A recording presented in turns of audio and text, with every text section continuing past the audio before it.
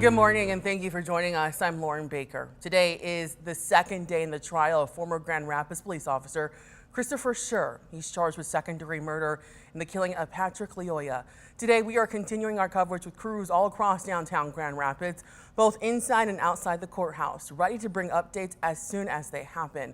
Our 13 on your sides, Callie Lichter and Riley Mack, are inside the 17th Circuit Courthouse, viewing the trial with live updates and updating our live blog on 13onyourside.com. And our 13 on your side political reporter Josh Albertus is outside the courthouse, monitoring any demonstrations or public reactions to the trial. Like yesterday, we want to remind you that you are all watching the news that we deliver to you on our live stream on a court-mandated 30-minute delay. So what does that mean? Well, 13 on your side was instructed by the judge to stream the trial on this delay so that any sensitive information that was not supposed to be broadcasted, like personal details, can be redacted before it's put on air. There are no other modifications to how we deliver this trial, and we will remind you about this delay throughout the day. As we mentioned before, we are on a 30-minute delay, but we have got confirmation that Christopher Schurr is in the courtroom right now. He is waiting for trial to begin. But let's talk about the jury. The meaning of the fate of Schurr lies in the hands of people from our community. Jurors were sat after nearly 2 days of interviews and selection last week. 13 on your side's Callie Lichter was in the courtroom for the moment they were sat. She has reactions from both sides of the trial and the makeup of the jury.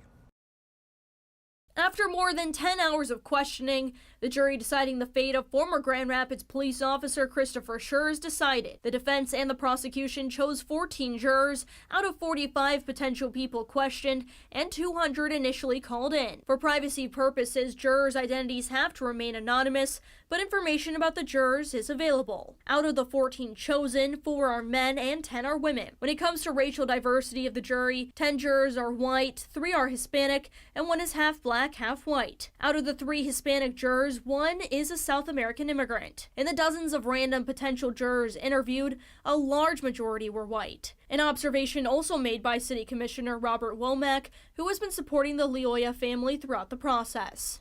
One of the things gave me pause that after watching these days, I only saw one African American that was interviewed in these last 48 hours. So we still have to do something when it comes to the jury pool to have true representation. The jury also ranges in age. A few jurors appear to be in their early 20s, with 1 in their 60s or 70s. Matt Borgula, Schurr's attorney, says the demographics of the jury do not matter. It's how they answered questions. What is a concern is, what's been their experience as a citizen of the United States, and whether, because they're going to bring that in to jury deliberations. And even though a lot of the jury pool has seen or heard something about the case, Borgula believes they just need to be impartial and fair to the evidence. Because both sides wanted people that didn't form opinions about the evidence. They wanted them to listen to it fresh, as if they never heard anything before, and draw conclusions based on what they hear in the trial. Kent County Prosecutor Chris Becker did not comment on the case. And those jurors were able to actually hear the opening statements and first witnesses of this trial. Joining me now is Emily Scarlett and Tanner Holbrook. You guys have been watching this case since yesterday. What are kind of your first thoughts? Well, I was really interested to see what was the turnout going to be outside of the courthouse this morning. Of course, I was live outside the courthouse yesterday morning ahead of day one, and right around 5 a.m. we started to see the first person roll up, and then by 5:30 we were starting to see really groups of people. By 6 a.m. it was pretty crowded outside the Kent County Courthouse. I was wondering if that would happen again this morning. It didn't seem like we saw the same amount of people showing up there ahead of court starting this morning. Yeah, so this morning the scene when Aaron Sullivan was out there reporting live for us this morning, she was talking about how maybe there were 3 or 4 people in line. They were let in around 6:30 as they were yesterday. And then during one of her reports this morning in the 6 o'clock hour, I'd say probably about 6:45, we saw a group of men walk by who she identified as potential Christopher Schurr supporters.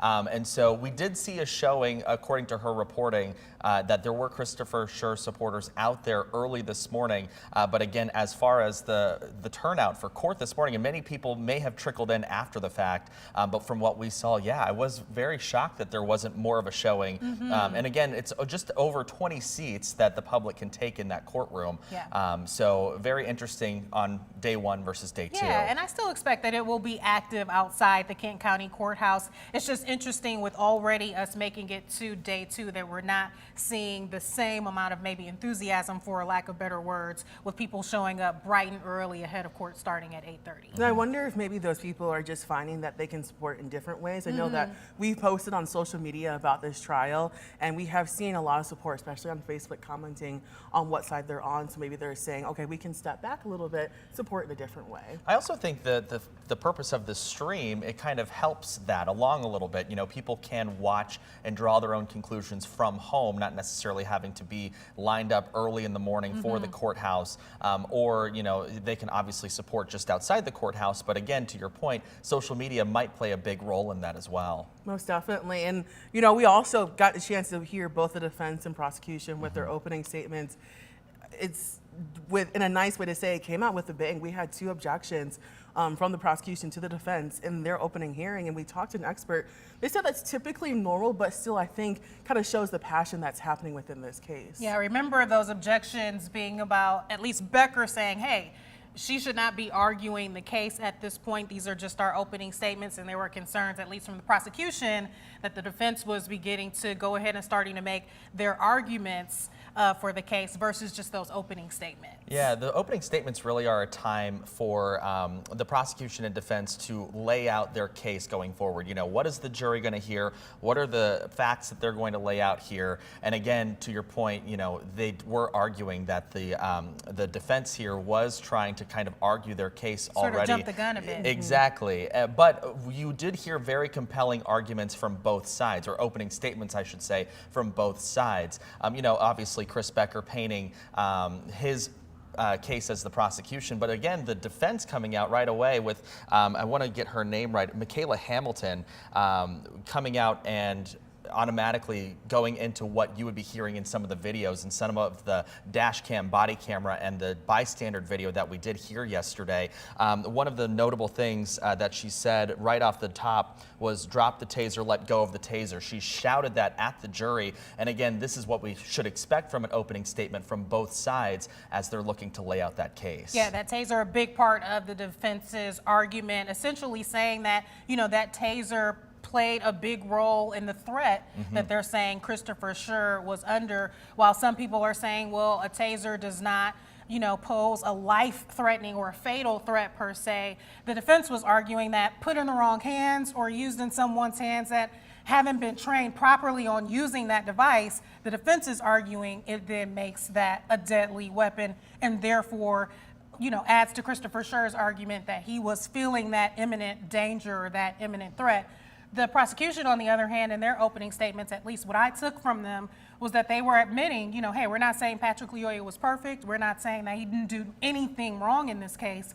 but did he deserve to die? And it was interesting to see how both of them used the taser, Yeah. actually explaining. You saw Becker pick up the taser in what looked like a bag, evidence bag, to talk about it, but then you saw Miss Hamilton grabbing and holding the taser, almost kind of bringing life to the situation for the jurors. Yeah, right there in that opening statement again, she had it and she was like, this is what we're going to be talking about. And again, we don't want to offer speculation as we are the reporters covering this trial, but we can speculate in terms of what we might look forward to seeing in the rest of this trial, as that taser seems to be a central argument going forward for both sides here. We'll just see where it ends up at the end of the trial. It'll be interesting to also hear from the experts. They both talked about how they'll be bringing experts, a lot of them with police backgrounds. So it'll be interesting to see how those ideas maybe conflict with each other in those questioning. Yeah, it's something that we see in trials time and time again, right? That essentially both sides are typically able to find experts to go along with whatever their story is or whatever their argument is, to your point,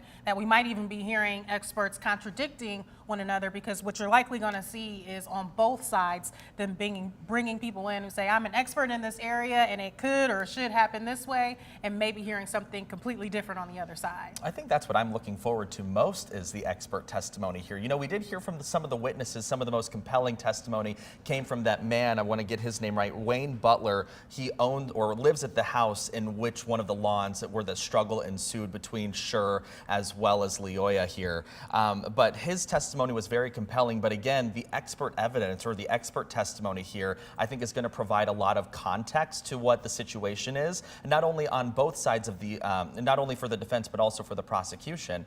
And of course, I really am curious to see if we're ever going to hear a question from the jury. Again, that is something in this trial that the jury is allowed to do. They're allowed to question the attorneys here. They're also allowed to question the jury here. Something that I don't think we've seen pop up just yet, but again, always keep that in mind, that the jury can ask their own questions, an unusual step for the trial at this point. Yeah, we had talked about that yesterday. I'm sorry. No, Lauren, go ahead. But you mentioned hearing the judge question the jury Yeah. after, you know, the defense or prosecution had spoken with one of the witnesses. We did hear that pop up at one point during the case where the jury was asked, you know, hey, any follow-up questions? But we never heard from them. Not yet, and I think that's going to be really interesting to hear what questions the jury might have, if anything. Again, they really haven't asked any questions. You know, whether that means that they had all of their questions answered or not, we can't say that. But of course, we want the jury, or are looking to hear from the jury today, in perhaps what questions they might have for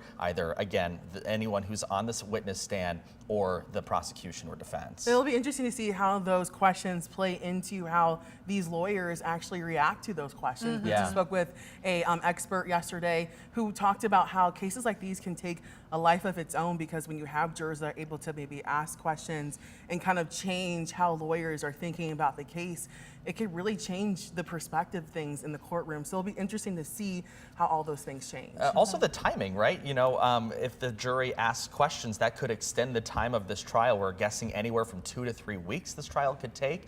We were talking on here about 12 minutes ago before we got on the live stream, just what we thought and how long the trial might go. You know, it's really hard to say at this point, but again, the jury could really prolong the questioning here if they choose to invoke that rule that Judge Mims has allowed them to. And Callie spoke to an expert yesterday. She said that the pace of this trial is actually going pretty good, which she was. I mean, eight witnesses, Yeah, right? right. So, you know, that could also play a factor. Is we have a good pace right now, and then if jurors start asking questions, Right. does that derail things? Well, I was surprised even with opening statements. It seemed like the prosecution went by like in a couple of minutes. Yeah. The defense taking a little bit longer, but of course we've been saying since the start of this that we know the defense has about 40 witnesses that they have to potentially call, just about 11 for the prosecution. And as Tanner just said, we got through about 8 of those yesterday. So to that point of this moving along quickly, I think we're all expecting that the prosecution at least could rest its case today. Yeah, it's very interesting, you know, 2 more witnesses that we have left to call. I want to draw your attention, though, to Wayne Butler. I keep bringing him up because I do think that he added a lot of color to the testimony here. You know, his account of events, I think, really seemed to be central to the prosecution's argument. And then when the defense cross-examined him, they were really honing in on the exact events that were occurring during the time of the video, and they even played back that video and had him recount his story with a laser pointer. So very, very interesting. We actually have a little soundbite from Wayne Butler, if we can take that. How are they positioned? What exactly did you see? They're like maybe say 3 to 6 feet apart, and he deploys the taser, and then Patrick kind of gets it in his chest and kind of like pulls it out, and then they re-engage, and then that's where he's trying to like keep the taser down. Who's trying to keep the taser? Patrick was trying to keep the taser, like he was trying to like keep the taser away from him. And then I ran upstairs to go get my phone like the other gentleman. Why did you do that?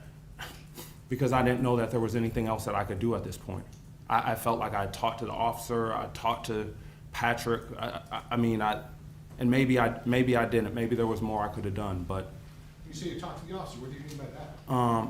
I just told them both. I just said, hey, stay down, stay down, stay down. Just relax, chill. Hey, get your guy, get your guy. I was just trying to calm the situation, and I think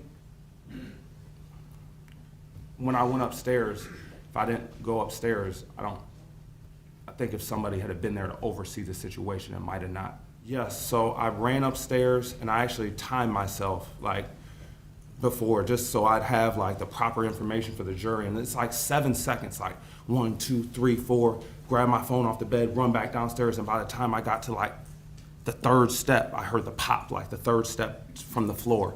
I heard a pop, and then I looked, and then he stepped back and he said, officer involved shooting.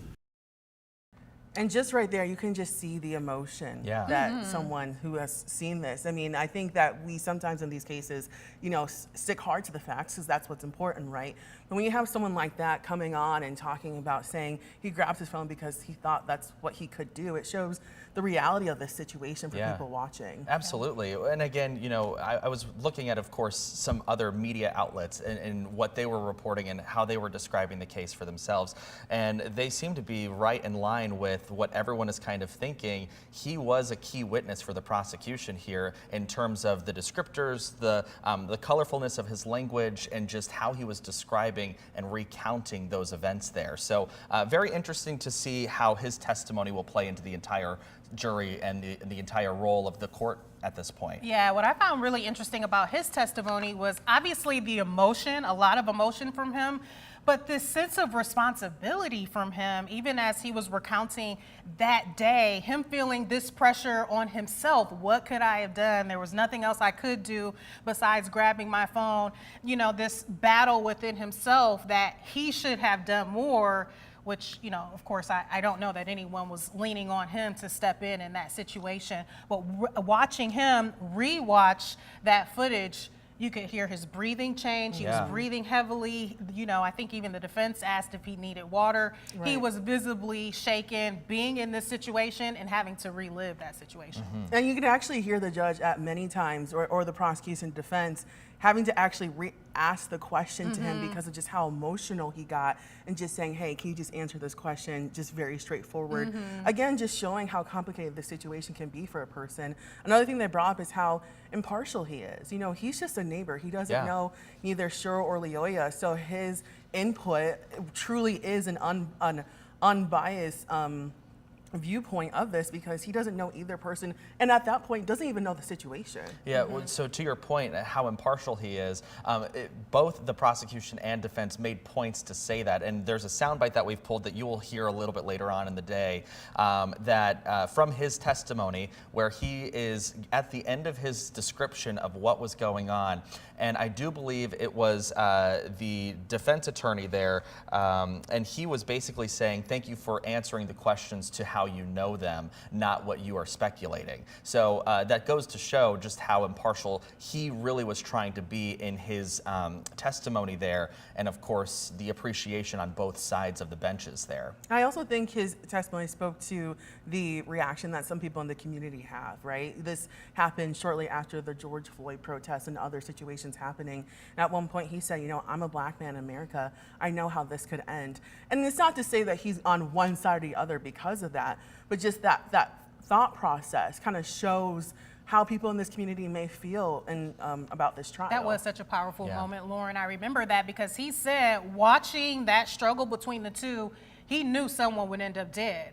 He even feared for his own life, you know, worried about his position and where he was in that fight, worried that a gun would eventually come out and that someone was going to lose a life in that situation. But he's not the only person we heard from, right? The first two people were actually people that knew Leoya. And while they weren't as emotional, they kind of painted the scene of the day before that he was shot and the person who was actually in the car with him. I thought it was interesting to hear from their perspectives because they know Patrick Leoya. Yeah. They were maybe not talking about him directly as a person in their questions, but it was interesting to hear what they remembered. Even one of the people saying that it was 3 years ago. I can't remember certain things. Yeah. Well, yeah, so we heard from his two friends, David Bakuru, who's one of the last people to see him alive. That was how he was painted on the bench there when the prosecution brought him up for testimony. And then we heard from Amy Turishmi, another friend who had been involved with them the entire weekend leading up to that Monday morning. Amy was actually the one who took that cell phone video as well. But I understand that we also do have some soundbite testimony from David Bakuru, who is that one friend, not the one who with the cell phone, but again, the one who saw him earlier that weekend. Let's listen. David, did you know Patrick Leoya? Yes. Could you tell the jury how you knew him? Well, I knew Patrick, pretty sure I met him around 2008, anywhere from 2017, maybe 2017. He was at the party. Sorry, he was at what? He was at the party when I first met him. Okay, what party is that? I think it was just a community get-together party, and then that's when I met him. And then after that, we went to a friend of one of friend of ours, and then we, you know, he was a really good kid, and then we started to communicate. We changed number, and then time to time he would come to my house. I would go to his house. We were pretty good friends. When you talk about a community party, was he a neighbor of yours then? What community are you talking about? Well, I'm from Africa, sir. So time to time we have like events, you know. So we will meet and then have a good time. All right, so you're talking about community. Was the African community have events and you met him at one of those African community events, not in a neighborhood? No, and it was an African event. So I'd like to take you back to the last time you saw him. When was the last time you saw him? Do you recall that day? The last time I saw him was when he got shot. I mean, when about 30 to 45 minutes before he got shot. Okay. How did you see him 30, 40 to 45 minutes before he got shot? What was going on? Where he was in my house, he slept over at my house. Slept over my house that day. So on that Saturday, we had a party. There was I usually host a party. A friend of mine, he do host a party on Saturdays, and then he was at the party. He came after the party. He came to my house, so he was.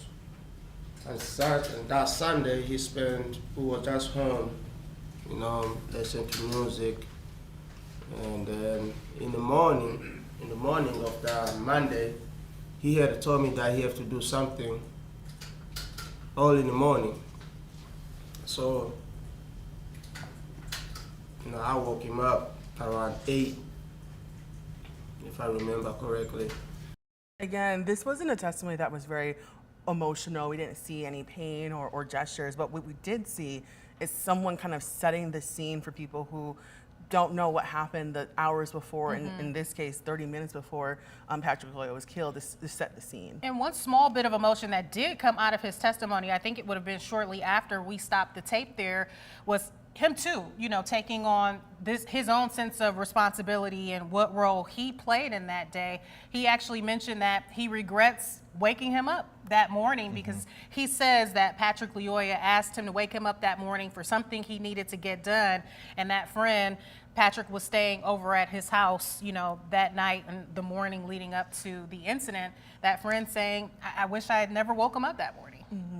When it comes to one of the main points that they spent a lot of time on, and I'm saying they, but I'm talking about the defense and the prosecution, they spent a lot of time on the events of that weekend and if and what they had been drinking that weekend and what was their level of intoxication during this entire incident that played out. Again, in the Chris Becker opening statement here, the prosecution saying, he even acknowledged, you're going to find out that they had been drinking. They had a blood alcohol of almost 0.30. Defense attorney Michaela Hamilton also expressing that same sentiment, saying that you're also going to find out that evidence. And they spent a lot of time re-asking the same questions over and over to both Mr. Bakuru and Mr. Turishmi about what those events actually were, how close to the actual incident were they drinking, and what their state of minds were at the time of the situation. And again, that was just a point that was hammered over and over and over on both sides. And something that we talked to Andrew Rodenhouse, an expert that spoke with us yesterday, is that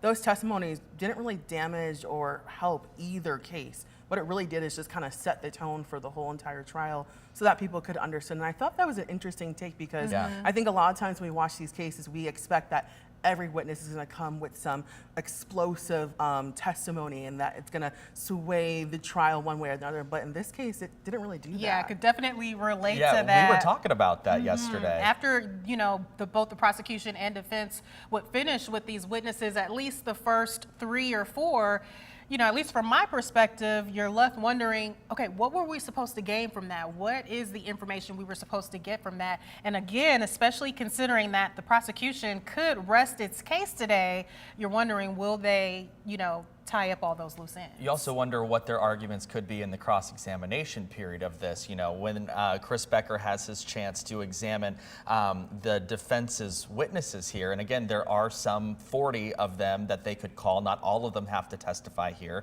But again, when Chris Becker has his opportunity to ask them questions, what is he going to ask? How is he going to play that into his case here as a prosecutor against Christopher Schurr? You also wonder what role these witnesses play. I think the one witness that everyone is waiting to take the stand is Christopher Schurr. Right. And is it a question that he could or couldn't at I this think point? at this point, it's still a question. I think there's been some indication from some people that they expect him to take. We've spoken to an expert who says in cases like these, it's not uncommon for, especially self-defense cases, for the person to take the stand to self-defense, to say, this is why I did this. So it's interesting to see how these witnesses could either set up or create a trap, or who knows if and when Schurr takes the stand. Well, self-defense is kind of what the defense attorneys have been kind of angling their entire case at this point. In the opening statement there, Michaela Hamilton, the defense attorney, this is a direct quote, "He didn't choose to take a life, he chose to save his own," marking there that this was self-defense. And again, that is kind of their entire angle to this entire process at this point. Most definitely. And I think that one of the people that we're going to toss to Ben Johnson now, who is actually the family attorney. Now, just for clarification for people who are watching, Ben Johnson does represent Patrick Lyoya's family, but this is for the civil trial. Right now, we're in the criminal trial. He was able to be in the courtroom with the family on day one. Let's hear his reaction from the first day. What I think is really important is the jury, of course, see all of the evidence, and that's what Prosecutor Becker did a phenomenal job. I've showed the entire video of each, the doorbell, the body-worn camera, the on-dash camera of the officer, and then, of course, the cell phone video of the front seat passenger.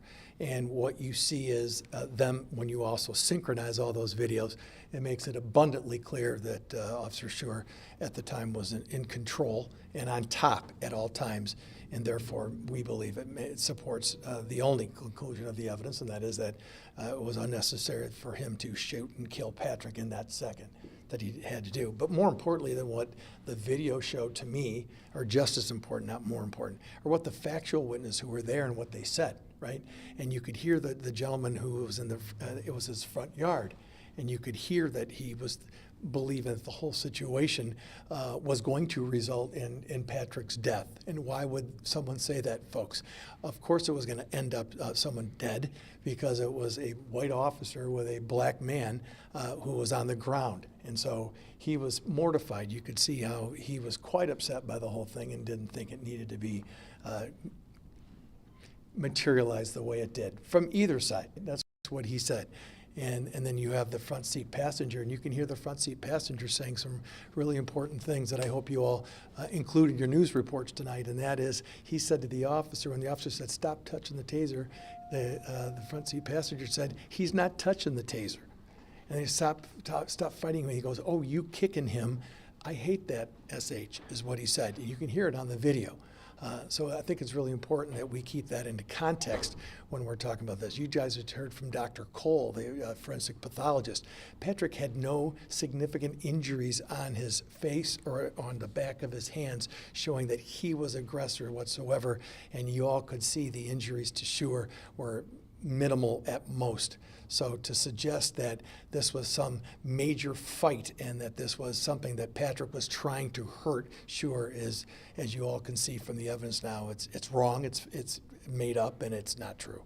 When it comes to police officers, we have to at least first push that there is any due process. So it was a major victory just to see this go to trial. One of the things I noticed today was his training. As he said, Patrick Lyoya was killed because he feared for his life from the taser, but you can see in the training for Officer Schurr, he shot with a taser from his own partners, so he didn't fear for his life in training. And many of us who's going through any of that training and have ever been tased, after you've been tased, you don't totally fear for your life to the level that you think you have to shoot somebody in the back of the head. But that's for the public to judge. But I would point to some of the training where you actually get to see Officer Schurr being a taser used upon him. One thing I want to make sure everybody's clear on, Schurr pulled the trigger of the taser twice. So there were no probes left. The only thing that was left was the potential for drive stun. We've talked about that, but you all saw it today. And drive stun means someone would know how to do a drive stun. Patrick Lyoya wasn't trained on a taser. He had no way of knowing about a drive stun. That means this taser was virtually useless to him in his hands, since all the probes were gone, and how would he know about a drive stun? And some of the things that you just heard as they talk about the video, and we were able to see multiple views of the video yesterday. Starting off with the passenger, we saw his video from his angle, and you hear Ben Johnson talking about the things that he was saying in that video. And it's interesting to see how we're able to see from different aspects of this trial. Yeah, I think you point out such a good point to remind us of the role of Ben Johnson, because as he's standing there, he was sounding a lot like he was on the team for the prosecution. So I think it is so important to point out he's not working with them. You know, maybe in a different capacity, he is representing the Lyoya family, as you mentioned, in that civil suit. But to hear him making the case there as he was, you have to remember he is not on the prosecution Right, team. and he's arguably going to say, you guys saw this, this is how it's happening. Yeah. It's good to remember that that's just his point of view. It's the jury that has to decide that. Yeah, it might also be the Lyoya's family point of view as well at this point. And he is obviously speaking a little bit on behalf of them, but also on behalf of his own account of what's going on. Again, very important clarification. Another thing that got brought up again, and again, it's that taser that we keep hearing about. Again, something that we expect to be central to the arguments on both sides here. And so I'm, again, interested to see how that plays out. And I think that for a lot of people, there wasn't a focus on the taser, right? When you hear a shooting, you just focus on the shooting. So it's interesting to see how this trial is kind of opening up your eyes to all aspects of this case to help you understand, why the defense is saying this and why the prosecution is saying that. Yeah, this case also relying so heavily on these videos, right? From a couple of different angles. You've got the dash cam video, the body cam video, and then the passenger's video, some of which isn't the greatest quality, and yet so much of this is relying on what you're seeing in that video, what happened at this moment, where were bodies positioned at this moment. And even some of the audio quality, Vin Johnson referencing what you're hearing the passenger saying, I didn't always catch all of that. So I do wonder how the prosecution and defense will use that and make clear what it is we're supposed to be seeing or hearing. Because if you're asking that question, someone on the jury is as well. Absolutely. Also, I want to point out, so our live blog has just started on 13onyourside.com. You at home can follow along with it as it goes. So the live blog is live events on what's happening in court. Again, you are watching a stream that's on a 30-minute court delay that's mandated by the court. So you won't actually start to see the events inside the court chambers until 9:30. But I do want to point out something that Riley Mack just wrote on the blog that says, court begins Tuesday morning. The judge comments on a question that was passed to her from a juror during session Monday. Basically, she just says they asked for a break. So they must have passed that question to her during the session yesterday. And then as they asked for a break, she just didn't acknowledge it until this morning. But again, we should expect that's how, if jurors have any questions, that is how they will be getting that across to the rest of the court. And I wonder if, because it was day one, they were all just soaking it in and just trying to get as much information. And now maybe on day two, we'll start to see those questions because they've had time to kind of process and understand, okay, this is what the prosecution is arguing, this is what the defense is arguing. Now I can start to think about some important questions to help me make my decision. I can imagine that there's maybe even some pressure too, because this is such an unusual part of the court proceedings. It's not, typical that we get to see the jurors play such a role in the proceedings. So I can only imagine how they're feeling. Do I want to stop things and pass this question along? Maybe they're feeling a little intimidated. You also don't want to sound terrible in court, right? You want to know what you're talking about. Is this a dumb question? Yeah, exactly. Yeah. It'll be interesting to see. And some of the other things that we were just talking about was the different point of views of the video. I think that for a lot of people, when they thought about this trial, we released the body cam footage when this first happened. So you only see the body cam view, but to see the passenger's view, it's almost like you forget that there were people around when this were happening. Yeah, such a great point. Yeah, the bystander video, which we saw referenced many, many times, and as I understand it, that was the video that circulated nationwide, where we were able to see, exactly what that David Bakura, or I'm sorry, not David Bakura, but Mr. Turashimi, what his point of view was there. It was interesting to be able to see that and see the live reaction from both Schurr, because we did see his face as that was playing out, but also the witnesses as they were playing that testimony for them as well. Most definitely. And right now we have Andrew Rodenhouse from Rodenhouse Law Group. He is a trial attorney and graduate of Hope College. Andrew received his Juris Doctorate degree from Cooley Law School. We actually got to talk to him yesterday. Andrew, I wanted to ask you, now that you've seen the whole entire first day, what are your thoughts and reaction? Well, good morning. Thanks for having me on. I am not surprised by anything that has transpired so far. It seems to be a very standard, what we would call a trial in a homicide case. We had the foundation set with the lay witnesses appearing first, the ones who were on scene, who took the original cell phone video. We then heard from the Michigan State Police lead detective on the case. And then we also heard from the Grand Rapids Police Detective.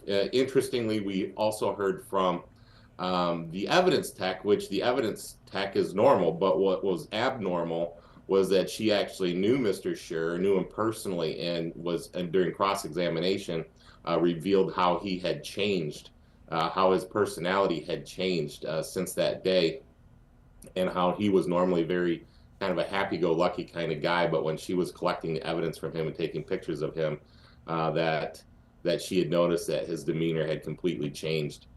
So I found that interesting, that little bit of personal information interesting. And then we heard from Dr. Cole. Dr. Cole has been around for years and years, decades actually, in Kent County, and he's kind of a legend among the homicide trial people, those of us who try a lot of homicide cases, and we deal with him quite a bit. He's a real straight shooter. He's a real professional, and so it was interesting it's always interesting to hear from him. He didn't really provide, in my opinion, a whole lot of extra context, just simply because there's no dispute about how Patrick died, a single gunshot wound to the back of the head from close distance. The only interesting thing was how close was the pistol to the base of his skull, and he was testifying about some stippling.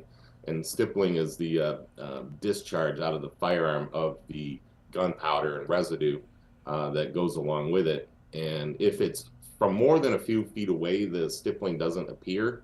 If you're closer than that, you'll get a stippling pattern. And what was interesting that I found was that his testimony appeared to be that he thought that the firearm was pressed up against the base of the skull.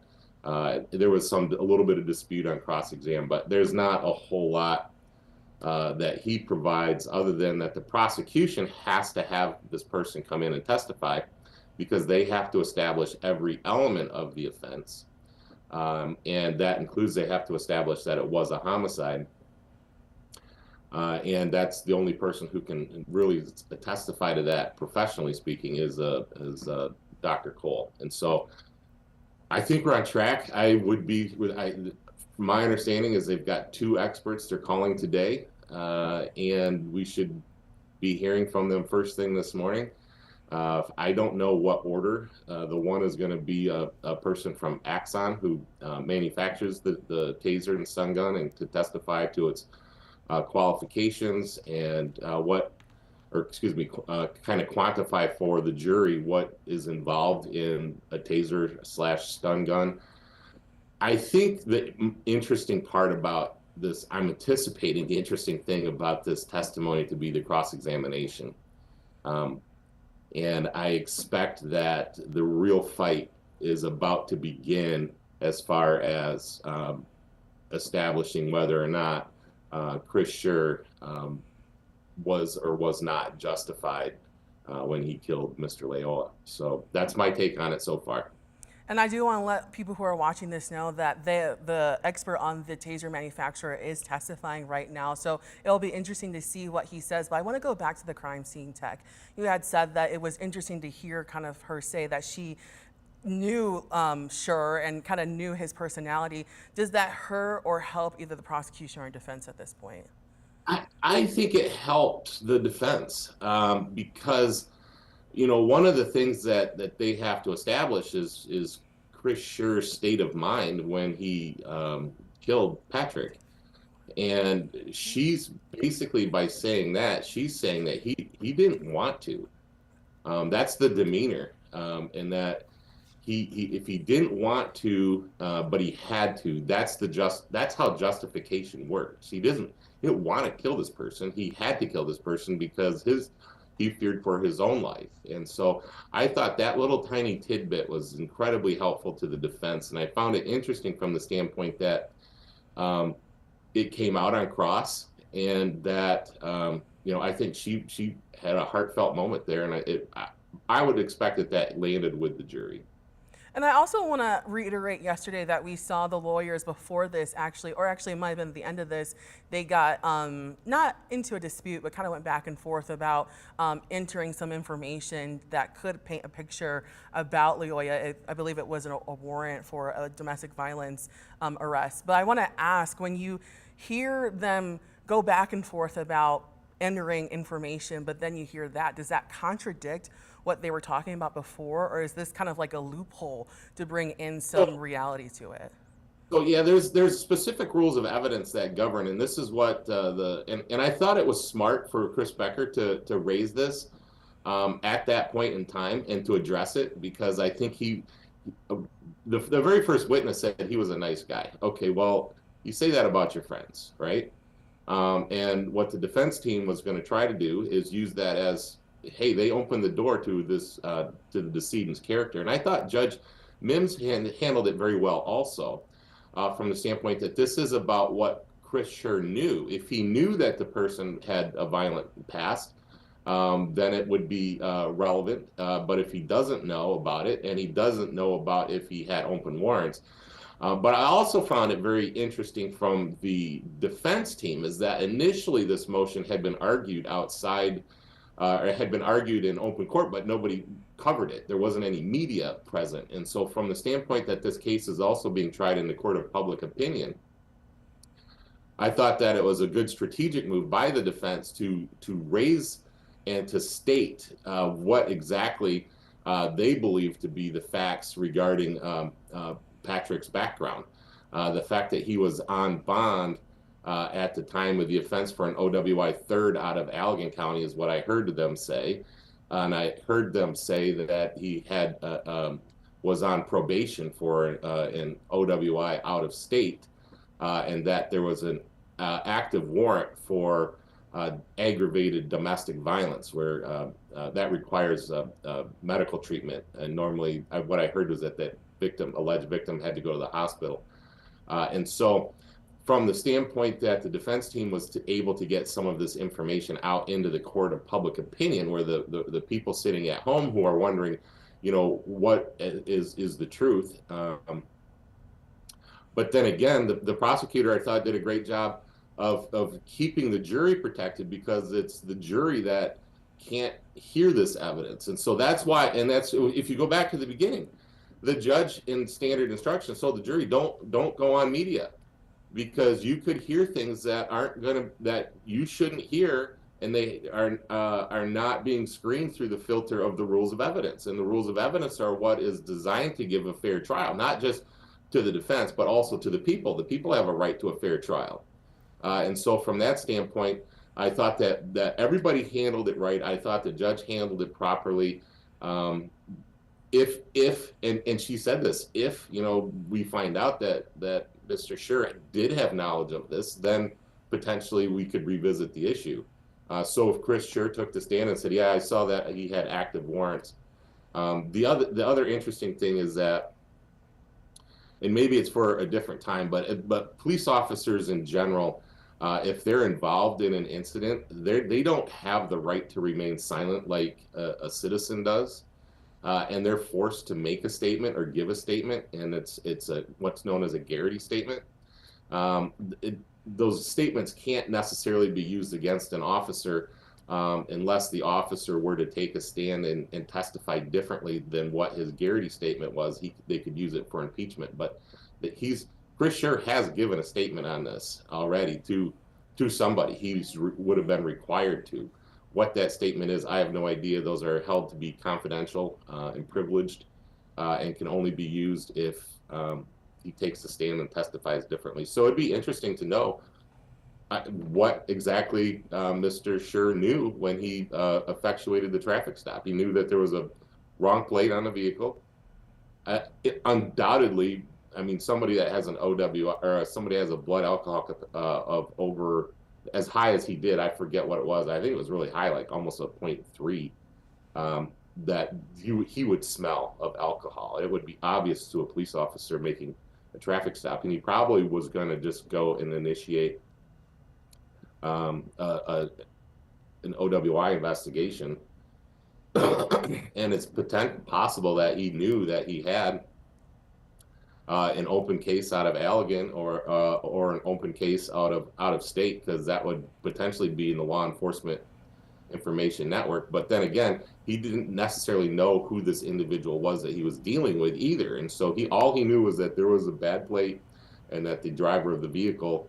So I don't know when he was able to identify who exactly, if he knew whether this was this specific individual, or if he was just conducting a traffic stop and was going to find it out later. And that's why the judge made that ruling the way she did. So I hope that clarifies it. It definitely did. Well, Andrew, I'm so curious to get your take on jurors being able to take part in this trial and ask questions as needed. You know, how unique is that to a trial, and how do you think that could potentially change things? Well, so first of all, it's not unique in the state of Michigan.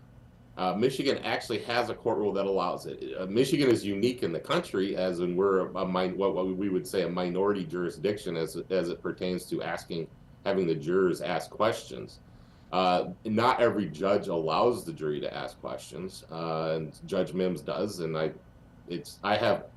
go back and forth between whether or not I like it personally, but it's not what I like personally that matters. The judge allows it, and that's fine, I guess. But the questions that the jurors ask are still subject to the same limitations as any question a lawyer might ask. So a jury couldn't ask a question that would elicit, say, hearsay testimony, or would ask a question that would get into evidence that otherwise wouldn't be allowed if an attorney did it. And so the questions are reviewed by the judge and the attorneys. The judge calls the attorneys up to the bench. We discuss the question. Sometimes we rephrase the question, like we know what they're getting at, but we got to ask it in a certain way that conforms to the rules of evidence. And so that's how that's handled. It's unique to Michigan. It's not unique inside the state of Michigan. All the courts are allowed to do it if they choose to, and the judges have that discretion. Interesting. I have a question for you, Andrew. We've heard 8 witnesses take the stand from yesterday, 2 of which were Leoya's friends, and then we also had 2 of the residents in nearby homes. I'm curious, and of course, obviously, we had the experts that took the stand as well. I'm curious to get your thoughts on whether you think that the prosecution has so far gotten their point across with those witnesses, or do you think they still have work to do when the defense starts to call their witnesses? Oh, they've definitely got a lot of work to do. So yesterday was just laying the foundation for everything that's going to take place today. And I was watching a little bit on your show this morning, and yeah, there's a lot of loose ends out there that still need to be tied up. And Chris Becker is a very experienced prosecutor. He knows that. And that is going to be what he's going to attempt to do with these next witnesses. But he has to get the evidence in first, because the expert witnesses are not allowed to opine on evidence that hasn't been admitted yet. And so they have to get the evidence admitted so that the experts can opine on what they think the evidence means. And so you just got to start at the beginning, and Mr. Becker's following a very standard prosecutorial playbook. It's very formulaic. They all go to the same prosecutor schools that are where they learn to prosecute cases, and it's just a standard timeline of events. We had this thing happen. We got collected evidence. We got body cam footage, dash cam footage, and we got all this stuff. And now the experts are allowed to come in and opine, give their formal opinion. They're the only people that can really give opinion testimony as somebody that's been qualified as an expert. So they can give their opinion as to what they think the evidence means.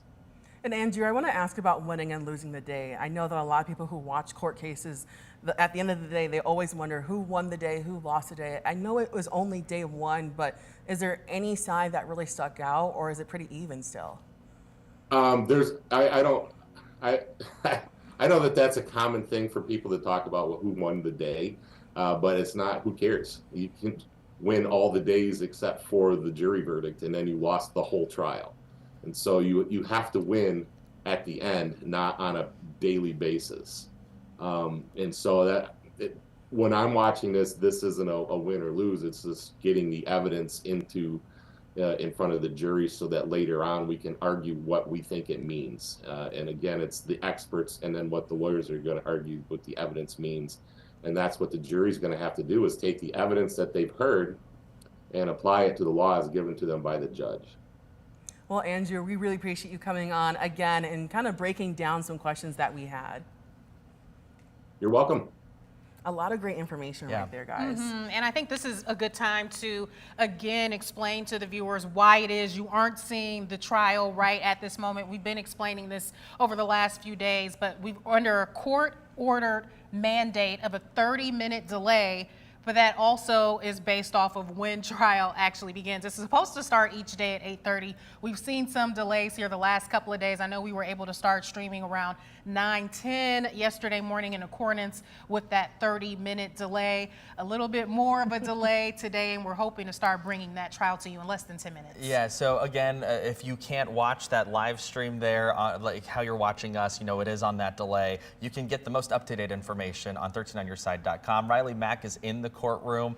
She's doing a great job of keeping up with what's going on. And so that first witness took the stand at 9:01. So about 22 minutes ago. That means at about 9:31, you will see the testimony that this Mr. Brian Childs of Axon, which is the taser company that we've been hearing about, will be taking the stand. So you're going to hear that testimony here in a little under, I'd say, 7 or 8 minutes. It's interesting because, like Andrew just said, I think that's the one that people are waiting for, at least Yeah. those type of experts that kind of really break down. Because like you said, day one was just kind of setting the scene. Now it's really when this trial gets going. Yeah, that made me sort of anxious to see, oh, well, what will we see today? The way Andrew phrased it, oh, they were just setting the tone. It maybe seemed kind of like boring information. This was just by the book of getting that information to the jurors so that the experts could then give their opinion on what's being presented. So it's sort of like a step-by-step thing they have to follow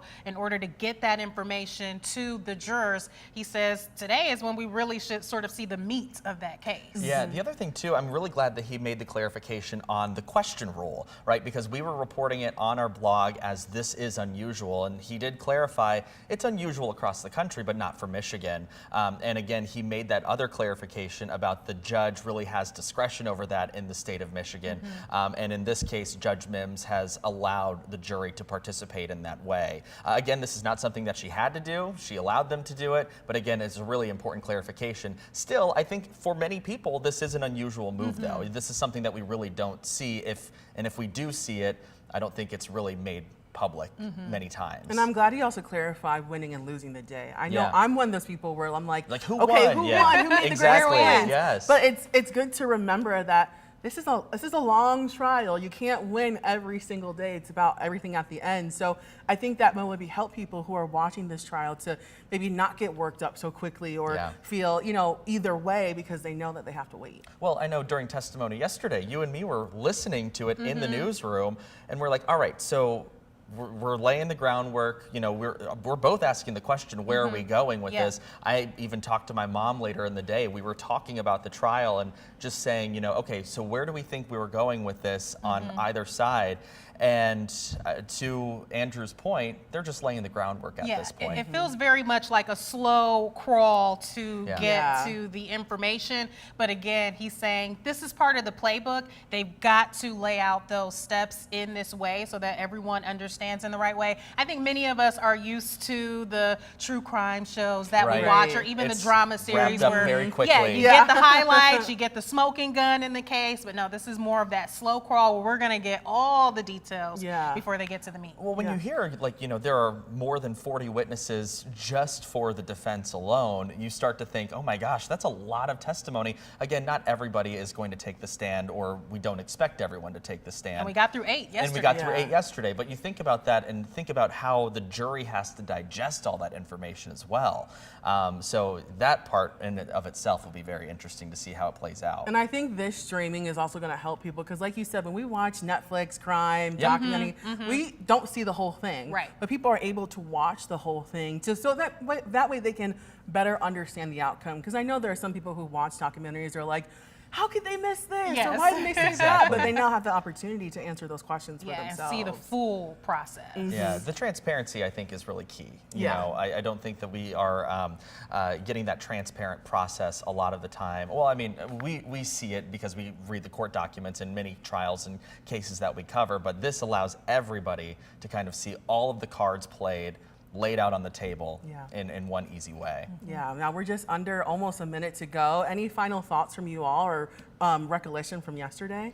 I'm just curious to hear today's testimony. Will we feel like they're getting closer to piecing together this puzzle after yesterday's slow crawl of just sort of laying out the details? And I think you are right. I think we are going to start to learn more of the pieces to the puzzle here. Just based off of what I'm reading from our live blog right now, we're getting into that taser testimony from the company Axon that makes the taser.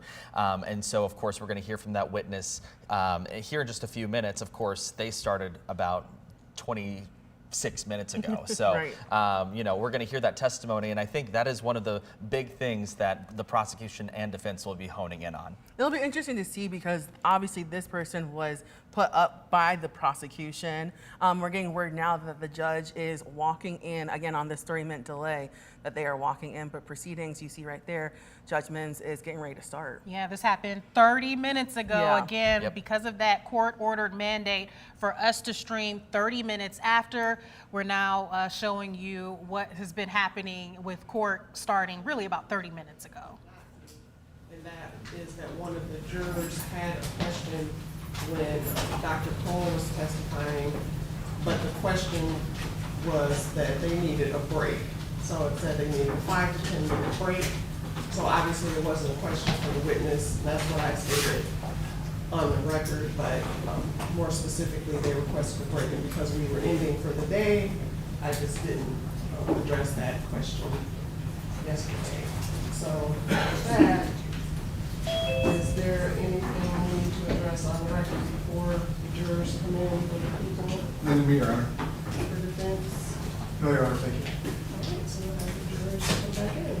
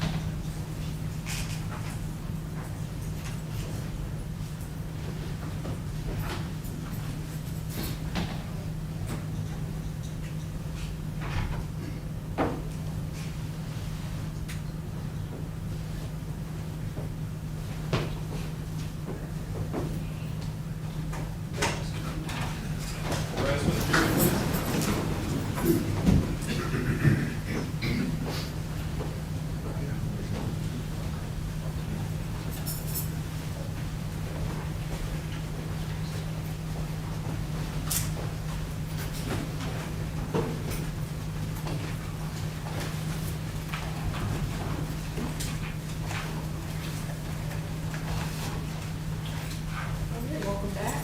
And you may be seated. This record may call witness. O'Brien, Charles.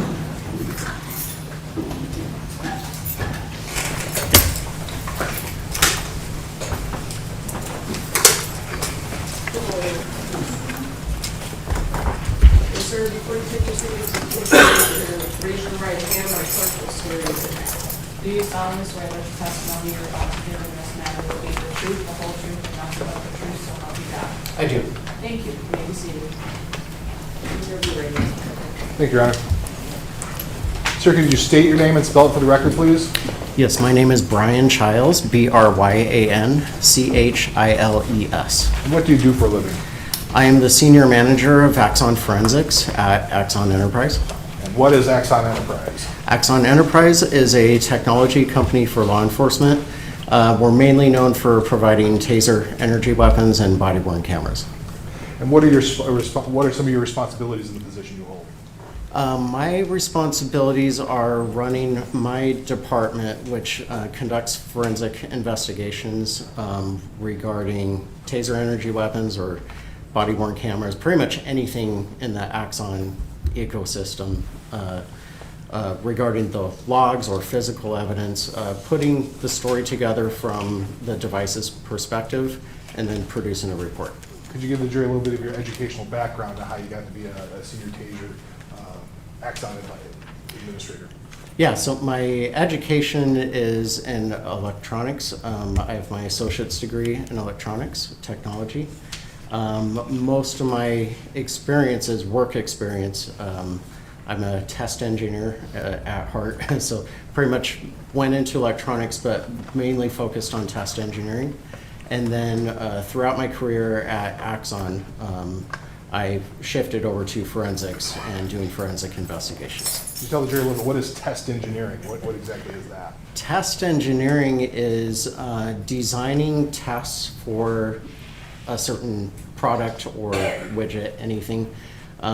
It's designing how to test it properly to test the device's limits, make sure it's doing what it's supposed to do, making sure it's durable, weatherproof, et cetera, et cetera.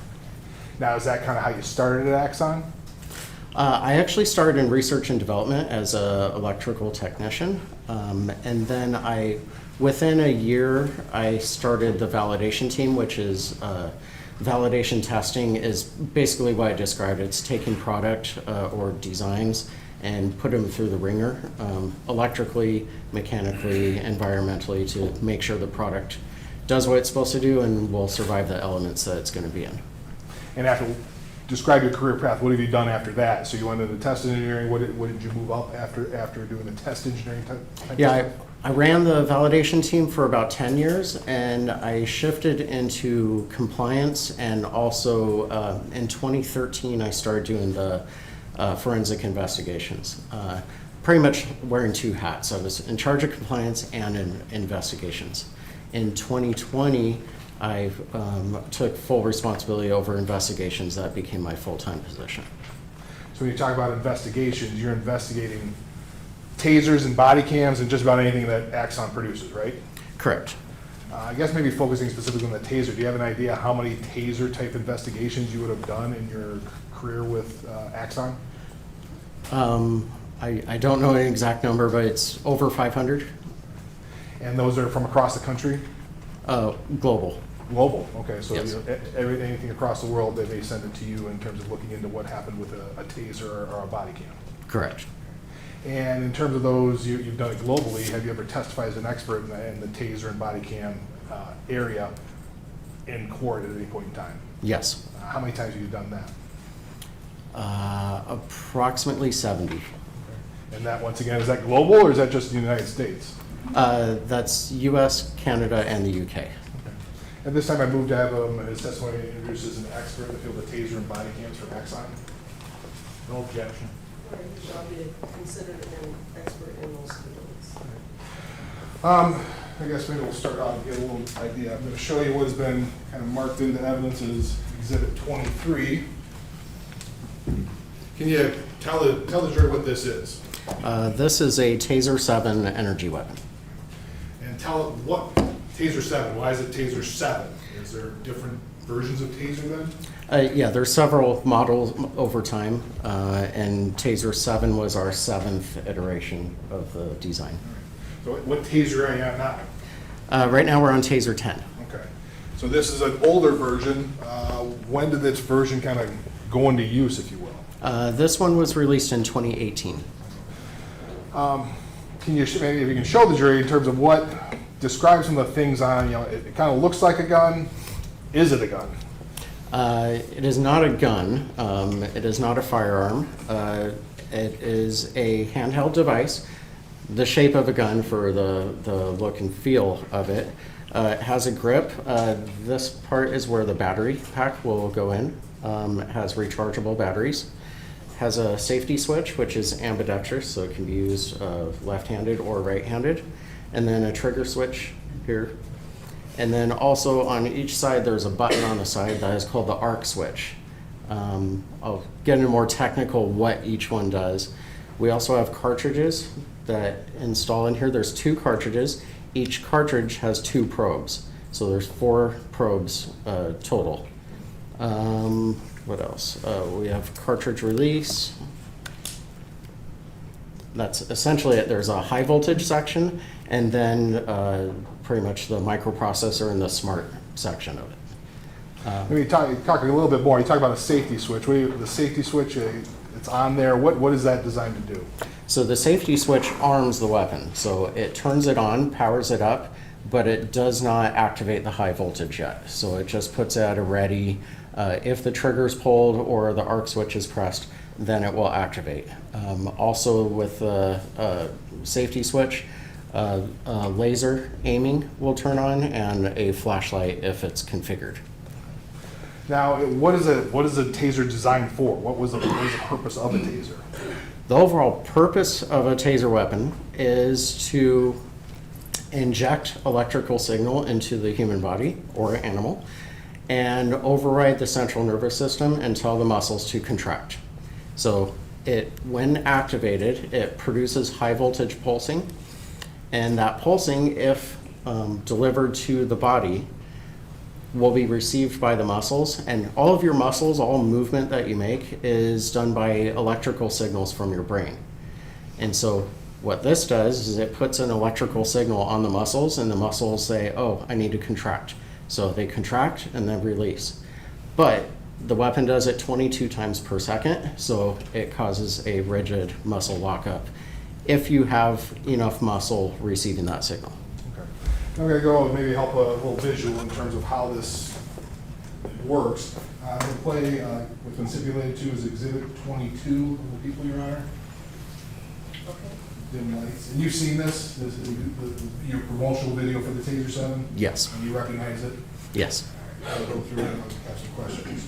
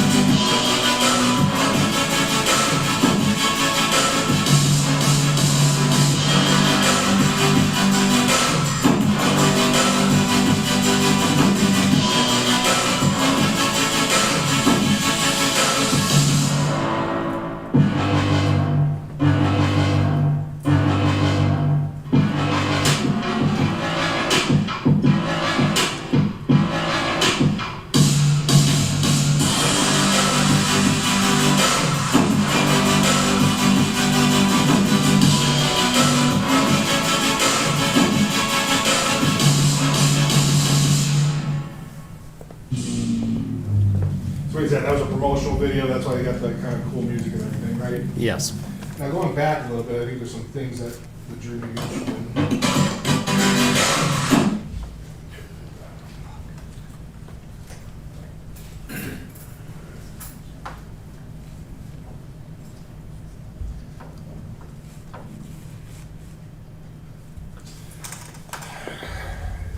Can you describe, when you talk about these cartridges, you got the probes, if you will, can you tell the jury what they're looking at here? So what we're looking at here is the probes coming out of the cartridge. How that works is inside the cartridge there's a nitrogen gas capsule, excuse me, about 2,500 psi of nitrogen gas.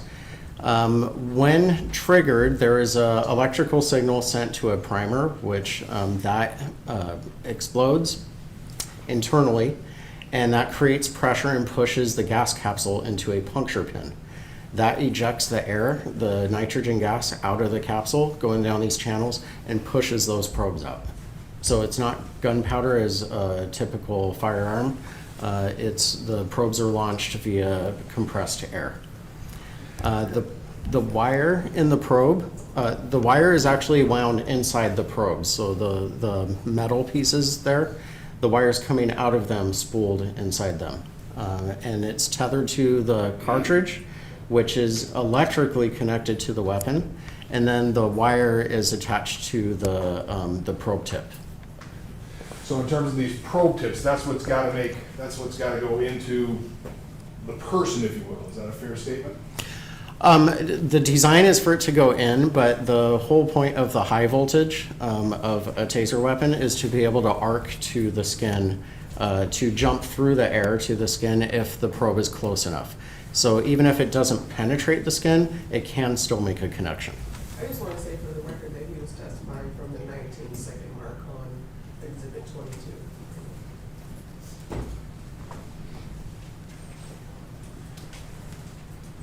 We can go here a little bit. And we'll go for the record 34 seconds on the exhibit.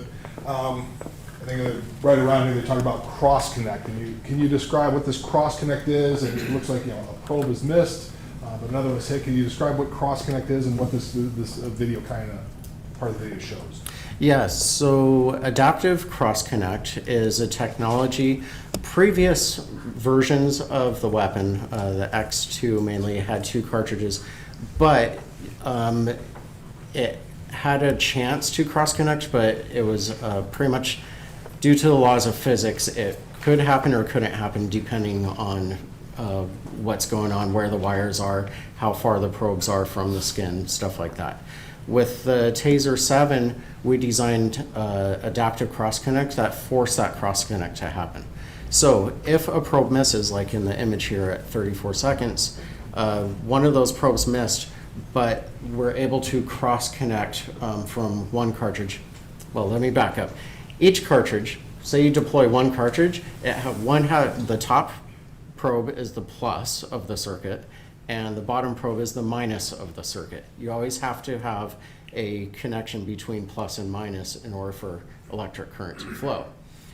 With this, we allowed, say for instance, if you missed with the bottom probe of the second cartridge, the top probe of the second cartridge would connect to the bottom probe of the first cartridge. So that's cross connect.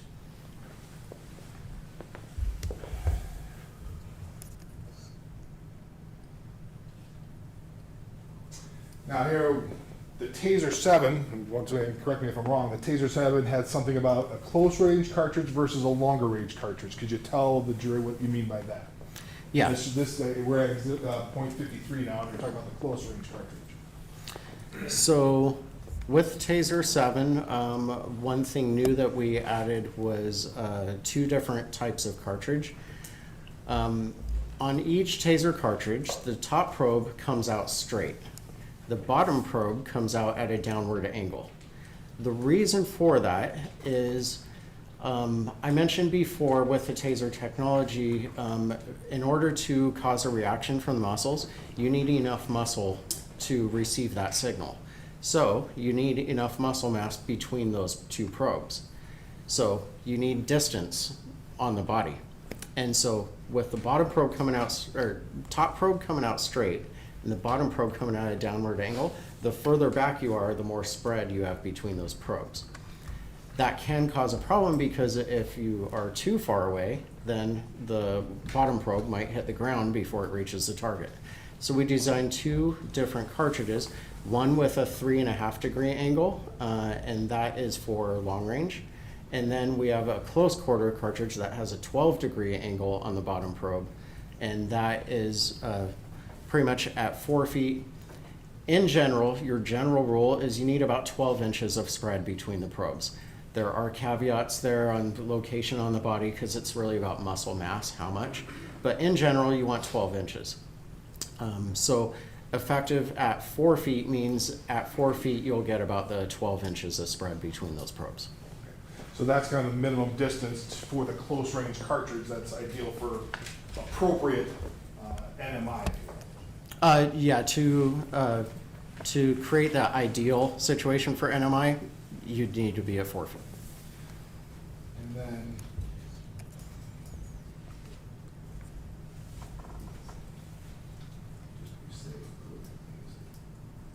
so it can go this way. I think there's 111. We're talking about 111 now. It can go up to 12 feet. Is that the maximum distance, if you will, for the Taser 7? For Taser 7, actually, the maximum range is 25 feet. Okay, so this is even a little bit closer than 25 feet. It can go further back. Correct. The weapon, is a weapon designed to be with this distance then, in terms of that's the ideal way you should use it? Ideally, we create it so that an officer can create distance between him and the subject. But we made the close quarter, so if you can't make distance, then you have those 2 options. You turn the lights, I'm gonna get away from this for now. Now, in terms of what you talk about high voltage. That sounds like you're putting a bunch of electricity into a person. Can you go into that and describe that? What do you mean by that? Yeah, so the weapon's designed with high voltage, but really the only point of that is to be able to jump a gap, jump an air gap, and you have to do that with high voltage.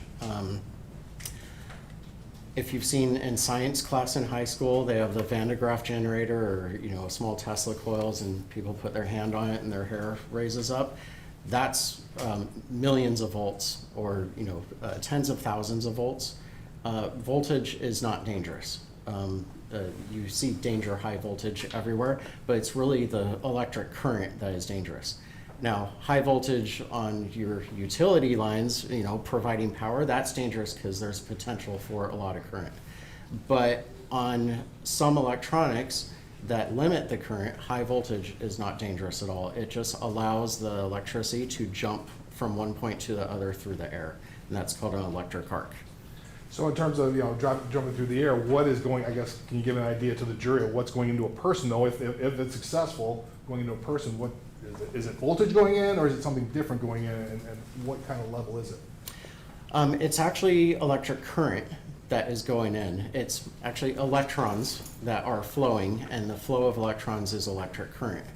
Voltage is just the potential for current to flow. If you picture it this way, picture a water analogy. If you're at your hose outside, the water pressure is like voltage. So if you turn on your hose but you don't have water pressure from the city, water's not going to flow. It's the water pressure that allows the current to flow. And then when you open the spigot, you get the water flow, and that's like the electric current flowing. So is somebody going to get electrocuted from a taser? No. When you talk about the impacts, in terms of are there long-term impacts? You're putting electricity into a person. What are the kind of long-term impacts of it? There are no long-term impacts. The impact, the physical impact of the weapon is your muscles contract and then release. So I mentioned we do it 22 times per second, so it's a rigid lockup, but the cycle lasts for 5 seconds automatically. It can be turned off early. But as soon as it turns off, your body completely recovers. And so every pulse goes in one probe and out the other. So that's the lasting effect on the body. It's in the microseconds.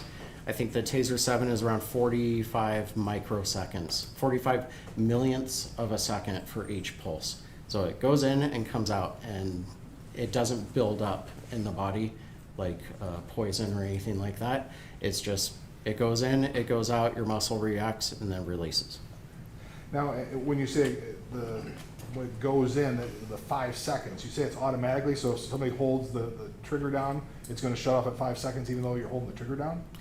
That depends on the settings. So you have agency settings. So by design, if the trigger is held in, it will go beyond 5 seconds until you release. However, some agencies have settings that limit it to 5 seconds only. Now, when you talk about the contractions, you're not electrocuted. Does it knock you out completely? Is it you're knocked out when this happens? No, you're fully aware of what's going on. You can hear everything and feel it.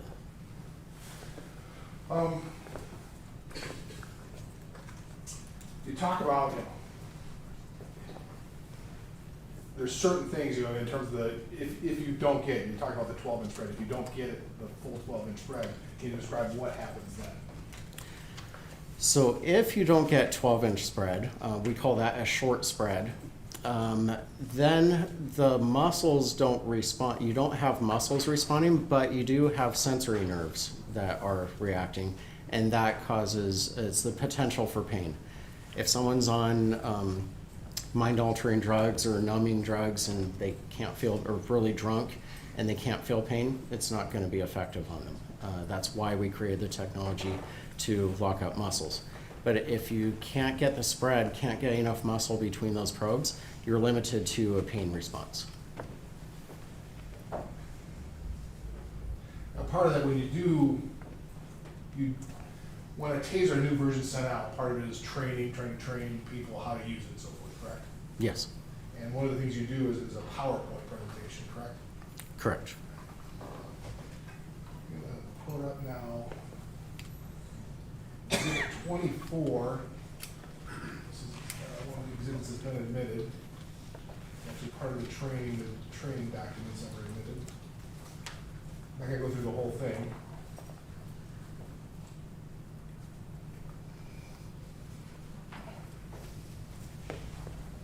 We have it up, put it on the screen, please.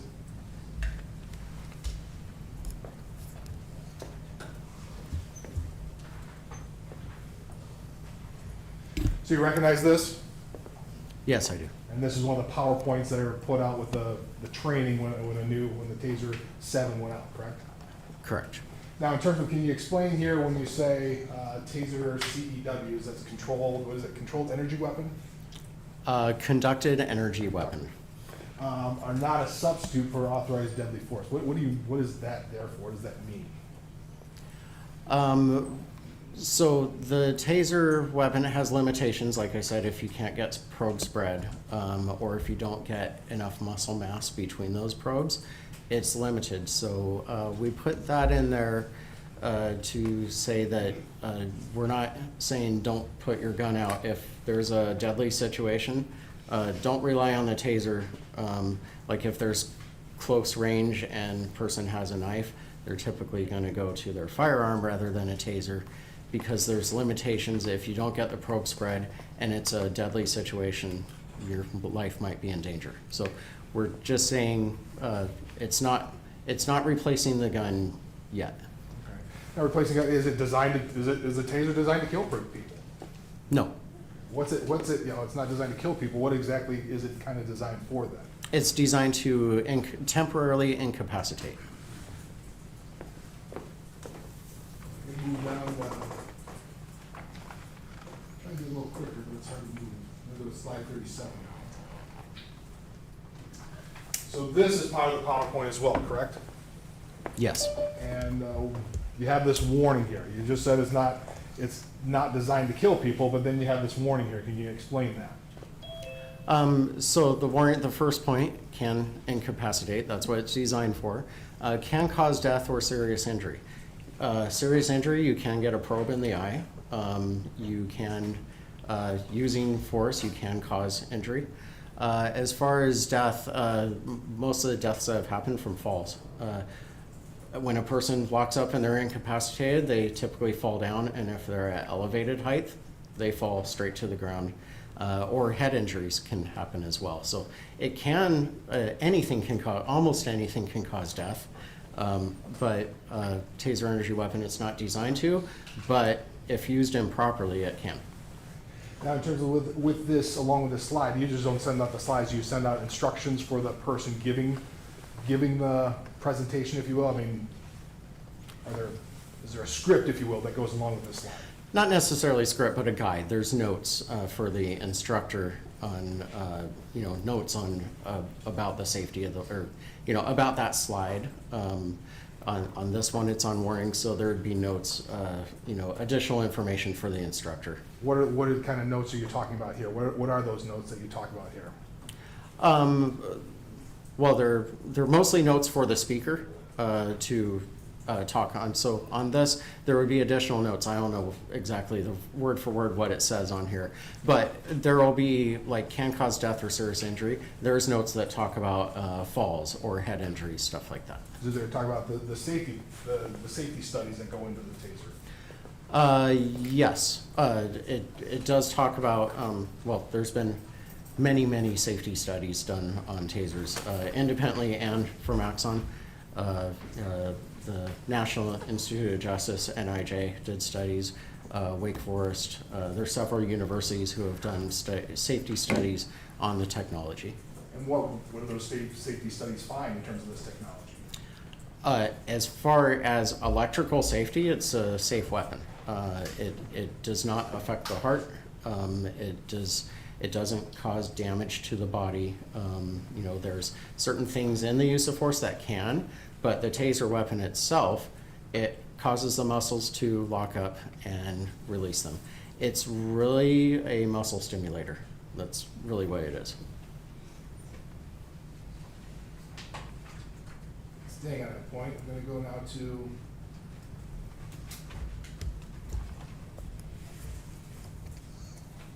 slide 50. This talks about voluntary exposure. Is voluntary exposure that sometimes that police agencies use in their training? Yes. Now, in terms of looking at this, when you talk about risk of injury from stress, that first paragraph, talking about muscle exertion, can you describe what does that mean? So the taser exposure causes your muscles to contract, and so it can, repeated exposure can cause fatigue in the muscles, just like working out really hard. And so that is warning that, you know, stress, physical exertion, falling, especially like voluntary exposures, you don't just have someone stand there and hit them because they're going to fall and hit their head. And so always use spotters. So there's several instructions that are given on doing voluntary exposures. When you talk about those probe exposures, about strong muscle contact, you talk about repeated. Is like one contraction going to cause this type of strenuous exercise, or is that repeated? It'd be repeated. Okay, so that repeating, jury ballpark, what is, how many? Is that 5, 6, 2? Yeah, is there any kind of idea? Don't really have a number. There's been studies that the taser exposure is a whole lot less exertion on the body than, like, say, punching a heavy bag or sprinting or running. So this warning specifically for voluntary exposures is just warning the user taking the exposure that they might feel soreness. It might feel like they worked out or something like that. But it's not going to cause damage to the muscles or anything like that.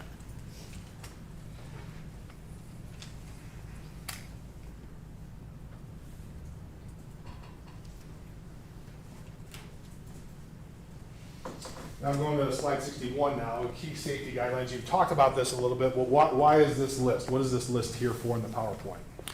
This is to warn users to pay attention to the surroundings before a taser is deployed. If a person is up on a ladder or up on a roof or on scaffolding at some type of height, if you deploy the taser and they get the muscle effect, they're going to fall off of that. So pay attention to that. Flammables and explosives, there have been a few out there where a person was seriously injured or killed due to fire because a taser was deployed in a explosive environment or a flammable environment, and the high voltage arc can ignite flammable fumes. Are those kind of the top reasons people have been killed in the history of the taser? Yes, falls is the number one, and then also fire injuries is up there. Now, in terms of number 4, the restrain fast, avoid prolonged exposures, you kind of testified saying, well, prolonged exposures don't build up, but now you're saying avoid prolonged exposure. Can you explain why that's in there? It's just for the situation. The device is painful, and it's a strong use of force. And so it's not causing long-term damage. I mean, eventually, a very long exposure, we had a volunteer do 45 seconds. So one activation is 5 seconds. We've had a volunteer do 45 with no damage. But eventually, at some point, you're going to cause muscle damage. If you keep lifting weights beyond you're tired, but you keep on going, you're eventually going to damage your muscles. So that's why the warnings there, prolonged exposures, you want to limit. All in all, we teach officers to use the minimum amount of force to effect the arrest. So get them under control, get them cuffed, and turn the taser off. So you had a volunteer do it for 45 seconds, you didn't have to pay him? I believe he got a free taser. Oh, okay. All right, so you got something. Right. Go to now. This is now 64. If I get a little bit better here, let me shrink it a little bit.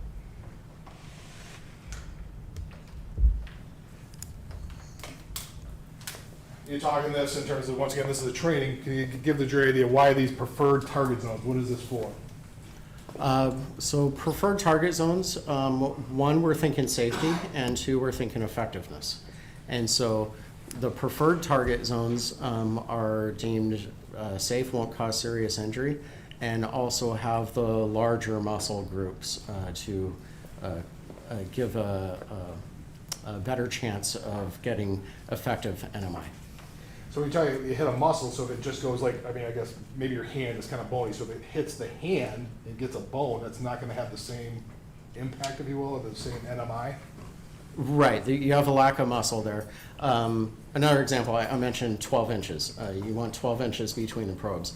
If you put a probe from my fingers to my arm, you have over 12 inches, but that's not gonna be effective because there's not a lot of muscle mass there.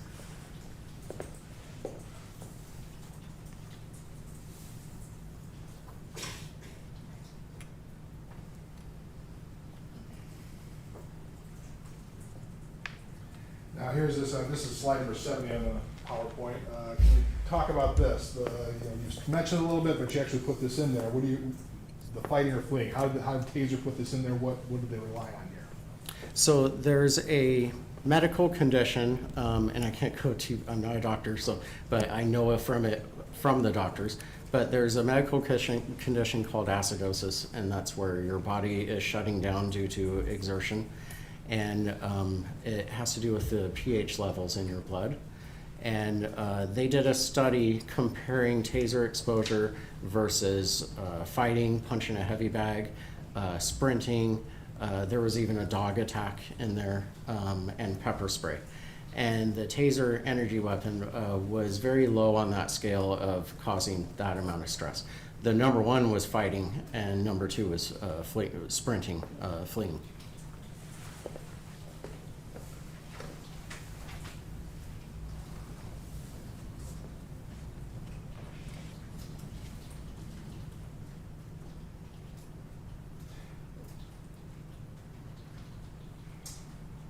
This is exhibit 71. Why is there, I'm sorry, you said exhibit. sorry, slide 71. Sorry. You talk about sensitive populations. Why is there a danger with these individuals? Well, like children and children,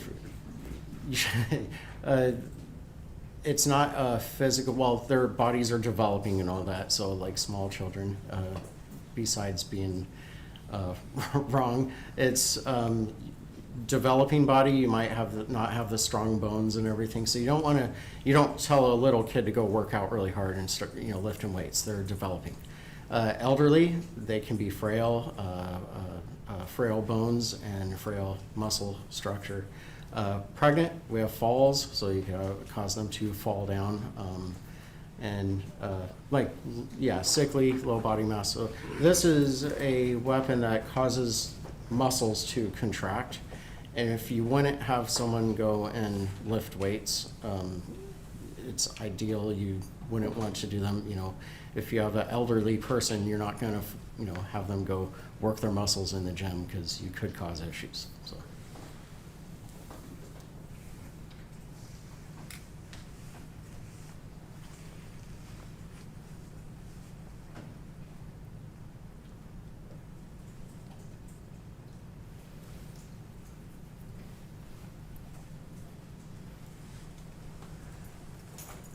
I'm going to go to slide 96 here. You've talked about some of these, you repeatedly talked about elevated platform and so forth.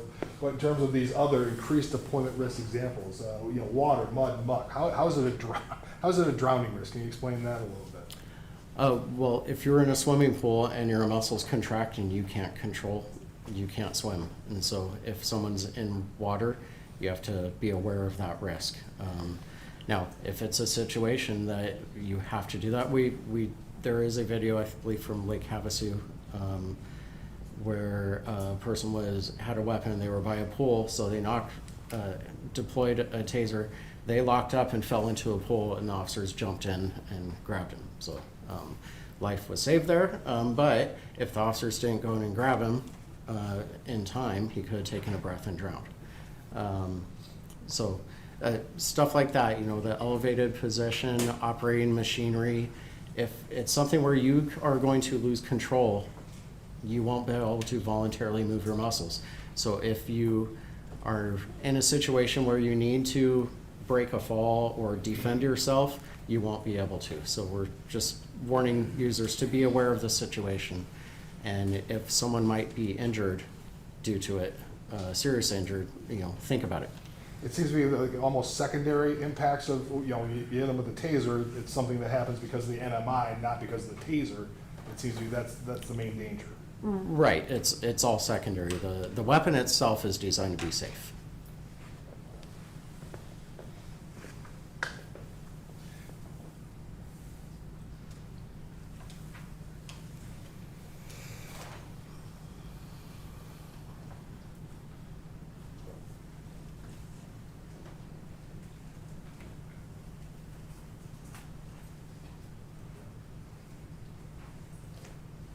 I'm gonna get in here, do you see that? Talking about the drive stuff. Okay. I think you mentioned a little bit, can you go a little bit more into with the jury, what is the drive stun? What does that mean? I'm sorry, could you identify that particular slide? This would be slide number 124. Thank you. Yes, so drive stun, and first I believe I've talked about NMI, I think it says NMI in there. That's neuromuscular incapacitation. That is when your muscles lock up and you no longer have control of your muscles. So I mentioned the point of the weapon is to incapacitate, but that is done via the probes or delivering energy to enough muscle mass. A drive stun, a lot of people call it a mode of the weapon, but it's actually a tactic from the officer. And drive stun is when the weapon is activated and driven into the body of the person to make contact. It's also called contact stun. There's tactics they teach to hit pressure points and nerves to cause more of a pain response. And that's really what it is. The drive stun without probes causes pain, but it does not cause the muscles to contract. Maybe I'll try and pull out this is a little different one. Maybe an example. Go to exhibit 12, graduation video, Your Honor.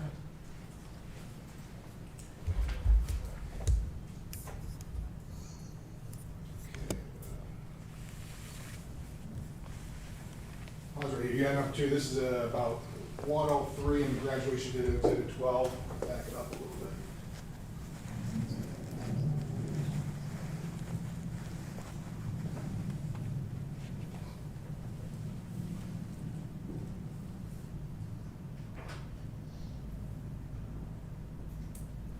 When we talk about this drive stun, is this what you're talking about here?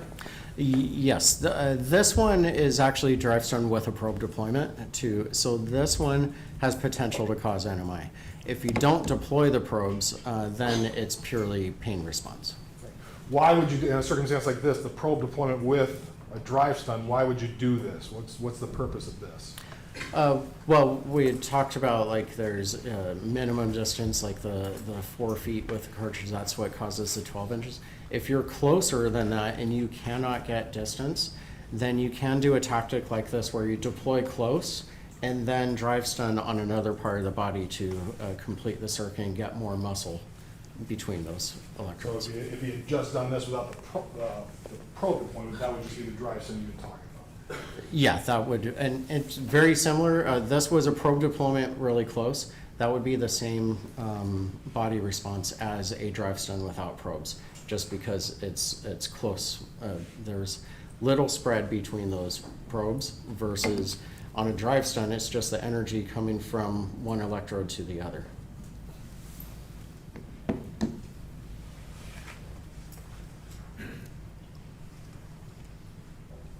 Now, in terms of the drive stun, you have these, once again, you have kind of a sensitive areas. What are the sensitive areas and why is that here?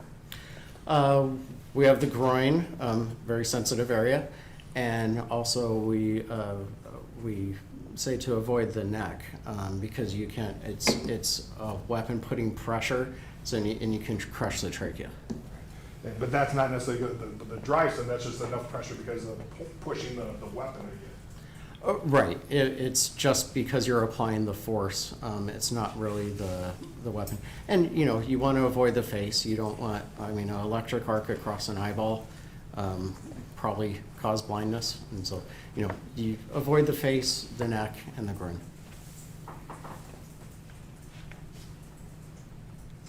And maybe talk about a little bit just to give the jury a better idea.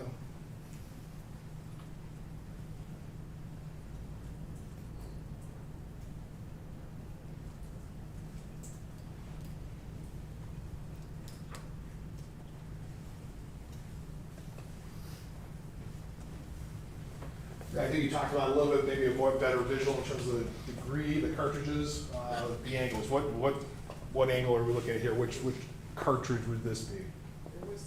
Excuse me.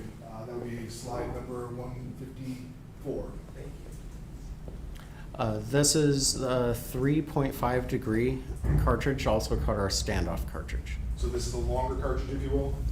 Longer distance rated, yes.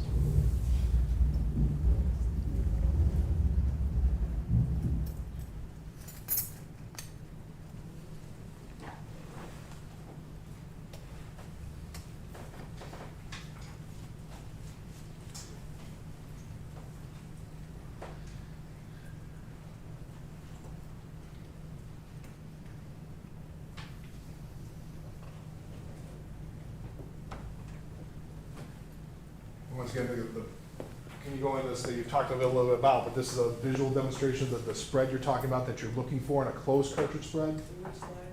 160, rather.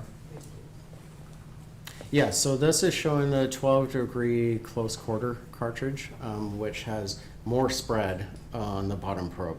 So you can be closer to the subject and get more muscle mass between the probes than if you had the standoff cartridge that only has 3.5 degree, and you would end up, if at only 4 feet, you would only have a few inches of spread.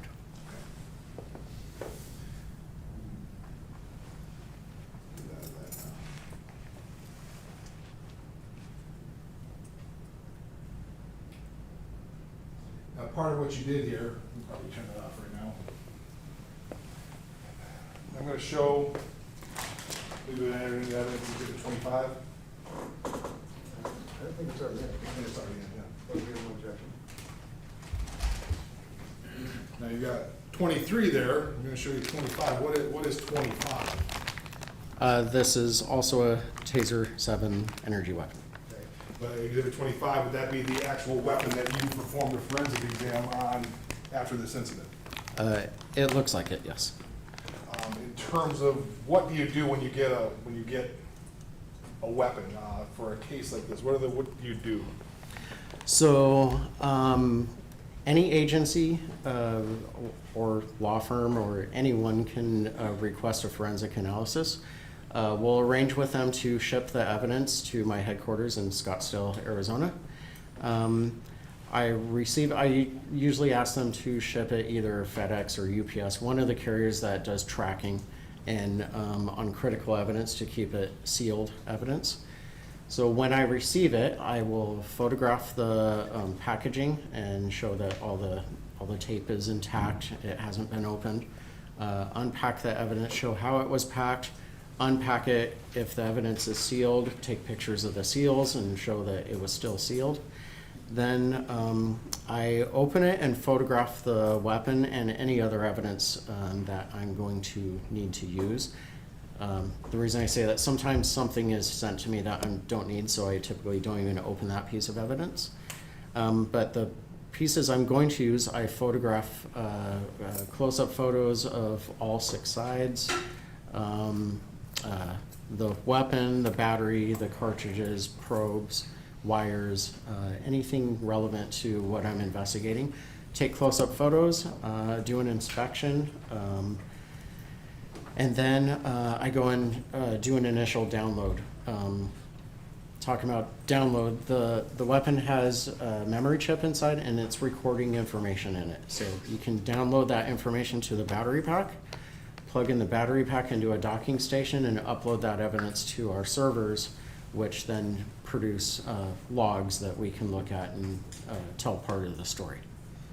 Now, in terms of that, when you got this, you talked about taking pictures. I've shown you 2 pictures earlier today. Yes. And you recognize those pictures as pictures you took of the taser that was used in this incident. Yes. I would move the admission exhibits 23 and, or 28, 29, Your Honor. All right, 28 and 29 are now admitted. 28 up there.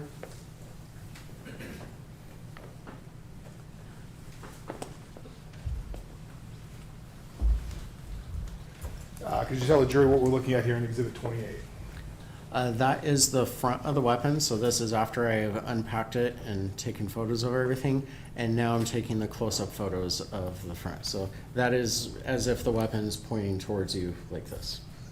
Now, obviously, there's apparently a lot of mud and dirt in that. Yes, and grass.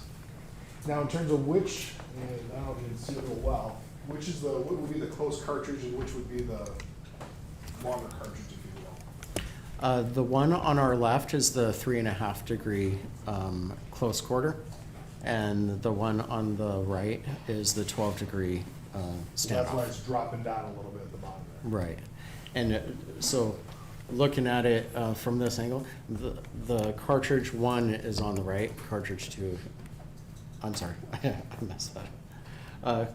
Yeah, cartridge 1 is on the right, I was correct, and cartridge 2 is on the left. And then going to Exhibit 29, what are we looking at here? This is 2 probes and the wires unspooled from them. So this is when, after it's been shot and how the taser's kind of left after they're discharged. Yeah, they've been deployed from the weapon, and also the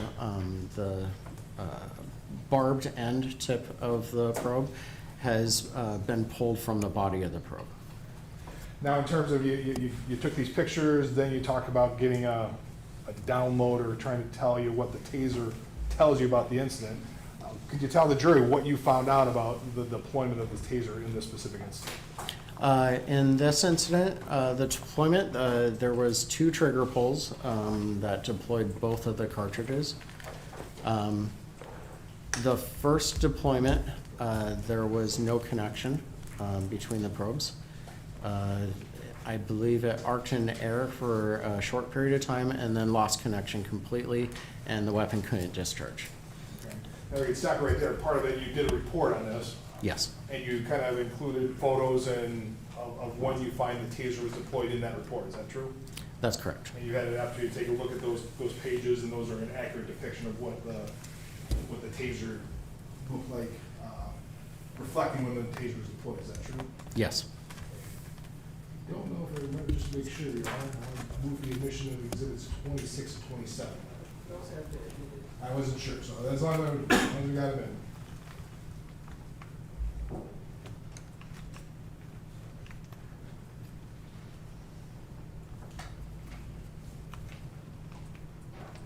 So this is exhibit 26. You're just talking about it a little bit. Can you tell what we're looking at here? Yes, so this is page 19 of my report, and I include screenshots from the body-worn camera from Officer Schurr. And this shows the reason 2 screenshots is to kind of show the movement. But you can see this is right when the weapon is being deployed the first time, so cartridge 1 is being deployed. And the subject, you can see his hand pushing, so he pushed the weapon away right before it was deployed. So the probes did not hit his body. So you can tell it didn't hit anything. How can you tell that? How does it register? There's a few different ways. One is looking at the probes. The spears were bent. Typically, if they hit flesh, they don't bend. So they hit a hard surface.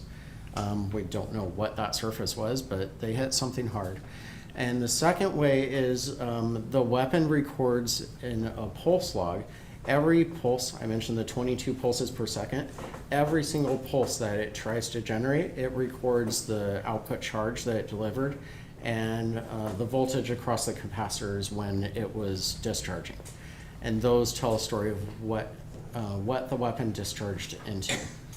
On this first one, the pulse graph showed that it was arcing in open air for the first second, I believe. Arcing in open air, that would be it's arcing across either the wires in front or just across the electrodes in the front. And then it lost connection completely and it was unable to discharge. So it's charged up, it's trying to discharge, but it can't because there's no electrical path. Going to 27. Can you tell the jury what we're looking at here? Yes, so this is page 20 of my report. In figure 4.5, that's an image from a civilian cell phone recording.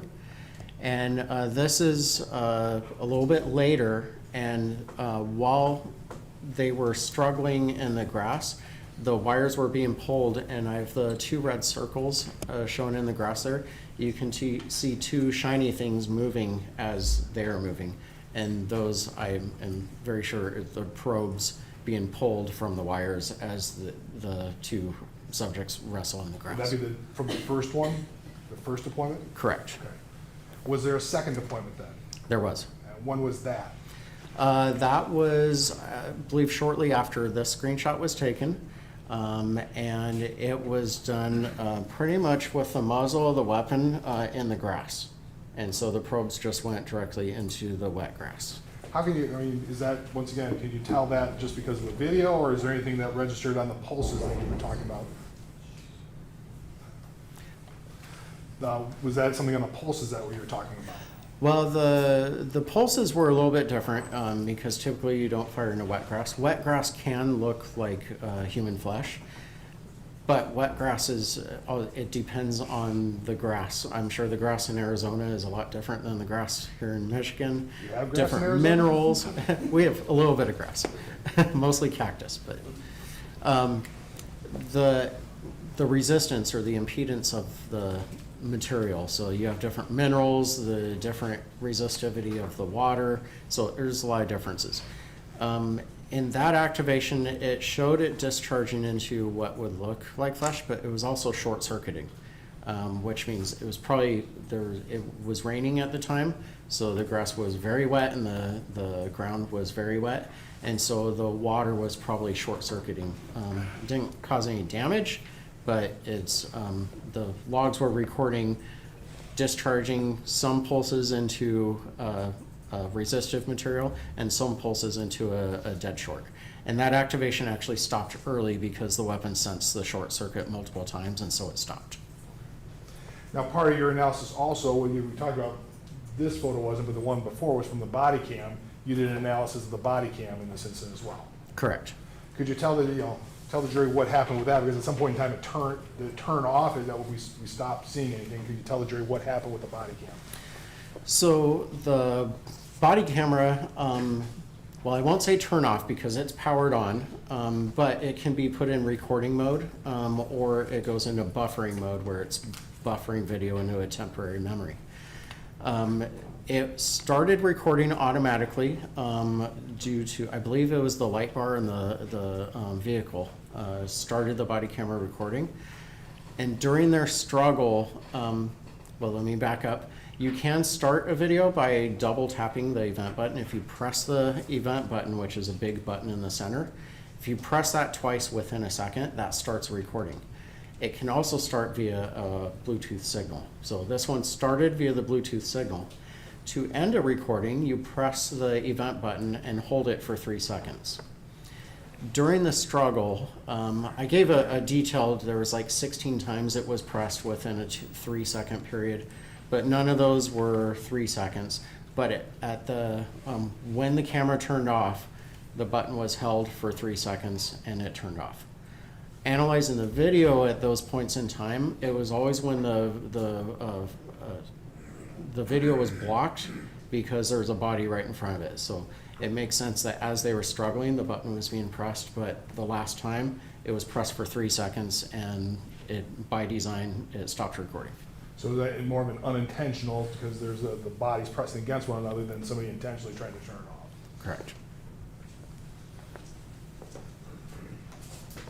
One other thing I kind of we're finishing up, but in terms of the drive stun, can you show, where is the drive stun, what on the taser, if you use either one, what are the probes, what comes out for the drive stun? If both probes are deployed, how does the drive stun work? What is that on the? Yeah, so if probes are deployed, picture we have 4 wires coming out here and probes over there. If you were to do a drive stun, there's electrodes, one electrode here and one here, one on the bottom over here and one on the top over here. And so if you do a drive stun, it will discharge that electricity into the skin and the sensory nerves. Okay, so it's just those 4 little points. Yeah, it's just these 4 points.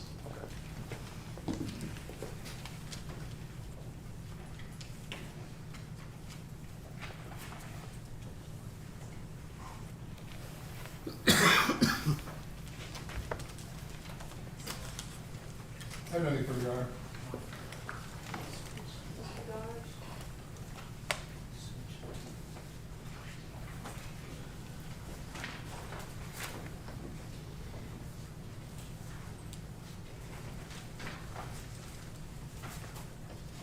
Good morning, Mr. Childs. Good morning. So you did a great job of explaining that as in basic of terms as can be, but it's not necessarily intuitive to everyone, so I just have a few clarification questions here. Sure. Sir, for the most part, everything you testified to as far as the taser, how it's designed, the PowerPoint, is it fair to say that's in the hands of a trained person? Yes. And Axon's classification of a taser as a less lethal weapon, is that in the hands of a trained person? Yes, there's a lot of caveats and warnings that need to be gone through and thought about during a deployment or even before a deployment. So yeah, I would classify it, it's really built for a professional or for a person who's gone through training on that platform of weapon. Okay, and I want to get to that training in just a moment here, but in the hands of an untrained person, would Axon market this as a less lethal weapon? It's designed to be less lethal, but in the hands of a person who's not trained on it or someone who has ill intent, it could be dangerous. Now, as far as training goes, can you just give us a snapshot as far as how is Axon, do they start the training that an officer ultimately gets within their department? Can you just, if you're aware? Yeah, so overall how it works is Axon develops the training program, but each agency is responsible for their own training. Typically an agency, depending on the size, they'll have one or a certain number of instructors. So they are responsible for teaching the users, the ones who are going to be carrying the weapon. Those instructors, they are taught master instructors who are taught by Axon. So Axon trains the trainers who will eventually train the users. And does a department designate someone to go meet Axon for training to become what's deemed a master taser instructor? Yeah, a master instructor goes through a week-long course, and it includes PowerPoints, but also practical drills as well. And then that master taser instructor goes back to their department and trains their officers on what they learned. Correct. Now, Axon, as we've seen here, they developed their own materials, PowerPoints and whatnot that explain the device and how it's designed and intended to be used. Correct. And that includes warnings, is that right, about the device? Yes. Mr. McFarland, could you please put that PowerPoint back up there?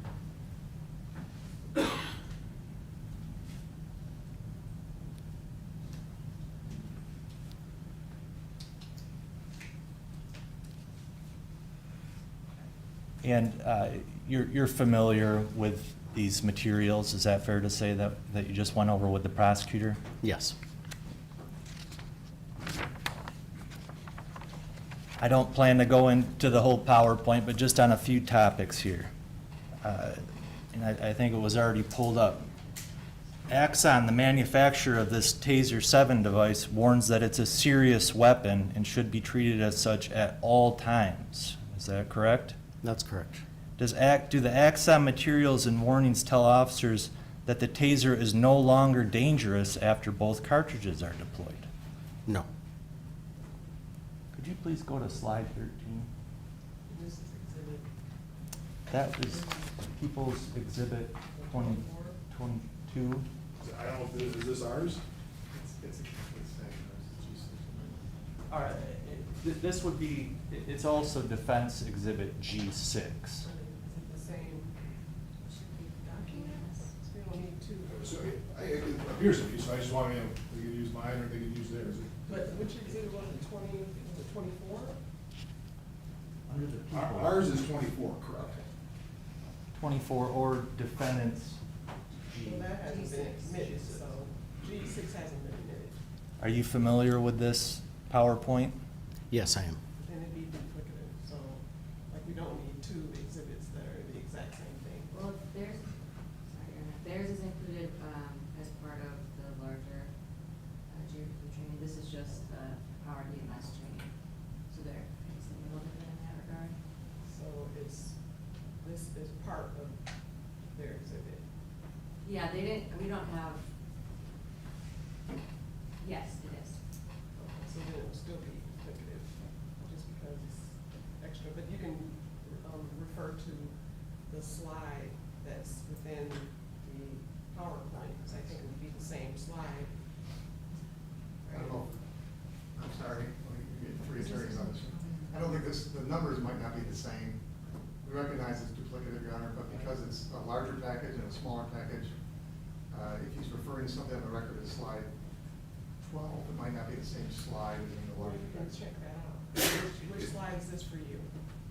It's gonna be different because our exhibit does start with the GRP, some of the training stuff, so these, they're later on, so it will be different. This is technically a separate, would then be a separate piece of material here. So it's still not admitted. And I would move for the admission based on this expert's knowledge of this. And that's a G6. Okay. Is there any objection to G6? No objection.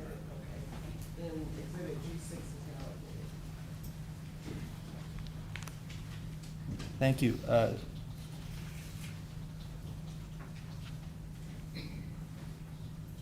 This is slide number 13.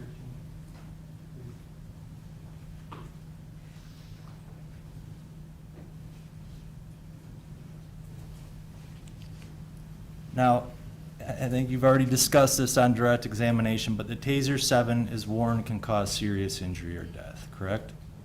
Yes. And the device as a whole has the ability to incapacitate human beings, correct? Correct. The device has the ability to immobilize a person. Is that fair to say? Yes, it causes their muscles to contract and they cannot control them. Now, you mentioned studies. Is that often discussed that for a police officer in particular, if they're immobilized, if they're incapacitated, that gives the subject an opportunity to take their firearm? Is that often discussed? Yes, if a person's incapacitated, they can't defend themselves or their equipment. Now, besides incapacitation or immobilization capabilities, it's also capable of causing serious injury, or I think you even mentioned death, if just by directly targeting it on certain areas of the body. Is that what's warned? Yes. And are those, I think it may have been mentioned in one of the slides, those areas are often are referred to as sensitive areas to avoid? Yes. Now, risk of serious injury or death with these targeted areas, targeting areas that are sensitive, can that occur in both probe mode or in the drive stun, the contact mode? It could happen in either mode. Even if the weapon's just armed, there could be danger due to the laser. So that can cause eye injury without even activating the weapon. All right, thank you. So proper training's critical to try to avoid these potential serious injuries or perhaps even death. Is that fair to say? Yes. And the device, as we discussed, is less lethal if used in the hands of a trained person as designed and intended. Is that fair to say? Yes.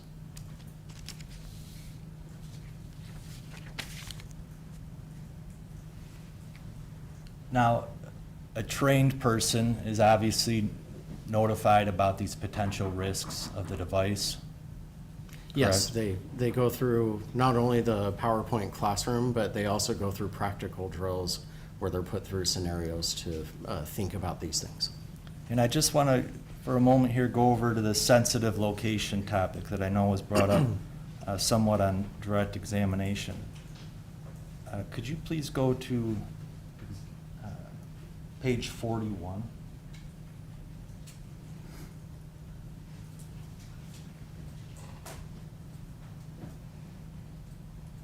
Does that train the user on the preferred target areas frontally? Yes, we looked earlier at the rear view, the rear of the body, which was mostly most of the body except for the head. And then on the front, we include the groin area, the chest, and the face and head. And there's mention of increases dart to heart safety margin. What's that? So the dart to heart is there was a study previously where the heart could be temporarily affected by the taser, but the dart had to be a certain distance from the heart, and it was like millimeters or a centimeter. I forget the exact number. And so to remove that risk, we removed the chest as a preferred target zone. There's typically some muscle there, but not a lot.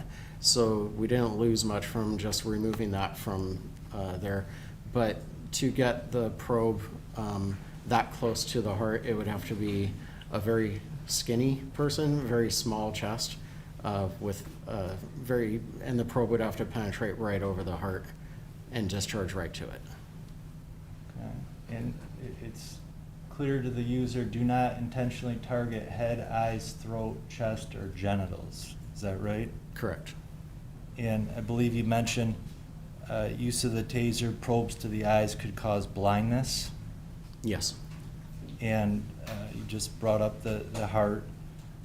Now, is the neck and the throat also put as an area to avoid? Yes. And also the genitals? Yes.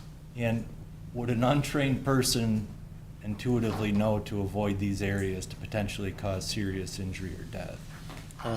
They would not. And I want to clarify, you said something about probe to the eye, but I believe even discharging electricity into the eye without the probe, like for a drive stun, or even I mentioned the laser to the eye. So it's not probe to the eye, the only thing that could cause blindness. There's several other factors.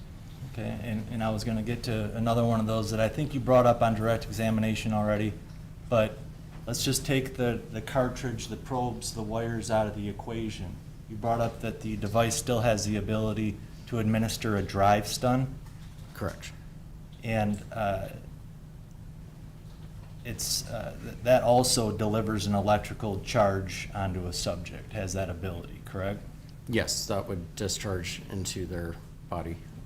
Could you just hold up the exhibit there? What is that exhibit marked? 23. How do you ignite the drive stun function on the device? First, the weapon has to be armed, so the safety switch has to go up, which is just move it with your thumb or finger. And then press it for pure drive stun without probes. You press the arc switch either on the left side or the right side. That's all it takes to have the drive stun ignite is pressing that switch. Correct. And if used by a trained person as designed, is the drive stun meant to cause localized pain?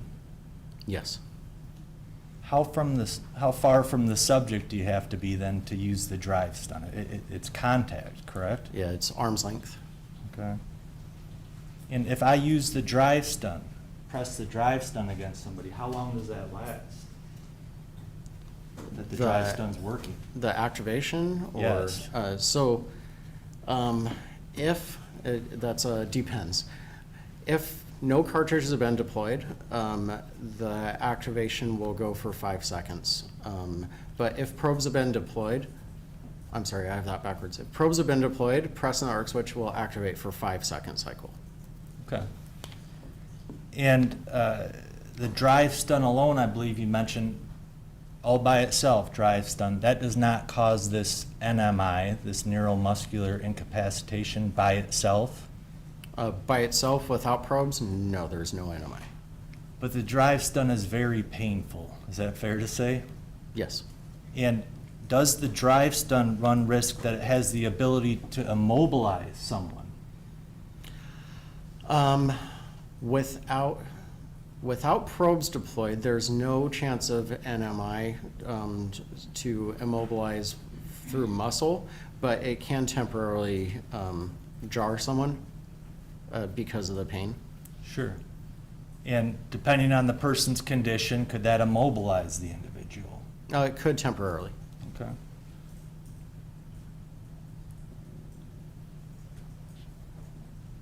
Now, I think you already had mentioned the drive stun itself to sensitive areas. Have you ever been drive stunned before? Yes, many times. Has anybody ever deployed it against you? Yes, once. Okay. Would you let somebody drive stun you in the eye? Eye, no. How about the throat? Throat, no. How about the genitals? Yeah, absolutely not. Could it cause serious injury? Yes. And just to clarify, that's cartridges out of the equation, just this drive stun contact, correct? Correct. And you mentioned drive stun to the throat. The pressure could collapse your, I'm sorry, what was it? Trachea. Trachea. So that could be even worse than a serious injury, correct? Yes, I mean, the electricity itself is not going to do anything except for the pain, but pressing on a sensitive area like the trachea, a person typically doesn't sit still when a drive stun is applied to them. They're trying to move, so it's easy to crush the trachea in that situation. And just on this prolonged or repeated use, I think you had talked about that. Axon warns to avoid prolonged or repeated uses, is that right? Yes. And would an untrained person have that knowledge? No.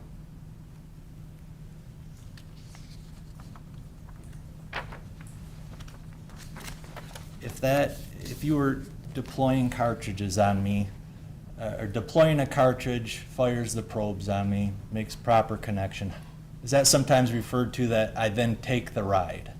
Yes, it's been called that. Typically in volunteer exposures, yes. How long does the ride last? 5 seconds.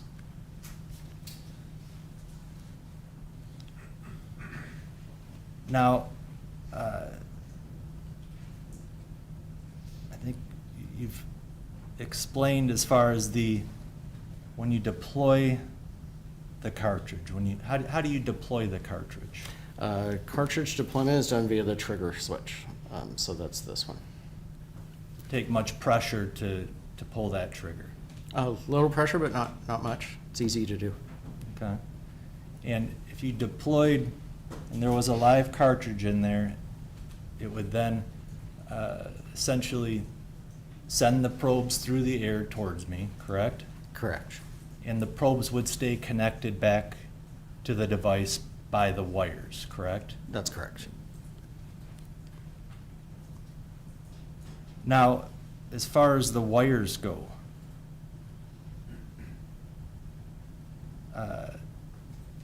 are officers often trained to avoid making contact with the wires and probes when possible? Yes, we train them to cuff under power, which means the weapon is active, and so they're under the power of the neuromuscular incapacitation, but we warn them to avoid the wires and the probes because they could receive some of that shock. Now, the probes, and I think we see them right in the exhibit there, it has a sharp end to it, correct? Yes. And does that have some type of barb on it? Yes, on the Taser 7, there's 2 barbs on it. Similar to like a fish hook, is that fair to Similar. say? Now, and you had mentioned that in order for the probe to have an effect on an individual, it does not necessarily have to penetrate their skin, is that right? That's correct. Due to the high voltage, we design it to be able to arc to the skin if it doesn't penetrate through.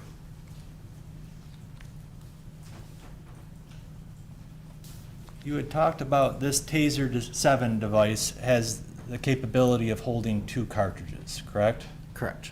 And one of the cartridges is what's referred to as a close probe cartridge. Is that what it's referred to? We call it close quarter or close CQ. quarter. I'm sorry. Close quarter. Okay. And that cartridge gives the officer, the trained person, more of an ability to use and have that device be to be more optimal when they within close ranges. Is that fair to say? That's correct. And as we watch that video there, it says 4 feet. Is that an optimal range? That's the optimal to create 12 inches of spread between the probes. Now, this optimal range, is that a distance that's created in the laboratory? It was more, I don't know if it was a laboratory, but yeah, it's in a test setting. There's been several studies that were done on effectiveness, and we call it motivation, where you get someone really motivated, they're going to try to ignore the pain and get to a task. And we see the difference areas on the body and the spreads between the probes, how effective it is in stopping them from going to that task. And the reality out in the field, though, officers can deploy probes at closer ranges than 4 feet. They're allowed to do. That's reasonable, correct? Oh yeah, and there's situations where you, even at a close range, say if someone's hunched over, you could still hit a probe and arm and get a lot of spread even though you're at a close range. So it's all depends on the situation. So 4 feet may be optimal, but you could still cause NMI even at closer ranges than that. Yeah, that 4 feet was just saying the probes will be at 12 inches at that point. And let's say the probes do hit very close to each other, maybe not optimal. Is there another third point of contact that the officer can use to create NMI? Yes, actually, we watched a video of a graduation video, and that was called a 3-point. So probes were deployed close range and then brought over to the leg. The weapon was brought over to the leg, and that completes the circuit and causes more muscles to contract, giving NMI in that short spread situation. And when the officer initially fired the probes into the back of that dummy, was he approximately 1 foot away from the dummy? Yeah, he was close. Yeah, or closer perhaps? Yeah, possibly closer. But then he followed up with the drive stun to a different area of the body, correct? Correct. And that's an effective means of delivering NMI. Yeah, we train tactics to deliver NMI even in a close range, if you're closer than 4 feet or just hand to hand. Now, I just want to talk a little bit about re-energizing the probes. We're not able to do a live demonstration in the courtroom here, but let's just say that you have the device there. Okay? You fire both cartridges. So now on the floor here, if they were to land on the floor, we would have 4 probes and the wires connecting those probes back to the device, correct? Correct. And officers are trained to avoid contact with the wires and probes, right? Yes. And let's say the 5 seconds goes by from the initial deployments. Can the probes and the wires be re-energized? Yes, they can. And can you just explain that a little bit, please? Assuming the weapon's still armed, they would either press the arc switch or pull the trigger would reactivate all 4 probes.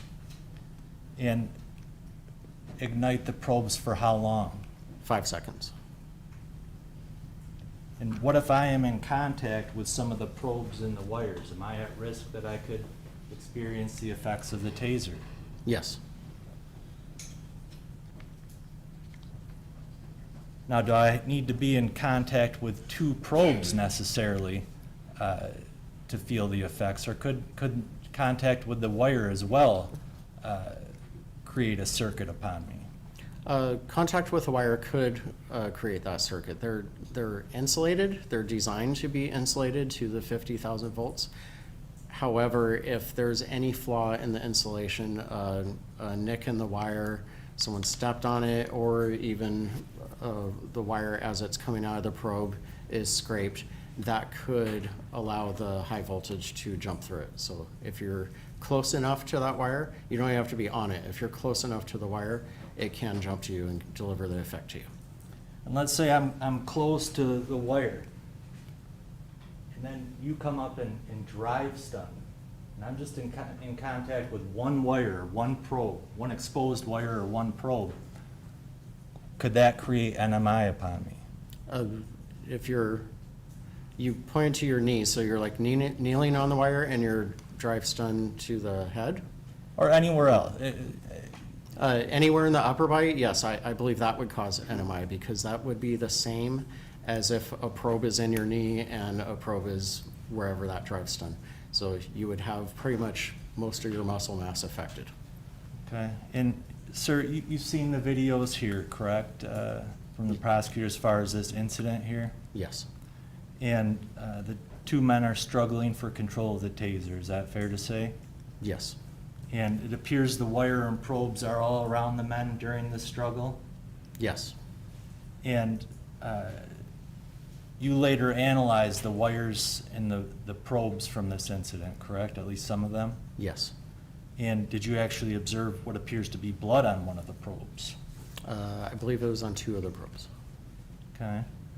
Now, going back, the prosecutor showed you or talked about in your report the second deployment. And were you later able to find from the computer data and watching the cell cam video that there was a second deployment that had taken place? Yes. And you mentioned that it appears the taser was pressed into the ground when the second cartridge deployed? Yes. But that this second deployment was short-circuited? Some pulses sensed a short circuit, some sensed a resistance. So it wasn't short circuit the entire time, it was delivering charge into the ground as well. Okay. And the sound, if I ignite a cartridge, that's not as loud as a gunshot, correct? Correct. And so by the device being shot into the wet ground, it did not carry out its normal 5-second sequence? Is that fair to say? Due to the short circuit that I saw multiple times, it stopped before the 5-second cycle was over. Now, from watching that video, you can't tell whether or not the officer noted there was a second cartridge deployment, can you? We have a Jack that goes kind of beyond his expertise here, Your Honor. He's just testifying to his observations of the video, but I think he would have to speculate, so I'll sustain that objection. watching the video after the second cartridge deployment, does the officer continue to fight to attempt to get the weapon? Is that your observation? Yes, they continue fighting over the weapon. And does the officer seem to continue to treat the weapon seriously? It appears so, yes. And does he continue to tell the other person to let go of and drop the taser? Yes, I believe that's the words that he was using. But now we know, based on the benefit of a video and data, that there was a second cartridge deployment, correct? Correct. But even after both cartridges were deployed, 5 seconds goes by. Based on the proximity of Officer Schurr in that video to the probes and wires, and what you explained as far as this ability to re-energize the probes or wires, the drive stun, could Officer Schurr still have been at risk of suffering the effects of NMI? Yes, he could. And could that have been by contact with probes or wires? Yeah, contact with probes, wires, or drive stun. All the above could have caused NMI. Do you think that even with both cartridges deployed, 5 seconds passes, that the taser still deserved its classification as a serious weapon? Yes.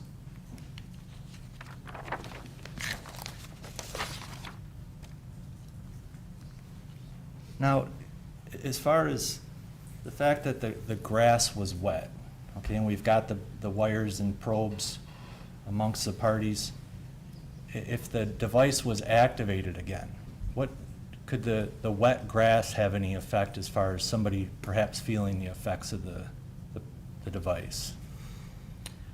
There's a misconception that water increases electricity strength. It does not. However, it does create more chance of a path to you. So that's why you don't go near power lines when it's wet, because you could cross that path where electricity will travel through the water. So in this case, the water helped increase the risk of the electricity traveling to either of them, laying in the wet grass and activating a taser. Both of them were at risk of feeling the effects. Okay.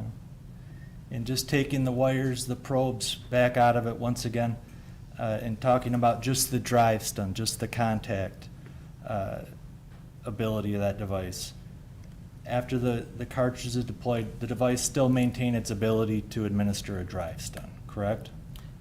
Yes, I mean, drive stun is a use tactic. It's not really a mode of the weapon, so it's so anyone holding it can do a drive stun. If it powers up and turns on, if they can press a button, they can do a drive stun. And with these men in the close proximity that they were, does Officer Schurr appear to be in close enough proximity where the drive stun could have been used upon him? Oh, yes. I'm going to conclude here, but just to clarify a few points. If the taser probes are deployed on a subject, they are at risk of suffering NMI for a minimum of 5 seconds. Fair to say? Suffering, experiencing, yes. Okay. And if a subject disarms a police officer or taser and deploys the probes at the officer, then that officer is vulnerable to perhaps have other weapons accessed or be assaulted. Is that fair to say? That's fair to say. If they were under the effects of NMI, they can't defend themselves or their equipment. The taser can still cause NMI at a distance less than 4 feet, particularly with a follow-up from the drive stun, correct? Correct. Not limited to that, but yes, definitely. If the probes are deployed at certain sensitive areas of the body, this may result in serious injury or death itself, correct?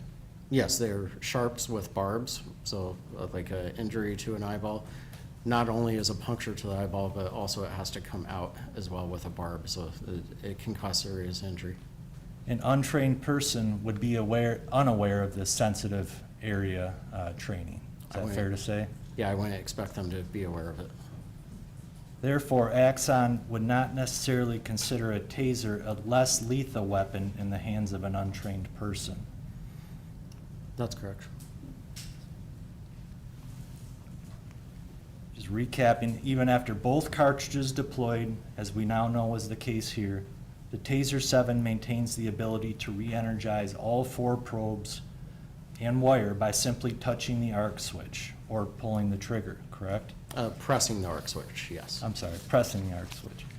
And if an officer is in contact with certain probes and or wires and the arc switch is pressed, then the officer is at risk of suffering the effects of the taser's electricity. Is that fair to say? That's correct.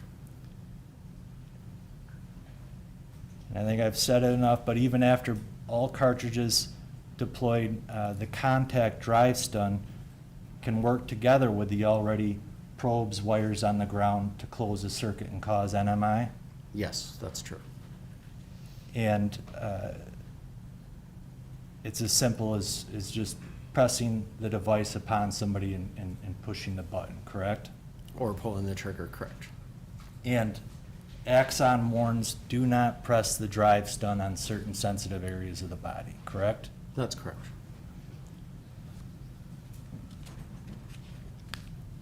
So even after both cartridges deployed, 5 seconds passed, the Taser 7 weapon still maintains the ability to deliver incapacitation, immobilization, or its contact drive stun can still be used on sensitive areas to cause serious injury or death.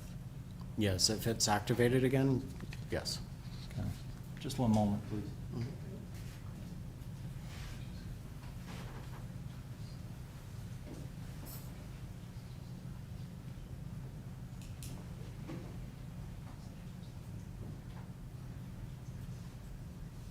Does the drive stun make noise? When you ignite the drive stun, does it make some type of noise? Activating the weapon does make noise, yes. Okay. Like what? What noise does the drive stun make? I hate describing this. It's difficult to describe. So when the weapon is arcing in open air, arcing across the electrodes, it's like a loud clacking type of sound at 22 times per second. So it's a fast clacking. Okay. Fairly intimidating? Yes. We even train, there's called an arc warning. So without deploying, you can press the button and show the arc and they hear it, and that sometimes is a deterrent to get compliance without even deploying the weapon. Okay. And just one other topic, deploying the probes at less than 4 feet, the optimal range, there's still an ability for the device to cause NMI at less than 4 feet, correct? Yes. And if we watched a voluntary tasing video and the individual was shot from a foot or two, it still has the ability to lock somebody up pretty good. Is that fair to say? Yes, the potential's there, yes. Okay. That's all I have. Thank you. Is your honor, some follow-up? We'll start. Gonna do a VR screen.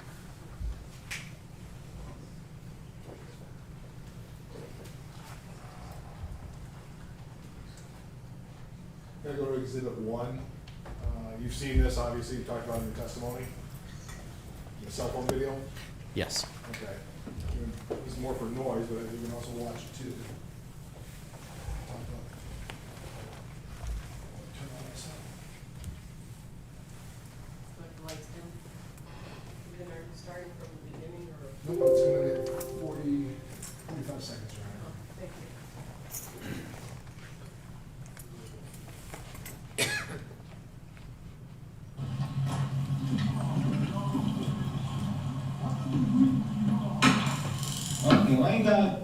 There's more of the sound there. What was that pop?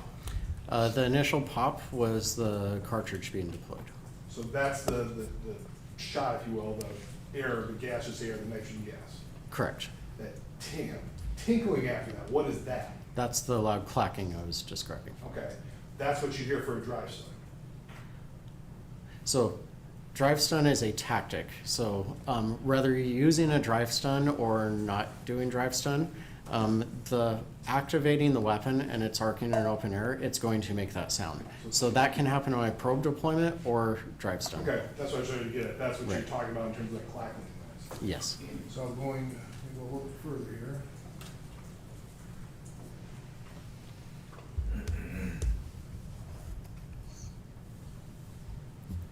Let me go to 52 seconds then. Good, man.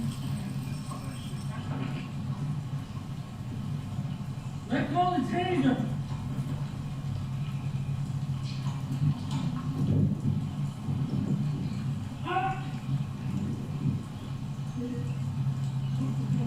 Let go of the taser. No, like he good, like you. Okay, you heard that, the pop there, what was that? That was the deployment of cartridge 2. You didn't hear the crackling there, as you described it. Can you, but why not? Was there any particular reason? The difference there is that the probes were going into the wet ground and conducting through. So the sound is made by the high voltage arc jumping through the air. In that case, there's some arcing going on, but most of the energy is conducting through the ground, which is quieter. Now, they asked you some questions about this clackling noise. Did you ever hear any other other than those two? Did you ever hear any sort of clackling at all through the rest of the video? No. When you talk about going to an untrained person, okay, first of all, my understanding first, an untrained person wouldn't have to know there's a safety switch, right? To be able to operate it. Correct. And if you pull the trigger for a drive stun, that's not necessarily going to work, is my understanding. Is that what you said? No, the trigger will activate the weapon. But the drive stun, if both cartridges, I guess, maybe if both cartridges are gone, is it simply pull the trigger? You said the side one had to be used, I thought. No, so, and that's what I'm trying to explain. The drive stun is a tactic. That is you driving it forward. So that's your action. You activate the weapon and then do the drive stun. So you activate the weapon via the switch on the side or pull the trigger. Okay, so the pulling the trigger does all of those? Yes. Okay, so they'd have to know the sides are something different then. Well, either activates the weapon. I don't know what a person would know. I mean, being a gun shape, I think the trigger would be the most optimal, but that would activate all 4 probes as well. But that have to be after the safety was engaged or disengaged, if you will.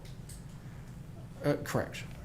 Now, in terms of a lot of the questions you had, they asked about the wires. Did you ever see any evidence of anybody impacted by the wires lying on the ground? No. There's nothing that showed somebody was suffering from, they was being shocked, the wires had any impact on anything that happened here. Not during those 2 activations, no. It's always possible, but nothing showed through this entire incident that there was any wires that were impacting anything here. Yeah, there was no view of effect during those activations, but the potential was there, yes. There was potential, that's it. Right. Thank you. Anything further? So there's potential, there's still risk, correct? Yes. It's something that should still be potentially feared, correct? Yes. Now, you mentioned the second deployment was quieter than the first deployment. Is that fair to say? Yes.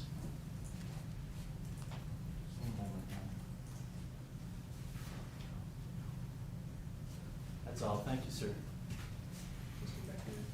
Nothing further, Your Honor. A couple of questions. One, turning off the safety, do you have to do that each time you use the taser? Or once it's off, it's off? No, so when you arm it and say deploy 2 cartridges, if you do not place the safety in the safe position, it still can be activated by the press of a button. Okay. And then, do you have to hold the trigger down and using it as a drive stun, or do you have to hold the trigger or push the trigger and then hold it while you're using it? No, pull and release, it'll automatically go 5 seconds. In the drive stun? Drive stun or probe mode, it doesn't matter, it'll automatically go 5 seconds. Okay, thank you. Any questions based on that? No, Your Honor. And I guess, but just to clarify, to activate the drive stun, both cartridges are already deployed. You can simply press the trigger to activate the lightning bolt at the end of the device. Is that correct? To activate the high voltage, yes, it's trigger pull or arc button switch. Either one does the same thing. Okay. All right. Thank you. Nothing, Your Honor. And I do see a juror has a question. I'll have my clerk come and grab that from you.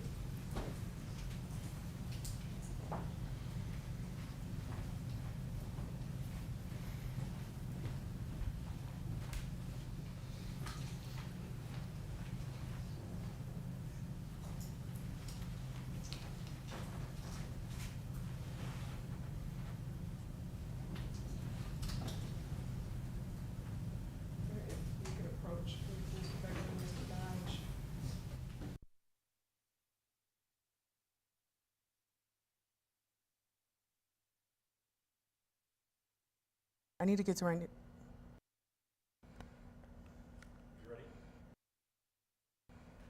And you just heard from the testimony of expert Brian Childs. Now, he works for Axon, which is a company that provides tasers and body cameras to police officers across the country.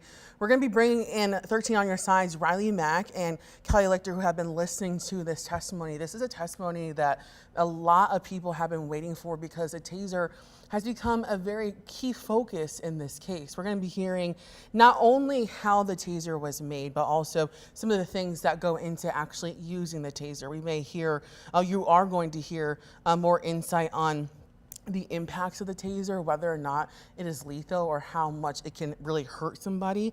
We're also going to hear about serious injuries, what areas that they advise people to not be hit with the taser. We're also going to be hearing about the actual length of which you're supposed to use a taser at, meaning should you be 12 feet away, should you be 2 feet away? He talks that in detail. And both the defense and prosecution also talk about this greatly. They're trying to get as much clarification as possible to understand how this taser should be used, what are the warnings of using this taser, and they also focus on how effective it can be from a trained person versus an untrained person. Now, there are obviously a lot of questions into what goes into using a taser, and he goes into detail about the training for it as well, how people within the company are trained to use a taser, but then also how people who don't work with the company, like your local police department, is using the taser as well and is trained properly. We also got to hear the first question from a juror. Now, we didn't physically hear that question because, of course, we have to keep their identity away from everyone, but we're able to hear a judge, the judge ask if the jurors had any questions, and there was a question asked, and we were able to hear that question. So we'll be talking about that as soon as Riley and Kelly are able to talk to us. I'm getting word that Kelly Lichter, who's been in the courthouse all day long, she joins us now. Kelly, kind of break down, what did we just hear from Brian? Yeah, Lauren, so this testimony, I think, is at the crux of this trial. We're talking about the taser that was involved in the situation. So we were hearing questions from both the prosecution and the defense around the use of the taser and what could have been the use of the taser had it, fallen into the hands of someone who is untrained. When the taser is in the hands of an officer like former Officer Schurr, he is a trained professional. They are trained at GRPD on how to use this taser, but the defense was trying to argue that if the taser were to get into the hands of Leoya, he is an untrained person who does not have familiarity with the type of Axon taser, at least, that was used in this case. So it was really trying to prove, the difference between someone who was trained using this taser and someone who was untrained using this taser. And then the prosecution was also trying to question, if the untrained person gets the use of the taser, would they know how to use it improperly? So they were being questioned for 2 hours in there, which is the longest testimony that we've seen at this point in the trial, Lauren. Ask about that questioning. We heard both the defense and prosecution asking what seemed like similar questions to this person, and we saw similar answers. Is there any way you can help us kind of understand what their questioning was for each separate case?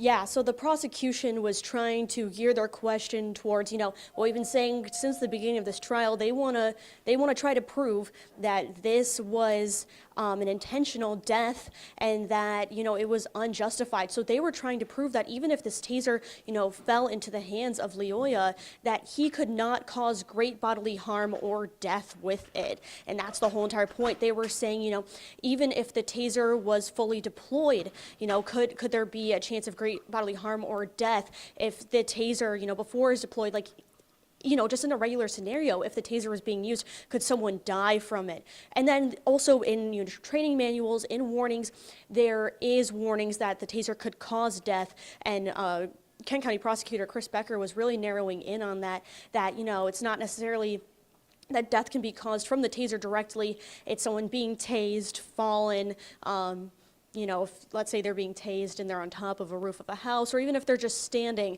and they're tased and they fall in the cement. So it's trying to prove that the taser cannot cause great bodily harm. So it was not justification for the shooting that occurred. Now, on the flip side, on the defense, kind of like I was saying earlier, they're trying to prove that if this taser fell into the hands of an untrained person, such as Leoya, that, you know, it could have been caused improperly. There are warnings, you know, in the Axon training services that if the taser is launched into parts like the eyes, the groin, the chest in some cases, that it could cause great bodily harm.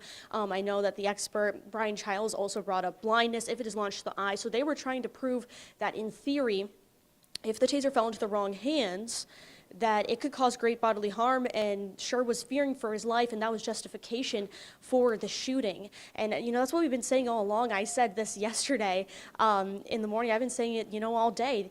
This is what they're trying to prove. It's around this taser. Did Schurr fear for his life, or was it unjustified for the shooting, Lauren?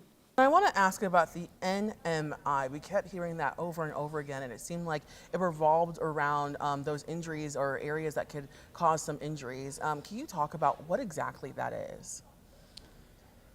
Yeah, so NMI is neuromuscular incapacitation, and that is, you know, when someone is tased, it affects their muscles. So when you're getting tased, it's not getting launched at your bones. If it hits a muscle, something meaty, then you are incapacitated for a certain number of seconds. I believe it was 5 seconds. I don't know off the top of my head without my notes.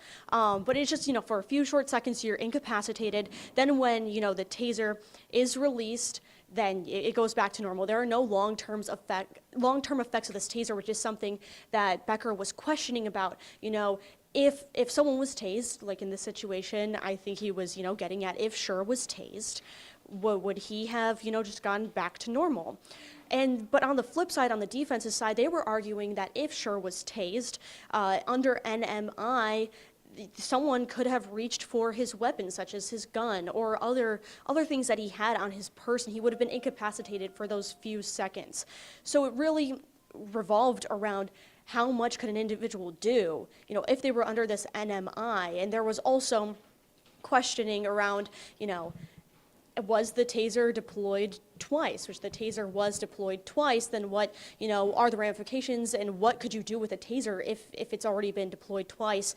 And so again, it just really revolved around if someone's incapacitated, what could happen during that time. And we also got clarification that no one was hit by the taser in this situation. Is that right, Callie?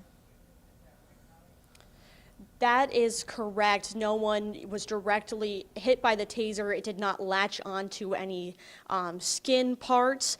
However, you know, it was launched into the ground. And there was also questioning around, you know, if a taser is deployed, what can happen? Can someone still get, you know, shocked? I'm gonna use that word, you know, shocked by the taser, get tased. If it's deployed by the strings, by the little, I believe they're capsules at the end, you know, of the taser. What can happen after it's already deployed? Can it still be used? Are there still harmful effects? I believe I'm getting word that they are probes. They're called probes. And so that's what really was the question about. No one was directly hit, but the question then becomes, what could happen after it's already been deployed? Can someone still get tased? Sounds like we got our first question from the jury. One of the jurors asked a question. Can you talk about what question they asked and what the response was?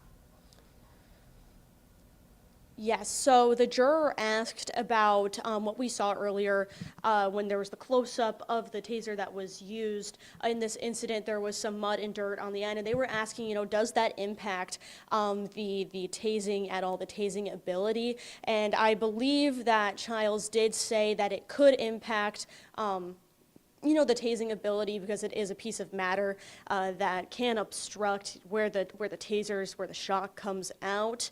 And that was due to the taser being shoved into the ground essentially, and during I believe the second deployment of the taser, Lauren. Is there anything else that was a big takeaway for you in this testimony? We heard a lot from this expert. Is there anything that really stands out? Just going back to, what is the capability of this taser if it's already deployed? We talked about the drive stun, which is when even if the taser is deployed, like what we think about when the things shoot out of the taser, can it still tase? And it still can. There are 4 prongs on each corner of the taser. It kind of is like a rectangle there on all 4 corners. And if you drive that directly into the skin, it could still tase, or it could still harm someone, not necessarily tase, sorry. It could cause, a lot of pain, not necessarily great bodily harm, if it's just latched into like a meaty part of the body, but it can cause pain. It also talked about, a closed circuit, because you can also, drive stun someone while they're also being tased with the actual shooting parts of the taser. And again, the defense really latched onto if someone's drive stunned in an area that they're told not to aim for, such as the eyes, the chest, or the sensitive areas of the body. Will it still hurt or cause great bodily harm? And I think the conclusion that was come up with is yes. If someone is drive stunned, if those 4 corners, those 4 prongs, hit the eyes, it could cause great bodily harm, Lauren. Callie, we appreciate all of your reporting. We're going to let you get back into proceedings because we've heard that they've started again. So again, thank you for all of your knowledge on this. As Callie mentioned, there were a lot of questions surrounding around this taser. Like we've talked about before, this is one of the main points that both the defense and prosecution are going to be hitting on in this case. The prosecution showing that, if there was no threat with Loya had he gotten that taser, but then obviously on the other side of the defense saying that, yeah, there was a threat. We heard from Brian Childs, if you're just joining us. He's the senior manager at Axion, and he explains the type of model that he uses. And I'm trying to get word. What was that, Eric? Okay, so this is just video from what we're talking about. You can see Childs, he's testifying right now. But again, there was a lot of questions on the impact of actually being tased. When the prosecution asked about, are there long-term effects? He said, no, there's not typically long-term effects. He also says that a person does not black out when they are shot by a taser. They also talked about the proximity. If the taser is too close to a person, it might not be as effective. There's kind of a sweet spot that they have to shoot from. They also talked about serious injuries. One of the things that he said that what they see, what could be the worst injury when getting tased is actually falling. If someone were to be tased at a high elevation and their muscles are constricted and not able to move, falling from a high elevation could really impact somebody and seriously hurt them. One of the biggest things during the prosecution is saying that there was no memory on the taser showing that anyone was hurt, meaning no one was shot or impacted by the taser when it was shot. Let's take a listen to what he else had to say. When you find the taser was deployed in that report, is that true? That's correct. And you had an opportunity to take a look at those pages, and those are an accurate depiction of what the taser looked like, reflecting when the taser was deployed. Is that true? Yes. Don't know if I remember, just to make sure you I'll move the admission of exhibits 26 and 27. I wasn't sure, so as long as we got them in.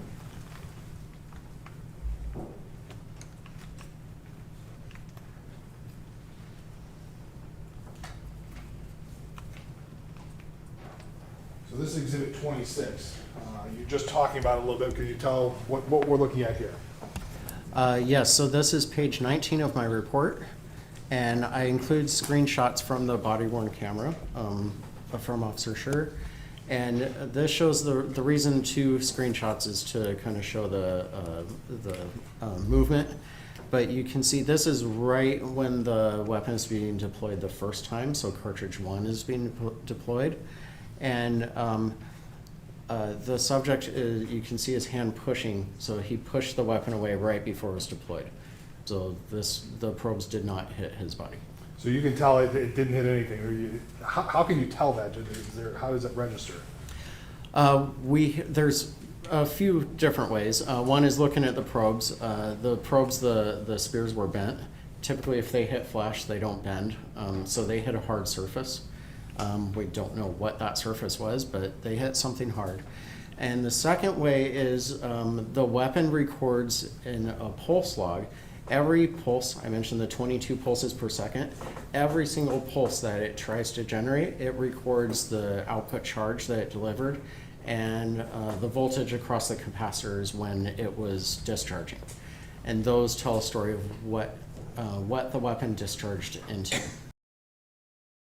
And you hear him answering some questions from the prosecution. One thing that also did happen is during this testimony, when the defense is asking him a couple of questions, the prosecution tries to object to one of the Schurr's attorney's questions, saying that he's asking for Child's opinion on a video that is shown during this trial, which is out of his expertise. And then Schurr's attorney rephrases his question. They go on just to kind of ask more questions about seeing the struggle and what could have happened if the NMI were to impact somebody, and could someone lose muscle function. A lot of questions just surrounding what could happen if someone who is not trained to use a taser could do if they did shoot that taser, and also what happens if they shoot it once, if they shoot it twice. We also heard the judge ask some clarifying questions about the lock, the safety lock that's on the taser. And now we're hearing that the judge is back in proceedings. Let's take a look in as a next set of, I believe this is still with this current this is actually a different witness. I believe we have the name of that witness. His name is Seth Stoughton, and he is a professor of law and criminal justice at the University of South Carolina.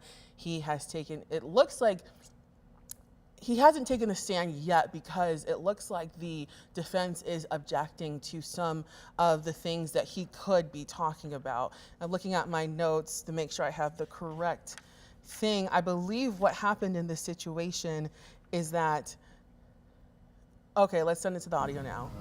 I'm going to limit my questions to that. Okay.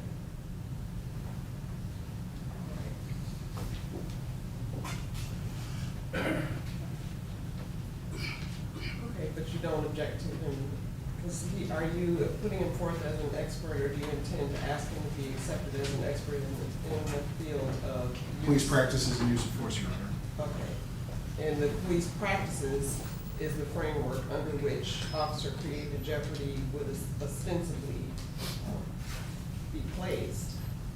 So I'm asking, do you object also to the use of force testimony that Mr. Stoughton may provide? And I'm asking because obviously that would be included in the questioning at this juncture. So you're asking whether or not we believe he's qualified to be an expert in the use of force. We do not.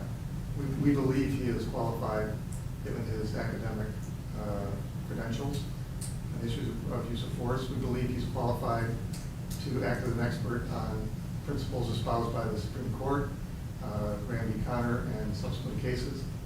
He's written books about use of force.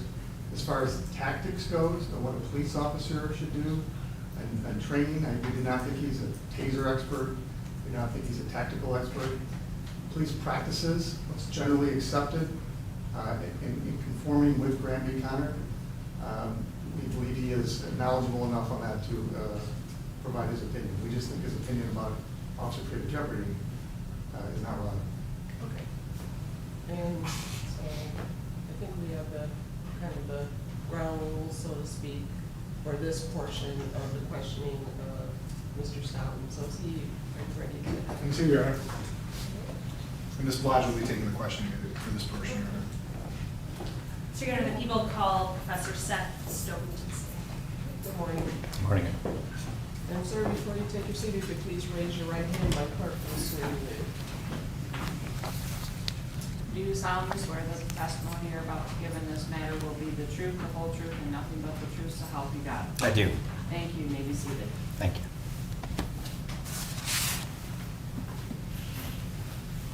Good morning, Professor Stoughton. Good morning.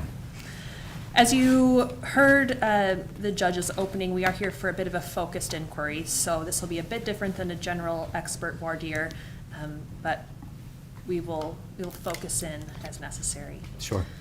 Are you present in court today to potentially offer testimony as an expert in police use of force tactics? Yes. And did you prepare a CV in anticipation of testifying in this trial? Not specifically for this trial, but yes, I Provide to counsel. keep a CV on hand, yes.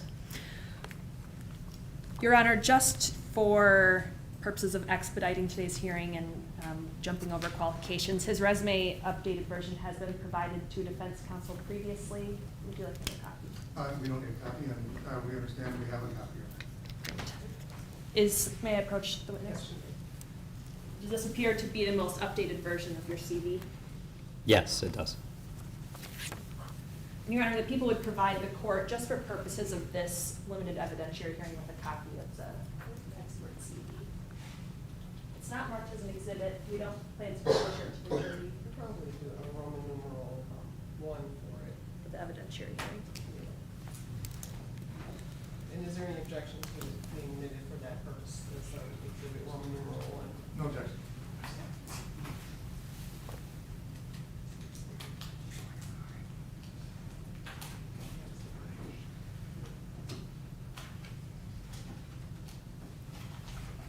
Here's an exhibit number from the court.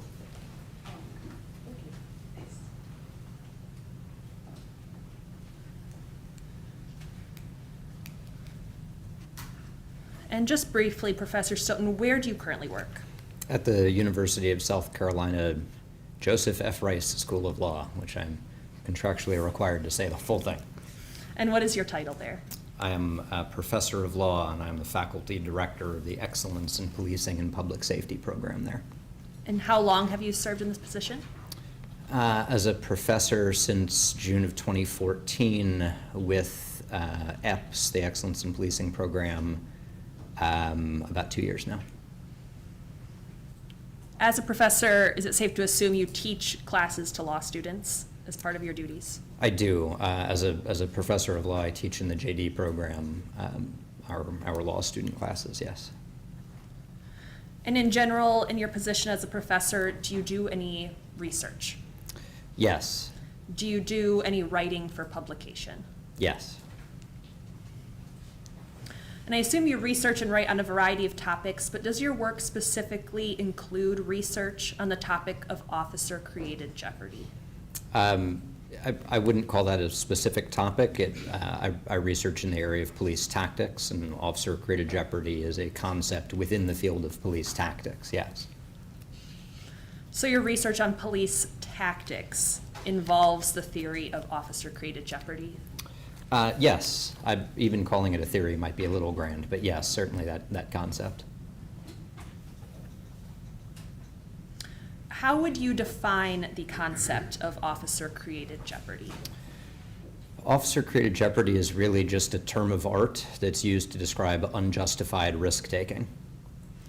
When officers use tactics that they should not use, and as a result of that, the poor tactic increases the danger to the officer, we could call it bad tactics or unsound tactics. The phrase that is used is just officer-created jeopardy. And when you are performing this research and discussing the concept or term of art of officer-created jeopardy, what methodology do you use in your research? So it depends on exactly what I'm researching. For researching the history of police tactics, it is essentially going back to the early days of formalized police training in the 19-teens under August Vollmer and identifying what police training consisted of. There's a good article from 1929 that identifies that police tactics was among the list of things taught at the early police training schools, as they were called.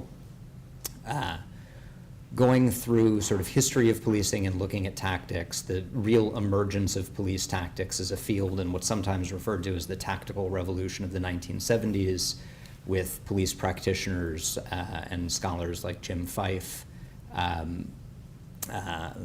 Peter Scharf, Arnold Binder, a number of other folks working in that area to identify the framework for examining use of force incidents, which includes a tactical component,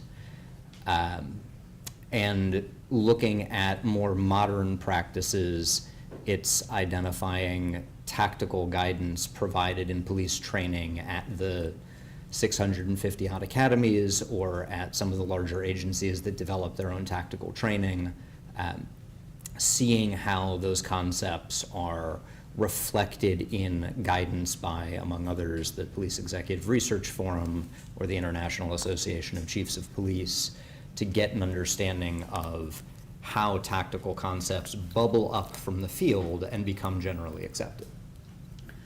So your methodology includes examining how these police tactics have evolved over the course of history. Oh, sure. Yeah, absolutely. There have been some very notable changes in police tactics.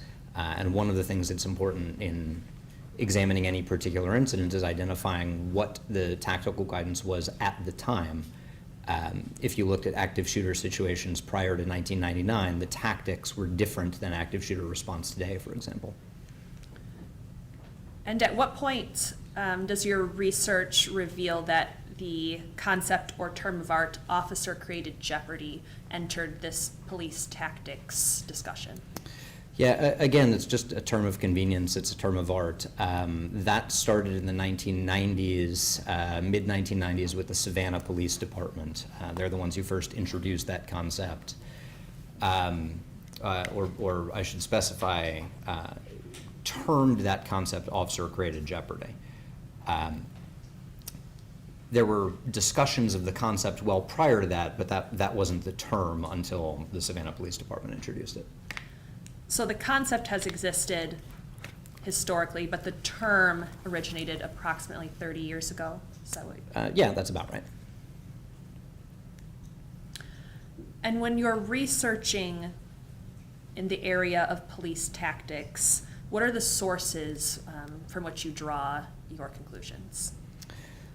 So again, it depends on exactly what I'm researching. For historical practices, it's historical training documentation. I don't really do qualitative work in this area, so I'm not interviewing people about what tactics used to be like 30 years ago. I'm usually looking for tactical training manuals. Most of those resources are not academic in nature. Most of them are practical or practitioner resources.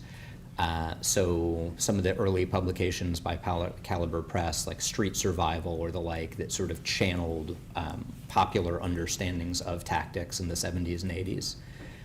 More modern research looking at police agency policies, looking at organizations, again, like the International Association of Chiefs of Police or the National Police Foundation or the Police Executive Research Forum, to see how they are writing and describing practices that have bubbled up from the field. Along with looking at training documentation, agency policies, there's some use of, say, popular police media. So tactical articles on websites like Police Magazine or the like, not to identify any of them as a definitive source. They are not, no one article is a definitive source, but when you see the same sort of baseline message of this is the scope of professional practices at this point in time, that's how you identify a generally accepted practice.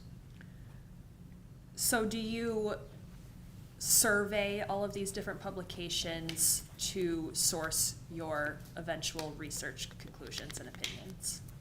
Yes, both the academic literature, the professional organization literature, and the practitioner literature, yes.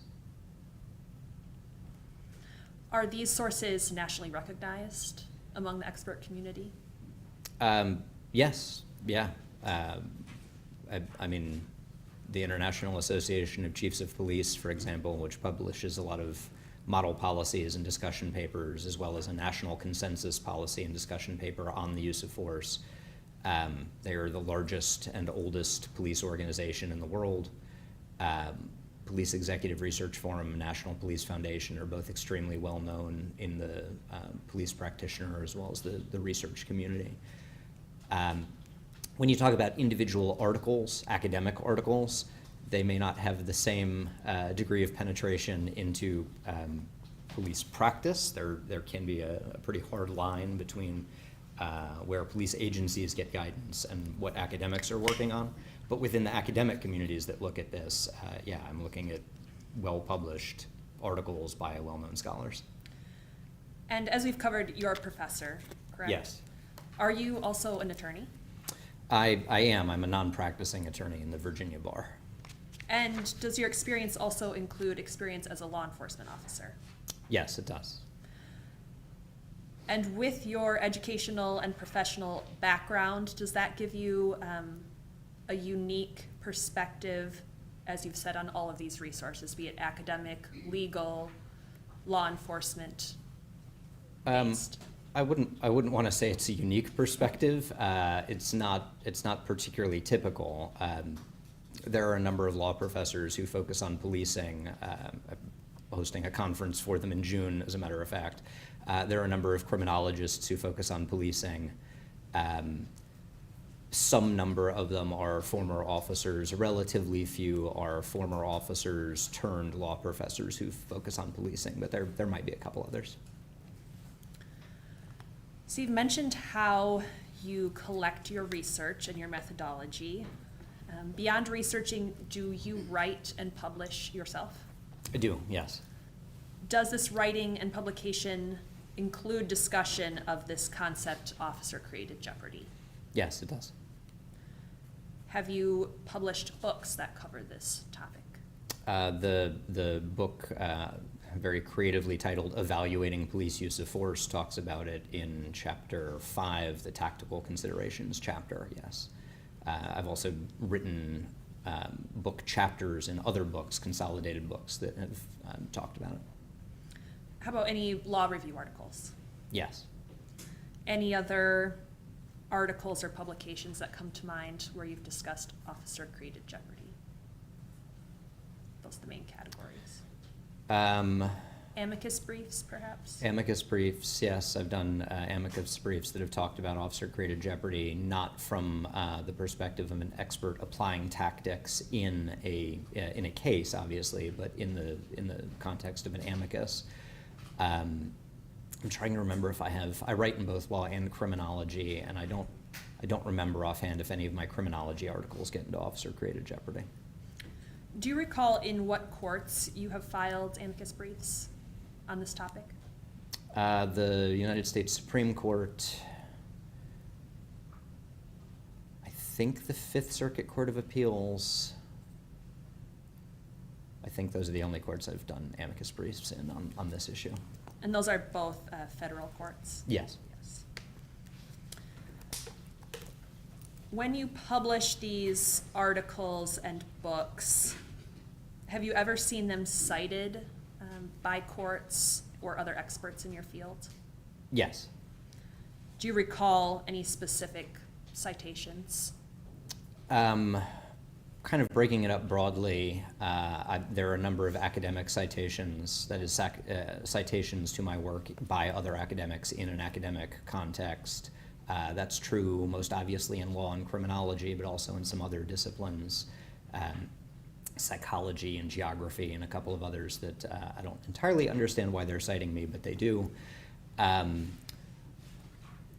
Outside of academics, in police practices, my work is cited or used fairly heavily in training on reviewing police uses of force in front of state organizations. The one speaker sent me a slide about some of my work from the Pennsylvania Organization of Municipalities or something like that, the sort of blanket body for cities that have police departments. My part of the book on tactics was just cited by the 11th Circuit Court of Appeals, the Federal Circuit, focusing on a couple of tactical principles from that same chapter, Chapter 5. And Chapter 5 was the chapter that discussed the officer-created jeopardy that you mentioned? Yes, as part of the discussion of tactical considerations, yes. Are there other experts in the use of force community who also research officer-created jeopardy, or is it just you? No, there are a number of us who either research it or use that description of unjustified risk-taking in various aspects of our work. And have you ever testified as an expert in court before? Yes. Do you recall any of the courts, state, federal, state courts specifically that you've testified in? Oh, yes. I testified in state courts in Minnesota, Ohio, Georgia, Nevada. I'm sure there are some other ones. Federal courts, South Carolina. I've testified in federal courts in South Carolina, North Carolina. I would have to look at my CV to remember. I think that's a sufficient list, and the court has your CV for its review as well. Could you ballpark about how many times you've testified as an expert witness in use of force tactics? Probably upwards of 24 at this point. If you include depositions, it would be more than that, but with actual trial testimony, 24, maybe a little more. And has your expert testimony ever covered the concept of officer-created jeopardy in court? Yes, frequently. Have you ever testified or provided this officer-created jeopardy discussion in police use of force cases specifically? Yes. About how many out of your 24 times would you estimate it was a police use of force case? Oh, that involved some aspect of tactics or potentially unsound tactics. This is very ballpark, but maybe half or so. Have you ever been excluded from testifying as an expert witness in court? No.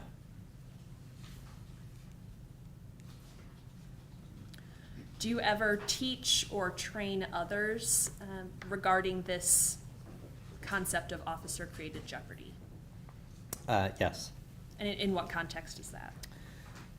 So I teach use of force review and evaluation in the program that I run at the law school. We have a week-long course on critical incident and sentinel event review that covers aspects of reviewing use of force. So we talk about the role of tactics in use of force. I think we mention by name officer-created jeopardy, but only relatively briefly. Again, that's just a term of convenience more than it is an actual self-defining separate thing. I have twice taught at the Washington, D.C. Metropolitan Police Department's Police Leadership Academy on reviewing use of force. They have between 70 and 80 officers from all over the country, and actually all over the world. They have 6 or 8 officers in every cohort from other countries. And in that discussion, similarly, I talk about considerations in use of force review. That includes tactics, including this concept of officer-created jeopardy. I've done, I don't know how many speaking presentations to shorter audiences instead of a full-blown course or something like that for judicial audiences, legal audiences, police, executive, or officer audiences. A lot, many of which touch on this concept of tactics as it relates to use of force. Does that dovetail at all with your experience providing subject matter expertise or consulting services? In some sense, yes. They cover some of the same topics. There is a distinction. There is a difference when I'm teaching a course, especially one of the courses for police executives.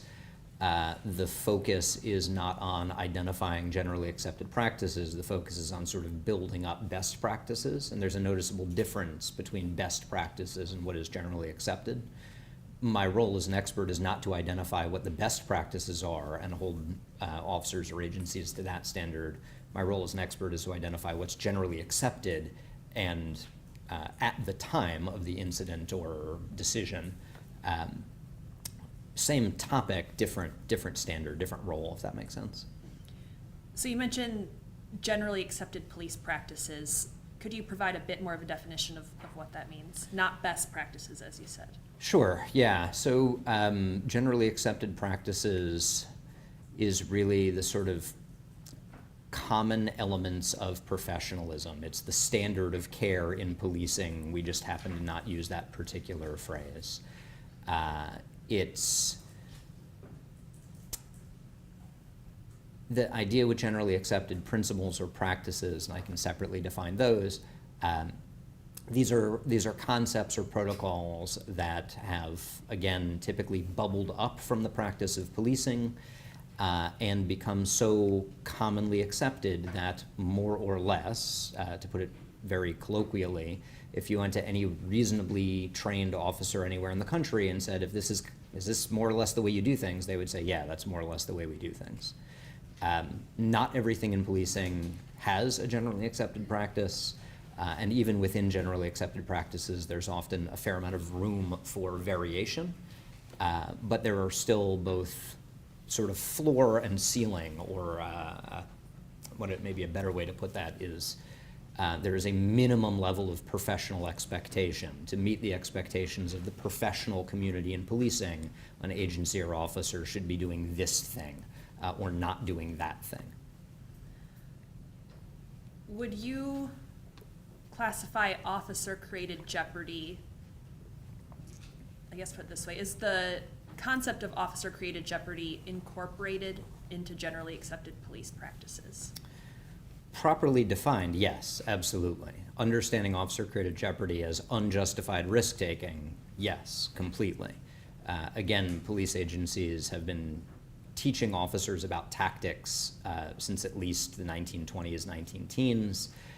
There's been both academic and popular focus on it in the 70s with that concept of tactical revolution that I mentioned. Yes, understanding tactics as a tool to keep officers safe and as a result to keep communities safer. Officer-created jeopardy is certainly generally accepted. It's not always understood in that term, right? But again, that's why I'm defining it here, or specifying that it is a term of art. An agency might not have anything in their policy manual or training that says officer-created jeopardy, but they certainly have things in their policy manual and training that talks about tactics, the need for good tactics, the need to avoid bad tactics, the result of what bad tactics can be, making a use of force more likely or exposing an officer to danger. So yes, all of that is generally accepted. Could you give us a quick example of a tactic that incorporates an officer-created jeopardy concept? Yeah, so the easy one and the one that we use in the book is stepping into a vehicle's path of travel. Stepping immediately in front of or immediately behind a vehicle, especially a moving vehicle, but even leaving that aside. The tactical analysis here is relatively straightforward. You ask what are the potential benefits and what are the potential risks. The tactical benefits of stepping in front of a moving vehicle are minimal. You're not going to stop that vehicle, right? Just as a simple matter of physics, vehicle beats person all the time. Maybe there are some slight tactical benefits, potentially a benefit to visibility or something like that, but the tactical benefits of stepping into a vehicle's path of travel are relatively minimal. On the other hand, the tactical risks are substantial. Again, vehicle beats person. So an officer is far more likely to be struck, dragged, seriously injured, or killed by stepping into a vehicle's path of travel. For that reason, it is generally accepted as a matter of police practices that outside of extraordinary circumstances, officers should not step into and certainly should not stay in a vehicle's path of travel. Prior to your experience as a professor or attorney, did you serve as a law enforcement officer? I did. And what department was that with? With the Tallahassee Police Department. How long were you an officer with Tallahassee? I was full-time with them for just under 5 years and stayed on as a reservist, a part-time officer for another 6 months or so. And in that capacity, as a law enforcement officer, were you exposed to officer-created jeopardy concepts during your training? Sure, yeah, tactical training, again, very common both at academies generally, definitely part of my academy experience, as well as in-house training and field training, yes. And specific to the case that you're here for today, did you review any evidence to prepare for your anticipated testimony? Yes. Do you recall any of the specific evidence that you did have a chance to review? There were 3 different videos, as I recall, dash cam, a body cam, and a bystander cell phone camera. There were some statements and investigation. There were policies and procedures and training records. I'm sure there was more. I could look at my report and give you the list of materials that I reviewed, but I don't remember the rest offhand. Nope, that's a good list. So after your review of all of this evidence, did that adequately prepare you to apply your research and writing to the facts of this case? Yes.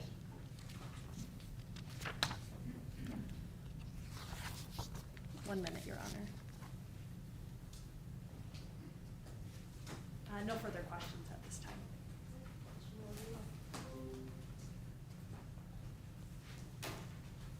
Professor Stoughton. Good morning. I like your tie. Thank you. I like yours. Thank you. So, I want to get something very important out first. Is it Stoughton or Staunton? Because I think I've screwed that up several times. I've always pronounced it Stoughton, Stoughton, but I'll well. take anything at this point. I'm either Borgula or Borgula, and I answer to both. Because I think when my grandparents came over here, it was changed completely anyway. Yeah, All right, so. I feel your pain there. I want to talk about officer-created jeopardy. Sure. And I'm going to start because I want to get a definition that you state in your report as specific to this case. Sure. Is that fair? So officer-created jeopardy is, in essence, a manner of describing unjustified risk-taking that can increase the likelihood of injury to officers and can, correspondingly, increase the likelihood that officers will use force to protect themselves from a threat of physical harm that they were in part responsible for creating. Yes. So you agree with that? And I think you kind of compared it to like a standard of care. Generally accepted practices I would describe as sort of a professional standard of care or common norms of professionalism.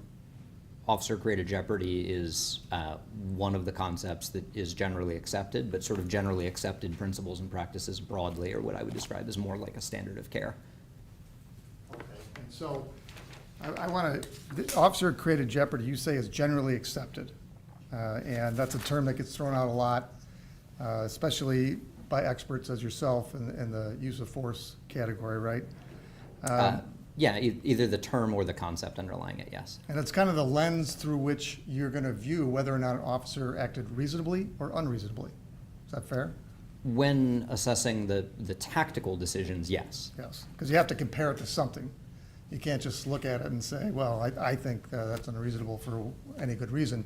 It has to be, I think that's unreasonable because he didn't follow generally accepted police practices or tactics. Correct. Is that fair? Okay. All right. And so you define generally accepted principles as referred to those concepts and theories that are widely known, acknowledged, and relied upon in the field. Is that fair? Yes. And generally accepted practices refer to protocols, techniques, and procedures that are widely known, acknowledged, and relied upon in the field. Yes. Okay. I'm getting all this out of your report, so I just want to get to where we're going with officer-created jeopardy. Sure. And so they become generally accepted when well-educated, well-trained, and experienced professionals would agree that it is conventional, customary, and reasonably standard. Correct? Yes. And you indicate that there are various organizations that believe officer created jeopardy. The consideration of whether or not an officer put himself at risk is generally accepted. Every police organization that I'm aware of pays attention to an officer's tactics. So yeah, an Sure. officer who uses poor tactics may be subject to at least counseling or retraining, if not discipline, on the grounds of officer safety. Yes. Okay, and so there are certainly sort of post-action reviews of whether or not an officer acted reasonably. Yes. Yes, that happens all the time. Training. Sure. That's how we get good police officers, right? And how you continue to improve practices of your current officers. Yes. Okay, and so you say that officer-created jeopardy is generally accepted because and I think you mentioned some DOJ consent decrees. That can be one area where generally accepted practices are reflected. Yes. And you talk about a civil settlement, U.S. versus City of Albuquerque. In the description of vehicles, I think, yes. Okay, it's one of the things that you relied upon in your report and that the prosecutor put in her motion. So you're familiar with that particular settlement agreement? I would have to go back and look at it offhand, or excuse me, I would have to go back and look at it. I don't remember the details offhand, but yes. Okay. At least in broad terms. So in the civil context, DOJ in that consent decree discussed officer-created jeopardy. Is that fair? Again, I don't remember if they use that particular term, but certainly police tactics, yes. Okay, well, there's a difference between police tactics because everything is police tactics, right? No, not everything. Well, everything related to what the police officers are doing when they're making an arrest, for example. No, tactics have a very particular definition here, right? We're talking about how officers navigate or mitigate potentially risky situations. So there's a lot within police tactics, but not everything that police do is tactics. And when you're talking about generally accepted, I just want to understand here. You're saying with regard to officer-created jeopardy, certain tactics put them in an unjustified risk, right? Use of poor tactics can, yes, absolutely. And certainly all experts would agree that there are situations where certain tactics would create a risk, right? Yes. Okay, and that's what you're saying. Yes. And you're talking about, when you're talking about how it's generally accepted, you're just talking about organizations that are discussing best practices when using police tactics. No, it could be an agency that's implemented that generally accepted practice through policy or training. It might be an organization like IACP that's not presenting it as a best practice, but is instead just reflecting, for example, this is part of a national consensus, right? That's certainly what I would describe as generally accepted. So you talked about the International Association of Chiefs of Police, and they have a discussion paper. Yes. Okay, Police Executive Research Forum. Yes. Moving Beyond Speculation and Towards Empiricism, that's a 2007 publication. Yes. In-agency policies, and you referred to a 2008 evaluation of the New York City Police Department firearm training. Yes. And firearm discharge review process. Yeah, that was by the Rand Corporation, if I recall. So New York has discussed officer-created jeopardy with regard to their practices, right? I assume it's related to the New York City Police Department? Yes, it was, that particular one is relevant to officers drawing a weapon. Okay, and the Department of Justice does not train its agents on officer-created jeopardy theory itself. They don't use that term, correct? I don't know if they use the term. They certainly train on tactics and using good tactics and avoiding bad tactics. Right. But I don't know if they use that term specifically. And it's your opinion that there are certain circumstances where tactics caused the officer, in this case, to be in a situation where he had to use deadly force, right? sorry, can I ask for the context in which you are asking me that? In my role as an expert, I don't get into causal claims, right? In my research as a scholar, yes, absolutely. But as an expert, when you get into things like but-for or proximate causation and what is responsible, right? Who is responsible? That is beyond my scope. What I'm analyzing is an officer's tactics at the time, and regardless of what happens after, an officer can use a poor tactic that is officer-created jeopardy, that creates an unavoidable and unjustified risk, kind of regardless of what happens after that. Well, I'll give you some context, because you wrote a report. You and Nicholas Bloomfield wrote a joint report. Yes. For this case. Yes. And you have 7 opinions with subparts, right? Yes. Okay. Can you tell us which opinions you're going to be providing as part of your testimony? I guess that depends on which opinions I'm asked about. I would assume potentially all of them, but I don't know which opinions I'm going to be asked about specifically. It's my understanding that you're going to separate the joint report into different opinions. Is that not your understanding? I try not to get into issues of advocacy. I'm happy to talk about whatever is within the scope of my opinion and report, but I don't know specifically. I can tell you sort of in a broad sense, I don't know if that gets into issues of discussions that I've had with the prosecutor or not. Okay, well, and I don't want you to get into those. I thought you might have an understanding of what you're going to testify about, in particular to your report. Can you tell us how officer-created jeopardy influenced your opinions or became the opinion in your report? Which opinions are related to officer-created jeopardy? Sure. There's the opinion about the brief foot pursuit after the initial sort of hands-on and pulling away, where officer-created jeopardy is a component of that opinion. There's an opinion relating to the deployment, of the taser, where officer-created jeopardy is plays a relevant role. Those happen to be 3 and 5. Does that sound right? Yes. Okay. And then there's a 7th opinion regards to whether a reasonable officer could be in fear of the taser. Does officer-created jeopardy influence your opinion in that circumstance? I'm not entirely sure what you're asking. Well, I'm trying to figure out whether there's any relevance to your other 2 opinions. If it doesn't affect your opinion and the ultimate opinion that he wasn't in fear, or a reasonable officer wouldn't be in fear. Okay. Yeah, sure. So my opinions on officer-created jeopardy are a way of describing or identifying when there is a problem with an officer's tactical decision. That is, an officer's tactical decision is problematic or inconsistent with generally accepted practices, sometimes because it constitutes officer-created jeopardy, right? That is part of the standard, part of why I am coming to the conclusion about an officer's tactics. When it comes to an officer's use of force, I will often note, as I believe I did in this case, this use of force came after some tactical decision that an officer made.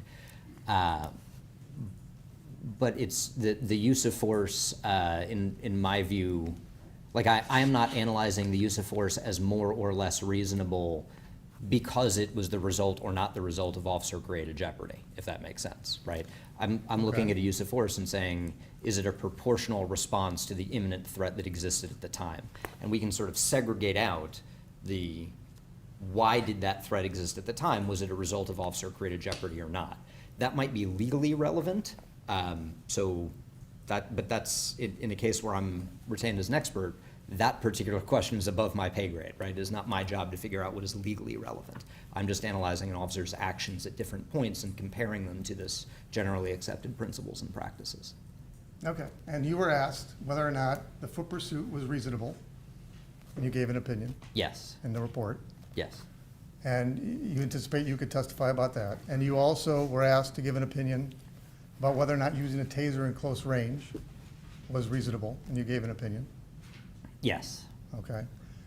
Do those opinions have any relevance to the ultimate question for this court, whether or not Officer Schurr was reasonably in fear? I'm not trying to be squirrely on this. Again, I think that's a legal question. The question of relevance is a legal question and not one that I'm in a good position to answer, right? Okay. Whether it's legally relevant, I don't know enough about Michigan law to say. I'm not here to apply Michigan law. Could it be? Sure, there are definitely jurisdictions that apply an officer's actions prior as relevant using sort of standard but-for and proximate cause concepts. But that's not my role as an expert to do. Okay, so you don't know whether or not it has any relevance? Yes. Okay. And you say you're not following Michigan law when you form those opinions? I'm not an expert in Michigan law. I'm not holding myself out as an expert or applying Michigan law to the point of saying this is criminal, this is not criminal. That would not be appropriate, or even, right, this is consistent with Graham v. Connor, or this is a Fourth Amendment violation. This isn't a Fourth Amendment violation. That would be inappropriate for an expert. Okay. And so you talked a lot about scholarly articles, making it generally accepted. You talked about two amici briefs. I never know, is it amicus plural, or is it amici plural? I think amici is the plural. It just sounds right, but I don't know if it is. So I'm- you filed two. Two of them just in the Supreme Court that touch on issues of tactics. One of them in the Fifth Circuit that touched on tactics to some extent, yes. The Fifth Circuit case was Barnes v. Felix? The Fifth Circuit case, but I filed that, so that's a Supreme Court case. The amicus was in the Supreme Court case. Did you file an amicus in the Court of Appeals as well? No, the Fifth Circuit case there I think was TIMPA, T-I-M-P-A. Okay, and that was a civil case, Barnes v. Felix? Yes. And there, I mean, the issue was the moment of the threat doctrine. Would you agree? Yes. Okay, and what you're looking at as to whether or not the totality of circumstances includes, in this case, the officer jumped in front of a car. Yeah, jumped onto a car, yes. Jumped onto a car. The person that had been pulled over, or at least called the police, I believe started moving forward just a little bit, and the officers like jumped on the car. Correct. And then the guy took off, and the officer was like, I gotta shoot him now, because I'm gonna die, right? Yes, more or less. It goes all the way up to the Supreme Court, and you would agree that a lot of people were interested in that case, right? Oh, sure. And the reason it goes to the Supreme Court is because it's an unsettled issue of law. Yes, there is a circuit split on particularly this moment of threat doctrine, yes. Right. And so, and the Supreme Court, as they often do, they hear all this argument, they give amicus briefs, they got DOJ, everybody seems to be involved. And did you listen to the oral arguments? I did, yes. Okay, and the Supreme Court's like, we're just gonna define this very narrow issue because they don't really want to decide officer-created jeopardy right now. Is that fair? Until the opinion comes out, I don't know what they're going to do. There was certainly. Would you agree with my assessment? So Justice Kavanaugh seemed to be looking pretty broadly and wanted to talk about whether the officer's actions were reasonable. There were other justices who just wanted to, or at least were asking questions that I would take indicate they are more interested in, could we just say moment of threat doctrine is not a thing without getting into any broader questions? As always, the court is not an it, it's a they, so different perspectives, and I have no idea where that case is gonna go. Neither do I can't predict the Supreme Court. I just listened to the oral argument as well, and you know, to the extent officer-created jeopardy came up, you had both sides saying, well, this isn't about officer-created jeopardy, at least because they wanted the case to go forward if you're the plaintiff, and it's a civil case. Yes. And the defense, they were like, we don't want this to become the standard justices because that is not where we think the law is. And so both sides were arguing that. So would you agree with me that at least the Supreme Court has not decided whether officer-created jeopardy is settled law? As a matter of Fourth Amendment law, the Supreme Court has not clarified whether, for purposes of establishing the reasonableness of an officer's use of force under the Fourth Amendment, whether you include an officer's pre-seizure actions, that is, actions before the use of force, or not. Okay. Yes, I think that's fair. There's a roughly 8-4 split on that. This Barnes v. Felix may give us an answer. We'll find out. I don't think so, but we'll see, right? So, and I did read your brief. There's a lot in there about officer-created jeopardy and, considering the actions of the officer in a Fourth Amendment context. All right, but we don't know whether or not how that's going to come out just yet. Now, you've mentioned some scholarly articles. I noted one by Professor Cynthia Lee. She wrote an article just 2 years ago or so on the issue. Yes. That was the most recent one. I think it was 2021. Time flies. Yes. Yeah. So, but in there, she's asking for courts and to be generally accepted this reform effort, as she put it, because it was not an articulation of the current constitutional or law enforcement standards. She's urging the U.S. Supreme Court to, quote, go above the constitutional floor and consider the officer's pre-seizure conduct to assess the reasonableness of deadly force. Yeah, I read her article to be arguing, particularly in cases of criminal liability, but liability more broadly, that applying these concepts of but-for and proximate causation, an officer's culpable conduct prior to use of force should be part of the evaluation for use of force. Okay. Yes, that's what I read her argument to be. And you brought up criminal cases. There has been applications in other contexts where you sort of balance the negligence or recklessness of the officer versus what the suspect was doing to sort of determine whether or not, in the totality of circumstances, the officer's actions were reasonable, right? Like qualified immunity cases.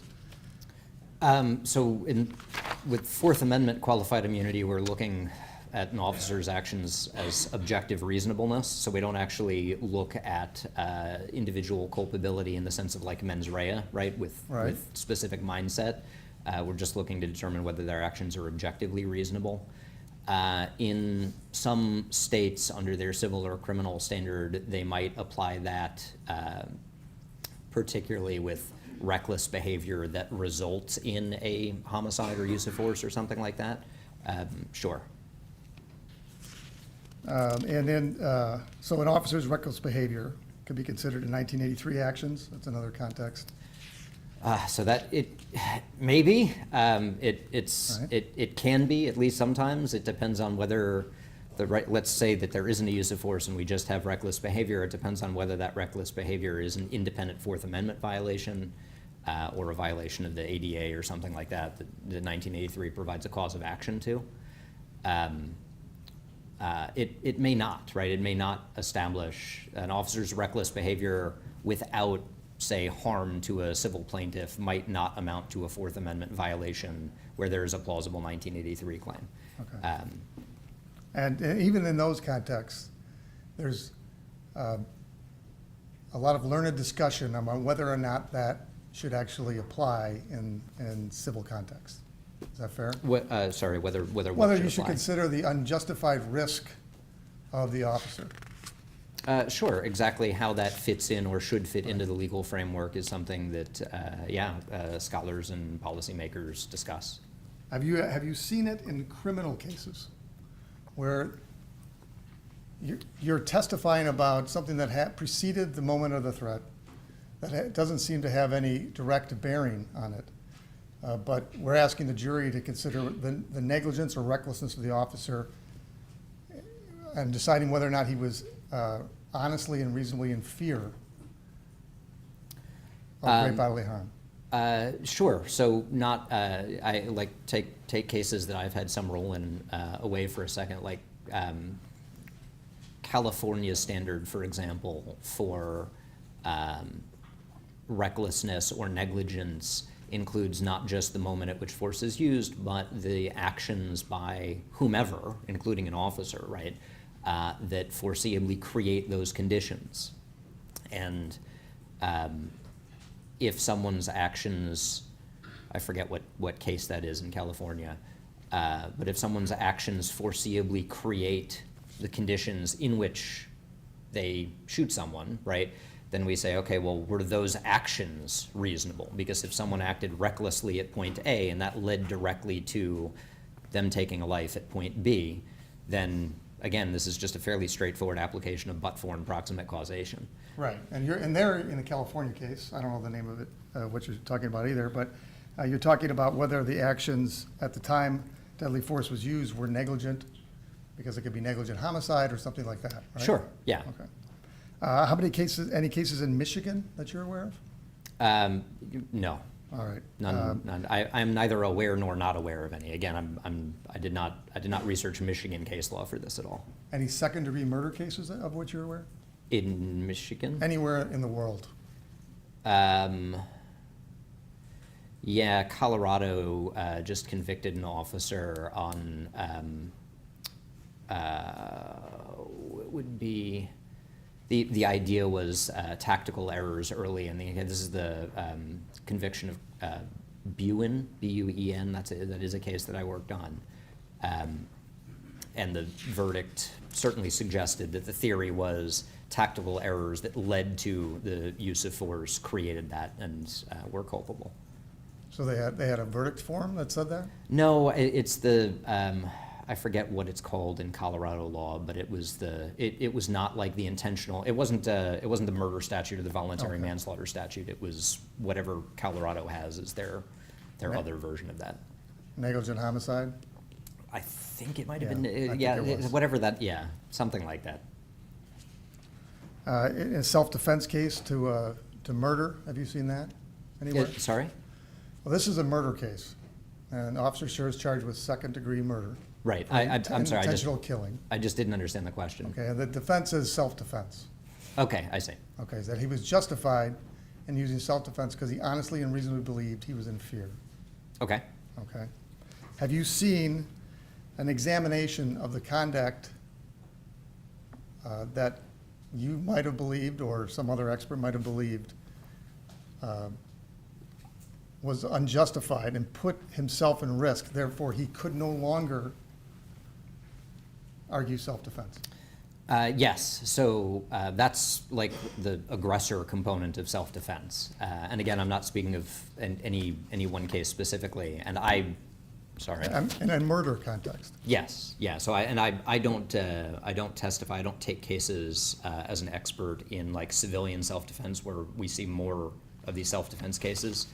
But in criminal law, I have taught self-defense, and one of the aspects of self-defense is unlawful conduct prior to the moment where self-defense is used can render someone an aggressor. That's not in the policing context, right? But it's certainly conduct prior to the use of deadly force that then affects the culpability of that use of deadly force. Well, and not if you're not in the policing context, we don't have private citizens effectuating an arrest, for example, right? You can't pull someone over if you're a private citizen. I certainly hope that's the case. Well, they do sometimes, but yeah, it's not great. And you're not familiar with Michigan law? No. Okay. Are you aware of whether or not there's even a statute about when a police officer can use deadly force in the state of Michigan? I'd have to go back to the appendix of my book because we pulled all of the state statutes and cases. I think there's a statute, but I have no idea what it is offhand. Okay.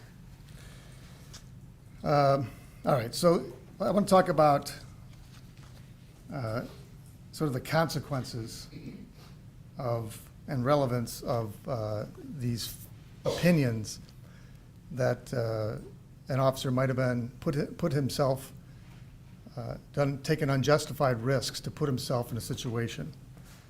So let's say in this case you have an opinion that Officer Schurr should not engage in a foot pursuit. Okay. Okay. And time goes by, about another minute or two. He's in the position where he has to decide whether or not to use deadly force. Sure. If it's your opinion that he was unjustified in doing the foot pursuit, does that foreclose him from maintaining the defense of justification? Are you asking how my opinions as an expert would relate those two, or are you asking like as a legal matter? Because the answer to the latter is I don't know. That depends on whatever the law of the jurisdiction happens to be. I have no idea. Okay. And I think you said before, well, we could talk about causation because I promised you we'd bring it up, but I mean, courts have generally considered whether the officer's actions leading up to the use of force were reckless and whether those actions were immediately connected to the need to use deadly force. That's something that you said. Yes. Okay. So they considered whether there's basically proximate cause, right? Yes. Okay. So if you're finding that he shouldn't have engaged in a foot pursuit has no proximate cause, is there a cause between the foot pursuit and the fact that he had to use deadly force later on? Again, sorry, can I clarify? If you're asking about sort of the scope of my opinions, I don't get into proximate cause at all, right? I'm just analyzing separate points, separate decisions, separate actions separately. If you're asking legally, again, with the giant caveat that I am not an expert in Michigan law and would not want to testify about law, even when I did know what the law is, again, I think you're applying sort of normal principles of superseding intervening cause there. That is, you have an event that is culpable in some way that is a but-for cause of the ultimate result. Is it the proximate cause? I don't think there's anything sort of special about applying superseding intervening causes. Okay, so that's like academic law professor answer, I apologize. But in terms of as an expert, I'm analyzing what happened, what the officer did at point A, what the officer did at point B, and I'm not saying anything about point B. Sorry, let me rephrase that. I'm not saying anything about point A when I'm talking about point B. Okay, so you're segregating these opinions. I am. You're looking at kind of like sort of with blinders on, okay, I'm going to look at the foot pursuit. Was that done properly? Yes. All right, and you actually broke it down into 7 opinions, 4 of which, or 3 of which, you thought the officer did act reasonably. Yes. The stop. Yes. The initial grabbing and pulling to arrest. Yes. Right? And then things went south, in your opinion, when he chased him. Yes. And I'm summarizing here. Yes. Because we're not going to get into the opinions now. Okay. The question is, for the court, and what the court's trying to decide is whether or not your opinions matter to the jury. Sure. Okay. But you're segregating these particular findings of unreasonable behavior. Yes. So I mentioned in, sorry, I forget which opinion number it is. I think it's 4 offhand, about the sort of use of the empty hand strikes and knees, right? I mentioned that opinion. That occurred because of the foot pursuit, but that's not what my opinion rests on, right? Like, you could take the foot pursuit out of the picture entirely and still have that opinion. The ultimate opinion. Onto those use of force, yes. Okay. Okay. And the ultimate opinion, or the final opinion, is that no objectively reasonable officer, presuming they knew that the second cartridge of the taser had been discharged, would have been in fear of incapacitation and therefore could not been in fear of losing their weapon and therefore could not be in fear of great bodily harm or death. I might say it a little bit differently, but yes. Probably better than I just said. Right? I don't know about that, but yes. Okay. And you view those separately in and of themselves. Okay, so I want to talk about the standard or the burden for officer created jeopardy, because it seems to me that the opinions, opinion 3, opinion 5, suggest a negligence standard. He should have known not to chase. He should have known not to use the taser at close range. Therefore, his actions were unreasonable. Is that fair? No, I am not imbuing any mens rea at all. I'm just looking at what he did and comparing that to generally accepted police practices, and it was either consistent or inconsistent.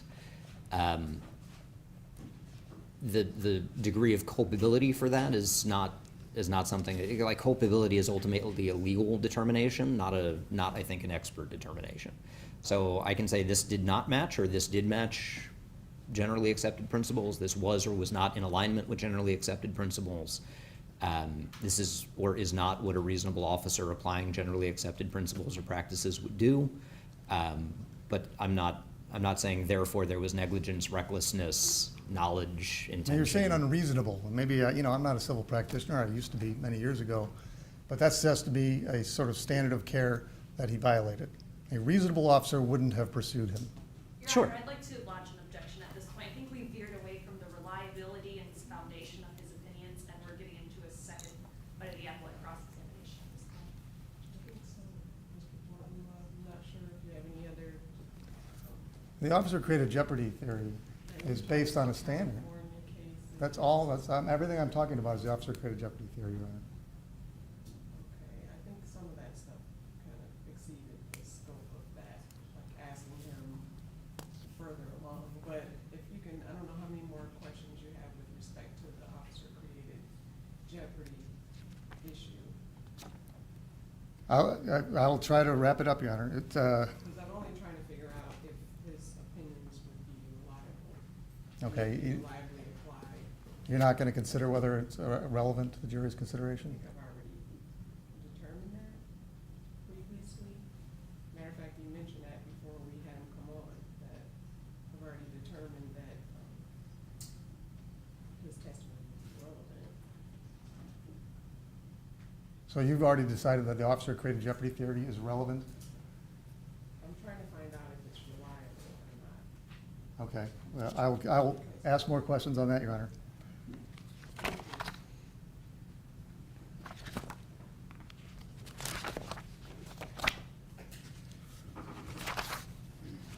Well, and to go back to whether or not it's generally accepted, you've heard of Force Science, the agency?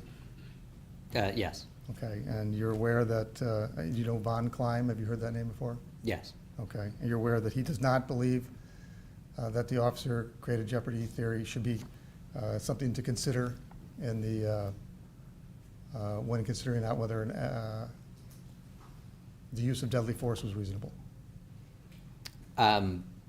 So whether officer created jeopardy is legally relevant to the determination of whether a use of force is reasonable, yes, I understand he has an opinion about that. He's also talked about, including on podcasts, the importance of police tactics and how they can affect ultimate outcomes. I think he and I agree on that point. All right. You would agree with me that there are people that disagree with your opinion that officer created jeopardy is not reliable, or is reliable? I'm not sure I understand. Well, you've turned to a lot of scholarly articles. Can you, and obviously Mr. Bloomfield probably agrees with the theory. I don't even know. I would hope, I can't speak for him, but I would hope he agrees with what's in the report. Well, right? You guys wrote it together? Yes. Okay.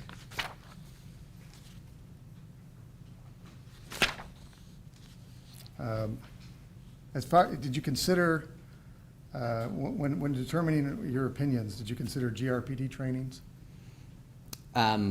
In assessing what may be reflected in GRPD or RPD trainings may reflect the generally accepted practices, yes. It's not my role as an expert here to identify whether the officer acted consistently or inconsistently with the agency's standard, right? I assume the agency is an expert in its own standard. So I'm not going to talk about whether the officer violated agency policy or did not violate agency policy. But it was in the scope of things that I reviewed. Right. You're just deciding whether or not, in your universe of generally accepted police practices, whether or not his actions were unreasonable in specific contexts. Right. Whether they were consistent or inconsistent with those generally accepted practices, yes. Okay. And so you have no idea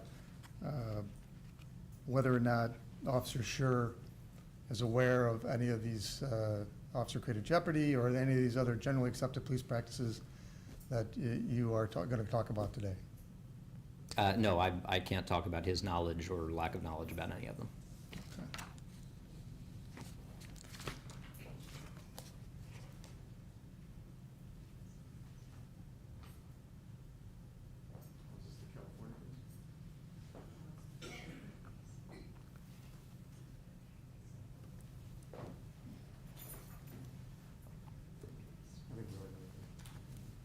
Thank you, Your Honor.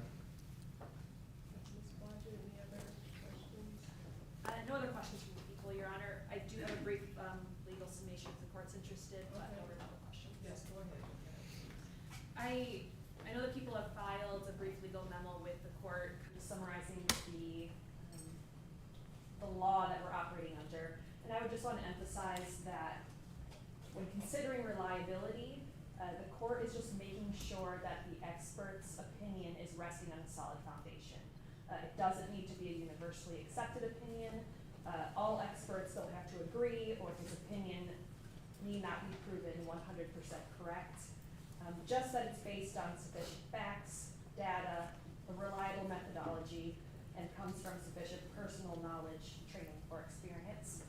And I would represent to the court that Professor Stoughton's testimony today shows his wide source material, his expert publications, his citation by case law, courts, other experts, being hired to provide expert consulting, filing amicus briefs, and then not only that professional experience, but also his personal experience as a trained law enforcement officer who has received training on the topic of officer-created jeopardy, all go toward establishing a solid foundation for his expert opinions that would then allow the people to argue how that fits under Michigan law and supports the facts of this case. Thank you. And he's also hot seat. Thank you. I was doing that. Thank you. And I'm looking for who I will line the same opportunity. Thank you, the prosecutor, Your Honor, is asking you to create a use of force law unknown to Officer Schurr. There's not a single Michigan court that has accepted this theory in a murder case. The U.S. Supreme Court in Barnes v. Felix declined to consider that it's not a theory.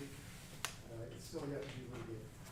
Professor Stoughton acknowledged that it's an unsettled area of law. This court should not be the first in Michigan to accept Professor Stoughton's theory. There are citations to law review articles and civil cases. This is not the context in which this applies. It's not reliable because it has no application, especially in the case alleging self-defense. It doesn't account for intervening cause. It doesn't account for the standard negligence, which is recklessness.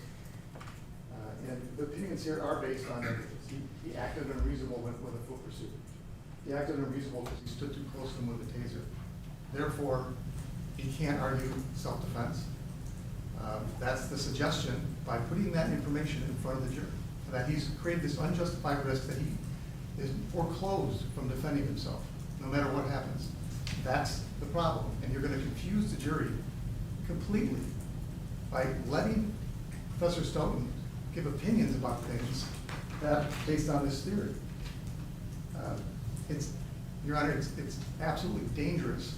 If we're going to ask Officer Schurr that once you do a foot pursuit and you're negligent, that you can no longer defend yourself or others. That is what this theory says. That is what we're going to be asking the jury to consider, whether or not this has any relevance whatsoever.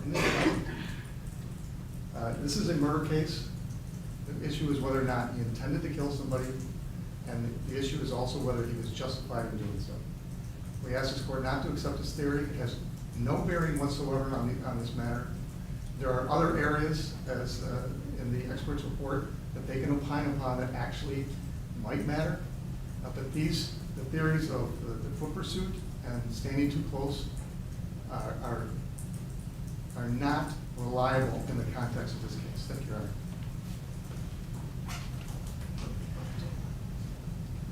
Well, as I previously stated, I wanted to hear from the witness regarding his opinion because under 702, MRA 702, a witness qualified,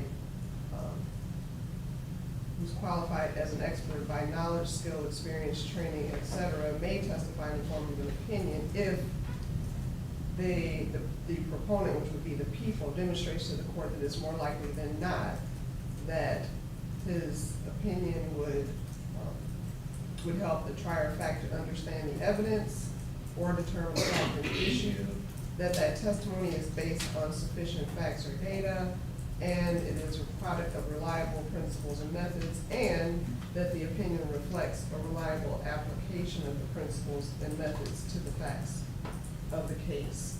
Here, there's no dispute that the witness, Mr. Stoughton, is qualified to be an expert as he has the requisite knowledge, skill, experience, and education. Again, the issue is whether or not his testimony would be the product of reliable principles and whether his opinion reflects a reliable application of the principles to the facts of this case. As he testified to, well, first I'll say here, part of what the jury has to determine, they have to take into account all of the circumstances in the case, not simply the moment of the shooting, but all of the circumstances. And there's been a lot of evidence and testimony surrounding what the circumstances were at the time that this incident occurred.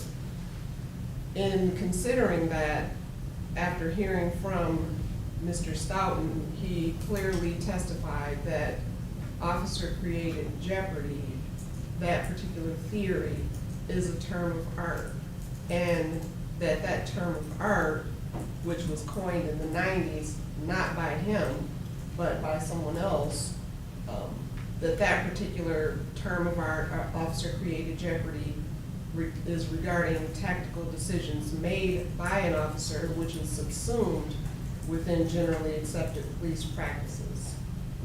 So because I believe that he has testified sufficiently that he has applied the facts in this case to the generally accepted principles and practices which apparently are nationally recognized and nationally accepted, I believe that because officer created jeopardy in and of itself is not a particular method, rather a theory, again, subsumed within those accepted police practices. For those reasons, I am going to allow him to testify as an expert in use of force and generally accepted police principles and practices, because I believe that he's testified that he does, again, possess the requisite knowledge and training and education, and that his testimony would be relevant and could help the jurors understand the evidence in the case. So with that, what I'm going to do is we're going to break for lunch and come back at 1 o'clock. I've already let or put word to the jurors that they can have lunch and we'll continue at 1 o'clock.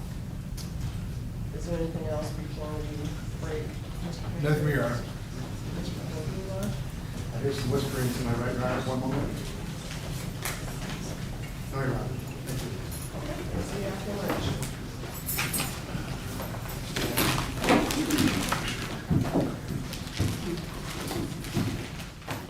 Well, good afternoon. I'm Lauren Baker. If you're just joining us, we're wrapping up the first half of day 2 in the trial of former Grand Rapids police officer Christopher Schurr.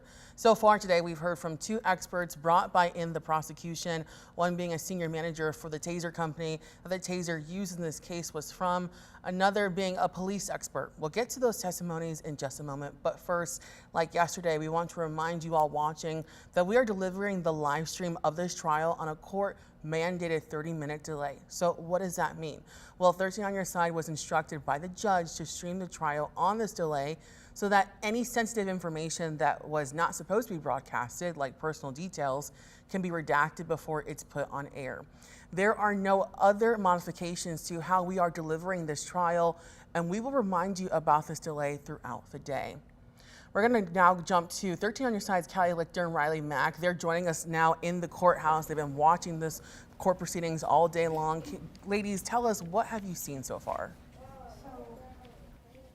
Yeah, absolutely. We just saw from the judge kind of some turbulence in the courtroom today. Just before the lunch break, they had a potential expert whose appearance alone in the trial caused kind of contention in the courtroom. We saw Seth Stoughton, who is a professor of law and criminal justice at the University of South Carolina. He's also a police officer and a lawyer. He's studied police tactics for years and written multiple books.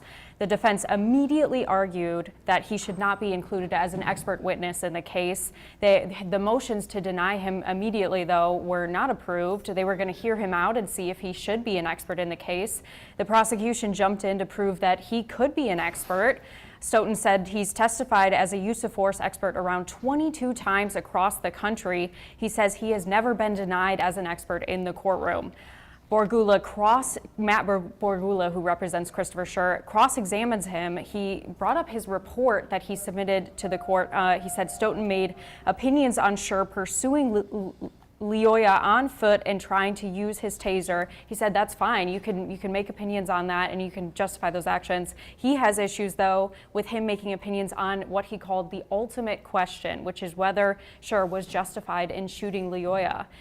Stoughton says he made no opinions. He would simply be making statements in the trial on Schurr's actions that April morning based on his knowledge of police tactics. Borgula asked him if he knows about any specific Michigan statutes on police use of force and how they would play into the case. And Stoughton says, I don't know. I don't claim to be an expert on Michigan law, but he reiterates that he would only comment on Schurr's actions in that video, not what should be done about them, not how he should be punished. Borgula argued that Stoughton's testimony would confuse the jury with opinions and even called it dangerous. He said this to the judge in arguing that he should not be included as an expert on the case. The prosecutor then read from a court manual why he should be accepted as an expert based on his experience, based on his reliability in testifying. The judge, though, is the one that makes that final call, and right before lunch, she said she brought up the officer-created jeopardy term, which you may have heard on that live stream. It was a term that Stoughton said was made in the 90s by someone else, not Stoughton, and is generally widely used in police training. She said that the validity of his skill and education were never in question for her. She was just concerned about his reliability in his testimony. She felt in the end, it was reliable because this officer-created jeopardy term is a term that's widely used, and not just by Stoughton. She ruled that he ultimately can be an expert in the case, that his testimony could help the jury understand that evidence. But Callie, it just kind of goes to show that this was the first time that there was true turbulence in that courtroom contention between the two attorneys. I think there's been turbulence a couple times during this trial. I mean, what we've been seeing and what I've been reiterating in this whole entire time is that you have two clear, very distinct views on, how this is going to go. I mean, we even saw it earlier with Brian Childs, and just, over the taser. And you had some, he was examined by County Prosecutor Chris Becker, and then cross-examined by the defense, and then he was, it was just like this back and forth and back and forth. And so I think this was just a culmination of actually almost weeks of back and forth over this one witness. But it's going to be very, very interesting to see how he is then cross-examined by the defense when we come back from lunch and ultimately hear his testimony. Absolutely. And earlier today, we also had one of the longer, cross-examinations of a person on the stand, an expert. Mm-hmm. Do you want to talk about that?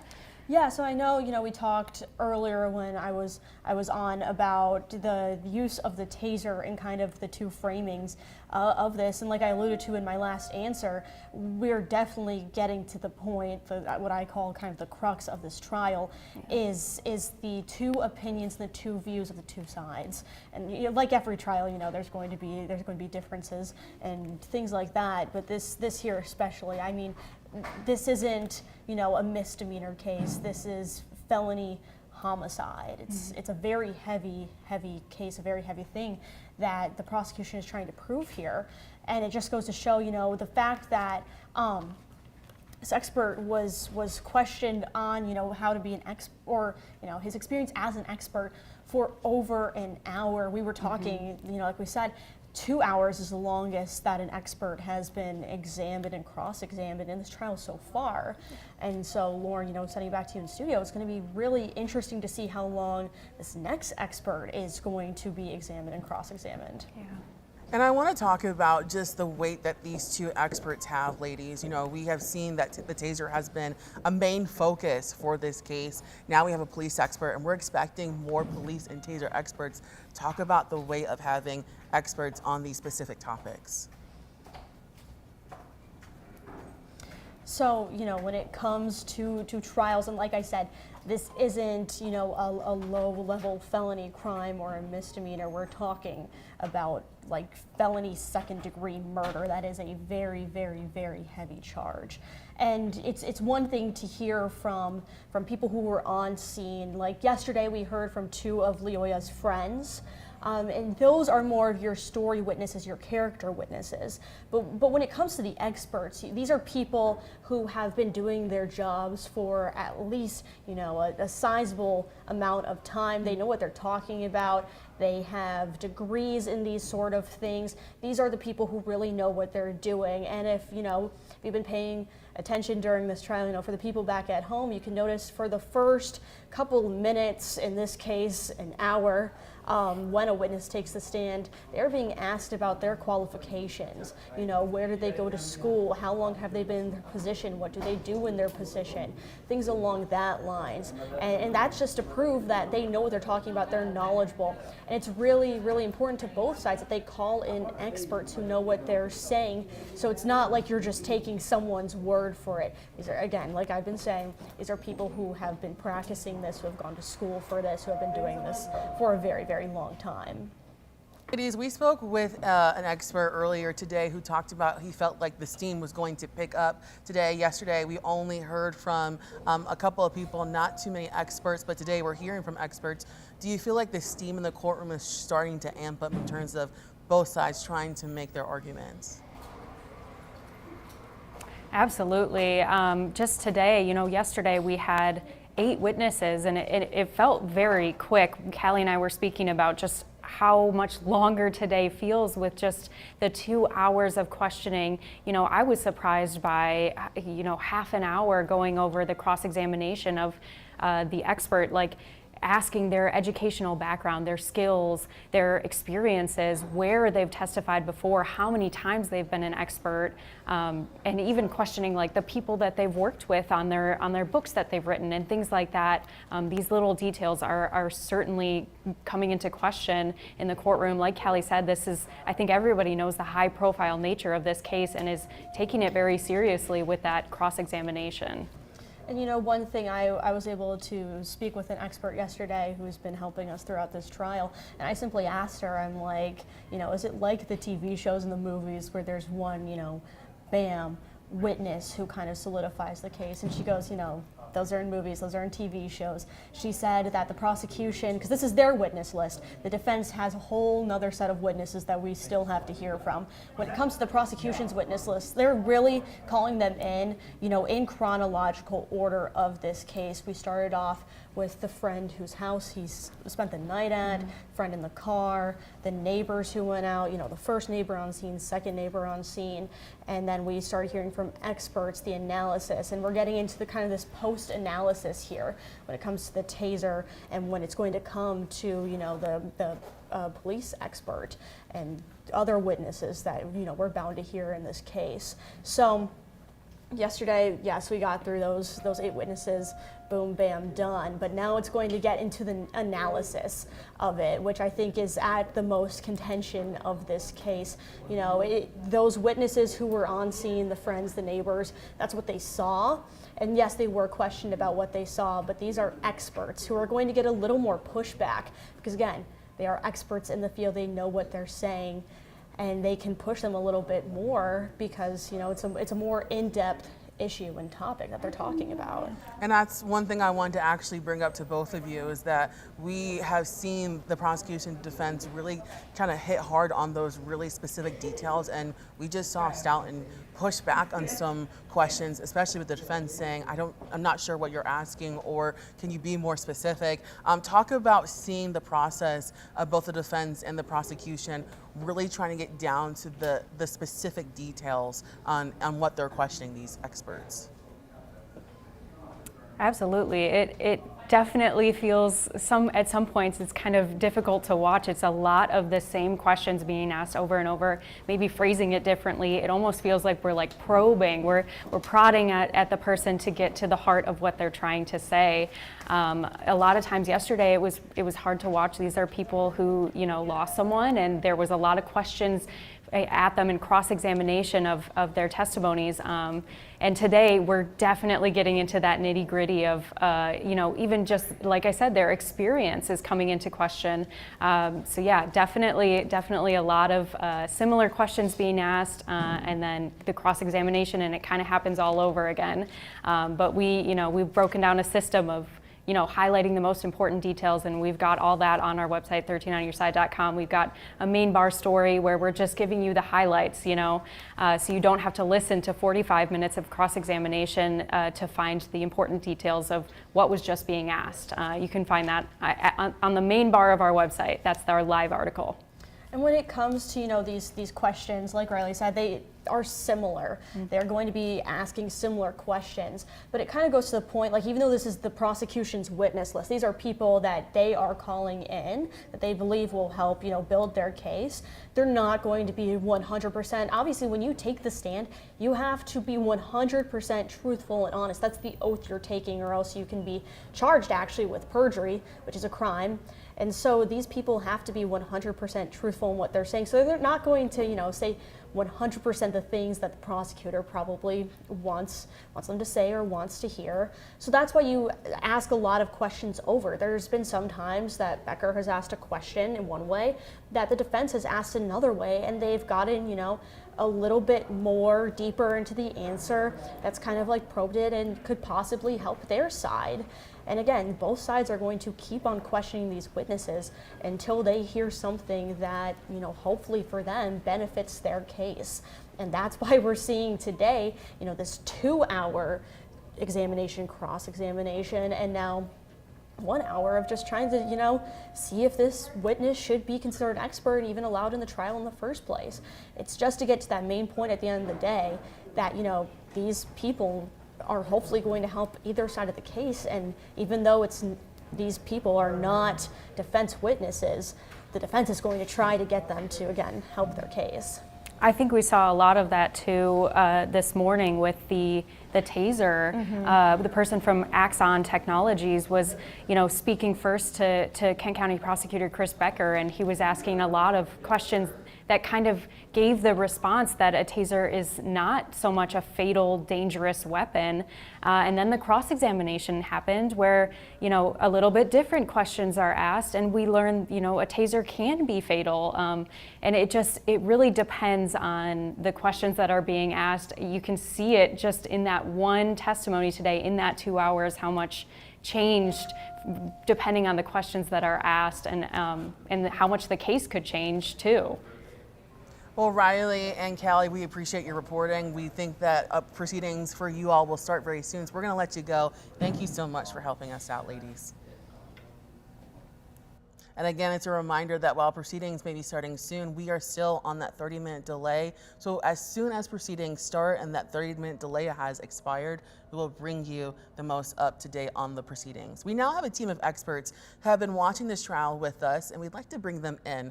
First, we'll introduce Tanya Kraus-Phelan. She's the Associate Dean of Academics at Cooley Law School here in Michigan and has been teaching at the college for 20 years. She's a Ferris State grad and has worked as both a criminal defense practitioner and assistant public defender. Also joining us is Andrew Rodenhouse of Rodenhouse Law Group. Andrew is a trial attorney and graduate of Hope College. Andrew received his Juris Doctorate degree from Cooley Law School and oversaw the appeals of case of People versus Ackley, which changed Michigan law as we know it. And finally, we have Sarissa Montague. She's a criminal defense attorney with much experience, a lot of experience in providing defense for those who are unable to afford their own. She is highly regarded as not only an exceptional litigator, but also an empathetic counselor. All three join me now. Thank you so much for joining me, everyone. Good morning. Thank you, or good afternoon. Thank you for having us. Good afternoon. Thank you for joining us. So I want to just kind of start off with just the very basics. We saw a lot happen today with those two experts. The two really big experts were supposed to be hearing from first. Tanya, you're on the screen right now. What's your initial reaction to what you're seeing? Well, as a former criminal defense lawyer and a law professor, who, by the way, I have to give a shout out to Andy Rodenhouse. He was one of my most exceptional students. But having said that, the law geek in me comes out because listening to these two expert witnesses, one who was allowed to testify and one who we had to go through a voir dire process for, it was apparent to me that the prosecutor really selected two unicorns, right? And what I mean by that is the expert from Axon regarding the taser was very personable, very knowledgeable, down to earth, and related well to the jury. And to Kaylee's earlier point, he was calling balls and strikes, right? So he answered very directly the questions that the prosecutor asked. But on cross-examination, when probed deeper into very specific issues, especially the idea that that taser could still be a dangerous weapon even after deployed, he told it like it was. And so the jury really received a full picture from his perspective from the direct and cross-examinations. Now, as we listen to the voir dire of another legal expert unicorn, I mean, when you're talking about an expert witness, right, Professor, I forget his last name at the moment, but he was a police officer.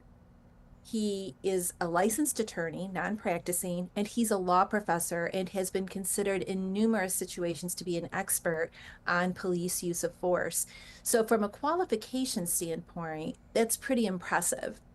What they were arguing about during voir dire of an expert witness is where the lawyers are trying to determine whether, one, is this person legally qualified to be an expert witness, and two, will what they say actually help the jury in determining the issue they'll be asked to decide at the end of this case. And so that's where you saw the focus of most of the questions. And Sarissa, I wanted to get your opinion as well. What have you found interesting so far today on day 2? So I actually appreciate what Tanya just was talking about. She was really detailed in kind of what happened this morning. It is fascinating as a practicing trial lawyer, but I think probably more for people who are watching this who don't do this day in and day out, how important it is to phrase questions in particular ways, because what they're doing is you're trying to get a witness to say what you want the witness to say, right? And so crafting the proper question, addressing the proper topic is crucial. You know, the witnesses aren't allowed to just share the information that they want to share. They are only allowed to respond to the questions that are given to them. And so if you're not careful in the way that you phrase something, in the way that you pose something, you very easily could miss the topic that you want, that you want someone testifying to, or the expert cannot have the opportunity to share the information that he or she has when they're not just asked the right questions. So I think that this morning was a very good example of what it is when you get into the nitty-gritty of questioning experts. And it gets boring. Honestly, it just does. People think that trials are, all this glorious, stuff that we do all the time, and it's not. And it is the nitty-gritty, and it's hard because jurors are regular people, and if an expert gets to the jury, if the jury has the opportunity to listen to the expert, it's kind of boring. And that's an issue too, because the points that are coming out are so important. And so that's something that the lawyers need to be aware of is how do you keep the jurors engaged when you're talking about, how something functions. It's just not that exciting, right? And so doing a good job of that is super important when you are in a situation such as this one. And I wanted to let our viewers know we have just learned that Stoughton, the person we've been actually talking about, that last witness we saw, has retaken the stand. We'll be able to see that in about 30 minutes, but we wanted to let all you know. But I wanted to jump back to Andrew. You've been watching this case along with us. What are your thoughts on the second day so far? Well, I have quite a bit of notes. I've been able to sit here and watch trial as I'm in my office doing work. And again, shout out to my favorite professor, Tanya Kraus-Phelan. My favorite class also was criminal procedure, and so it's good to see her here. First of all, I wanted to note that our Axon expert, I think he was a straight shooter. He just wanted to tell the truth about the Axon equipment. Both parties were able to get him to answer questions. He was pretty straightforward about it. I think that last question the judge asked was a jury question about the trigger on the taser and stun gun. I found it interesting that he testified that if you're not trained in their equipment and in the hands of a person who's not trained, that actually they don't consider it to be less lethal, they consider it to be lethal. And so I thought that was an interesting take. Mr. Dodd was able to get that out of him. I had my own thoughts on whether or not the professor should be allowed to testify when I was listening closely to Mr. Borgola question him. Under Michigan Rule of Evidence 702 is the rule that governs that, and it incorporates largely with the federal rules of evidence. And the judge is the gatekeeper over whether or not certain evidence can come into court and the jury's allowed to hear it. One thing I was surprised by was that they did it at this late in the game. Normally challenges to those experts are done well in advance of trial. Perhaps it was a cost issue or they had a hard time getting him in to court. I don't know what the strategic reason would be to do it during trial. In any event, it sounds to me like this officer created jeopardy. See, you have to understand, an officer on trial for homicide needs to be treated the same as a layperson who's on trial for homicide. The instructions are going to be the same. And so what I'm concerned about is that if you have this officer created jeopardy, that somehow creates a higher burden for Mr. Schurr in front of the jury and for the jury to consider. And I don't know what he's going to testify to. We're about to find out. In about a half hour, we'll be able to listen to him. But my concern is that it creates a different standard for a police officer versus a normal person. And they're supposed to be the same in the eyes of the law, especially when it comes to homicide. And I wanted to actually continue on that because I know that for people who are watching, when they hear experts, he's a professor, he has experience, some of us may think, oh, he knows what he's talking about. Can you better explain what Borgola was trying to argue, but then also explain to us a little bit more simpler in terms why the judge ultimately said, no, he can testify? Well, I think that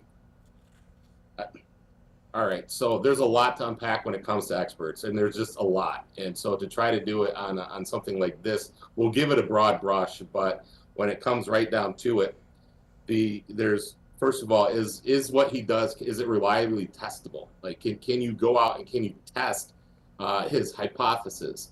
Has he been published? Has he himself looked at the facts of this case and used whatever his expert knowledge is? Or is he just bringing in just general expertise in an area? It sounds like there was a report that's been authored, and it sounds like the report is severable into several different parts. I don't know what that report says, and we're about to find out what is part of it's going to be admissible and what's not. So I don't know what that report says. Again, this is oftentimes why you bring this well in advance of trial. I know I've done a lot of these 702 challenges, and usually the judges are deciding these months, if not even a year in advance of trial, on whether or not the expert's going to be allowed to testify. Oftentimes you want to find out just so you got to, if you need to bring in your own counter expert. And again, does this shift this? The whole thing is this something that's even a thing? And apparently it is a thing. This officer created jeopardy, and Mr. Borgola asked, well, how many times have you actually testified in a criminal case? Because it seemed like all his testimony had been in civil cases where we have different standards than we do in criminal cases. And so, I don't know. If the judge is wrong, this gives Mr. Schurr an incredibly large appellate parachute if he is ultimately convicted. Which is my simple takeaway on it. And I wanted to bring back in Sarissa. Sarissa, something interesting that you mentioned is keeping the jurors entertained. You know, yesterday we saw 8 people and it seemed to go very fast. The testimony seemed to be on the shorter side. But today we've only seen 2 experts, one of those experts now coming back for the second time. In your experience, how do you keep the jurors engaged in the case, especially when you're talking about very specific things? It's really hard because this testimony, you know, it's for the jurors, but it's not really for the jurors. But you need the jurors to understand the information so that well, I guess I'd say this, it's absolutely for the jurors, but as a trial lawyer, you need to recognize that they're not listening to every detail. They're just not. And so you try to get your big points out there to be supported then by the smaller points that make up, you know, the testimony. You hope that the jurors recognize, even if it's not, you know, really exciting testimony, that they're there to do a job, and it's their job at that point to listen to the information. And I think that by and large they do. I mean, sometimes you might see some people kind of zoning out or nodding off or whatnot, and I'd like to say that doesn't happen, but it definitely does. But you just hope that they do the job that they've been sworn in to do. And in my experience, jurors do take their job seriously. They recognize how serious, you know, particularly this one, that it's a homicide trial, right? You know, they realize that this is a big deal, that it's super important, that people's, you know, futures are on the line, and that they do the job that they're supposed to do. And you also hope that the judge grants some breaks in there so that they can get up and move around. That is helpful. And Tanya, I wanted to bring you back in because you mentioned something about these 2 experts being what looked like unicorns. And I want to specifically talk about the second gentleman we heard from. He seemed to give a lot of pushback, not necessarily pushing back against the questions, but saying, how do you want me to answer this? What are you specifically asking? What's your take on how that testimony, both for the defense and prosecution, how is that going for a trial like this? Well, a couple of things to remember. That voir dire took place outside the presence of the jury. And I think the professor was trying to make sure he was answering specifically what was being asked. And you'll notice most of the time he pushed back, he was saying, and I don't even know if we can call it pushback, but he was saying, look, that's a legal issue beyond what I'm being brought here to testify about. And he also indicated that he's not an expert in Michigan law. So he was really trying to keep what he was testifying to focused in on his area of expertise. But I'd like to bridge that back to something Andy said. And as we watch his testimony unfold, and as we watch the cross-examination of this, it's really important to watch how the lawyers handle the questioning about Schurr's state of mind at the time these events happened. Because at the end of the day, the prosecutor has to prove, right, that Schurr caused Mr. Leola's death and that he intended to kill, but he also has to prove that it wasn't justified. And for it not to be justified, he has to show that Schurr did not have a reasonable fear of imminent death or great bodily harm. And we'll tie that back to Mr. Borgula's cross-examination during voir dire of the expert. He was trying to get to the point with the judge that, look, this, the officer created jeopardy doesn't have anything to do really with what was going on inside Mr. Schurr's mind at the time. And that was the argument he was trying to make, because the expert had 7 conclusions he reached in his report. And it doesn't seem like the defense was arguing against some of those in the context of officer created jeopardy, but it was that last one, number 7, about what Schurr was thinking at the time. And that was the conclusion they were trying to prevent the jury from hearing. So that's crucial. What Mr. Schurr was thinking at the time he acted is crucial to whether the self-defense defense will work and prevent the prosecutor from obtaining a conviction. So to be curious to see how those all tie in. Well, Tanya, I have to ask, we're not sure if Schurr will take the stand or not.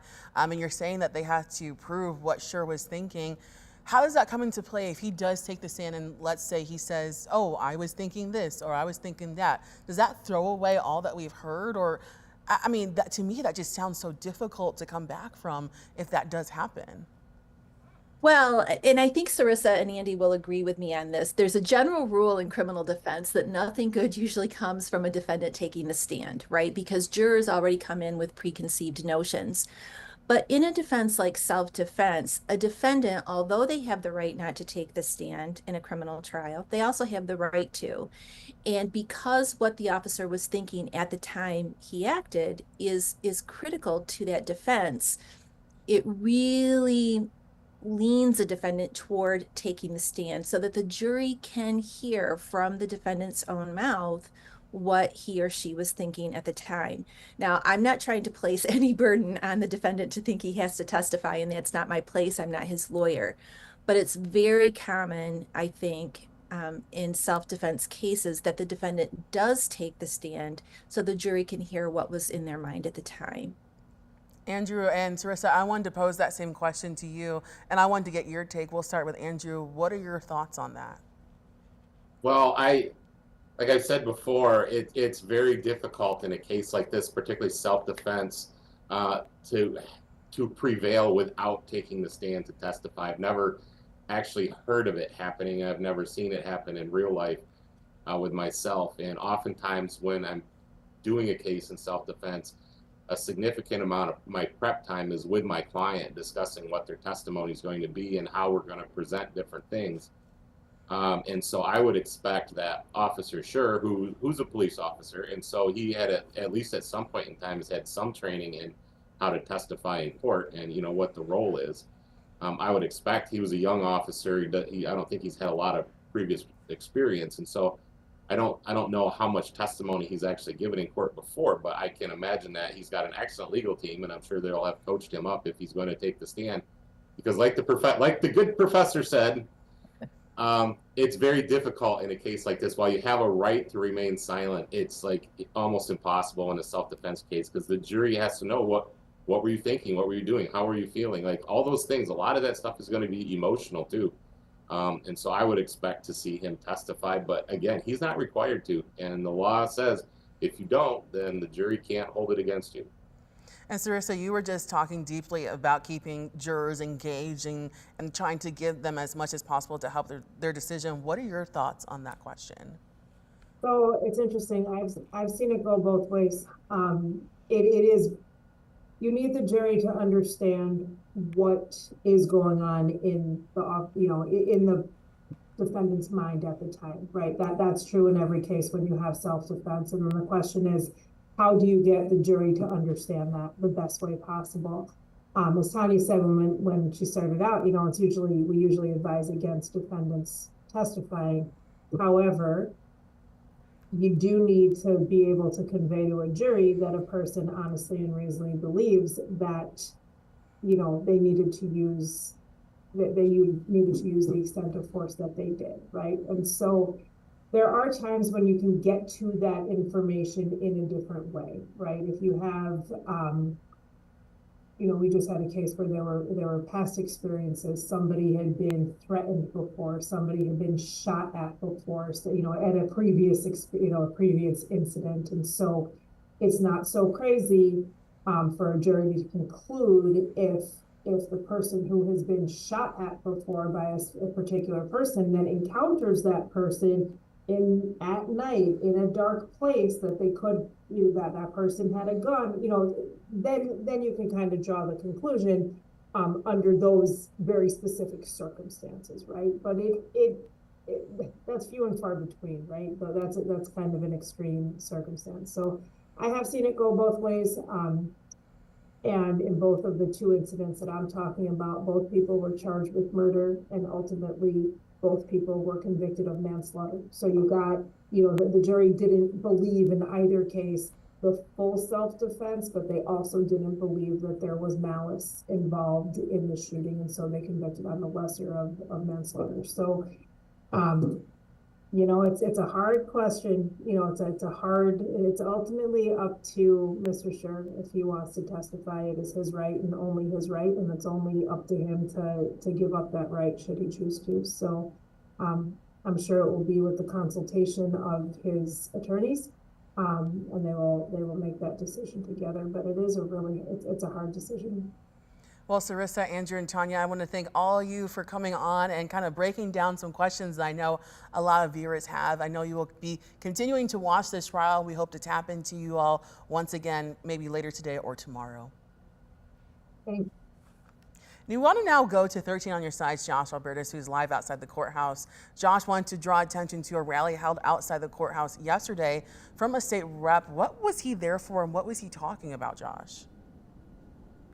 Yeah, it's actually an interesting piece of it, Lauren, because as you probably remember, you know, there had been some civil action as well from the Loyola family against former Officer Schurr as well on the civil side. This representative was here yesterday kind of calling that press conference. He's from the east side, but he was coming here around this trial to talk about what he says was a bill that would change the self-defense law here in Michigan when it comes to both the civil and criminal aspects of this, because what he was saying was that many times people may still have to prove their civil immunity in cases, even if in some of those instances they were already cleared criminally. So what he was saying, you know, you have people on either side. We're hearing some people down on the ground right now, you know, still demonstrating about this. You know, you have many people, of course, saying, you know, this was an unjustified incident, and what they see as justice is a potential guilty verdict. But, you know, you have others saying, you know, despite what they say is former Officer Schurr's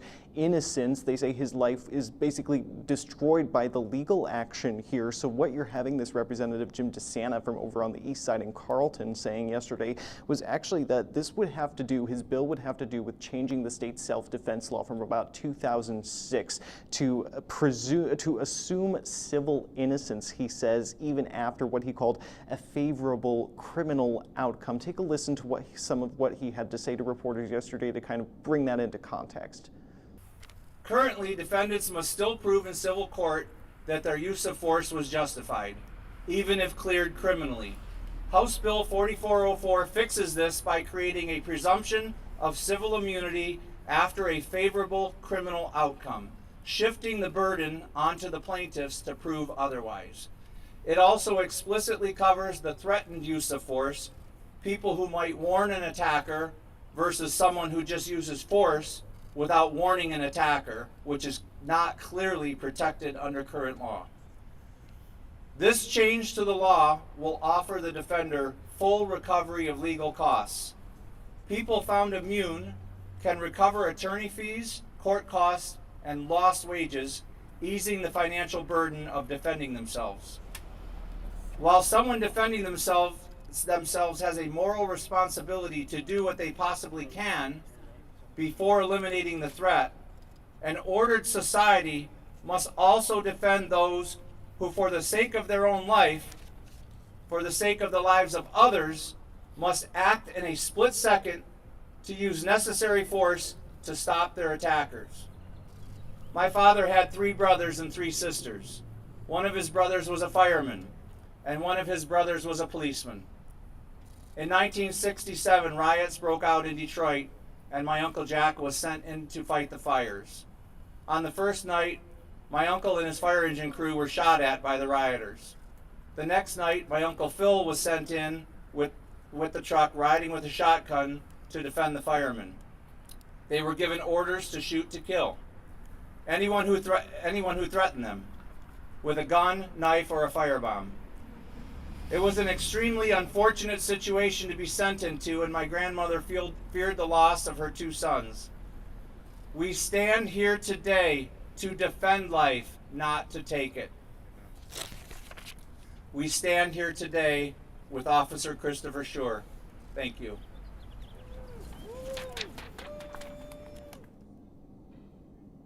And so obviously, as you were kind of hearing there, you know, the legislative arms of Lansing, if you will, kind of reaching into this aspect as well. Obviously, we are going to remind, you know, obviously no verdict yet in this case, but people, you know, talking about changing the self-defense law for what they feel are cases akin to this going into the future, Lauren.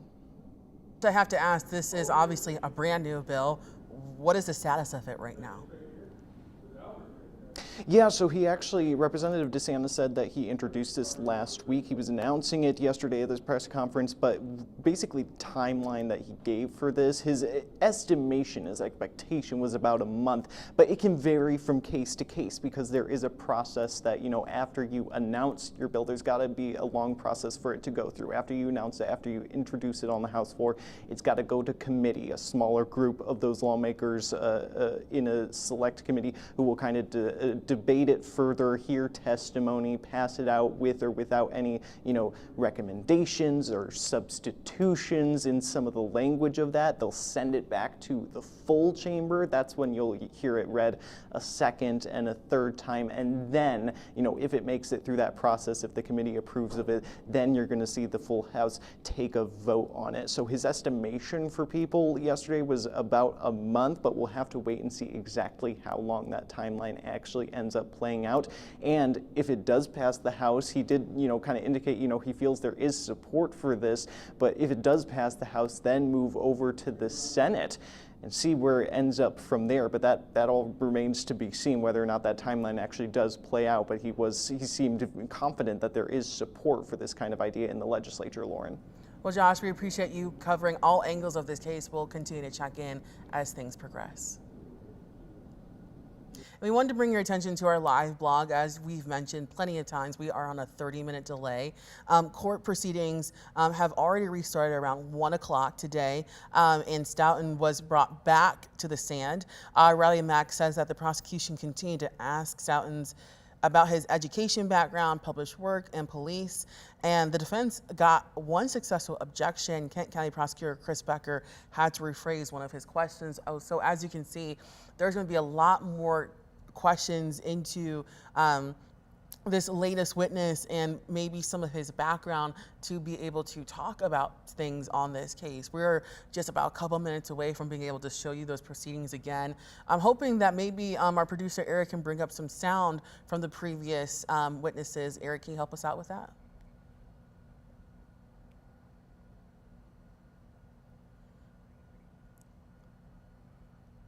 Okay, we're going to bring up some sound from the expert. When you find the taser was deployed in that report, is that true?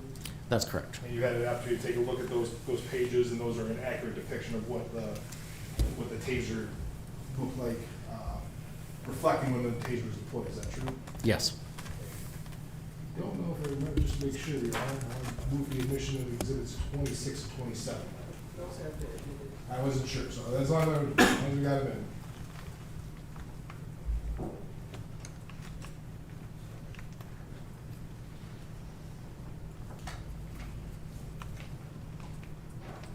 So this is exhibit 26. You're just talking about it a little bit. Can you tell what we're looking at here? Yes, so this is page 19 of my report, and I include screenshots from the body-worn camera from Officer Schurr. And this shows the reason to screenshots is to kind of show the movement. But you can see this is right when the weapon is being deployed the first time, so cartridge 1 is being deployed. And the subject, you can see his hand pushing, so he pushed the weapon away right before it was deployed. So the probes did not hit his body. So you can tell it didn't hit anything. How can you tell that? How does it register? There's a few different ways. One is looking at the probes. The spears were bent. Typically, if they hit flesh, they don't bend. So they hit a hard surface. We don't know what that surface was, but they hit something hard. And the second way is the weapon records in a pulse log. Every pulse, I mentioned the 22 pulses per second, every single pulse that it tries to generate, it records the output charge that it delivered and the voltage across the capacitors when it was discharging. And those tell a story of what what the weapon discharged into.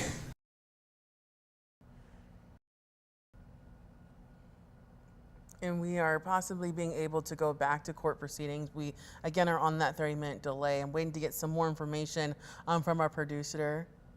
And we're just gonna chat here for a few more seconds, but proceedings are getting ready to start again.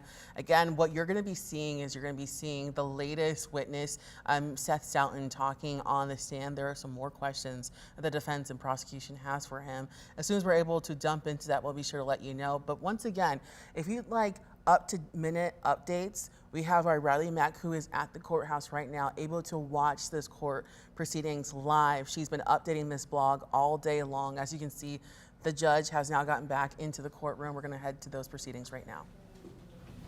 Nothing to Your Honor.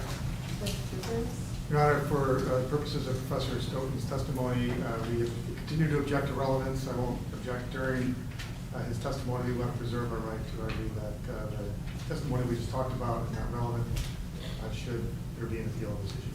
Are you saying that generally accepted police practices and principles are not relevant? No, Your Honor. I'm saying that Professor Stoughton's testimony is not relevant. Okay, I think that's what he's testifying about. So His opinions are not relevant. okay. Okay. Maybe you've made your argument, so appreciate it, or your objection. All right. And so, anything else, Mr. Guardiola? Before the jurors come in? No, Your Honor. Okay. We'll have them come on back in.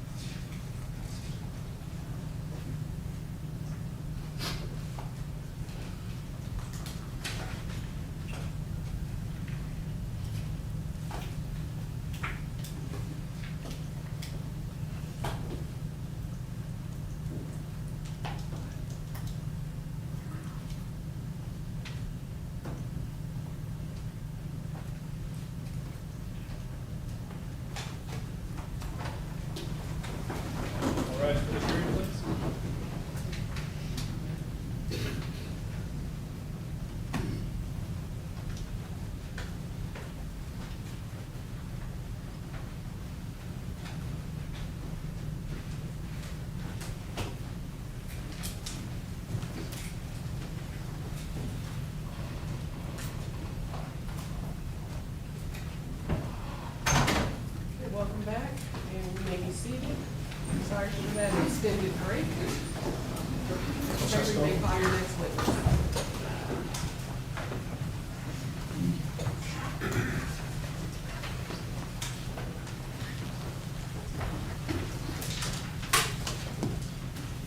And I'll remind you that you're still under oath.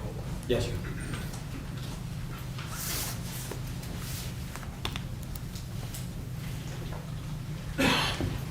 Still under oath, but just for the jury's benefit, since you weren't here for the first time, we kind of went through this, could you state your name and spell it for the record? My name is Seth Stoughton, Sethstou Ghton. Could you tell the jury what you do for a living? I'm a professor of law at the University of South Carolina, Joseph F. Rice School of Law, and the faculty director of the Excellence in Policing and Public Safety program there. I guess I could split that up. Could you tell the jury how long you've been just purely a law professor at the University of South Carolina?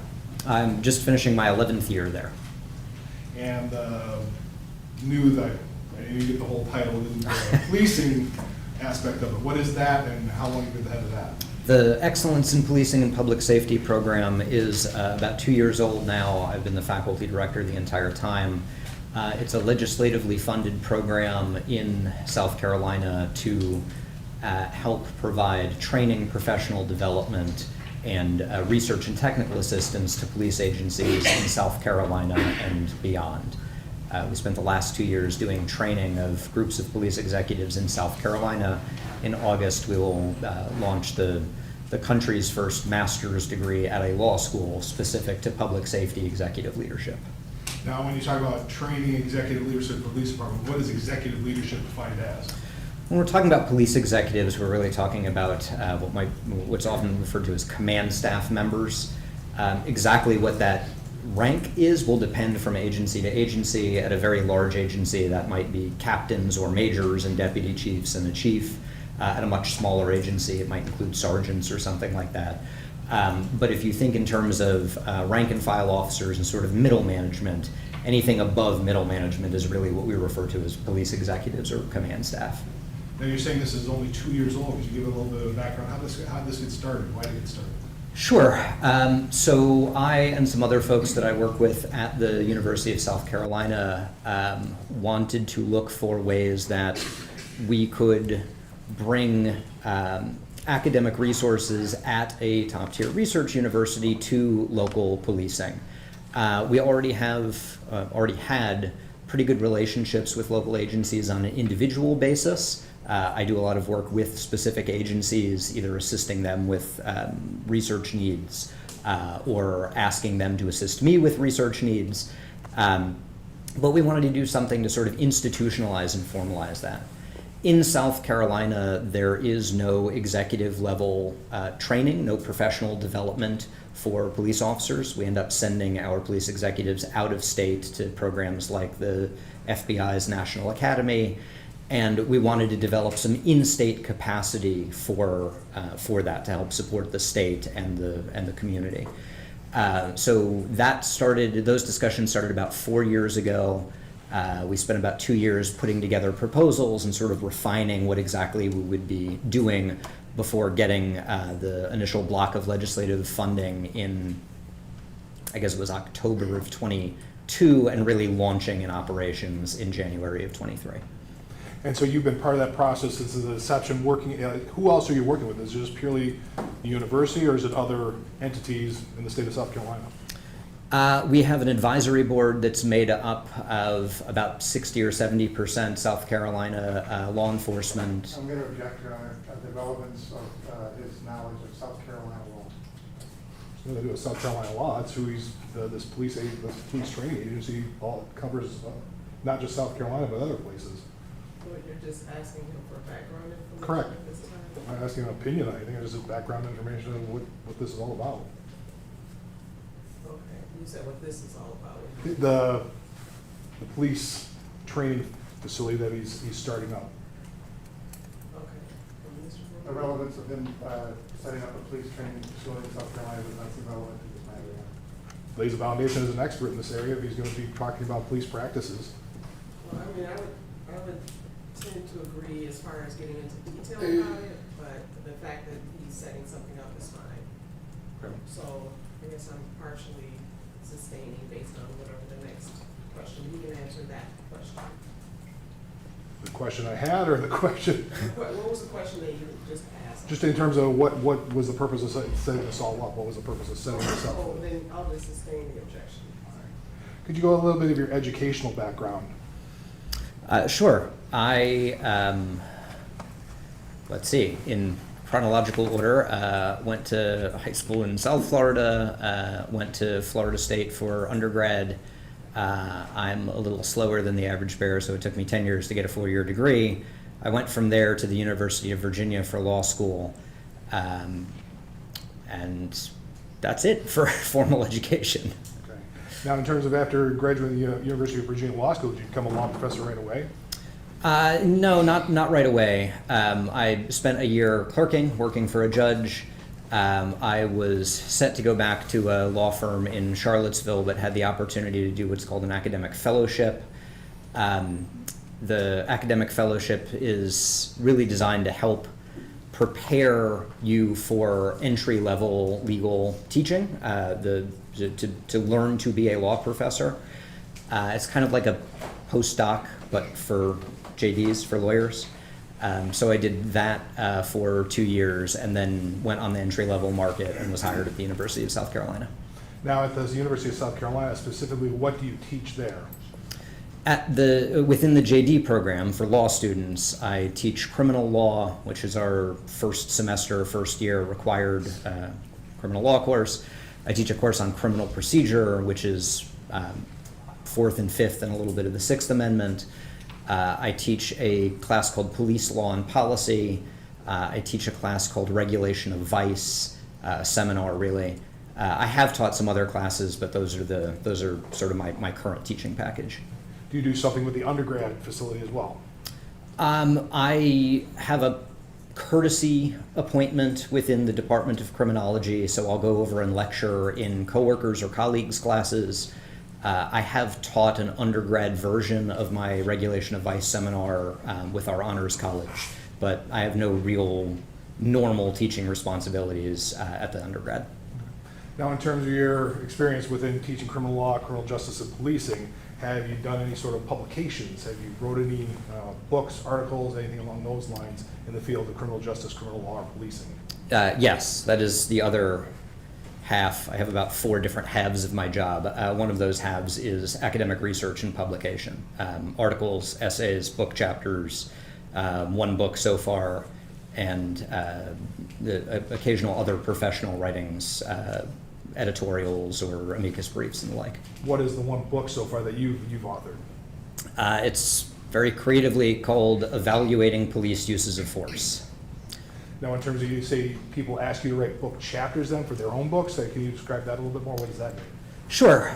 So there are academic books that are written by a single author that follow a sort of arguments or series of arguments. There are other academic books that are edited volumes of collected chapters where every chapter is written by a different author presenting something about whatever the overall topic is.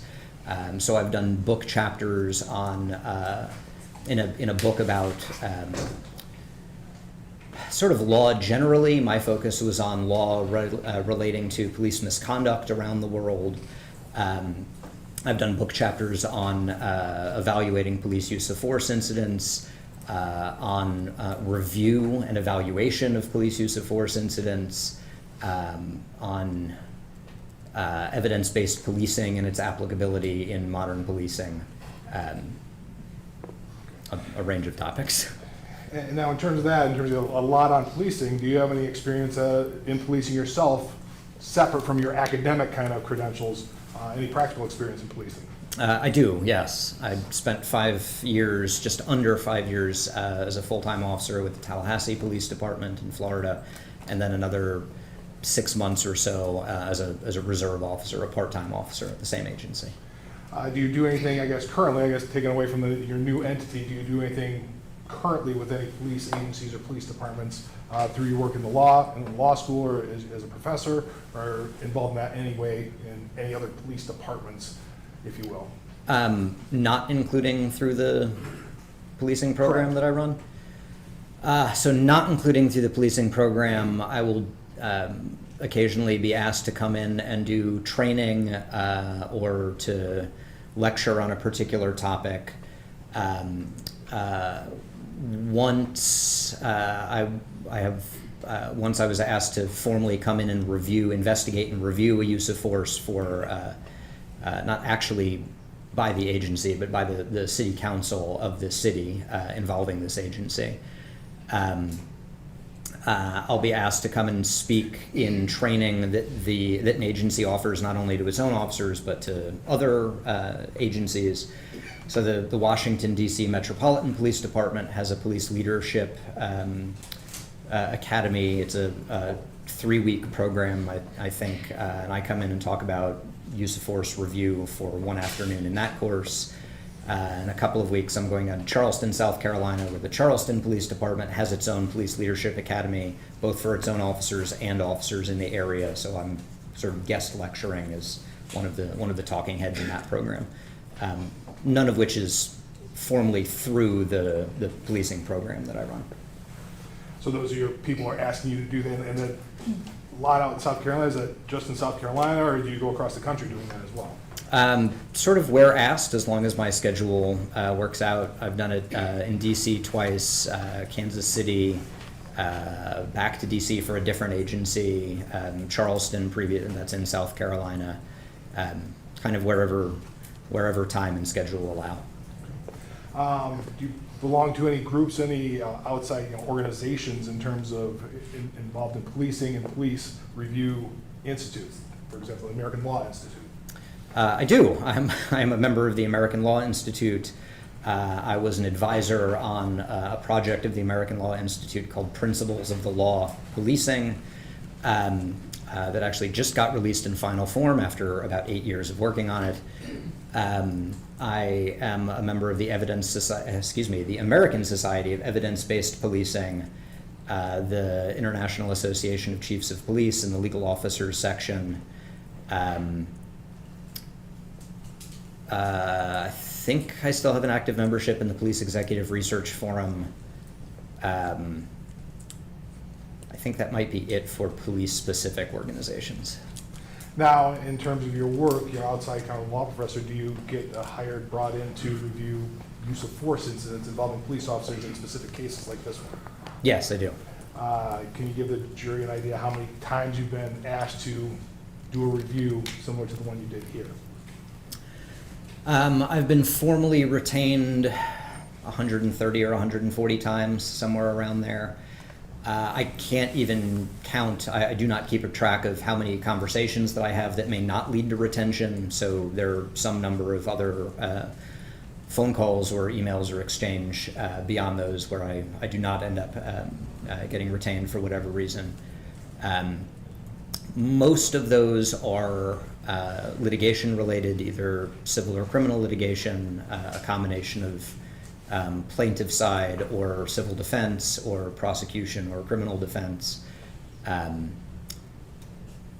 There are some non-litigation retentions where it's sort of strictly a consulting capacity, usually as a subject matter expert through a federal grant, a Bureau of Justice Assistance grant or something like that.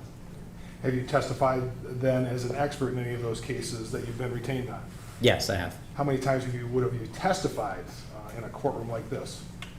In court, in trial, somewhere in the area of 24, 20, 24, maybe a little bit more than that.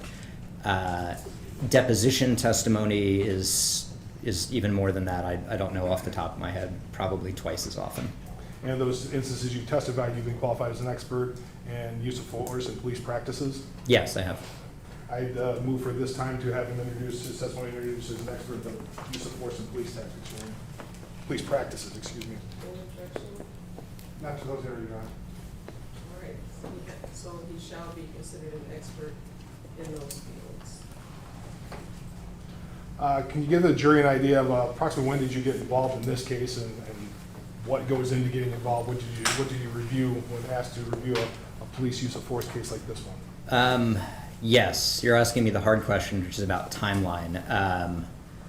I don't even remember the timeline that I got involved. I could try and look at my retention agreement, that would remind me, but it would be right around there. So I don't advertise as an expert. I don't have a website or business cards. I basically get emails or phone calls from other folks who have passed my name around. I forget if the initial contact here was an email or a phone call, but it was one of those things that asked to set up a conversation about whether I could be potentially useful in this case. Now, in terms of when you decide to take on a case, what is your process? What do you do? What do you look at?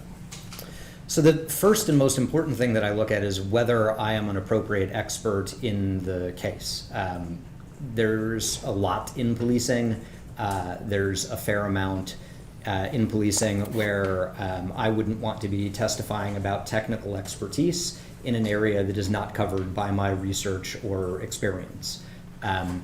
With tactics and use of force, those cases are pretty sound. That's well within my wheelhouse. Sometimes with other cases, that's an easy way for me to weed out retentions.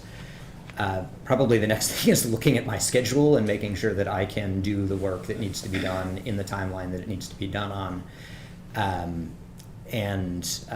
Sometimes that will involve a preliminary review where I look at maybe 20 minutes of worth of material, a short video or something like that. We did not do that in this case, as I recall. I think we had a preliminary discussion and then engagement, and then I'd actually start the review. I get the body of material that is shared with me and start the review process. Before we get into it a little bit more, you talk about tactics and use of force being kind of in your wheelhouse. Could you describe to the jury what you mean by, first off, what are tactics? What are tactics that are in your wheelhouse? What do you mean by that? Sure. In the policing context, tactics are how officers navigate and mitigate potentially risky situations. It's the decisions, the procedures that officers use to help keep themselves safe, and because they are safer, the community members that they're interacting with are also safer. There are a couple of different definitions of tactics, but they all come down to making a decision to balance competing priorities in a way that allows officers to achieve whatever the police mission is in that individual interaction in the safest manner that the situation allows. There are a bunch of different kinds of tactics. I'm sure we can get into some of that, but sort of as an overview, tactics are just how officers manage risk and prevent risk from escalating to the point of being a threat, or a threat from becoming a full-blown actual injury or harm of some type. And what about the use of force? You kind of separate that out. What does use of force mean to you in this aspect? Yeah, in the way that I'm using that term, use of force is really about the application of coercive physical force.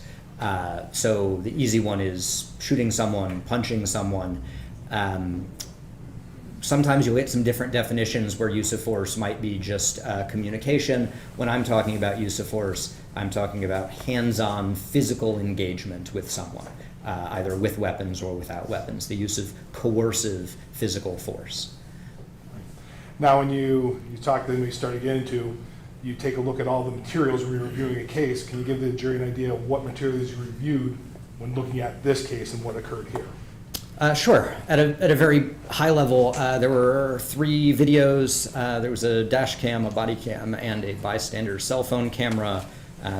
There was an investigation and documents related to an investigation. There were some agency policies and procedures, some training documents.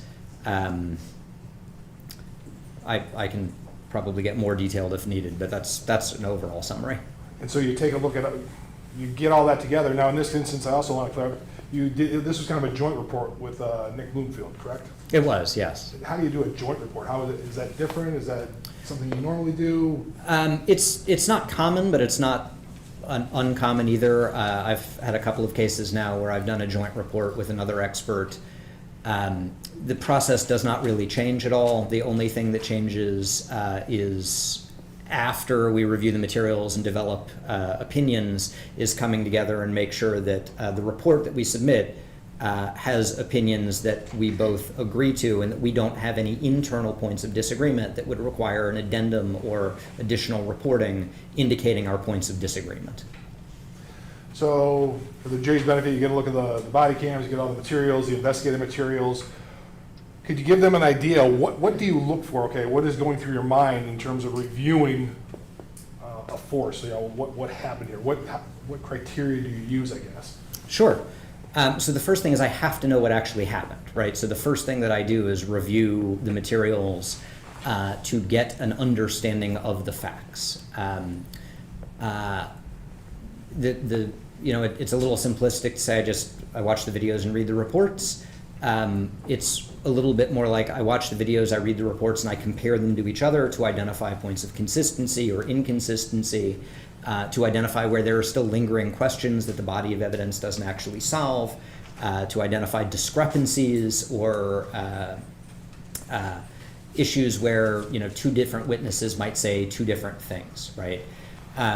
As an expert, it's not my job to figure out who is telling the truth or figure out which discrepancy is accurate, or which piece of evidence in a discrepancy is accurate or inaccurate. So normally what I do in cases like that is I just make note of this discrepancy and say, hey, there is, this person said X, this person said not X, right? Said something different.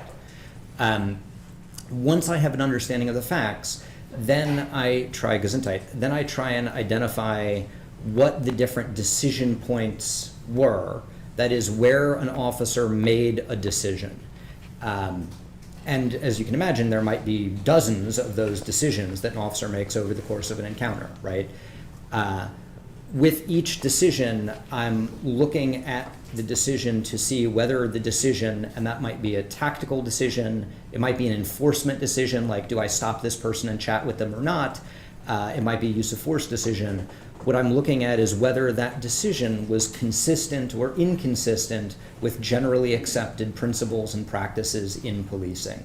Does it meet that sort of professional degree of commonality that we expect professional officers to be able to meet? Can you go into that a little bit more? What exactly is generally accepted police practices, and what does that mean to you and for the jury's benefit? Sure. Again, this is a little colloquial, but when we're talking about generally accepted principles and practices, and I can define those two things separately, if you went to a reasonably well-trained officer at any agency, pretty much anywhere in the country, and you said, is this more or less the way you do things? If they say, yeah, that's more or less the way we do things, that's probably a generally accepted practice or generally accepted principle. This is a little bit tricky in policing because we don't have a single authoritative body in policing that sets out what generally accepted principles and practices are, right? In accounting, there's something called the generally accepted accounting principles, and all accountants have to use that. We don't have that in policing. We have about 18,000 different police agencies across the country, some very, very small, some very, very large. So when we're trying to identify generally accepted principles or practices, we're asking what has sort of bubbled up from below. What do all of these agencies, what do officers do? What is common and generally accepted as the standard for professional policing across agencies? You can find information about generally accepted practices reflected in an agency's policy manual. You can find it in statements or publications by police organizations like the International Association of Chiefs of Police, or the Police Executive Research Forum, or the National Police Foundation. But it's not authoritative because the International Association of Chiefs of Police said it. It's easier to flip that and say the reason that the International Association of Chiefs of Police is saying that in something like a national consensus policy or national consensus paper on use of force is because it is so common that it is generally accepted. Now, can you get into a little bit in terms of what factors do you consider when you're looking at an incident? What are the factors as an expert you consider when reviewing tacticals or police use of force? What are some of the factors Sure. taking into account everything? The ultimate question for tactics when I'm reviewing them is really what are the tactical risks of what the officer is doing and what is the benefit of what the officer is doing, right? Officers, as one resource puts it, officers work in risk soup. They're constantly in situations that are dynamic and maybe uncertain. So they have to make this series of decisions without fully accurate information. So what risks do they take? And what risks do we say those are not professionally appropriate risks anymore?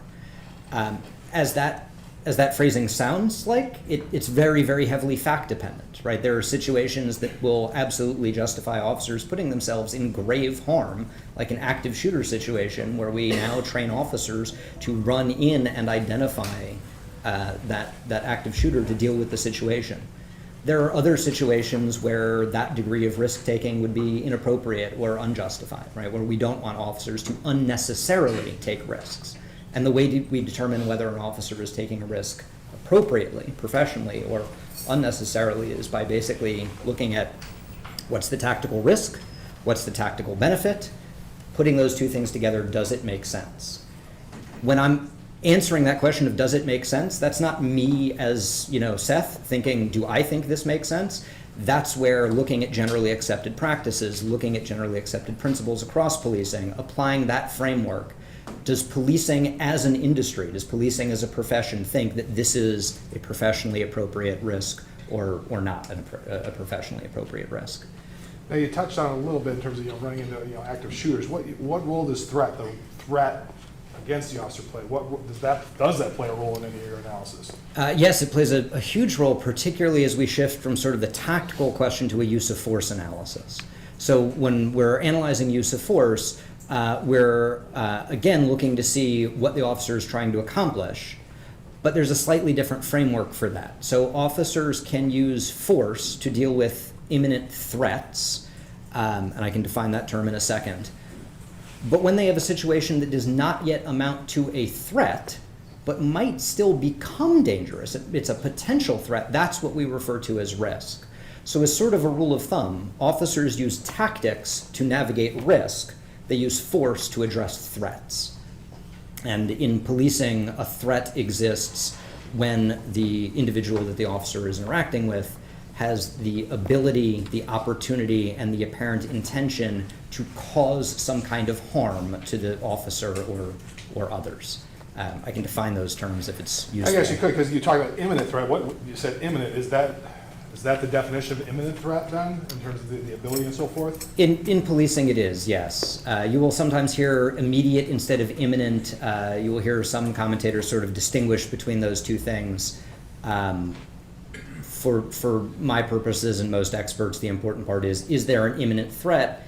And an imminent threat exists, or if you like, a threat is imminent and thus justifies a use of force when the subject has the ability, opportunity, and intention to do something, right? At that point, there is a threat of something that may justify a use of force. Can you go in a little bit more detail? What is the difference between imminent, or what is an imminent threat, and maybe something that's just concerning? Sure. Yeah. So really this focus on ability, opportunity, and intention. Again, I don't want to get too like carried away with specific language, because it's really the concepts more than the words. Sometimes you'll hear ability, opportunity, and jeopardy, or you'll hear ability, opportunity, and threat, or some combination, but it all kind of means the same thing. When we're talking about ability, we mean the physical capacity to cause whatever type of harm we're talking about, right? If an officer is interacting with someone who doesn't have anything in their hands, then that person might have the physical ability to hit an officer with a fist, but doesn't at that point have a physical ability to swing a weapon, as opposed to someone who's holding a tire iron. Now that person has the physical ability, the capacity to hit the officer with a tire iron. When we talk about opportunity, we're really talking about, is anyone vulnerable to that particular type of harm? If someone has that tire iron and they have the physical ability, but they're 60 feet away, they don't have any opportunity to hit anyone. They might if they get closer, but they don't yet. On the other hand, if they're within arm's reach of an officer, there is ability and there is opportunity to now use that tire iron as a weapon. The last prong is apparent intention. Does it look like the person is trying to do that thing, right? From the officer's perspective, does it look like the person is going to do that harmful act? So someone who has a tire iron that's within arm's reach of an officer, but they're chit-chatting on the side of the road while the guy changes a tire, might be a situation of risk. The officer could say, sir, why don't you put that tire iron down? Or the officer could back away and use distance as a tactical concept. Or the officer could interpose a vehicle between himself and the subject.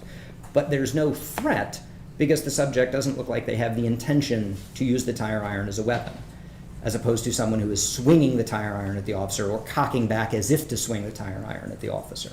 At that point, we have ability, opportunity, and intention, which means we have a threat that justifies the use of force. And so that use of force, it covers the spectrum in terms of, could be throwing a punch all the way up to deadly force. It's kind of the same analysis then?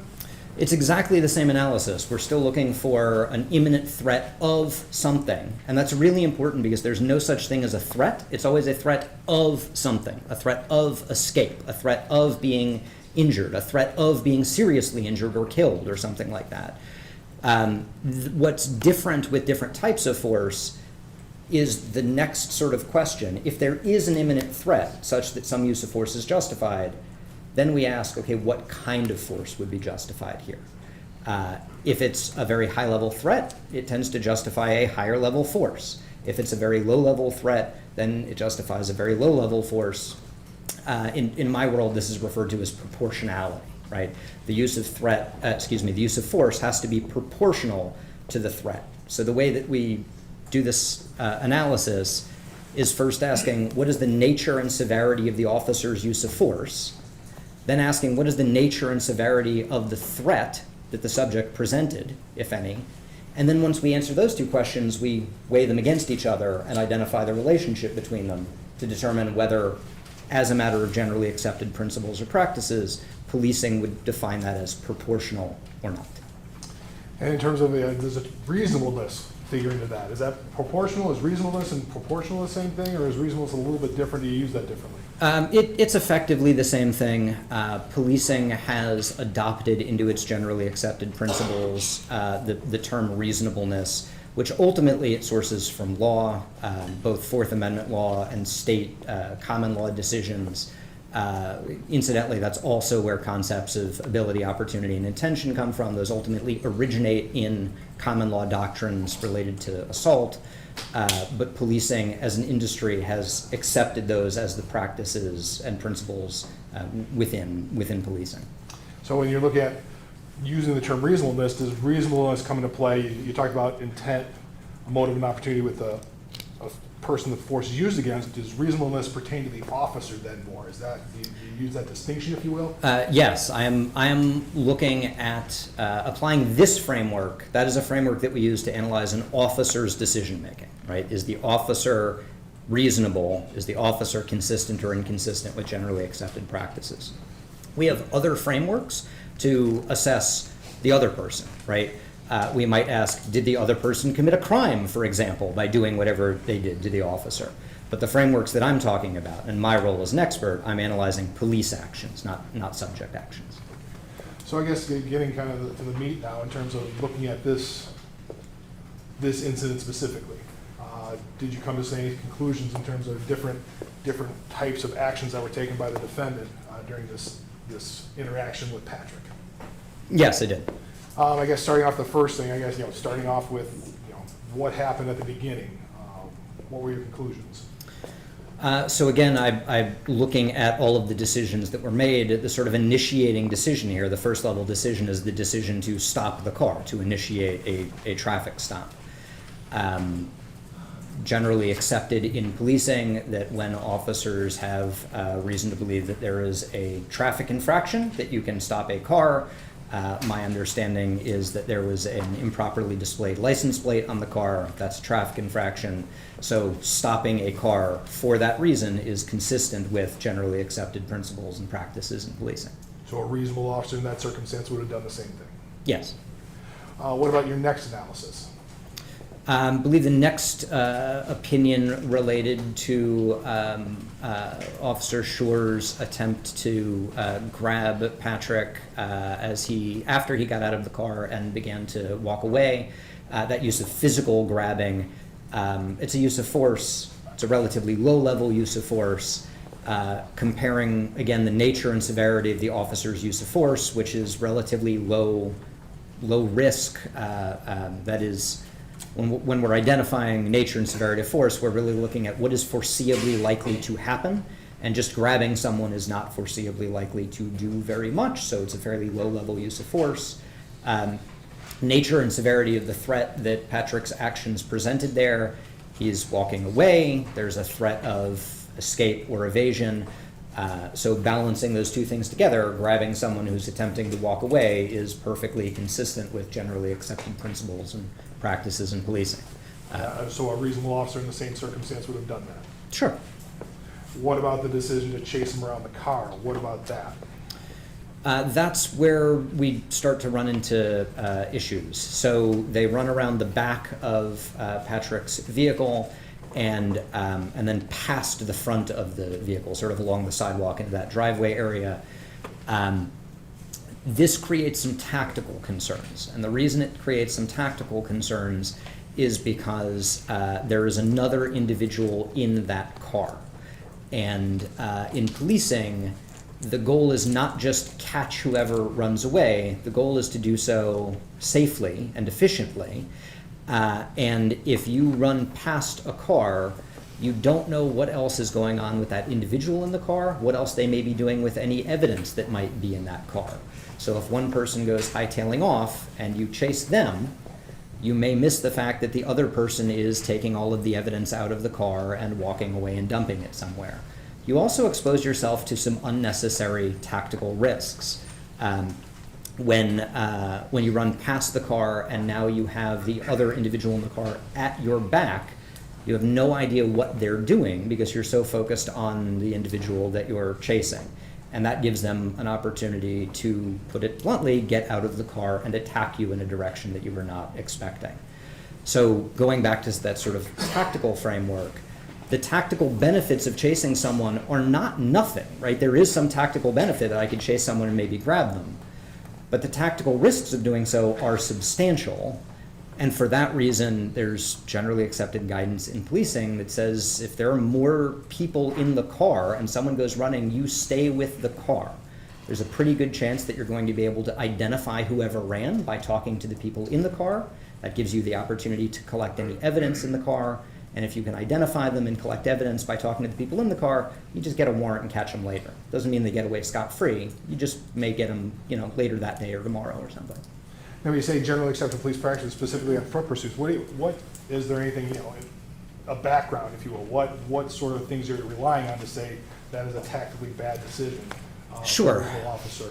Yeah, so there's now a lot of guidance on foot pursuits, including from the International Association of Chiefs of Police, the Department of Justice, and others that have pointed out that foot pursuits are an indication not just that someone is trying to escape, but that someone is more likely to resist at the end of that foot pursuit. If they're already running, they may try and push you off of them, or they may even be, direct violent or assaultive action toward the officer with their attempt to escape. So because of that reason, even ignoring someone else in the car, the general guidance in policing is that when you are chasing someone on your own, you do not actually want to catch them until you have another officer present, right? You want to keep them in sight until there are additional officers on scene so that, to put it bluntly, so it's not a fair fight, right? You don't want it to be a fair fight one-on-one. You want the officers to outnumber the person that they are attempting to take into custody. When you add other people in, and like the person sitting in the car, again, there are tactical considerations beyond just catch the person who is running, like the ones that we mentioned. So the International Association of Chiefs of Police, for example, reminds officers that they have to consider that totality of the circumstances, including other people who may be running or who may not be running, but may choose to involve themselves in the scuffle after that.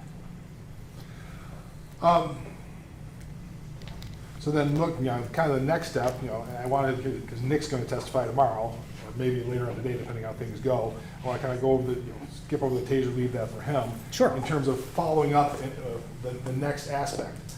Did you have an opportunity to take a look at Grand Rapids police policies and procedures as part of your analysis of all this? Yes, I did. Okay. I'm going to show you what's been entered into evidence as Exhibit 32. You recognize that? I do. And in terms of that document, that's one of the documents you reviewed as part of your analysis of this case. Yes. I think maybe it's a second or third page on that. There's a policy changes, if you will, 2020 policy changes. Yes. Is that on page 3 or 4? Can't remember. Policy changes is on page 4 here. Okay. I don't mean to interject, but didn't we have everything match what the professor is? Can I get a copy of Exhibit 32? Would you like to look at it? Yeah, just to kind of confusion.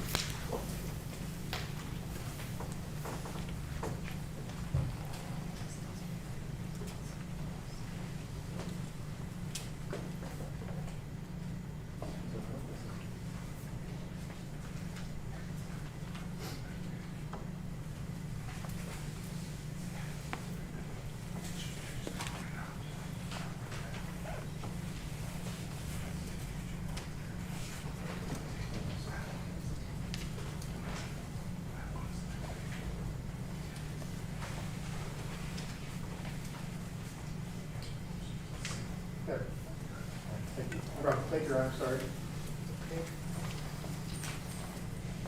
Reach the right spot. Thank you.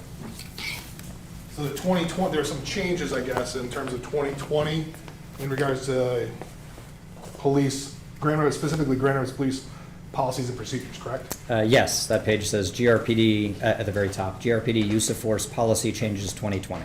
Now, in terms of the policy changes, was there any direction in terms of giving a warning before using deadly force? There is, this is number 3. Number 3 says require a warning before shooting, and then goes on MOP 9-1.64. Whenever reasonably possible, officers shall provide verbal directives before deadly force is used. Now, in terms of, you knew that, did that factor into your analysis in terms of when you're trying to make a decision on the use of force, the ultimate use of force, which you're called in for in this case, did that play a role in your decision? Sure, yeah. In sort of two ways, right? One, everything that I looked at factors in, right? Everything in the case file factors into the decision making, even if it ends up not being dispositive. In this particular case, one of the opinions that Nick and I developed after reviewing the materials is it would have been feasible in this case to give a specific warning about the use of deadly force prior to that use of force. And why is that? Why was it feasible, or why is that? Because there was time to do so. There are at least several seconds prior, even while Officer Schurr is reaching for and drawing his gun, that would have allowed for a specific warning about the use of deadly force. Now, in terms of that, you've talked about generally acceptable police practices. Does that also, this policy also reflect that, if you will, in terms of, is that something that's required now, or at least across the country? It does, yes. So it is certainly a generally accepted practice now that officers give a warning, and I want to emphasize when feasible, because the situation does not always allow for it, but that officers give a warning when a warning is feasible, when it is reasonably possible to give a warning. It's generally accepted in policing that they should give a warning prior to using deadly force. That actually got incorporated into generally accepted police practices after a Supreme Court decision in 1985 that sort of made the same point. Now, that was in a legal context, but police practices adopted it as a generally accepted principle or practice within policing. Now going into a little bit further in terms of, I guess I'll go right here. Can I use the video? Some of the stuff that we're introducing are procedures by the GRPD. We don't want to put those on for the media. These are policies that are already out there in the open, so I'll refer directly to them. This is still part of Exhibit 32. Sure. We're looking at 9-1.1. Since you're here, looking at paragraph 3. Do you see paragraph 3? I do, yes. And this would be the use of force policy, if you will, for Grand Rapids Police? Yes. And you reviewed that? I did. What are your thoughts? As an expert, is this generally what's out there for other departments? Is this sufficient? Can you give an idea how this factored into your decision? So this is a pretty casebook reflection of generally accepted practices in policing. Policing limits the use of deadly force to those situations where there's an imminent threat of death or great bodily harm. Policing typically says that there are two ways that can happen. One is immediate, one is through escape, and you see both of them sort of outlined in B3 there. Again, the wording might be ever so slightly different, reasonable threat instead of imminent threat, but the concept is certainly is reflective of generally accepted practices in policing. Moving down now to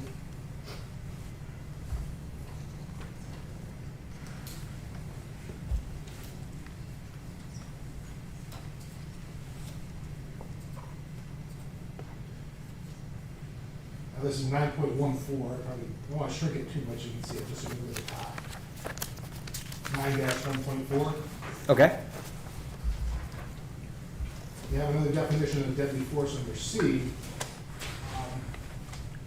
I want to object to the record. The policy that the witnesses testified about is from 2017, and the policy that was in place may be very similar, but it's has not been established that this policy was in place at the time of the incident. So he's testifying about something that's completely irrelevant. I think this is the same policy that they were trained on. This is part of the training that was given to the officers at the time, so they can rely on it. At which time? This was back, I don't have the thing, this is 2020, that policy 2017 at the bottom, but this was also given in 2020. So this is still part of the same policy, and this is part of the training that was given to Officer Schurr through his career. Yeah, there's clear policy from January 19, 2021 that came from GRPD.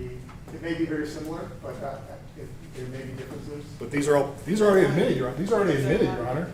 Right, is that admitted as an exhibit? It's already admitted as an exhibit, so This one is admitted, the 2017 policy has been admitted. Okay. But And so it's your not, objection it's is- relevant. What does it matter? Are you saying that the exhibit's not relevant? Right. But it's Well, I'm already saying his admitted. testimony's not relevant. I didn't know the relevance. So his testimony about an admitted exhibit, I would think would be relevant because it's already admitted. To the extent that it's different, then obviously that would be something you can admit if there's a newer, different policy. You can certainly move to admit that, but because this was admitted without objections, it's And already also, in evidence, so. if we could get some explanation for why this witness who is not an expert on GRPD policy, if it provided the basis of his opinions, then I don't know if that's going to establish either. So that's more of a foundation. that's what I just asked him. In terms of what, That he's an expert on GRPD policy? no, what role did this play in his decision? Okay, so I'll allow him to answer that question. Maybe it didn't play any role because then that would be a kind of a moot point. So I just can answer that question, but again, I can't say that the exhibit's not relevant or that this witness's testimony regarding an admitted exhibit is irrelevant because he can only use the facts that are in evidence and information that is in evidence and the exhibit is in evidence. So you may answer that question if you're interested. Could you ask that question one more time? Sorry. This was one of the things you reviewed as part of your analysis of this entire case. Yes. And looking at 3C, they talk about objectively reasonable control of the situation. Is that a term you're familiar with? It's 3C under 1.4. Yes. What does objectively reasonable mean to you? That is the phrase in policing that is the generally accepted standard for police uses of force. They must be objectively reasonable. That language, generally accepted in policing, after policing adopted it from a 1989 Supreme Court case. And so that's part of the analysis, not only for GRPD, but that's something that you're familiar with and used in your analysis of this case. Yes.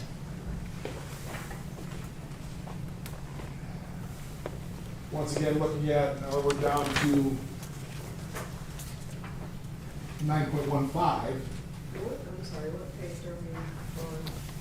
Then the page there is just policy 9-1.5.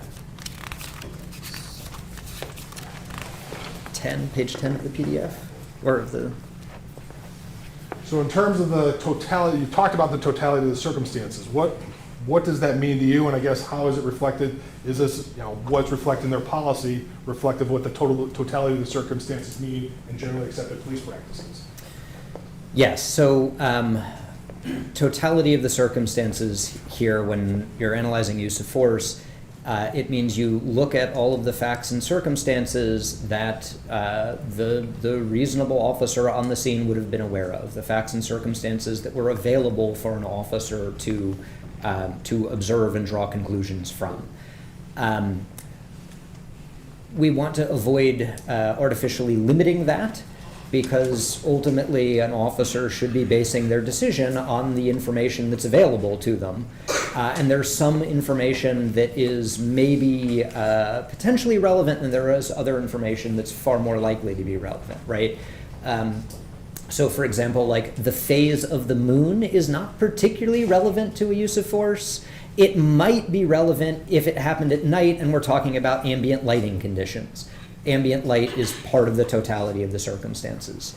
What I see this list of 1 through, it goes down to 15, as is a summary of relevant or potentially relevant factors that can make up, don't necessarily, because they may not be present in every case, but they can make up the totality of the circumstances that we review in determining the threat that the subject presents and whether the officer's use of force is proportional to it. And so this listing here for Grand Rapids policy is also what is used out in the generally accepted police practices as well. Sure, you don't always see it as a list. In our book, my co-authors and I provide a similar list. We break it up into 3 different aspects: a list of officer characteristics, a list of subject characteristics, and a list of environmental or situational characteristics. But they're all basically the same, right? I'm not saying like this exact list is something that you can find in every agency. But again, if you talk to officers at every agency and said, could this matter in the use of force analysis, they'll say, yeah. And there's probably stuff that's not on this list of 15 that could also factor in to the use of force analysis, like ambient light conditions, which are not actually on the list. Why would ambient light conditions? That seems like kind of a random thing. It depends on what an officer can see or can't see, right? How well an officer can actually see what's going on and what conclusions they draw from either good visibility or limited or bad visibility. That can definitely matter. They did with that one thing, going back to the 2020 changes, going back to, I think, page 4. Yes. Things we can't put on. Page 4, I'm there. Was there anything about reasonable alternatives being exhausted before use of deadly force? There is point 4 says require that all alternatives be exhausted before shooting, and the note is already in MOP 9-1 under escalation and de-escalation of force. So all reasonable alternatives exhausted before shooting, is that a generally accepted police practice? This one gets a little bit tricky. In most contexts, yes, but we have to be careful in how we define reasonable alternatives, right? In the context of a shooting, officers are presumably using deadly force to address a threat, as mentioned elsewhere in that policy, to address an imminent threat of death or great bodily harm. So we don't, when we're talking about reasonable alternatives, we're not asking, is there something else that officers could have done? We're asking, is there something else that officers could have done that would have had a similar likelihood of addressing the imminent threat of death or great bodily harm? So as long as we sort of define what we mean by reasonable alternatives, yeah, that's fairly common. So ultimately, this comes down to the decision to fire on the cell phone video that you watched, correct? Yes. Can you give your idea? Was the decision with a reasonable officer similarly situated made that decision? Objection, Your Honor? Let's see. Can we approach? Yes.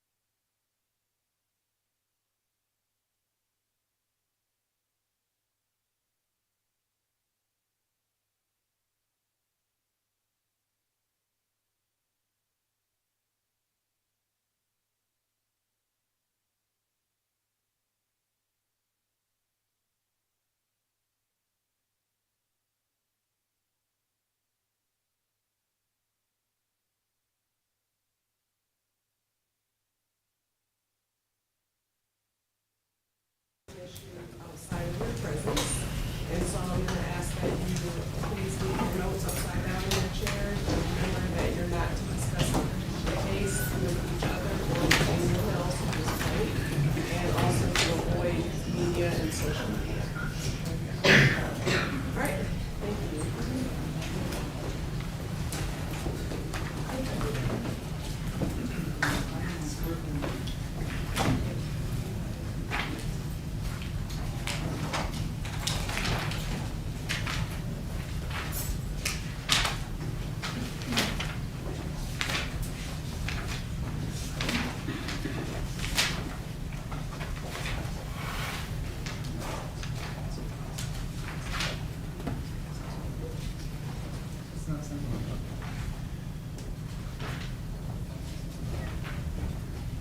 Thank you. You may be seated.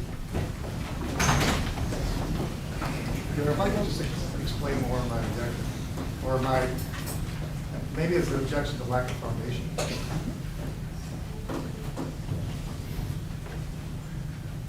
So you want Can I- to make more of a foundation? Well, I don't even know. Easy objection. And that's, I'm just confused, Your Honor. And the reason is, my understanding was that Opinion 7, Officer Schurr's use of deadly force against Mr. Loyola was unreasonable, excessive, and contrary to generally accepted police practices because he supposedly didn't know that there was a second, or he did know the second discharge had been fired, and therefore he wasn't in fear of great bodily harm or death, and therefore was unreasonable. And he hasn't gone through that. He's just saying, well, do you think in general that this was excessive?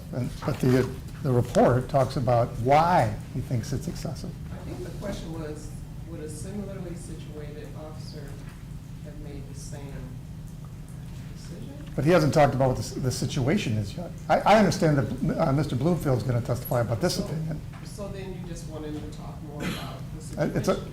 Or which expert is going to talk about this situation? Because he suggested that Mr. Bloomfield is going to talk about the ones involving the taser, and this one does. And then Mr. Stoughton is going to talk about, I think, the foot chase and the failure to give a warning.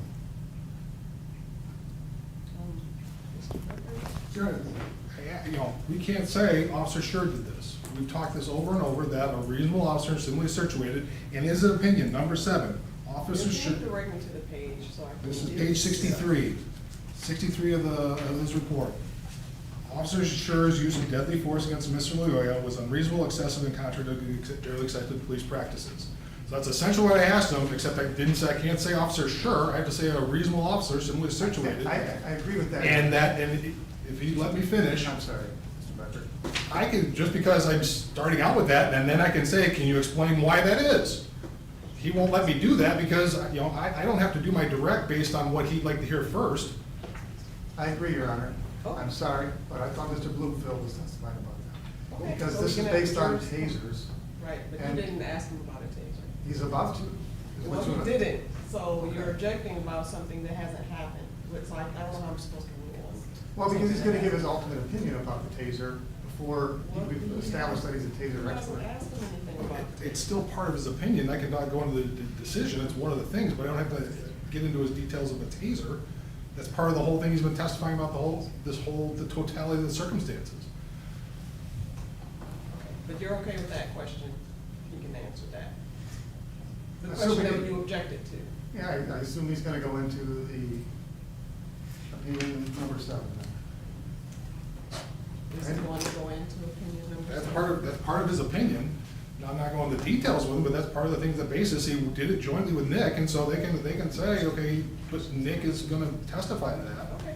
So you don't have the jurors come back in. That was a short break for them. What should I be able to voir dire Professor Stoughton on whether or not he's a taser expert, because that's the basis of this opinion. If he asks him a question that requires a response from a taser expert, then yes. Okay. But that question that he just asked, I don't believe does that. Yeah.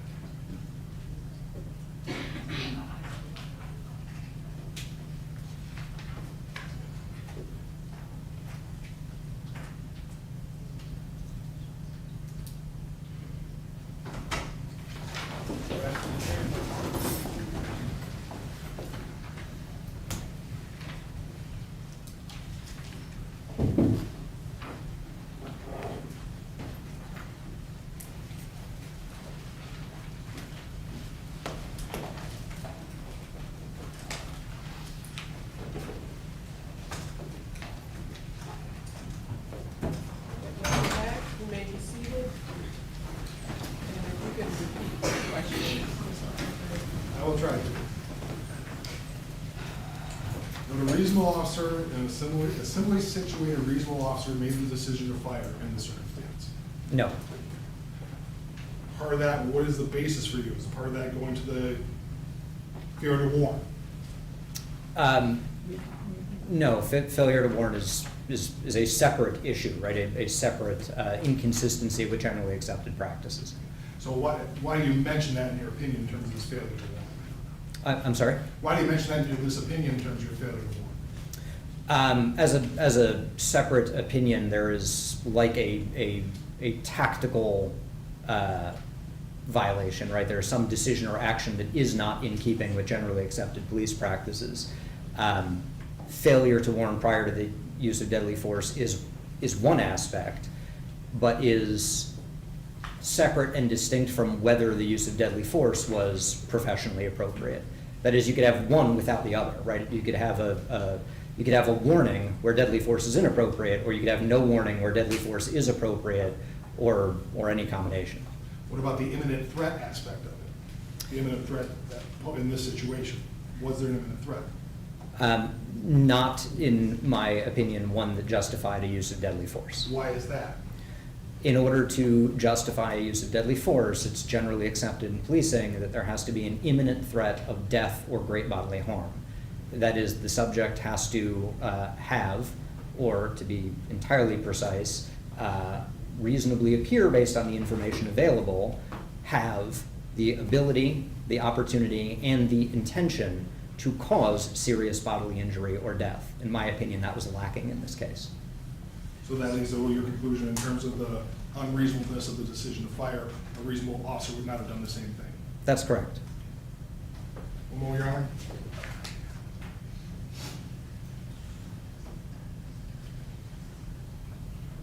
Thank you. I have nothing further.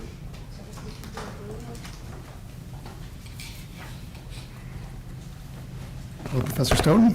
Good afternoon.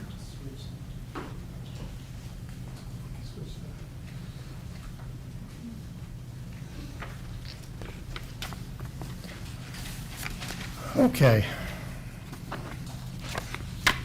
I want to unpack a lot of what you said here. Sure.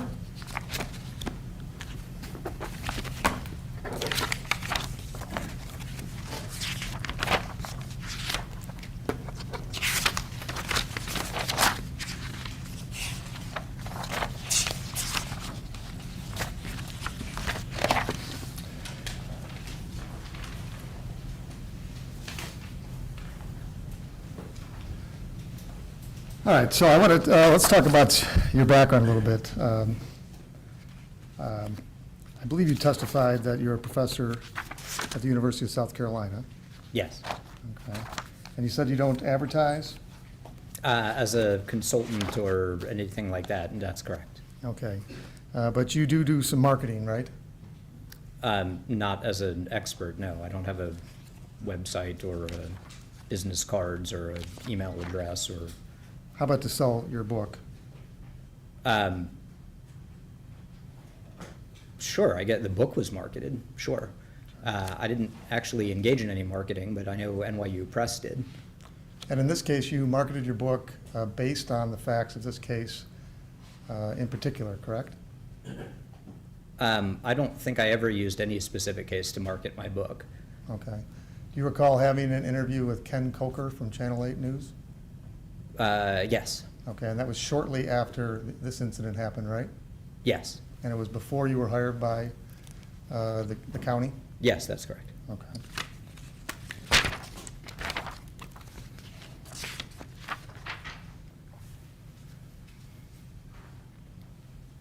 May I approach, Your Honor? Yes, Let me show you it's been marked for identification as Defense Exhibit W. Oh, you got my best face. I'm sorry, I actually did try to get something decent, but the reason that this is a picture of you. Yes, it is. And this is when you were giving an interview with Channel 8? Sure looks like it, yes. That is not actually my name in the closed caption, but it's close. Oh, I didn't notice that. Your name's not Self? It is not Self. Okay, well, closed captioning apparently got that wrong. A little wrong. Your name is Seth? It is. Okay. And this is a fair and accurate depiction, but maybe not the best likeness. But that is actually you in this picture? Yes. And Your Honor, we move Defense Exhibit W into evidence. Is there an objection? No objection. Okay. And so shortly after the incident, you were asked by the news to go ahead and give some opinions of the video. Is that fair? Yes. And you did that. Yes. Okay, and in the background, you have a bunch of books, right? I do. Okay. And there's only one book that's forward-facing, right? Yes. Okay. And that's the book you've been talking about so far today, right? Yes. Evaluating Police Uses of Force? Yes. Okay, so it's fair to say you wanted people to notice that book? Yeah, sure. Okay. And I bought one of them. You and 6 other people, so thank you. We bought 2. I get, and this is not a joke, I get about 3 cents per book. I'm sorry to hear that. Yeah, me well, too. You know, you should probably charge more on Amazon. That is out of my hands. It's not that kind of book. All right, but it's fair to say you're trying to sell books, at least in part, by putting it out there on the news behind you when you give interviews. Sure. In my email signature, I have a link to my list of articles and to the book, right? Yes, I want people to be aware of the work that I've done. Okay, and you can put that down. All right, so can you tell the jury what confirmation bias is? Sure. Confirmation bias is the tendency, the human brain tendency to weight more heavily information that confirms pre-existing worldview and to devalue or weight less heavily information that tends to challenge your pre-existing worldview. All right, so it's kind of like jumping to conclusions, or that's more expectation bias. Confirmation bias, you've already made up your mind and you don't consider things that come after. Is that fair? Yes, that's more or less right. Confirmation bias is without being aware of it, which is why it's an unconscious bias, you interpret new evidence in a way that gives you more support for your beliefs. Okay. And in this case, you were actually asked to form opinions based just on the video that you had saw that had been released by GRPD at the time, right? Yes, in the news interview, I was asked to look over the video and talk about I think it was specifically sort of the sort of criminal or potential criminal ramifications of the act. I forget exactly how it was phrased. Well, in the video, you said that it was your opinion at the time, shortly after the incident, that if there's a car with multiple passengers and one jumps out, that you should wave goodbye. The officers just wave goodbye as he runs down the road. To the individual who's running away, yeah, stay with the car. Stay with the individuals in the car, yes. But should they actually wave goodbye? I mean, that might be a little gratuitous. Should they actually physically wave goodbye? No, but the idea is they should not go chasing that person. They should be staying with the vehicle to avoid putting themselves in a That was just a little uncharacteristic flair on, that's not a police tactic. I don't know if I would say uncharacteristic, but yes, that was clearly exaggeration. Okay. But it's fair that you've already made up your mind about whether or not he should have stayed with the car based on that initial video way back when. No, I think it would be better to say, as I pointed out in that interview, that the video is only one piece of many pieces of evidence. However, there is a tactical consideration here, and that tactical consideration does not change from having seen the video the first time to seeing the video and all of the other evidence. Okay, so these tactical considerations, you just talked about how you considered the policy and everything like that, and you have since that initial opinion, it turns out you confirmed your initial opinion was correct, but you're telling us that you considered every aspect related to what could make this a bad tactical decision, right? I'm sorry. So your question is, did I just confirm my initial opinions? Well, yeah, I'm asking you about confirmation bias. Did you already make up your mind and you just found things that would confirm your initial opinion? Or did you actually set aside your initial opinion and start afresh and look at all these things you just told us you looked at when you're making your decision? Sure. So to the extent possible, I have to set aside any previous review and review the totality of the materials that I'm provided with. when I do an interview, and I do a fair number of interviews with the media, one of the things that I always tell them, and it very rarely ends up in the story, is what I'm talking to you about is limited to the evidence that you're presenting me with, right? It's this particular video. But video never tells the entire story. If there's additional video, if there's additional statements that help explain what happened on video, what I'm describing based on this video may change because there's new information and different information. And that has happened in cases where I have both been retained and where I have not been retained, and additional information comes out and it changes an assessment of, or changes my preliminary assessment based on some evidence. In this case, what I think you're asking is, the additional evidence did not call into question or lead me to draw a different conclusion about the specific tactical aspects that I talked about in that first interview. Okay, except the part about waving goodbye. Again, that is, I think, perfectly appropriate in a news interview and is not something that is, part of an expert review. The idea that I'm communicating to a popular audience in a news interview is in colloquial language, right? It's in popular language. So yeah, wave goodbye definitely means let him go. It does not, in no way am I suggesting, and there's a reason it's not in my report now, that I'm saying you should quite literally lift your arm and give a little Queen's wave. Okay. I didn't think you meant that. So when we talk about best practices, I mean, you've been an expert witness before. Is it a good practice for an expert to go on the media and talk about the case they're later going to be an expert in? One, I don't use the phrase best practices with policing because I think that is too high a bar. What I'm doing as an expert is applying generally accepted practices, not best practices. With regard to your question, I don't know what cases I will or will not be retained in.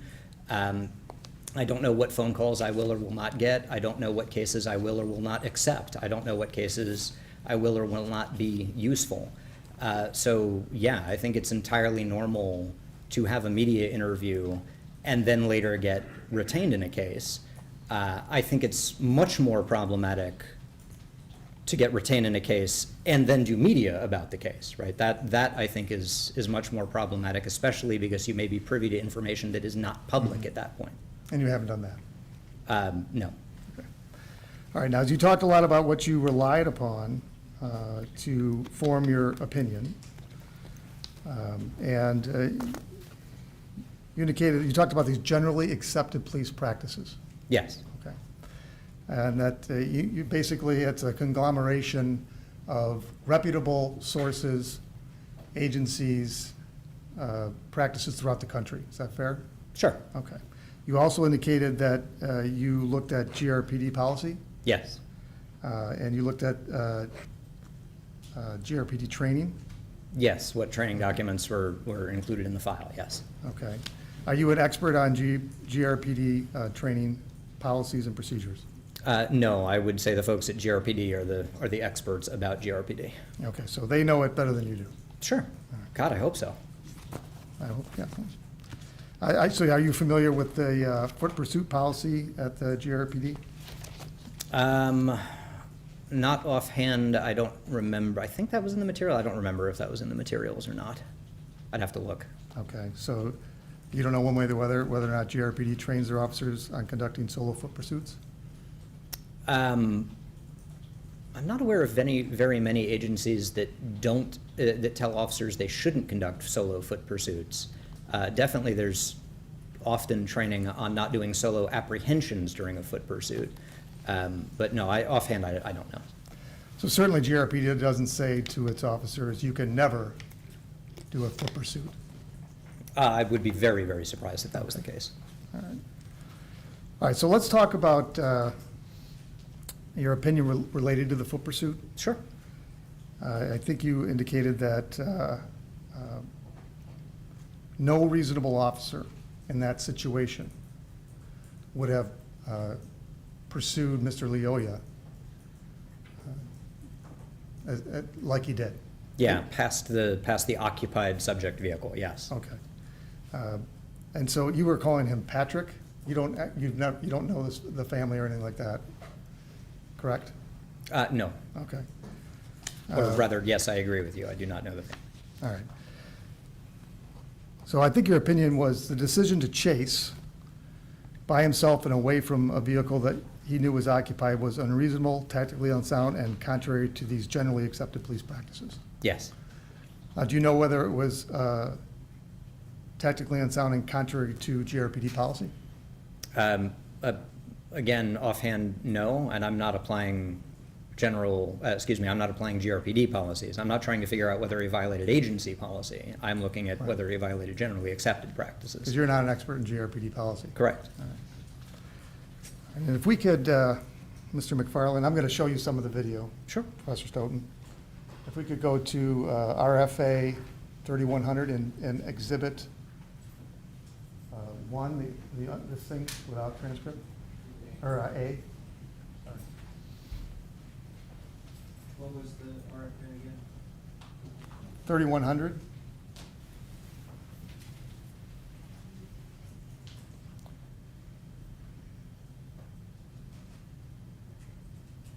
And for the record, I'm having Mr. McFarland put on the screen RFN, or RFN, Exhibit A, at RFN 3100 to 3560, which is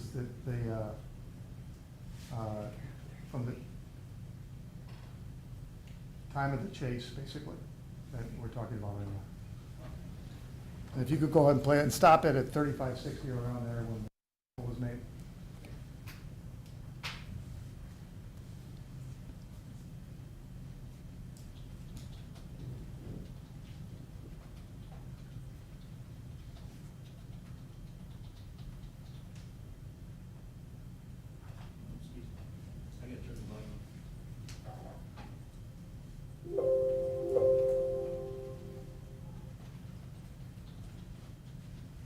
Stop.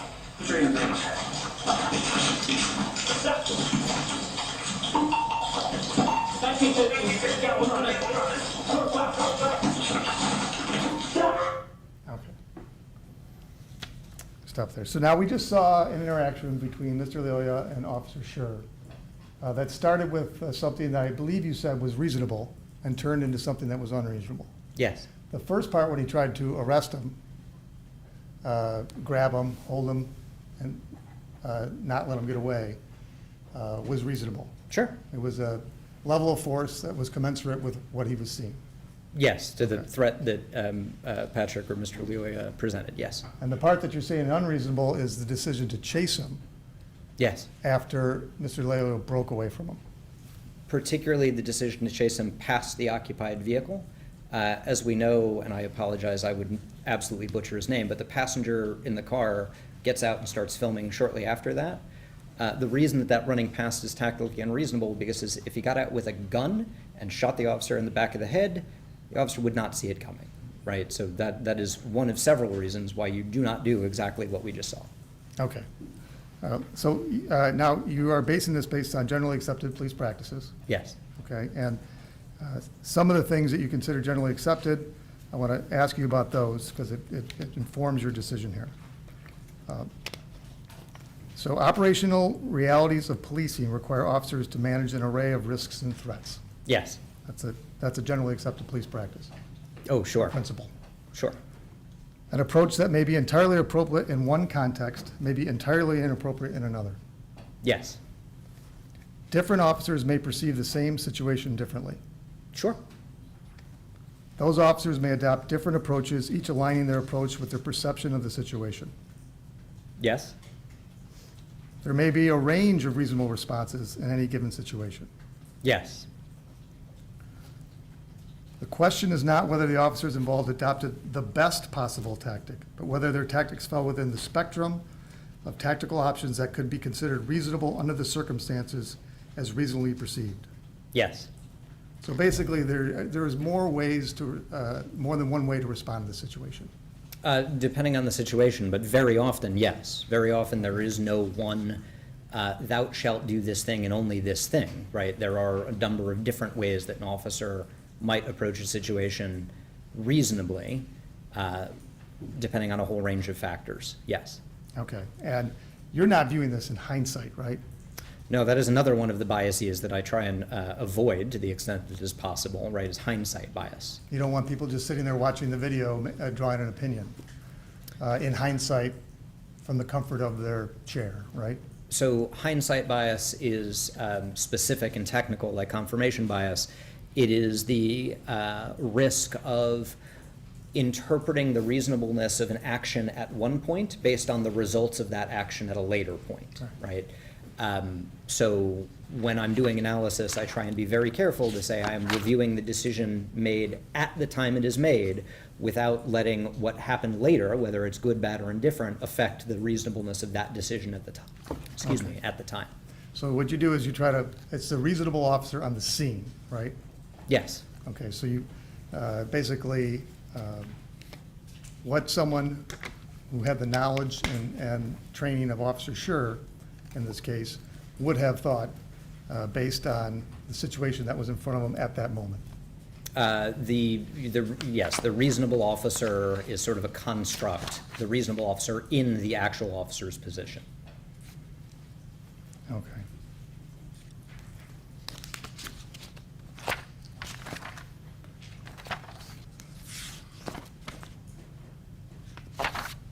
Okay, so we have Patrick Leoya, who is committed a felony by resisting and obstructing in Michigan.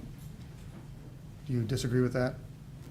I'm not an expert in Michigan law or applying it, so I'm happy to accept your description of that, sure. Okay.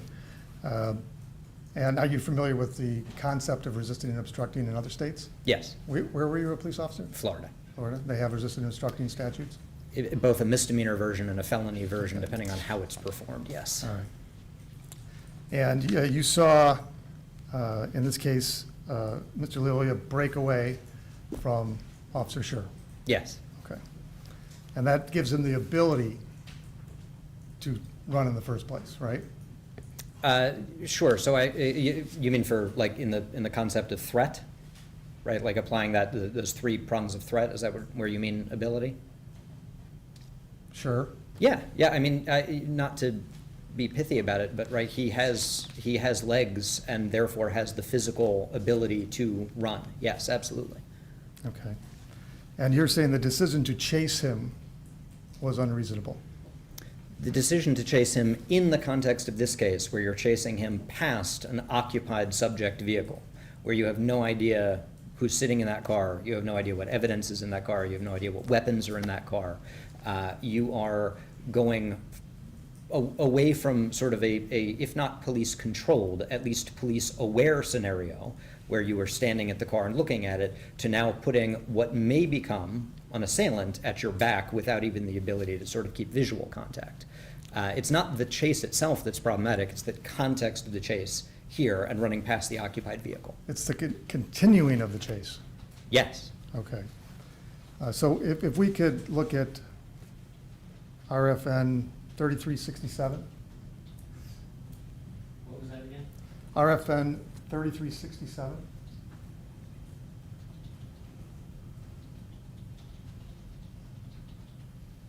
Okay. So this is not when the unreasonable decision was made, right? No, I think, chasing him, it depends on where that chase goes. If the chase goes back behind the car, behind the police car, and keeps going down the street in the direction that Officer Schurr is facing there, you have the same problem. Don't chase someone away from an occupied vehicle. Okay. So at this point, it's reasonable for Officer Schurr to make the decision to continue to try to apprehend Mr. Leoya? If he can do that in the context where he can keep visual contact on the car and not worry about an assailant approaching, especially undetected, sure, I think that falls within the zone of reasonableness. I also think it could fall within the zone of reasonableness to say, look, I'm not even going to scuffle with this guy, because if I do start to scuffle with him here and the passenger gets out and helps, I am immediately outnumbered, right? So again, I think the initial grabbing and this initial point is, you could, I don't think there is one path of reasonableness there for the officer. Okay. And he's not scuffling with him, he's arresting him, right? Well, no, not at this point. He was scuffling with him in an attempt to arrest him, but he was earlier grabbing him and trying to keep him from flee. I forget the first time he says you're under arrest or something like that, but I think it's fair to say that he is trying to prevent him from evading or escaping. Arrest.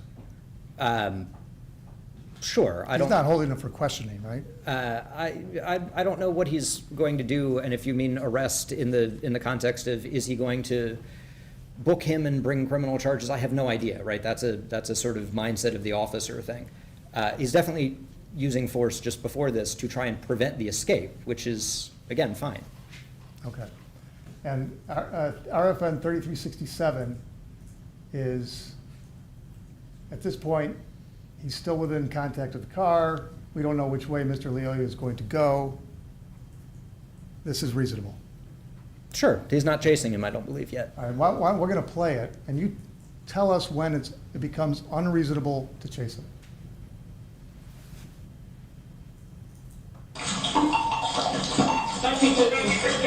Right there for sure. As soon as it's clear that he's running past the car. Well, his car is the gray one right there. You see that? Yeah. Do you think he's past the car? I think he is running past the car, yes. Okay. So is the critical point, if he gets beyond the car, then you have to let him go? The critical point is don't create a tactically disadvantageous situation by putting a potential assailant who has access to the car and everything in it that hasn't been cleared yet, that might have evidence in it or weapons in it or whatever. Don't put that at your back. So at the point where it looks like that might be what happens, if I, the officer, continue down this course of action, yes, you should stop that course of action. Okay, so he should have let him go at this point. When you say let him go, he should have not continued to chase him on foot. He should have directed his attention to the passenger. That gives him a pretty high likelihood of identifying the guy who just ran away, assuming he hadn't identified him yet. And that means you can always go and get a warrant for him. So let him go. No, the law will catch up to him. It just may not be in this 5-minute period. You're making some assumptions there, right? Yes. Like the passenger knows his last name, right? Yes. And that he has some ID, right? You're making that assumption that... No, he doesn't have to have ID. If the passenger knows who he is, then you can start your investigation that way. What if he doesn't know who he is? It is possible that he gets away. But what is foreseeably likely to happen is you will probably identify him and catch him later. Now, might that not happen? Might he actually get away? Sure, that's possible. But letting someone flee from a traffic stop for an improper plate is certainly better than getting into a fight and losing, or getting shot in the back by an assailant that you couldn't keep an eye on because you were running away from an occupied suspect vehicle. So officers should maintain visual or physical control over their operational space? Yes. Okay. And you would agree with me that Officer Schurr at this point does have visual control over the space? Not for more than about half a second longer. So if he stopped there, I'd be fine. Okay, so this is actually fine?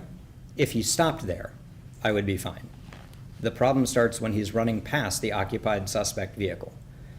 All right.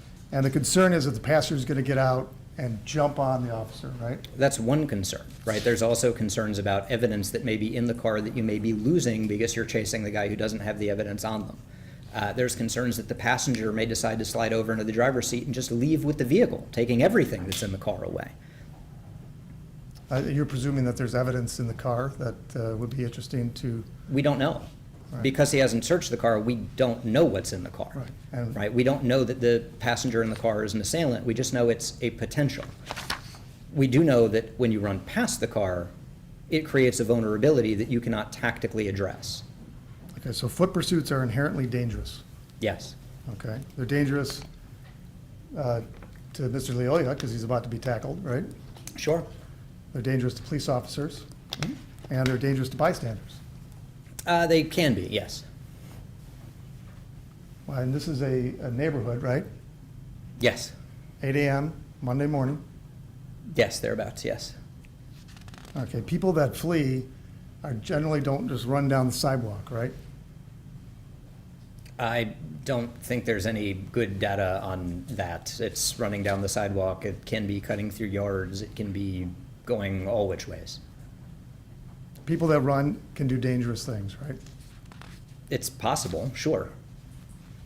Because they're not trying to get caught. They're certainly trying to not get caught, yes. That's the running. Sometimes they jump into other cars, right? It's possible.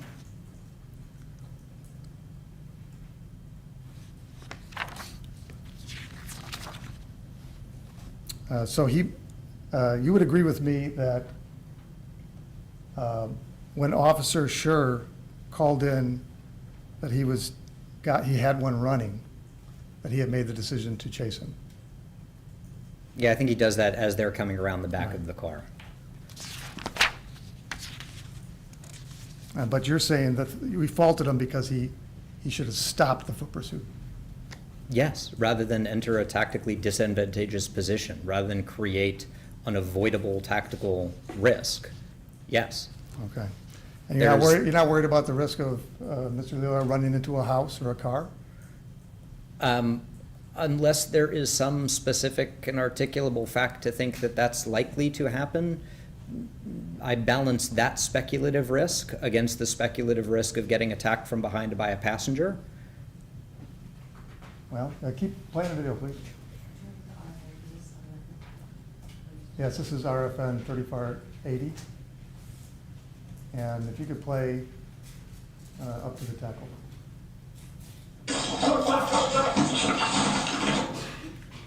Okay, if you could blow up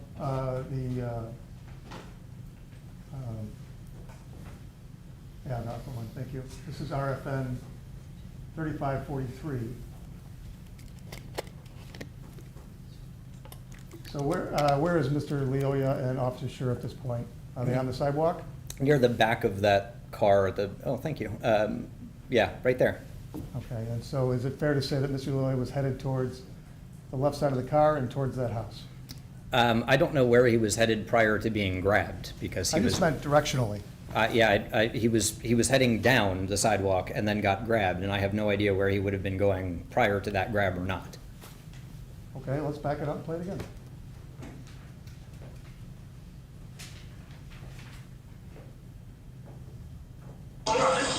So there's the grab. The grab happens right as they're entering that grass. So I have no idea if Mr. Loyola was going straight along the sidewalk absent that grab, or if the grab is what pulled him to the side into the tackle.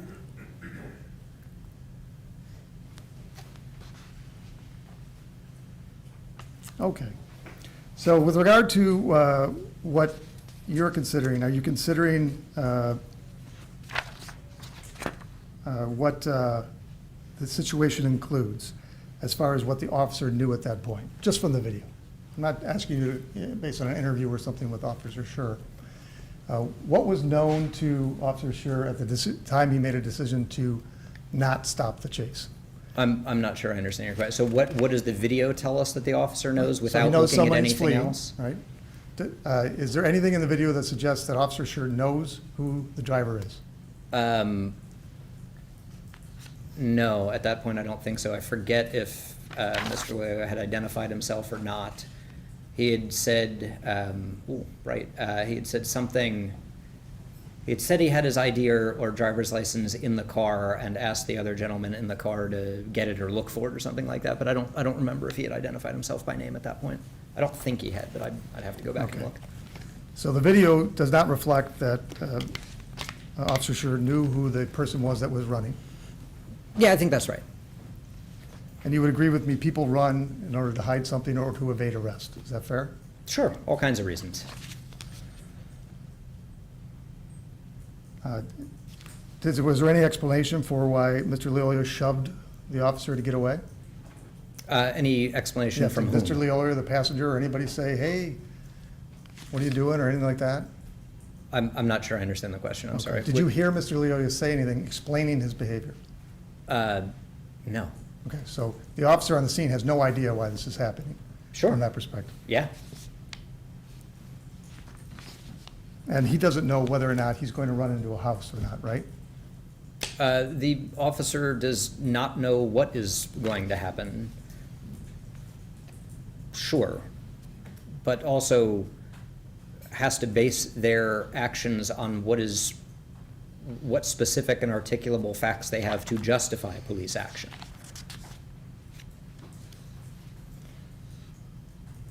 Now, you indicate that one of the things that could have happened by making this tactical error is the passenger could have got out and attacked Officer Schurr.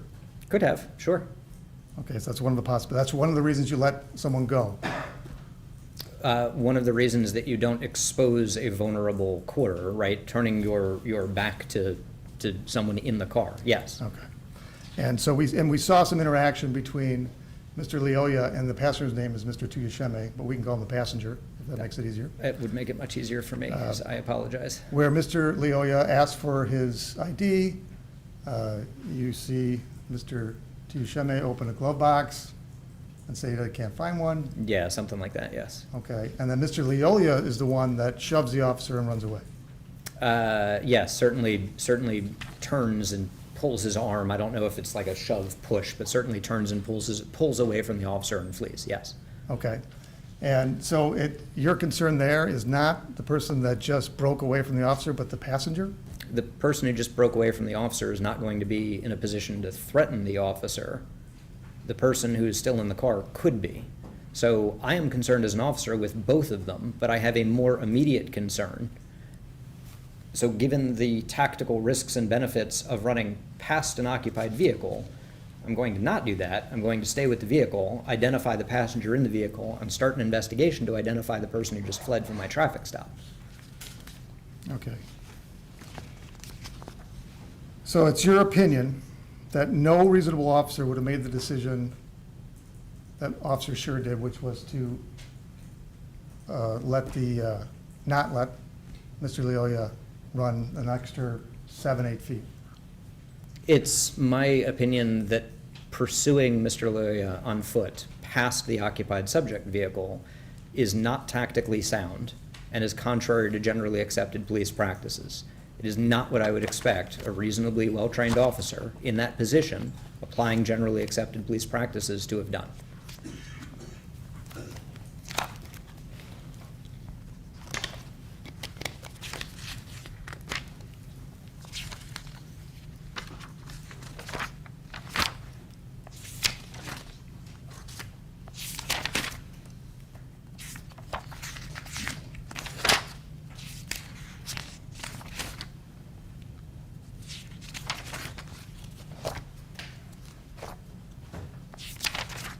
I just want to break that down a little bit, because I understand you're saying that you would not expect an officer to do that, Yes. but your opinion is that no reasonable officer would have done that. No reasonable officer applying generally accepted practices relating to foot pursuits in this context would have done that. Not a single one.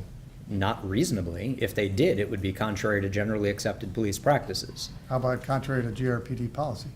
I am not an expert in GRPD policy, and that's not the standard that I'm applying. Are you aware that Officer Schurr has been commendated for successful foot pursuits in the past by Your GRPD? Honor, this was excluded before by the court, and now he just throws it out there. I need to know what the basis of his opinion is. Right, but he already stated what his basis was, so I'm gonna state that expression. Okay.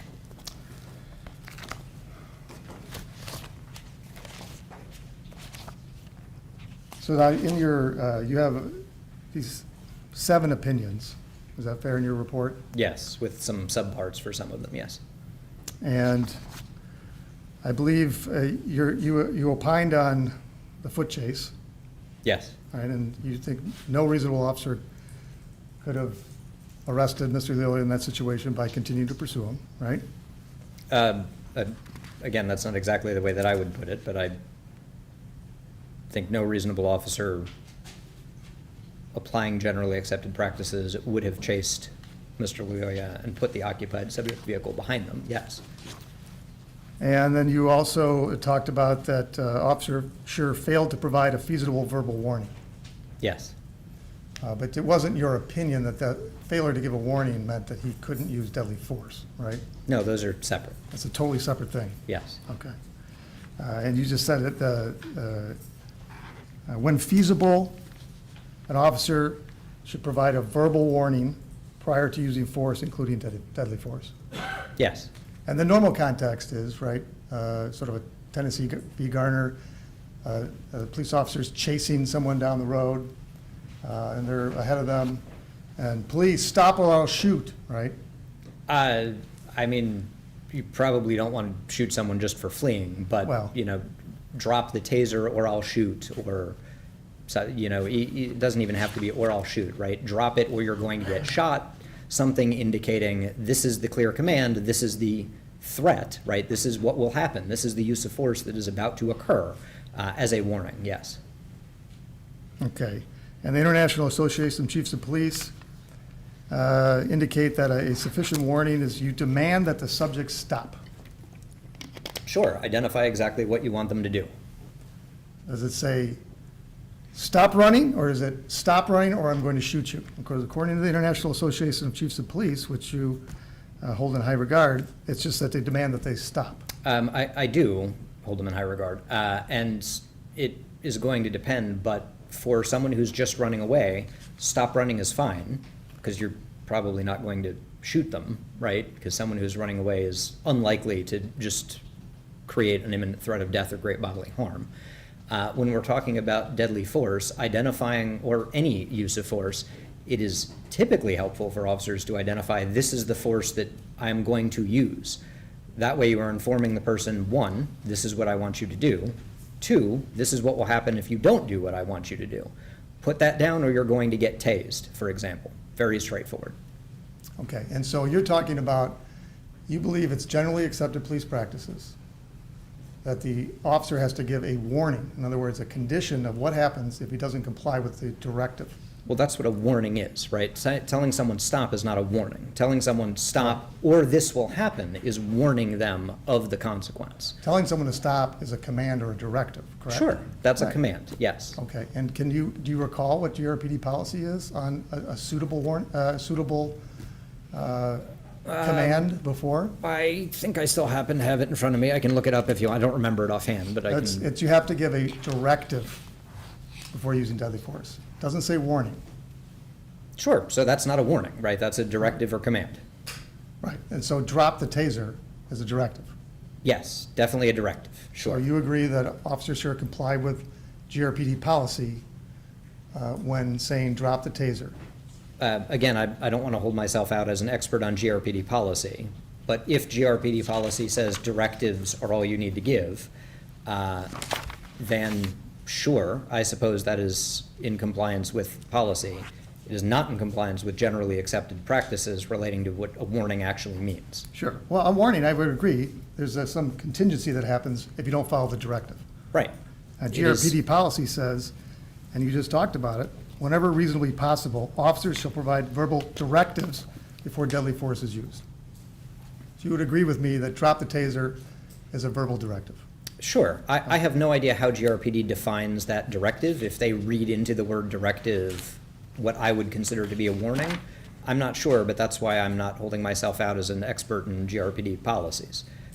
But as a matter of generally accepted practices, if you're going to warn someone, what you're doing is you are threatening force, right? The warning is condition, threat. Sure. That's your view of generally accepted police practices? Yes, that is generally accepted police practices. Do you have any idea whether Officer Schurr ascribes to your generally accepted police practices?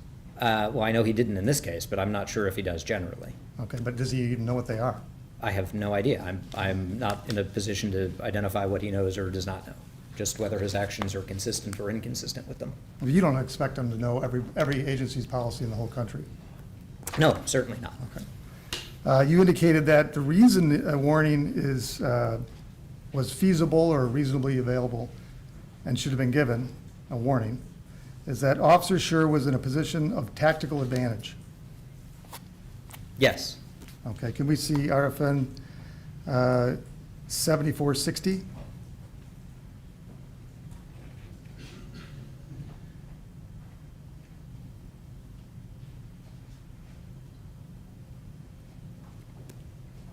Mr. McFarland, when we're in our office, you hit right on the number every time, and we're here.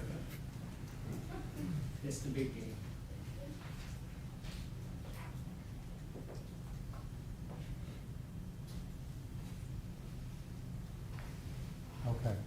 And so you indicate that Officer Schurr is behind and on top of Mr. Leoya, and therefore he's in a tactically advantageous position? Sure. Now, I wasn't looking specifically at RFN 7460, but prior to him drawing the firearm, which I believe is already out in his hand at this point, yes, he is behind, over, partially upon Patrick, upon Mr. Leoya. Yes, Your Honor. So as far as the tactically advantaged position, though, if you don't have any feet or hands on the ground, and the person that you're on top of has both knees and both arms on the ground, do you believe that the officer is in a tactically advantageous position right here? Again, I'm not looking at this particular frame. I'm asking you about this one. Right. If you're asking me about this particular frame, but my opinion that he was in a position of tactical advantage is not this frame specific, right? It is the events leading up to this frame.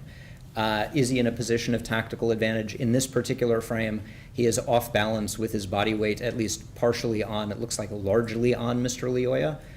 In that way, he is not tactically advantaged. On the other hand, he is behind Mr. Leoya, which makes it very difficult in this position for Mr. Leoya to punch, strike, or otherwise direct an attack at him. In that sense, he is in the position of tactical advantage. And so it's not perfect. It's not off. perfect advantage. But even here, and certainly prior to here, he's not in that immediate position of being in physical danger. Okay, and so you saw the video, and you saw Mr. Leoya get up 3 times when Officer Schurr was behind him or on his back, right? Yes, earlier when they were standing kind of behind where the passenger is now out and filming. Yes. And you saw Mr. Leoya bring Officer Schurr across the yard, right? Yes, at one point on his back there were some knee strikes thrown in as Officer Schurr followed him across the yard, yes. Now, and since we're talking about that, one of your opinions is that the intermediate use of force, when he was hitting the knee strikes and trying to punch him, those were appropriate but ineffective. They were, yes. There was an open-handed strike. There were 3, I think, knee strikes. The tackle itself, of course, is a use of force. Divorced from the tactical point that we already discussed at some length, I thought all of those as intermediate uses of force were perfectly appropriate and reasonable and proportional and consistent with generally accepted police practices. Okay. All right, so you also gave the opinion that Officer Schurr's use of deadly force was unreasonable, excessive, and contrary to generally accepted police practices. Yes. And you didn't get a chance to explain why you felt that. And am I correct that the basis of that opinion is in the absence of any physical ability to incapacitate Officer Schurr or otherwise render him unable to protect himself, no reasonable officer in Officer Schurr's position could have concluded that Mr. Leoya presented an imminent threat of death or great bodily harm? Yes. Again, those 3 components of threat are ability, opportunity, intention. If you lack one of those, then there is no threat. There might be a risk situation, but there is no threat. Okay, and you believe that the officer can use deadly force if the suspect reasonably appears to have the intent, opportunity, ability to cause a particular type of harm, in this case? Can use deadly force, specifically ability, opportunity, and intention to inflict serious bodily injury or death. Absolutely. Okay, and you consider the intent of the suspect when determining whether or not Officer Schurr acted reasonably? It's more like I consider the perspective of the reasonable officer in Officer Schurr's position as to what the subject is trying to do. So it's not their actual intent. Who knows what their actual intent is? It's what does their behavior suggest to the reasonable officer they are trying to do. So an officer who is incapacitated, and this goes to your opinion that deadly force was unreasonable, has lost the ability to protect themselves, including by preventing a subject from disarming them of their firearm and using it against them, right? Sure. If an officer is incapacitated and stays incapacitated, they are incapacitated. And here, you're worried about incapacitation because Mr. Loyola has a taser, right? I mean, I am not particularly worried about incapacitation, but that would be one way that you could establish an imminent threat if there was ability, opportunity, and intention. Well, the opportunity here is a taser, right? That's what we're talking about in this opinion. If, yes, I'm not entirely sure I follow, but yes, maybe. Well, the basis of your opinion, that deadly force was unreasonable, is that in the absence of any physical ability to incapacitate Officer Schurr. When you're talking about incapacitation, are you talking about the fact that it's a taser? I'm talking about the fact that there was no ability, there was no physical capacity for Mr. Loyola to incapacitate the officer with anything. Okay, so that includes a rock or anything else? Sure, there are no rocks that I am aware of that he grabbed or had access to or had as a matter of physical ability, let alone intention or opportunity. So would it be reasonable, therefore, that Officer Schurr, for Officer Schurr to use deadly force if he in fact held a reasonable belief that he was in risk of being incapacitated or tased? Okay, so what I think I understand your question. What you're asking is the threat of being tased, does that create an imminent threat of death or great bodily harm, such that the use of deadly force is then justified?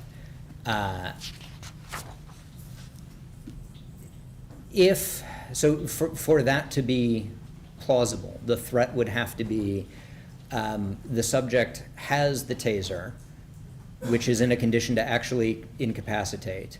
The subject, there is at least some reason to believe the subject knows how to use the taser, like disarming the safety and using it. That the taser, which is a weapon with a less than 50% effective rate, will be effective in incapacitating the officer. That the officer will remain incapacitated long enough for the subject to access a retention holster, and that the subject will know how to remove a firearm from a police retention holster, and that the subject will do all of that in the period of incapacitation, which is either 5 seconds with a taser pull or an unlimited amount of time, I suppose, until the battery goes dead if you're holding the trigger of the taser down, which means you're doing all of this one-handed.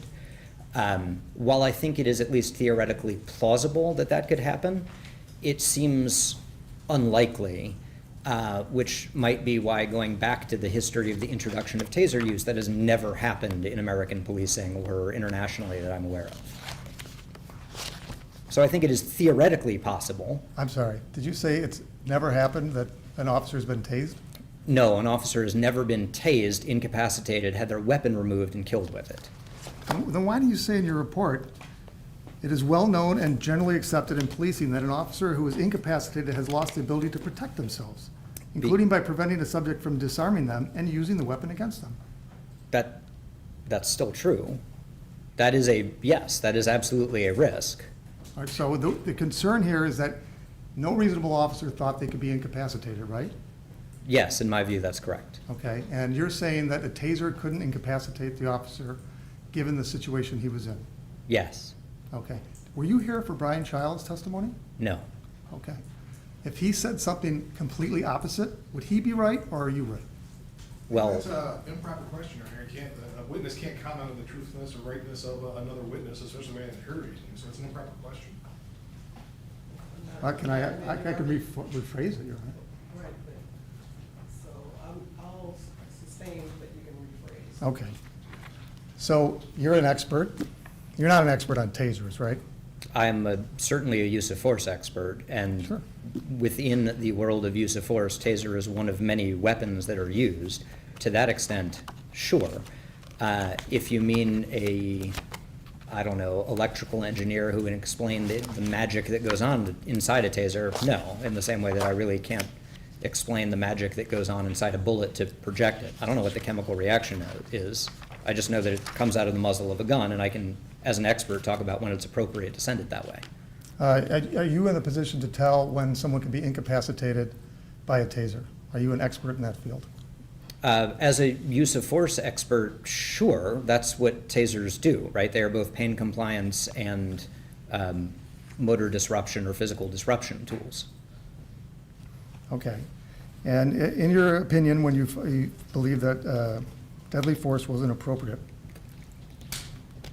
you said the available evidence establishes that any reasonable officer in Officer Schurr's position would have been aware that Mr. Loyola did not have the ability to incapacitate Officer Schurr because both cartridges of Officer Schurr's taser had been discharged.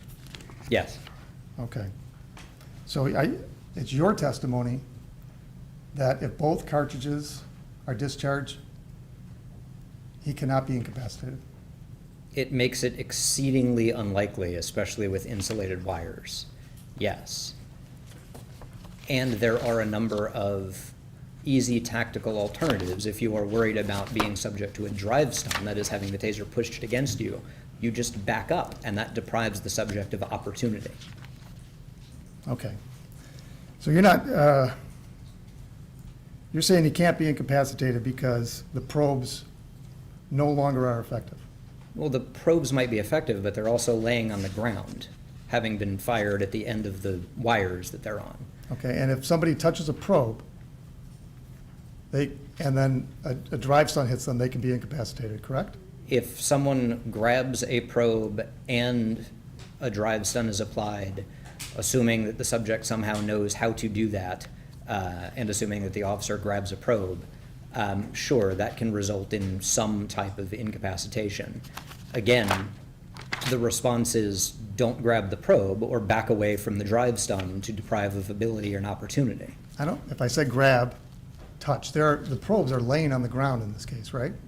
There are probes from where they initially fired, from where Officer Schurr initially fired the taser.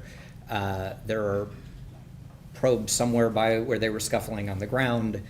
So there are probes out in that front yard, sure. Okay, and you don't think that Officer Schurr should have done a probe check before in that situation, right? Before shooting someone? I mean, if he's going to be worried about being incapacitated, yeah, I would certainly want him to know, is there a realistic threat of being incapacitated? Okay, so if Brian Childs, and I'm going to represent to you that Brian Childs testified, that if you come in contact with a probe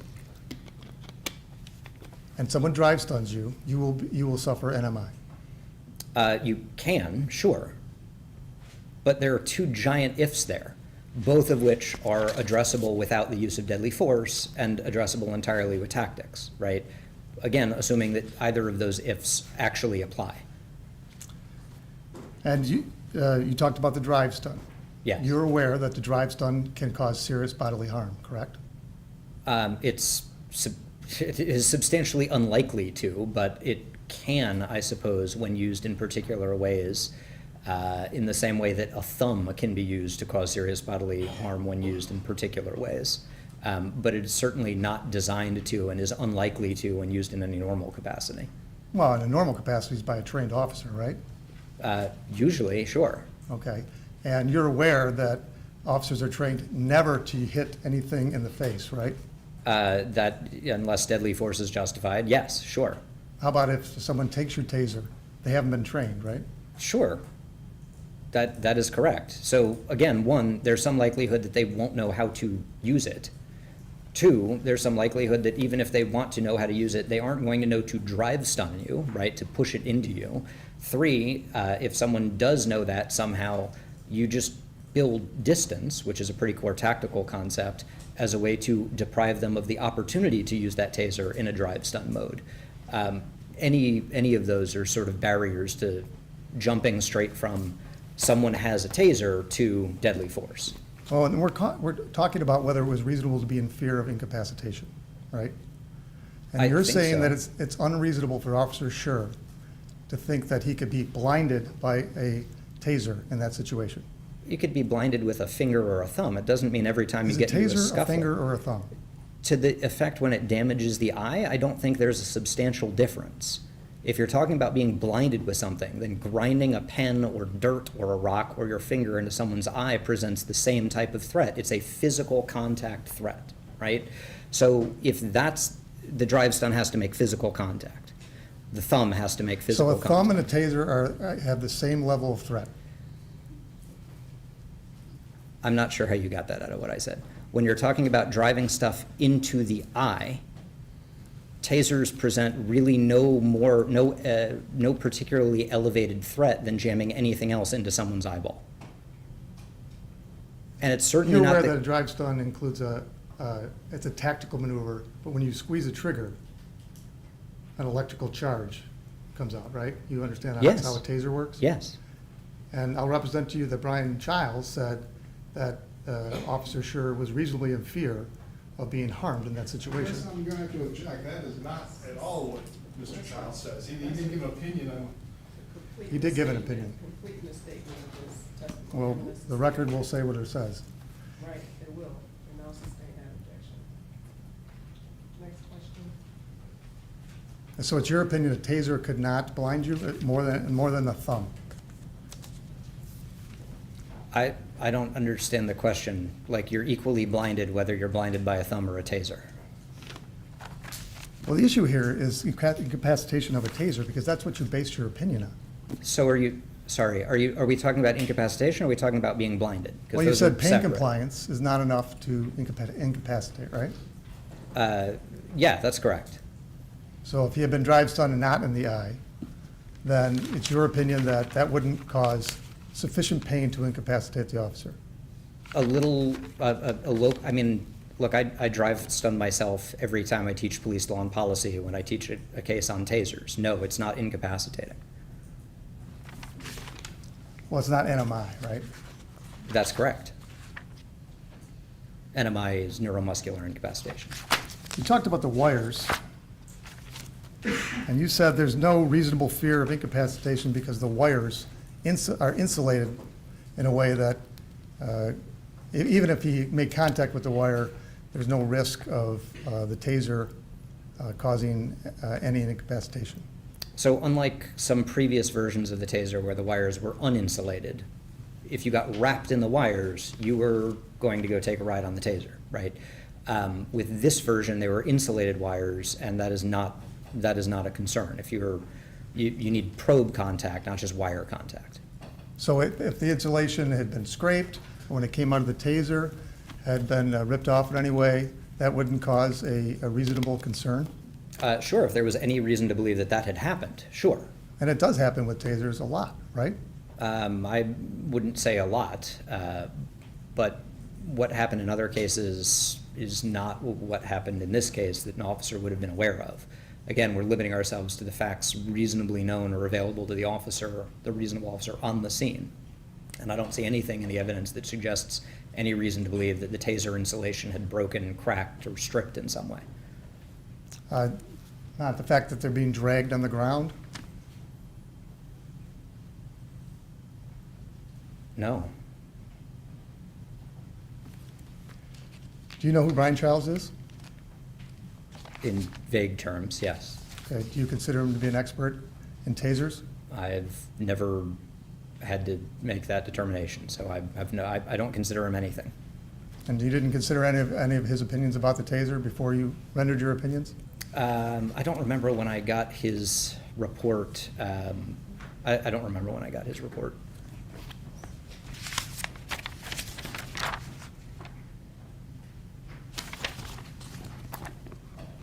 I don't want to be unduly offensive there, sorry. It's not that I neither consider nor not consider him, if that makes sense. Like, I'm not saying he's not an expert, I'm not saying he is an expert, I'm not saying anything about him. Well, he was the prosecution's expert on tasers.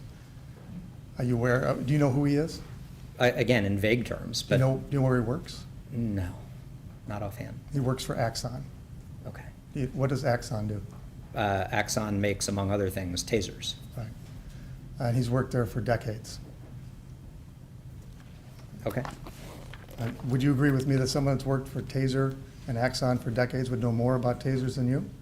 I think it depends on what they're testifying as. If he's testifying as a use of force expert, maybe not. If he's testifying as a mechanical expert on the taser, sure, he knows more than I do.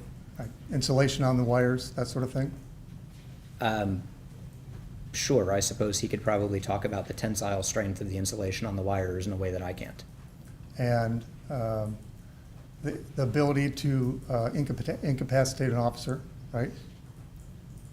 I don't see why he would know any more about that than I would. Are you a master taser instructor? No, I'm a use of force expert. Okay. And so you think you know more about the ability? He's arguing now. I don't know what the point is. I want to explore what he thinks he knows and why he thinks his opinion is based on something other than his use of force. I mean, he keeps testifying that he knows about the mechanics of a taser. Right, but you're asking him about a taser, but he's not a taser expert. Right. And he's a use of force expert. And so at this point, delving more into what one expert said versus what this expert is here to testify about, I do believe to be argumentative. Okay, Your Honor, I understand that. I just want to, as long as the court has acknowledged that Professor Stoughton's not an expert on tasers. I consider him an expert in the field that he is considered an expert in. Okay. Thank you, Your Honor. I do, Your Honor. You guys, you covered a lot of ground there, just in terms of, tactics is one of the things you talked about. Can you switch to our computer, please? And you talked about tactical advantage, and they showed up the cell phone video. This is that's theirs.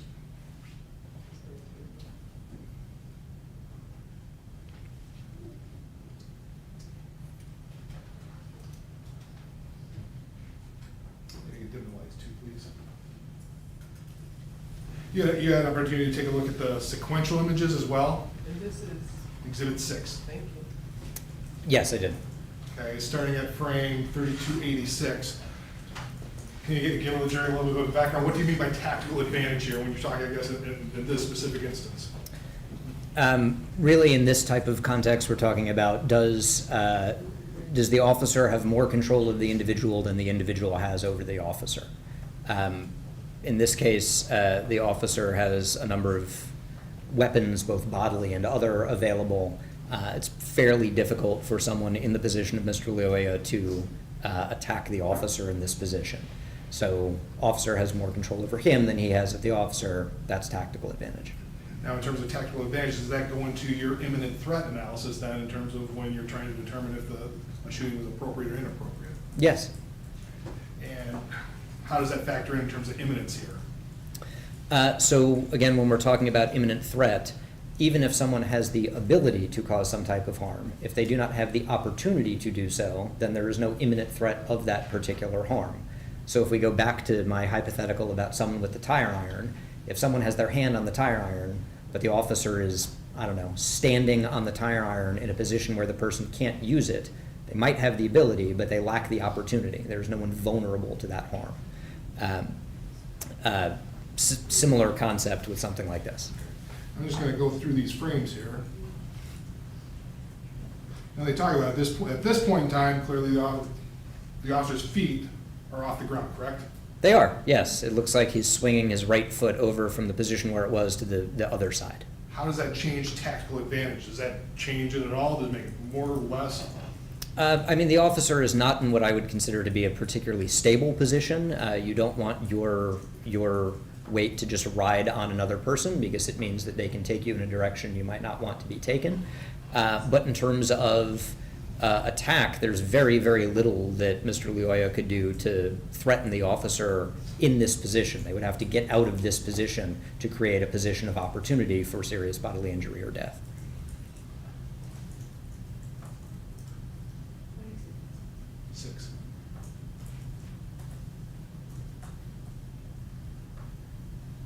Now, I guess we're moving along. You can see the defendant's accessing his firearm at 3356.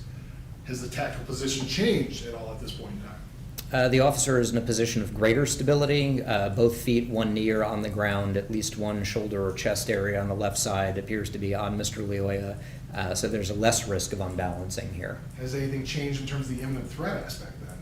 No.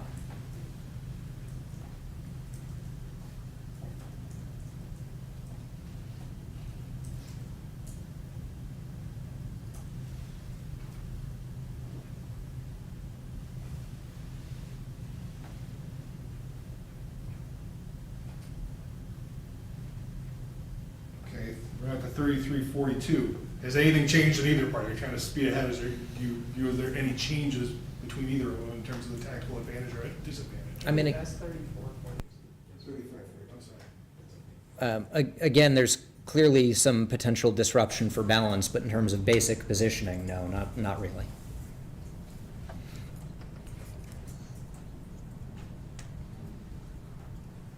What about now? No, and no real change. It's still the same tactical advantage or disadvantage you were talking about. Yes. Yeah, I guess I'm not going to go through the whole video. Did you ever see the defendant in any sort of tactical disadvantage through the entire, I guess, cell phone video? No. You can turn on the lights, thank you.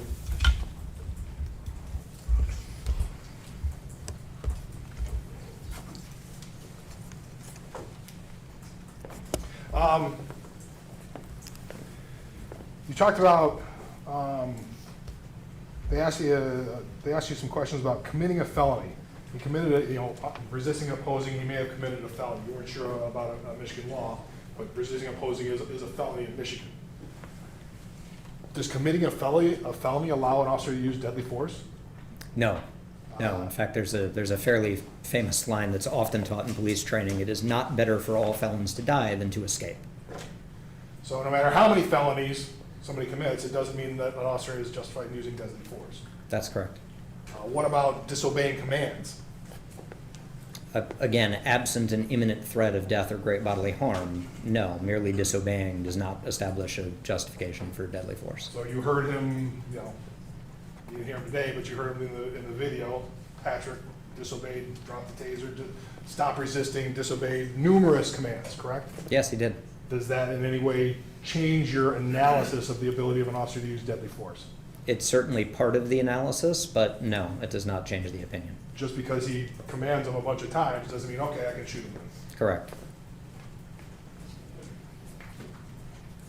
They talked about getting into the taser again. You said it's theoretically possible it could be disabled, but you said that it's never happened. The officer's never been killed after being disarmed of his taser in the history of the taser? That's correct. All right, thank you. I have nothing further. You're out of taser. It depends on what you mean. If you mean taser as a use of force option and weapon, yes. If you mean taser in terms of am I an electrical engineer, no, obviously no. Now you talked about whether the officer has the right to use deadly force after a subject uses or commits a felony, correct? I don't know that I talked about rights at all. I think you just answered that question. Does someone have a right to use deadly force simply because they committed a felony? I would not frame that in terms of rights. I don't think the question had anything to do with does the officer have the right to. As a matter of generally accepted practices, that is not a justification for deadly force. All right. But right sounds legal to me, and I'm not testifying on the stand as a legal expert here. Okay. And you saw the videos. Did Officer Schurr pull his firearm after Mr. Leoya committed the first felony? I'm sorry, did he? Did Officer Schurr pull his firearm by the side of the car? Very early on. No. I don't think, no. Okay. And he didn't pull his firearm when Mr. Leoya refused to obey lawful commands, right? Yes, at least not initially, yes. Right, just the last one. Yes. And your final opinion about the use of deadly force is based on whether or not it was reasonable for the officer to be in fear based on the fact that whether or not he could be incapacitated. Is that fair? I wouldn't put it that way. I would say my final opinion is about whether there was an imminent threat of death or great bodily harm. Okay, and the threat in this case, according to your report, is that he was going to use the taser on him and potentially incapacitate him. I think that's the argument, right? That's the argument that there was a threat, an imminent threat of death or great bodily harm because of the taser. Again, my opinion is there is no imminent threat, so I'm not sure that fully answers your question. No, I think that I'm trying to figure out, we're talking about deadly force, and the prosecutor asked you a bunch of questions that don't really have any application here about using deadly force to arrest, or justified to arrest or an unlawful command. What we're talking about here is whether or not he was in fear of being incapacitated by the taser, right? Whether there was an imminent threat of death or great bodily harm via the taser, sure. Okay, thank you. Mr. Baker, anything else? No, Your Honor. I don't see any hands raised on the jury. May this witness be excused? You may, Your Honor. Any objection? No, Your Honor. Thank you very much, sir. You are excused. Thank you, Your Honor.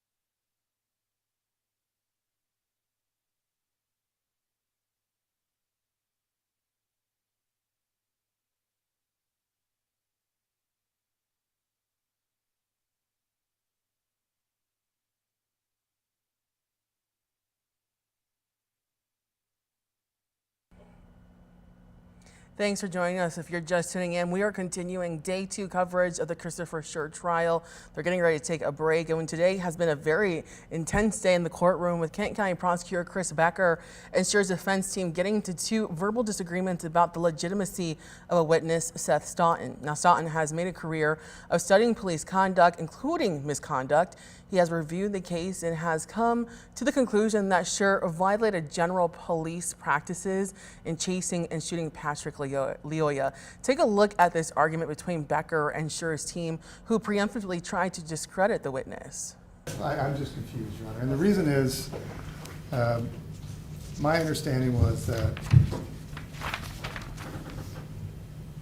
Opinion 7, Officer Schurr's use of deadly force against Mr. Lyoya was unreasonable, excessive, and contrary to generally accepted police practices because he supposedly didn't know that there was a second, he did know the second discharge had been fired, and therefore he wasn't in fear of great bodily harm or death, and therefore was unreasonable. And he hasn't gone through that. He's just saying, well, do you think in general that this was excessive? But the report talks about why he thinks it's excessive. I think the question was, would a similarly situated officer have made the same decision? But he hasn't talked about what the situation is yet. I understand that Mr. Bloomfield's going to testify about this opinion. So then you just want him to talk more about the situation? Or which expert is going to talk about this situation? Because he suggested that Mr. Bloomfield is going to talk about the ones involving the taser, and this one does. And then Mr. Stoughton is going to talk about, I think, the foot chase and the failure to give a warning. Sure. You know, we can't say Officer Schurr did this. We've talked this over and over that a reasonable officer similarly situated, in his opinion, number 7, Officer Schurr. Can you direct me to the page so I can? This is page 63. 63 of this report. Officer Schurr's use of deadly force against Mr. Lyoya was unreasonable, excessive, and contrary to generally accepted police practices. So that's essentially what I asked him, except I didn't say, I can't say Officer Schurr, I have to say a reasonable officer similarly situated. I agree with that. And if you let me finish. I'm sorry, Mr. Becker. I can, just because I'm starting out with that, and then I can say, can you explain why that is?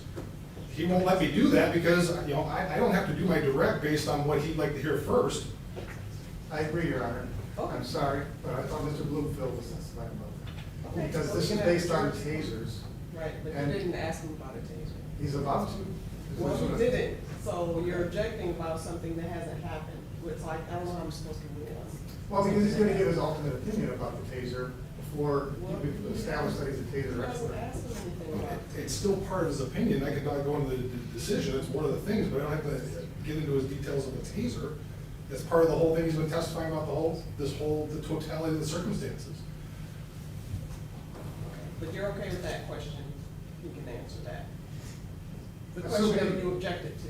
Yeah, I assume he's gonna go into the opinion number 7.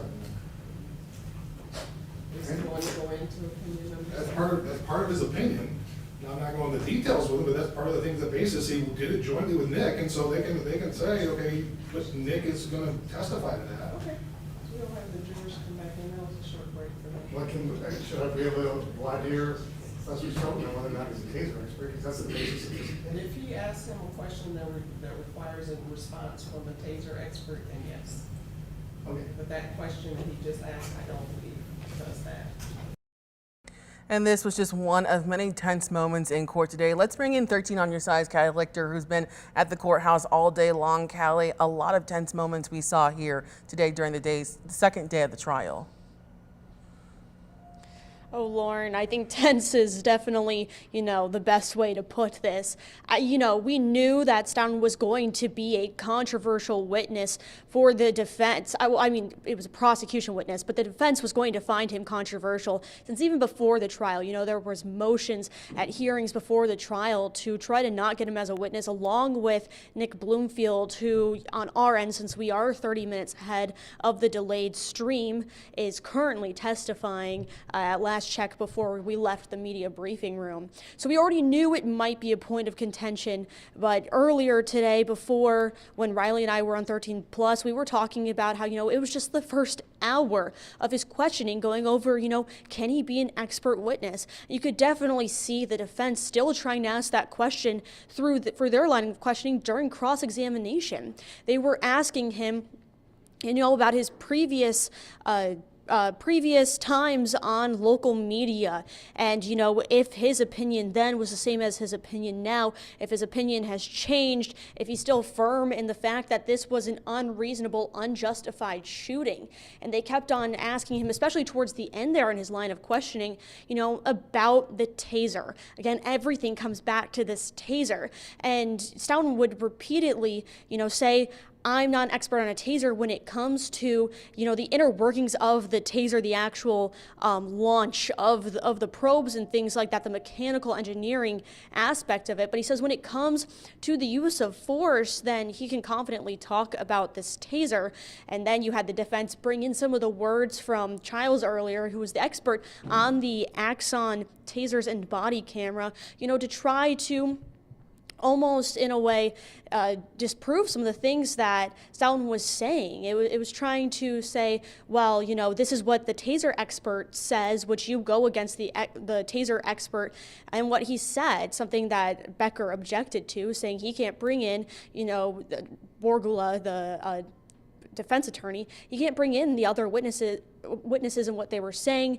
So there was controversy over that. And again, it's just everything that I'm saying and everything that you guys have watched in the past couple of hours, it's just been, a fight almost between the two sides there in the courtroom, Lauren.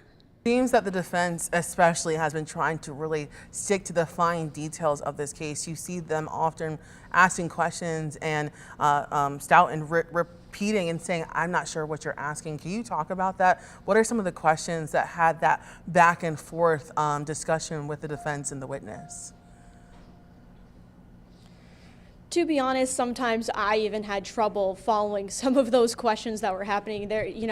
There's a lot when you're not in the courtroom and you're looking on a screen to try to follow. But it just went back to some of those questions, especially about GRPD policy. I know there was some controversy around that because one of the pieces of evidence that the prosecution was using and the defense didn't object to when they were putting it into evidence was the use of that 2017 GRPD policy that Schurr would have most likely and probably was trained under. And so there was a lot of questions that revolved around this policy, especially around foot pursuits. I mean, this is what started the whole entire incident after that traffic stop. It was a foot pursuit between Schurr and Leoya. He was pursuing Leoya on foot as Leoya was running away from the situation. And so a lot of the questions were, are you an expert on GRPD policy? Most likely, to get Stoughton to say, no, I am not an expert on GRPD policy, which he kept on reiterating throughout the hours that, he was being examined and cross-examined. He said that he was just an expert on general police policy. And that's the whole entire thing. He can't comment directly onto how Schurr was feeling, what Schurr did, because that falls into, putting themselves in the mind of the officer, and that's something I'm more than likely sure that they ruled that they couldn't do, speculate on his state of being at that time. So what Stoughton was saying was more in these generalities. When it comes to code of policy, code of conducts for police across the country, he is an expert on that. He can talk to that, but he can't talk specifically on that GRPD policy, and that was something, again, a question that we saw a lot of times when he was being cross-examined by the defense, Lauren. And I want to ask you, Callie, about the pace of the trial now. Yesterday, we went through 8 different witnesses.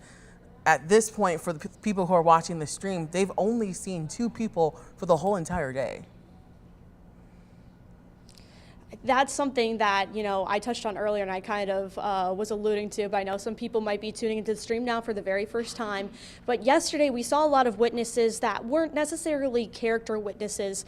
That's the best relation I can give right now. These were people who were there on the scene. They were Leoya's friends. They were neighbors whose yards, this incident happened in. They were giving more of like the storytelling aspect of this, what was leading up to this, what was it like in the moment, because they were actually there.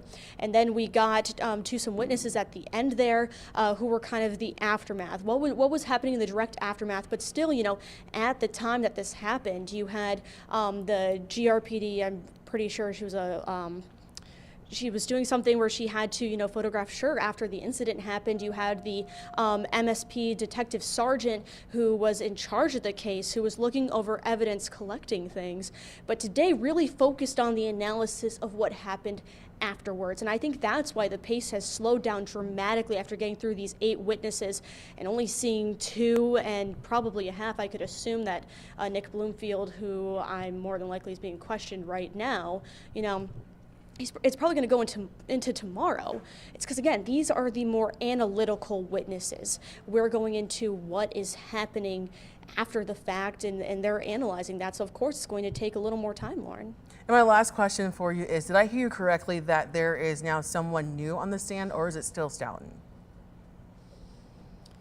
Correct. At the time that we left the media room where we are in, because we can't be on the same floor as the courtroom, we have our own room with screens where we can listen to the trial and also use electronics, because there's no electronics to be used in the courtroom upstairs.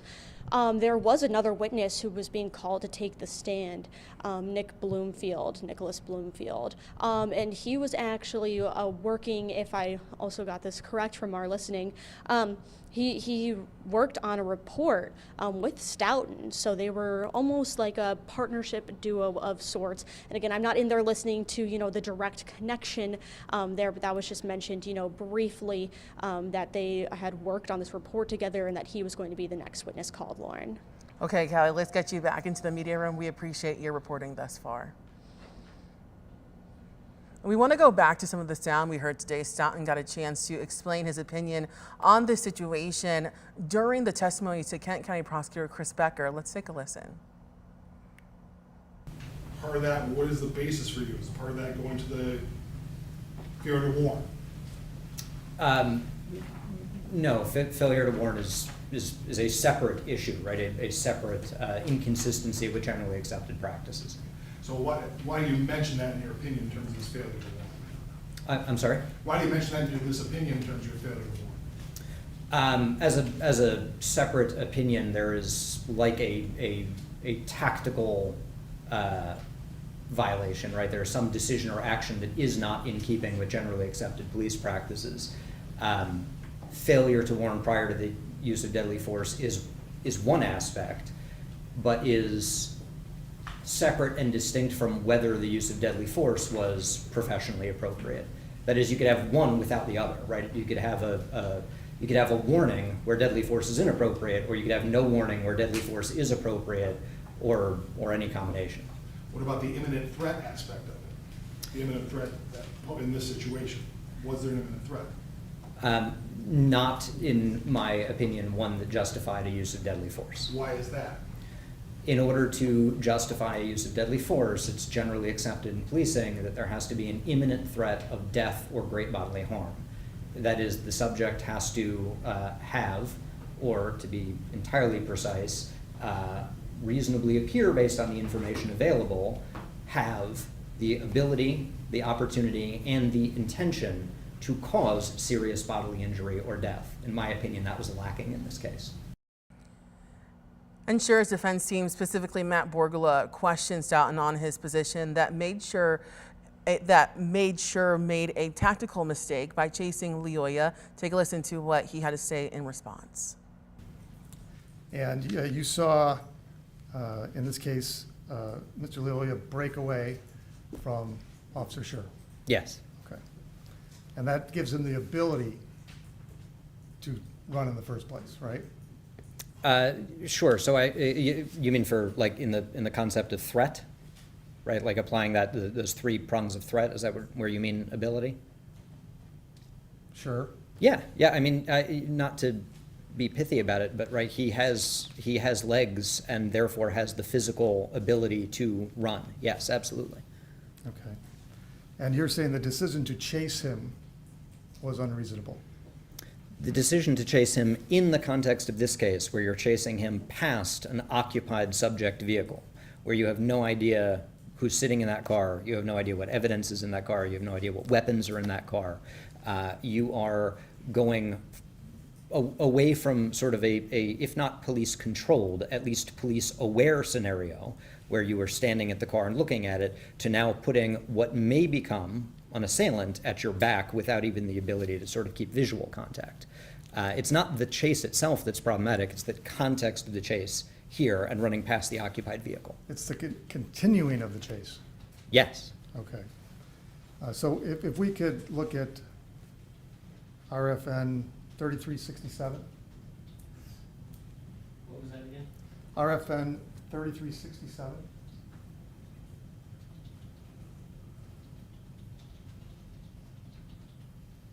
Okay. So this is not when the unreasonable decision was made, right? No, I think, chasing him, it depends on where that chase goes. If the chase goes back behind the car, behind the police car, and keeps going down the street in the direction that Officer Schurr is facing there, you have the same problem. Don't chase someone away from an occupied vehicle. Okay. So at this point, it's reasonable for Officer Schurr to make the decision to continue to try to apprehend Mr. Loyola. If he can do that in the context where he can keep visual contact on the car and not worry about an assailant approaching, especially undetected, sure, I think that falls within the zone of reasonableness. I also think it could fall within the zone of reasonableness to say, look, I'm not even going to scuffle with this guy, because if I do start to scuffle with him here and the passenger gets out and helps, I am immediately outnumbered, right? So again, I think the initial grabbing and this initial point is,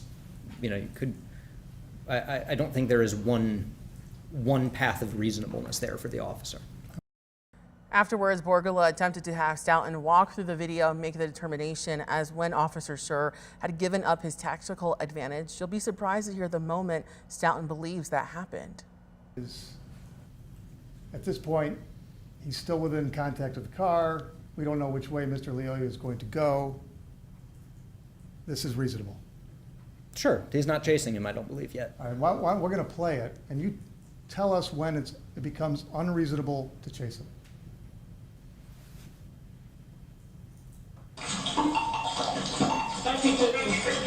Right there for sure.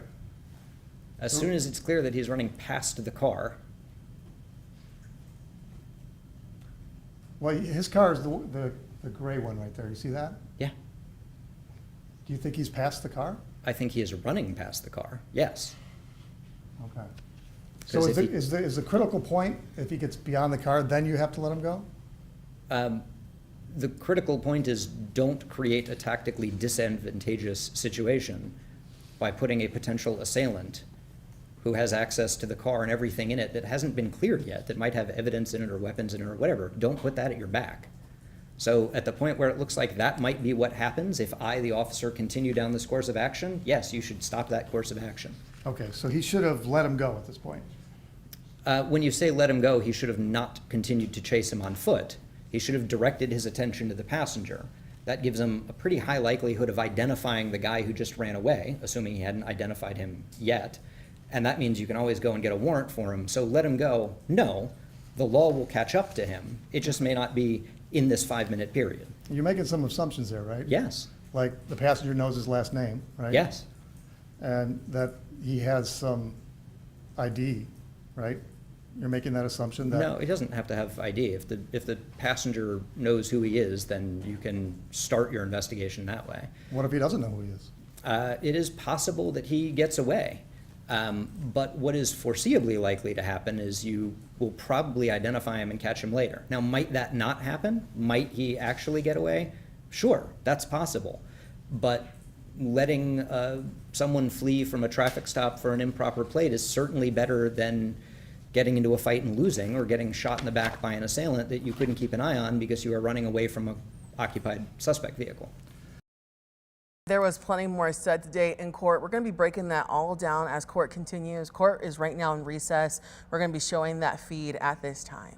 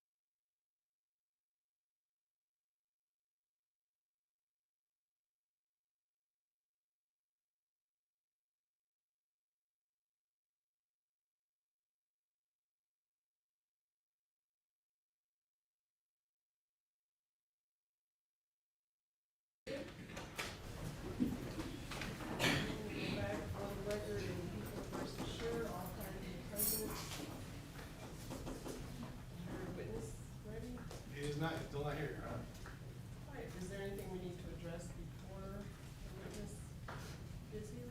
Not here, huh? For defense? This time, right? So, do we have ETA?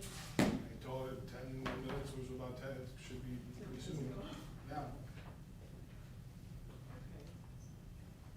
So, I guess we can just continue or start back a break, because obviously there's nothing else to do other than have that witness come in, and if they're not here yet, I'll just wait here. We'll just go off the record meanwhile it gets here.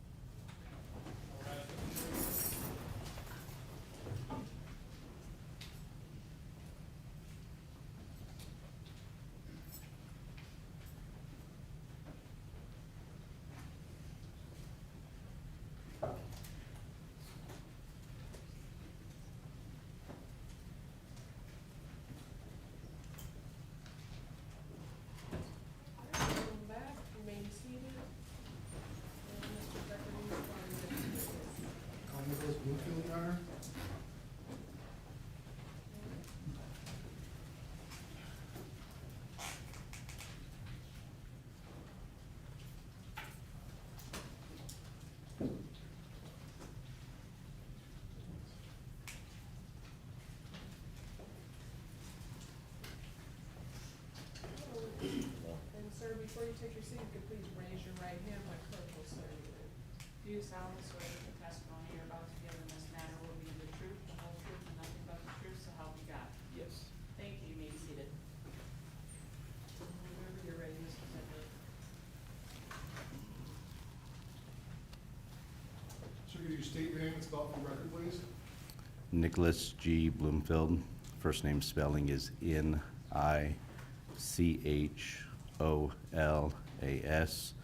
Middle initial is G.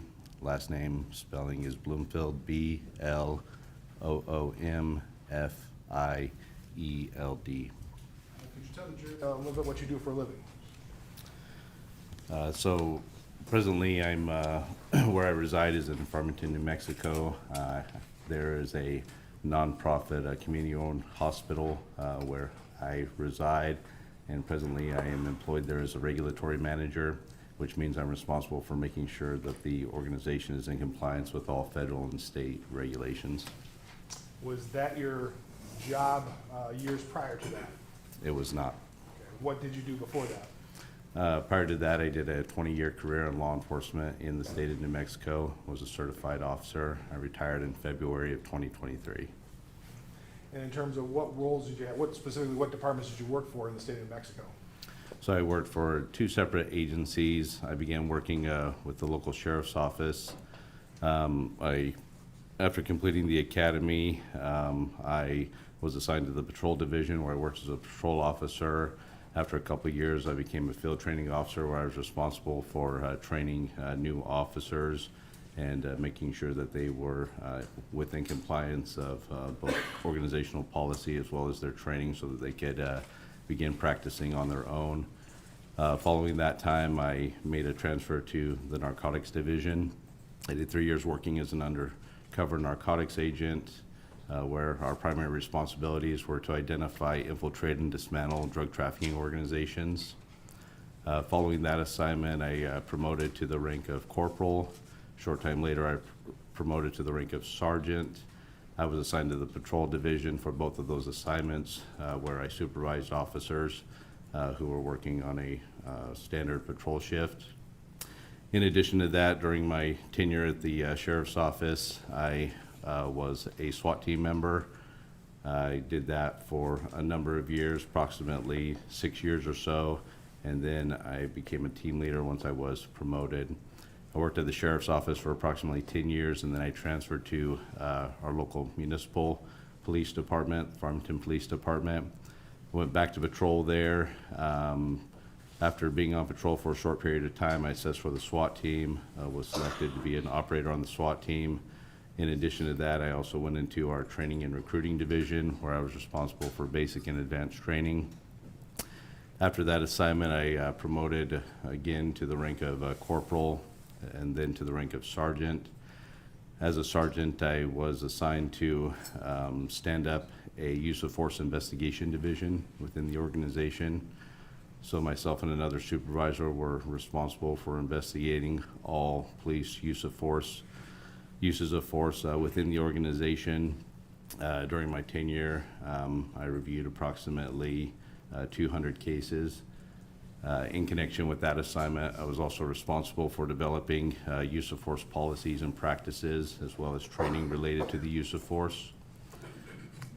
And following that assignment, I was assigned to a special task by the Chief of Police to reach out to and to work with academics in the field of criminal justice. Specifically, we were interested in conducting research related to a phenomenon known as contagious fire within the policing industry.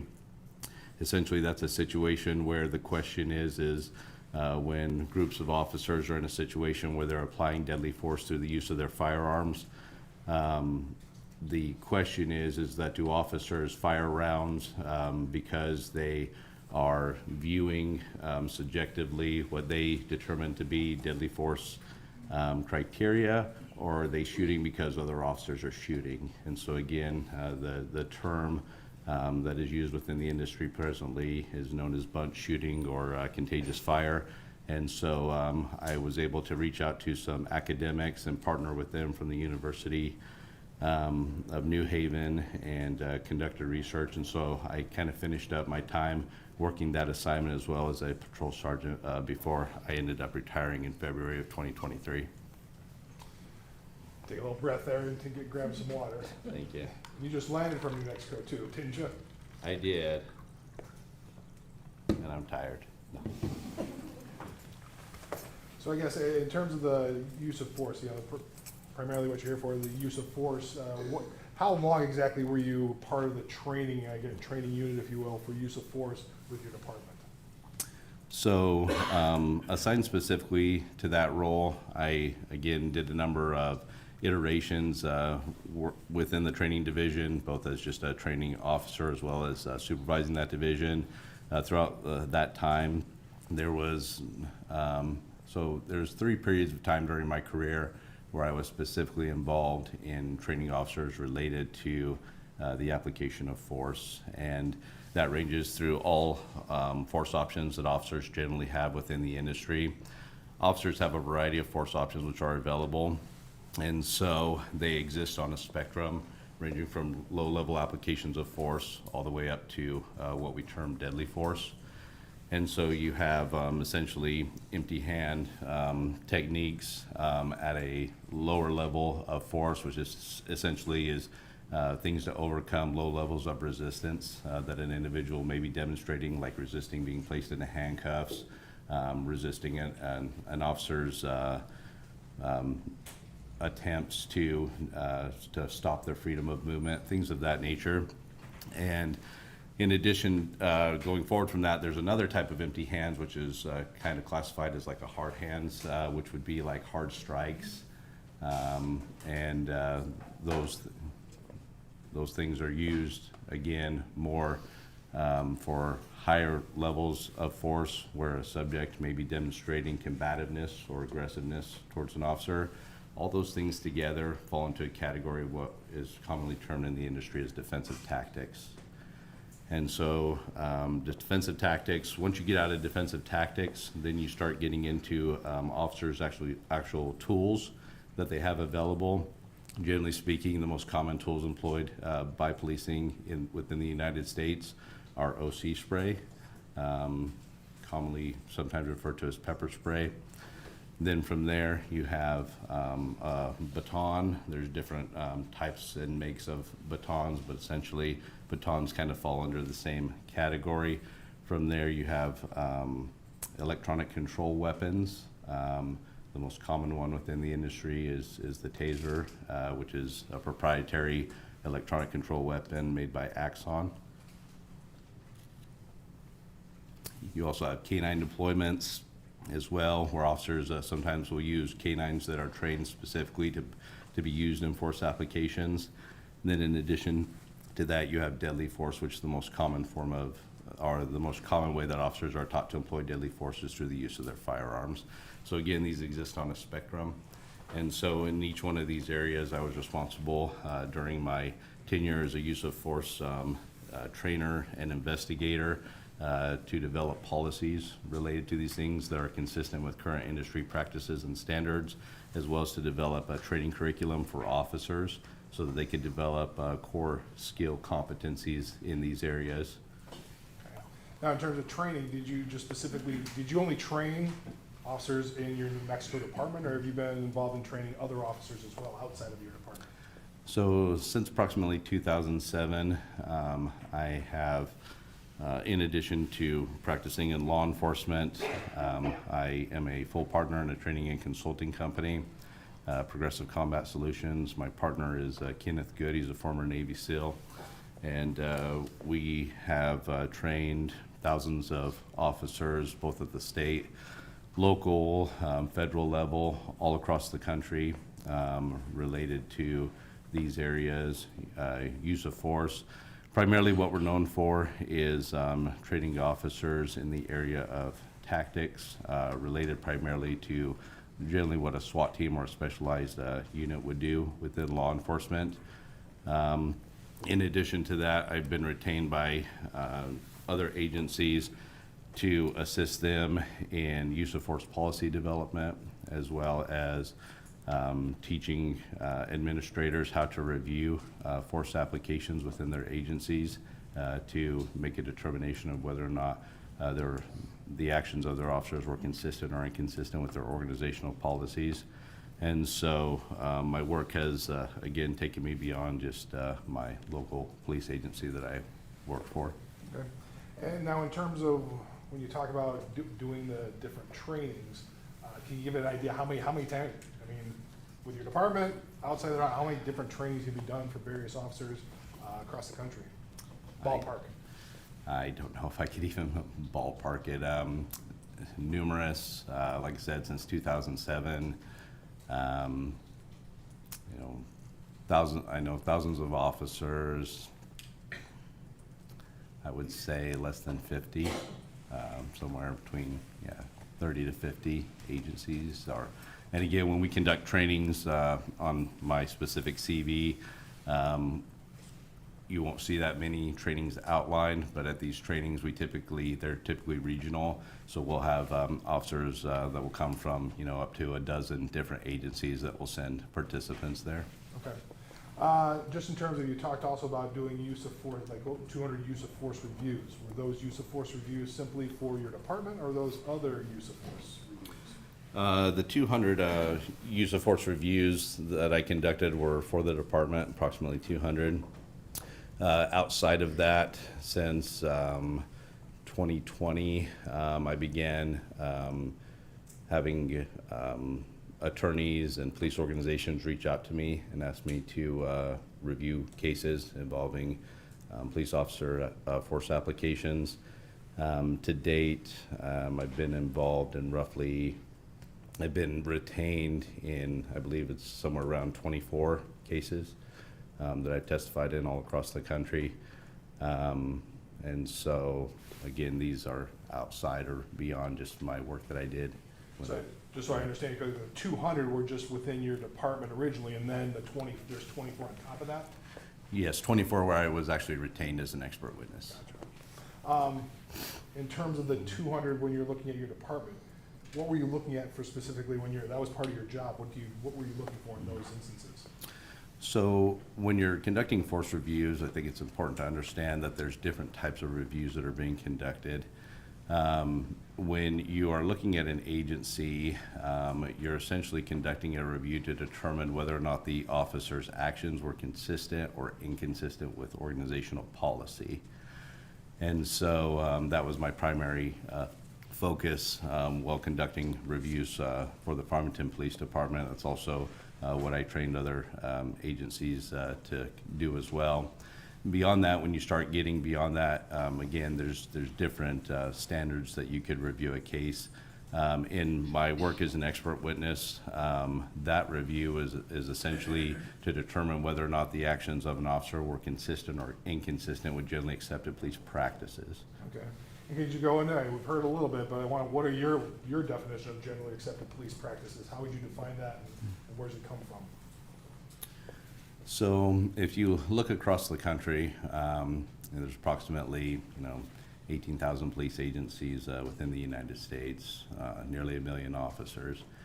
And so within the industry, there are generally accepted practices where essentially anywhere that you go in the country, you will see similar practices in the way that officers are taught to apply force, as well as the training that officers go through.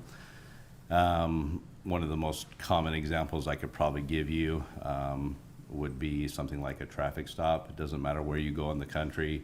If you see an officer conducting a traffic stop, the techniques, the tactics that officers employ are essentially going to be similar anywhere you go in the country. The way that this information gets disseminated across the country traditionally within the United States, this was done through just sharing trade knowledge. And so officers would essentially, through experience, begin to share trade knowledge with one another. Eventually you had more legitimate trade publications that would come along within the industry that would share essentially this type of information. From there, you started to have expert bodies that began to opine on generally accepted police practices. For example, the most well-known and prolific entity within the United States is the International Association of the Chiefs of Police. They're over 100 years old. They're well respected within the industry, not just nationally, but internationally as well. They provide things such as model policies, as well as a number of recommendations related to training and standards that law enforcement agencies can adopt and utilize to make sure that they're operating, again, in compliance with generally accepted police practices. From there, you have other entities, including the Department of Justice. So the Department of Justice has an enforcement arm where they essentially are able to investigate police organizations where there have been complaints of essentially patterns and practices of unconstitutional policing conduct. And so the DOJ can go into these agencies, essentially conduct an investigation. If they determine that there are deficiencies by that agency, that again, they're not meeting generally accepted police practice, that would legitimize them as conducting constitutional policing, they will essentially sue them and can place them under consent decree. They always keep this stuff very transparent. You can go online and you can look up any of the consent decrees that agencies have been placed under. Where I did my law enforcement career in the state of New Mexico, Albuquerque Police Department was placed under consent decree in 2012. The interesting thing about the Albuquerque Police Department consent decree was, unlike other consent decrees in the past, this was the first time that the DOJ heavily cited use of force issues in policing, and essentially what they held Albuquerque PD accountable to was a signal to the whole industry that those standards are essentially what the DOJ considers the industry standard for constitutional policing as it relates to the use of force. Okay. Now, I guess in terms of, does that, because you retired, you said you retired, and you were retired for a few years, and now you're doing compliance things with a hospital or a nonprofit hospital. Mm-hmm. Do you keep up to date then? Is that how you keep up to date, is right where you do consent decrees, or are there other ways you keep up to date in the use of force area since you kind of retired from the police officer as a police officer? So I continue to stay up to date. I'm presently still practicing in law enforcement. There's a small agency within the area where I reside. It's named after me. It's the Bloomfield Police Department. It's not, but they didn't name it after you joined, did they? No. But I am a reserve officer. And so through that, I still continue to practice. I volunteer my time and assist agencies, but also through doing work like this. I keep up to date again with the generally accepted practices through continuous review of trade publications. Like I said, there are trade publications that are used heavily in the industry. One example is Police One. They've been prevalent in the industry for many years. And again, that's a place where a lot of trade knowledge is shared. In addition to that, I continue to follow IACP as well as my colleagues that are also expert witnesses.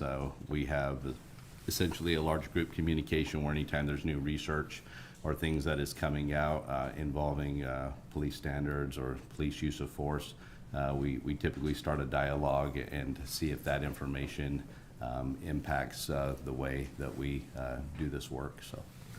At this time, I move for his admission as an expert in generally accepted police practices and use of force tactics.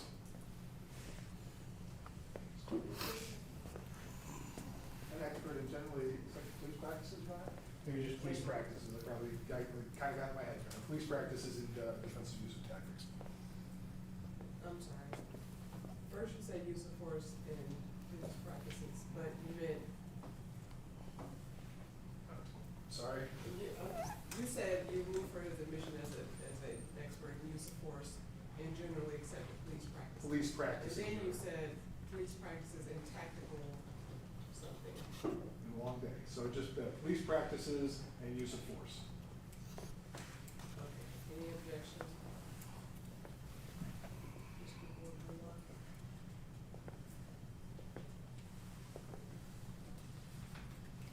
Limited to that, Your Honor.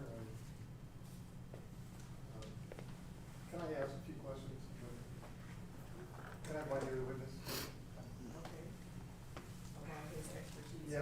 just before I, Good afternoon. I understand you had a heck of a time getting here, so I appreciate, we were all wondering if you're gonna show up with a suit and tie on. So, we would have forgiven if you had showed up in jeans and tennis shoes. Thank you. So police practices, you're an expert in police practices, not GRPD police practices, right? GRPD is Grand Rapids Police Department. Say that one more time. I am an expert, I think I'm tracking, I am an expert in generally accepted police practices, yes. Specifically GRPD, I would say no. Okay. And same question for use of force policies. You're an expert on the use of force in relation to generally accepted police practices, but not necessarily specific to Grand Rapids Police Department? That is correct. What I will state, just to add a qualifier there, is that during my review of the materials in this case, I was provided the policies of the Grand Rapids Police Department related to use of force, and I determined that the policies of the Grand Rapids Police Department are consistent with generally accepted police practices. Oh, all of them? The ones that I reviewed, yes. So you didn't review every single policy? I can't recall right offhand every single policy I reviewed, but the ones that were provided to me. Okay. All right, Your Honor, with that caveat, you may proceed, we don't object. All right, then he shall be considered an expert in those fields of use of force and police practices. all right, you were hired specifically to review this case, correct? That is correct. Do you recall approximately when that was, when that took place? I don't recall it after refreshing. It's been a few years. It has been a few years, yes. What do you do when you get hired in to take a look at a case? What transpires? How do you start that review? So generally speaking, all these cases involve some type of preliminary discussion where I'm essentially provided a brief synopsis of the case. There may be a discussion as far as where I provide my CV and what type of expertise I can offer. If an entity decides to retain me through a formal retainer, at that point I'm provided materials. Materials varies based upon the organization. I've had some cases, and again, sometimes this is just due to the nature of the incident itself.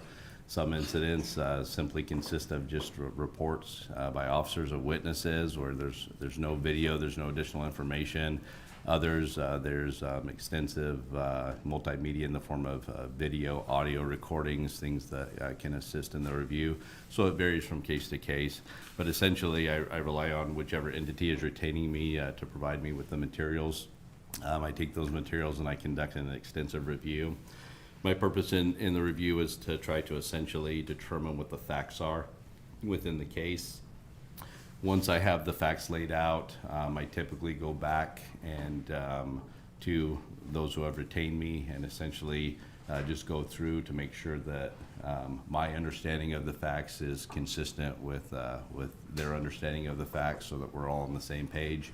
And then from there, I'll begin to formulate opinions based upon the actions of either a solo officer, or sometimes these incidents involve multiple officers. And as I work through these opinions, what I'm doing is I'm comparing again the actions of the officers to generally accepted police practice. And what I'm basically stating is whether or not the actions of the officers are consistent or inconsistent with generally accepted practice. Now, you talked about some of the things you reviewed for this case. Some of the things that you did review would be the videos. That is correct. What videos do you recall that you specifically reviewed? There was a couple of videos. There was a video that was captured by the officers in-car camera.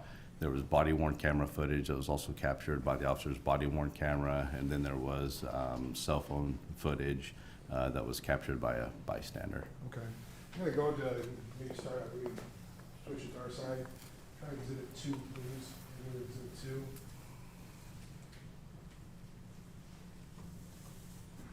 You good, Mike, please. There should be a laser pointer right up there. Now, in terms of, do you recall viewing this would be People's Exhibit 2 at right about 2:02 of the time frame? Do you recall viewing this video? I do. This would be the in-car video. It appears to be the in-car video, yes.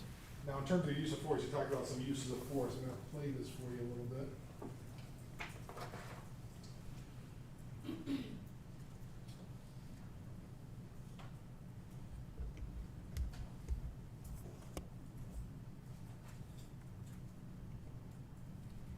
Stop right there. Yeah, you talked about techniques.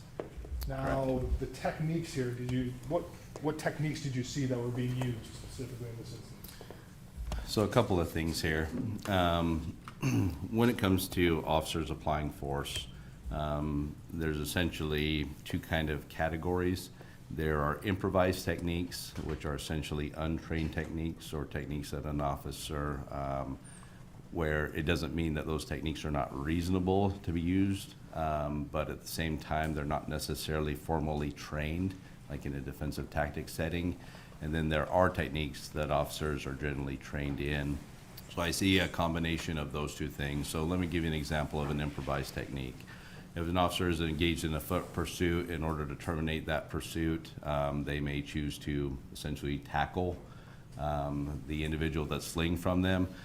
I don't know of any law enforcement agency that trains officers to tackle formally because, again, the likelihood of injury would be too high in most cases. However, when you look at proportionality as far as the level of resistance that an officer is witnessing, that could be absolutely reasonable. It's just not formally trained. As far as what I see as being formally trained here, is the officer in this particular instance is applying some knee strikes. Knee strikes are a commonly taught defensive tactics technique within the policing industry. Knee strikes can be used defensively, so they can be used by an officer to essentially protect themselves if they are being attacked, but they can also be used to overcome levels of resistance. And so in this particular case, the officer appears to be in a position where he is essentially on top of Mr. Lioya. In this particular instance, attempting to keep Mr. Lioya down on the ground. Mr. Lioya is clearly being successful in being able to rise to his feet. And so the officer is electing to use knee strikes in this particular case. It's difficult to see where those knee strikes are being applied. Generally, in order to overcome a level of resistance, knee strikes are generally taught to be used by officers to target essentially the lower extremities, like the thighs and those areas. Again, because it's not being used necessarily in self-defense in an instance similar to this one, it's being used to overcome that resistance. And so I see the application of a couple of knee strikes here, which appears to be targeted to the lower extremities. And so that would be typical. There's nothing untoward about it. There's nothing wrong with that. That would be a typical thing that you would teach as a use of force. Yes, based upon this video and based upon, again, the way that officers are taught this technique and how to deploy it, I would say that an officer in this situation, that this application of force would be reasonable and consistent with generally accepted police practice. Maybe focus on a little bit more.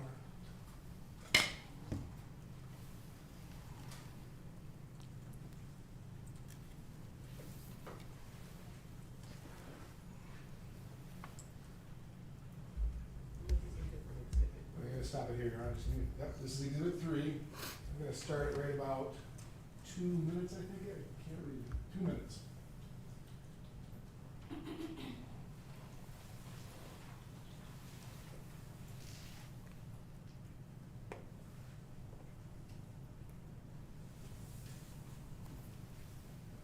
Now here, a little bit more focus on the hands. You can see the hands. Can you describe for the jury what they're seeing here?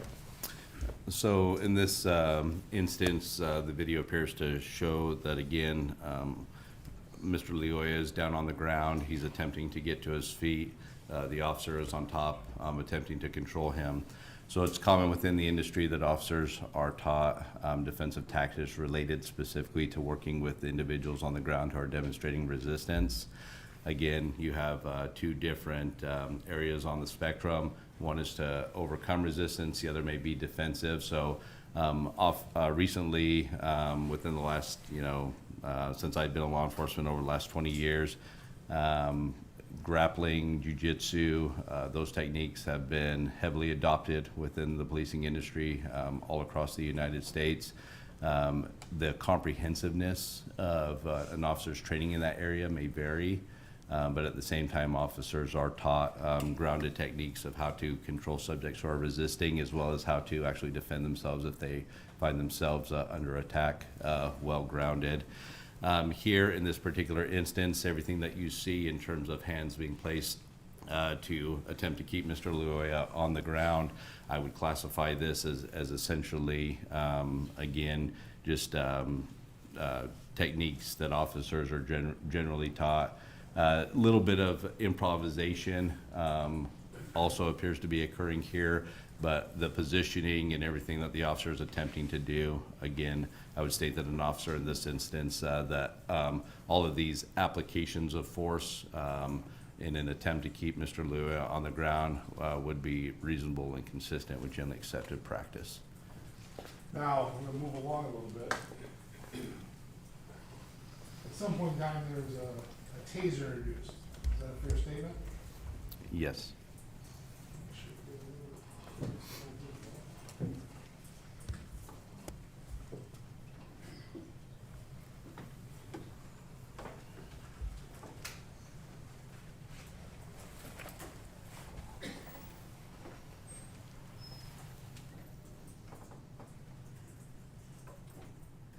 think we're still in Exhibit 3, right?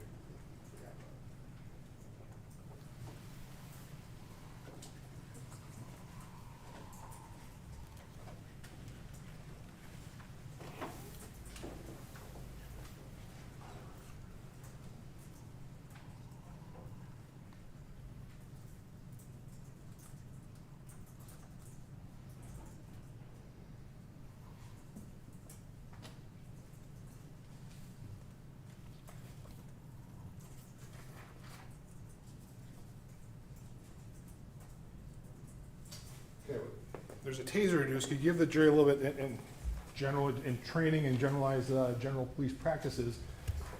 When do you introduce a weapon? Is there any criteria? Can you give a jury an idea of what goes through that? So, as I briefly talked about during my initial questioning, officer use of force exists on a spectrum, and so officers have many force options that are available to them to overcome resistance. I need to talk just a little bit and lay a little bit of a foundation in terms of how an application of force, what essentially allows an officer to make a decision from going from a lower level of force to a higher level of force. So the first thing is proportionality.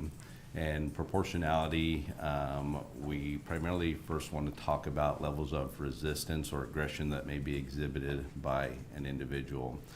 So when an officer has essentially a valid legal reason to detain an individual, whether that is to detain them to investigate a crime or to detain them, essentially taking them into formal custody, if an individual resists the officer's actions, the degree of resistance that they exhibit is what opens up the options related to an officer's use of force selections.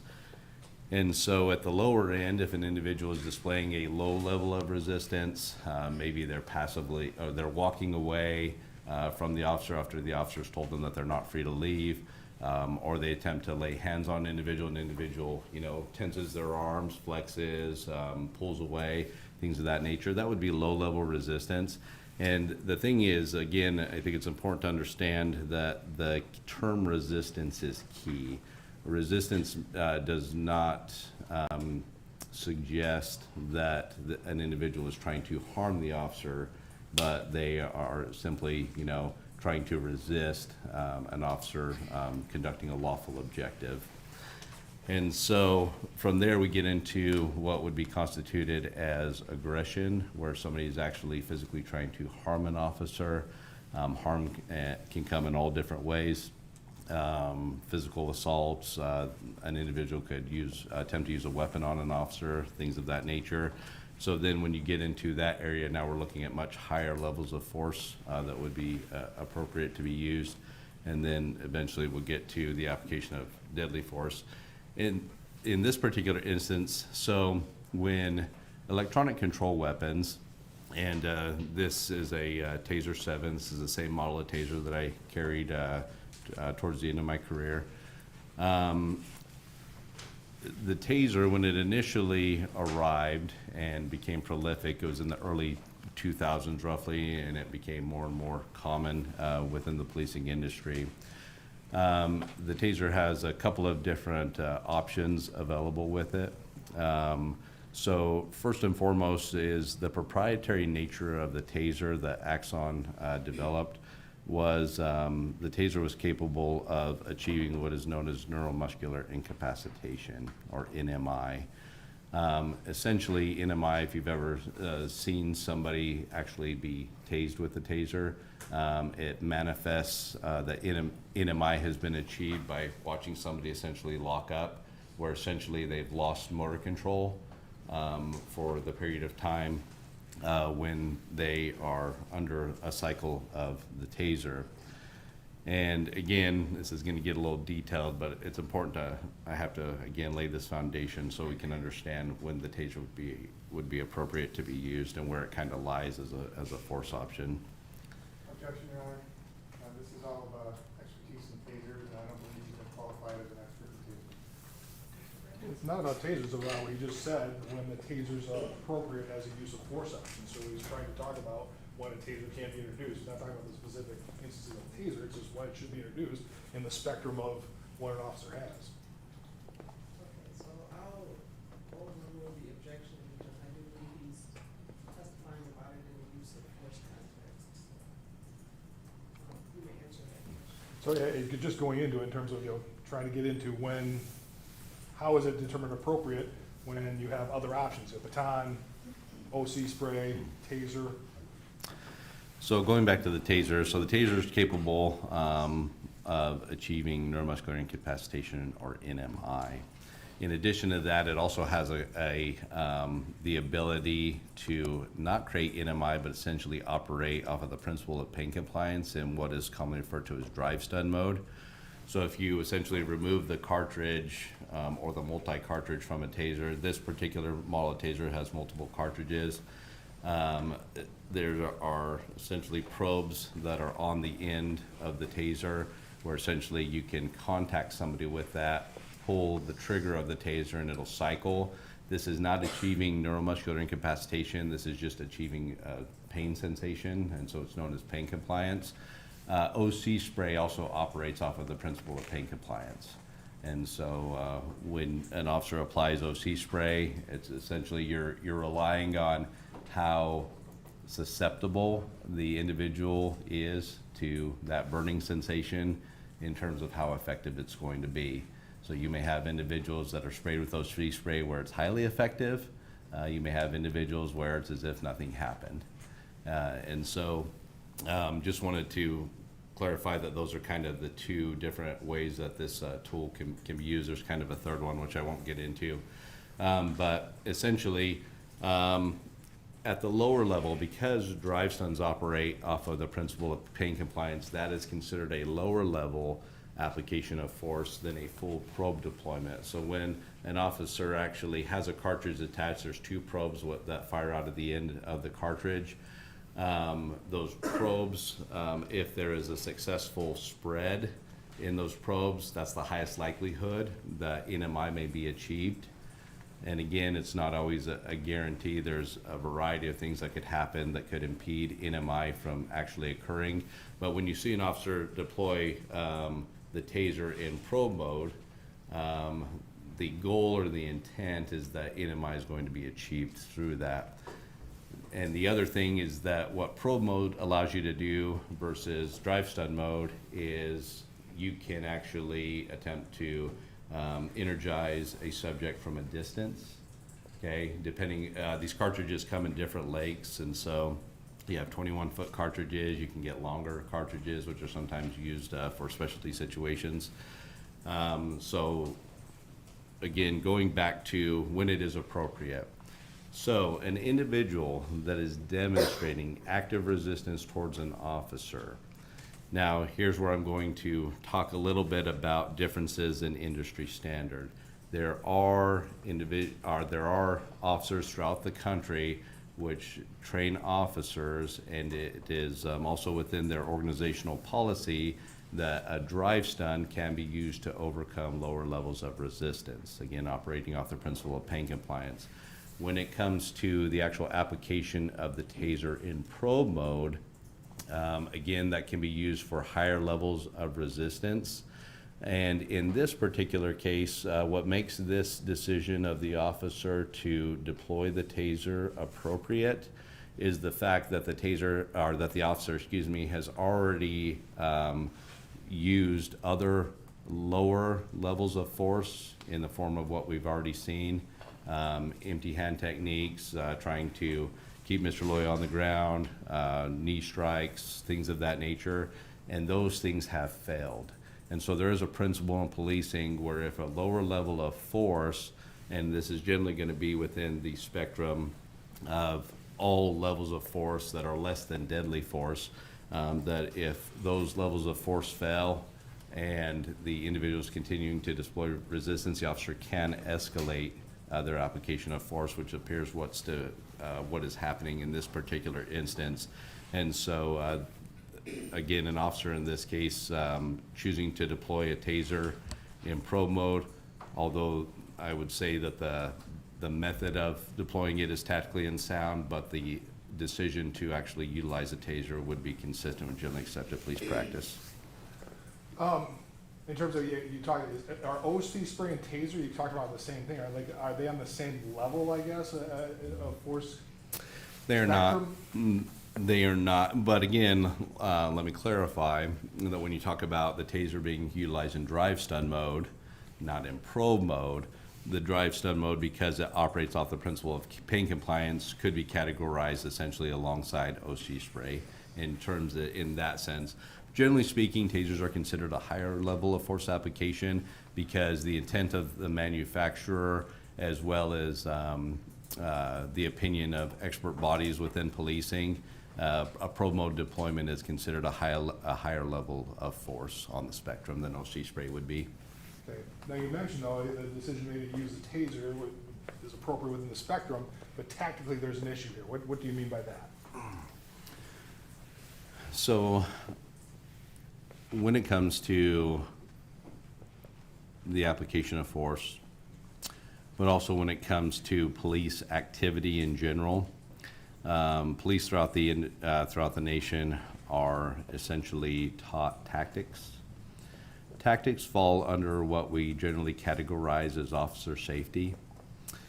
And so essentially officers are taught in the basic academy, and this is consistent all across the industry, where officers are provided common tactics of how to safely go about accomplishing their lawful objectives. I mentioned traffic stops earlier.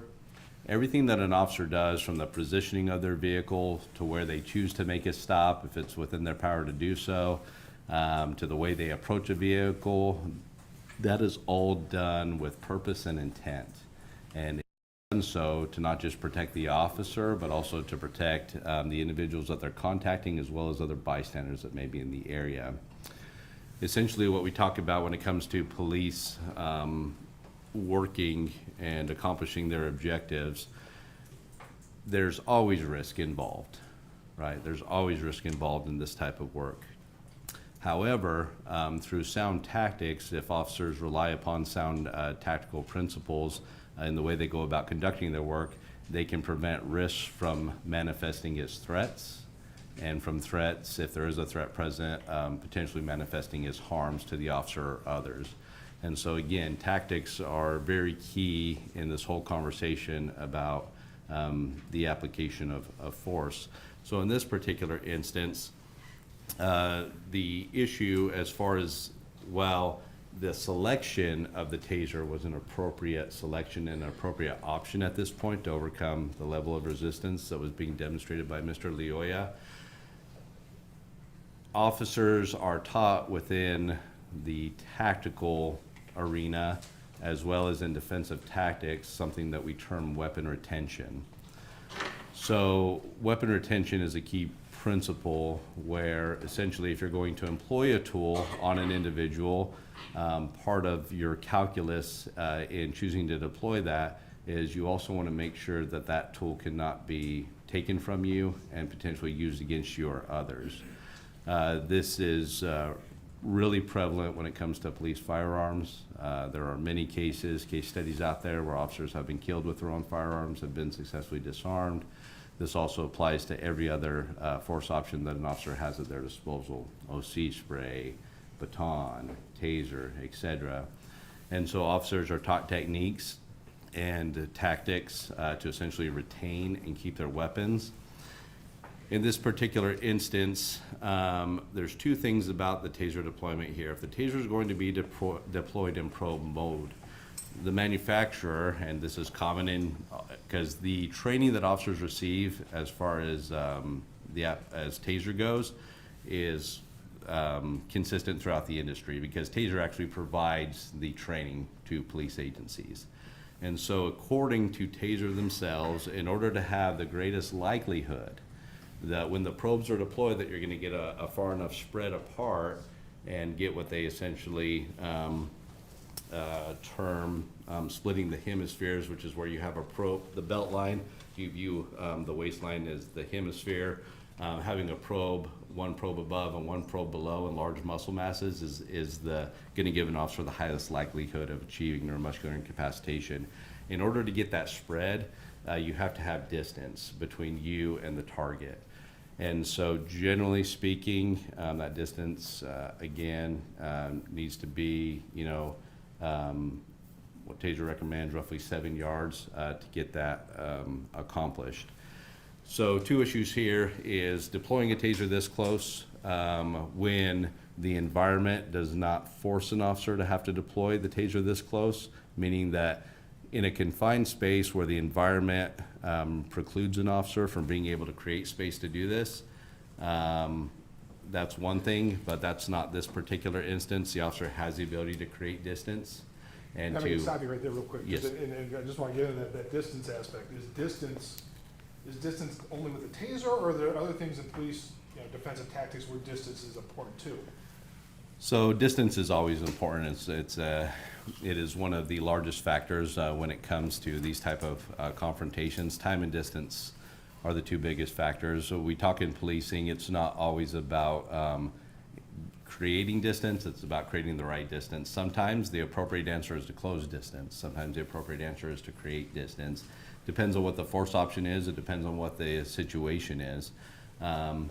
Officers are also taught that if they are in a situation where they're applying force, and generally this happens solo, if they are unsuccessful in overcoming an individual's resistance, and they are essentially failing to overcome that resistance, sometimes the best option is what we refer to as a tactical retreat, where we create more distance, we keep eyes on, we summon more resources. That could be an option. The other thing is if an officer is being attacked, if they have the ability to create distance, they can do so. And so again, it's multifaceted in terms of what may determine that. So so going specifically for this instance, so it's distance not only for the taser, but there's also distance just in general for police practices. Correct. And so in this case, by creating distance, that would allow two things to happen. One would be there'd be a higher likelihood that neuromuscular incapacitation is going to be achieved, because now we're at a appropriate standoff distance recommended by the manufacturer that's going to give us the greatest likelihood of achieving NMI. Number two is I'm also, by creating distance, I am preventing anybody from grabbing a hold of the taser, so that's also the best option because it's the most tactically sound option. And so that's why the failure to create distance in this particular case is tactically unsound, although the decision to employ the taser was reasonable. So disengagement is part of police training. Is that part of police training and generally accepted police practices? Yes, it is. It's not a matter of you being a coward or running away or, No, what we find statistically speaking, again, is when an officer essentially is in a situation, and again, it depends on the circumstances, right? So let me qualify this by making the statement that the highest priority that American law enforcement has is the protection of life. That is the highest priority. So if you have a situation such as an active shooter, an active killing event, officers are taught to close the distance immediately with haste to essentially locate pressure and stop the action of the shooter or whatever it is that's preventing imminent threat of harm to life being lost. That just doesn't fall on the part, that just doesn't mean officers, that also means bystanders. In addition to that, officers are also concerned about preserving the life of the individuals that are resisting them, that they're attempting to take into custody, or that are involved in some type of law enforcement action. And so what we find is that, again, because we have enough data points within the industry and enough experience within the industry, we know that sometimes a tactical retreat is actually the safest option for the officer. It's also the safest option for the suspect. It's also the safest option for bystanders. And again, sometimes you get into a situation where, you know, for lack of a better term, you may be in over your head where you don't have the resources to safely do this alone. Foot pursuits are a big example. Used to be in the industry that you know, foot pursuits were very commonplace. Officers would take off solo, and we had a lot of instances of officers being seriously injured or killed, as well as suspects. Now, the generally accepted practice, and again, this has been recommended by all kinds of expert bodies, it's very common within the industry, that officers need to make a good tactical decision as far as when to pursue and engage in a foot pursuit, particularly solo. That would depend on the nature and severity of the crime. Sometimes it's just not worth it for low-level crimes to initiate in a pursuit, especially where officers may be placed in greater jeopardy by initiating in that pursuit. Officers are taught as another option to essentially keep eyes on, continue to follow from a distance, but to summon other resources and essentially close in and wait till other resources arrive. And again, what we find in those cases is a reason why that direction has changed in the industry is because we find that officers, suspects, and bystanders are safer as a result of that type of disciplined decision-making. I'm gonna ask, I see it's 1:45, I can see the clock, so. yeah, so we're gonna stop here and resume to trial morning at 9 a.m. And so meanwhile, jurors, please again leave your nose upside down in your seats and remember to not discuss the case with each other or with anyone else. And also avoiding media reports about this case and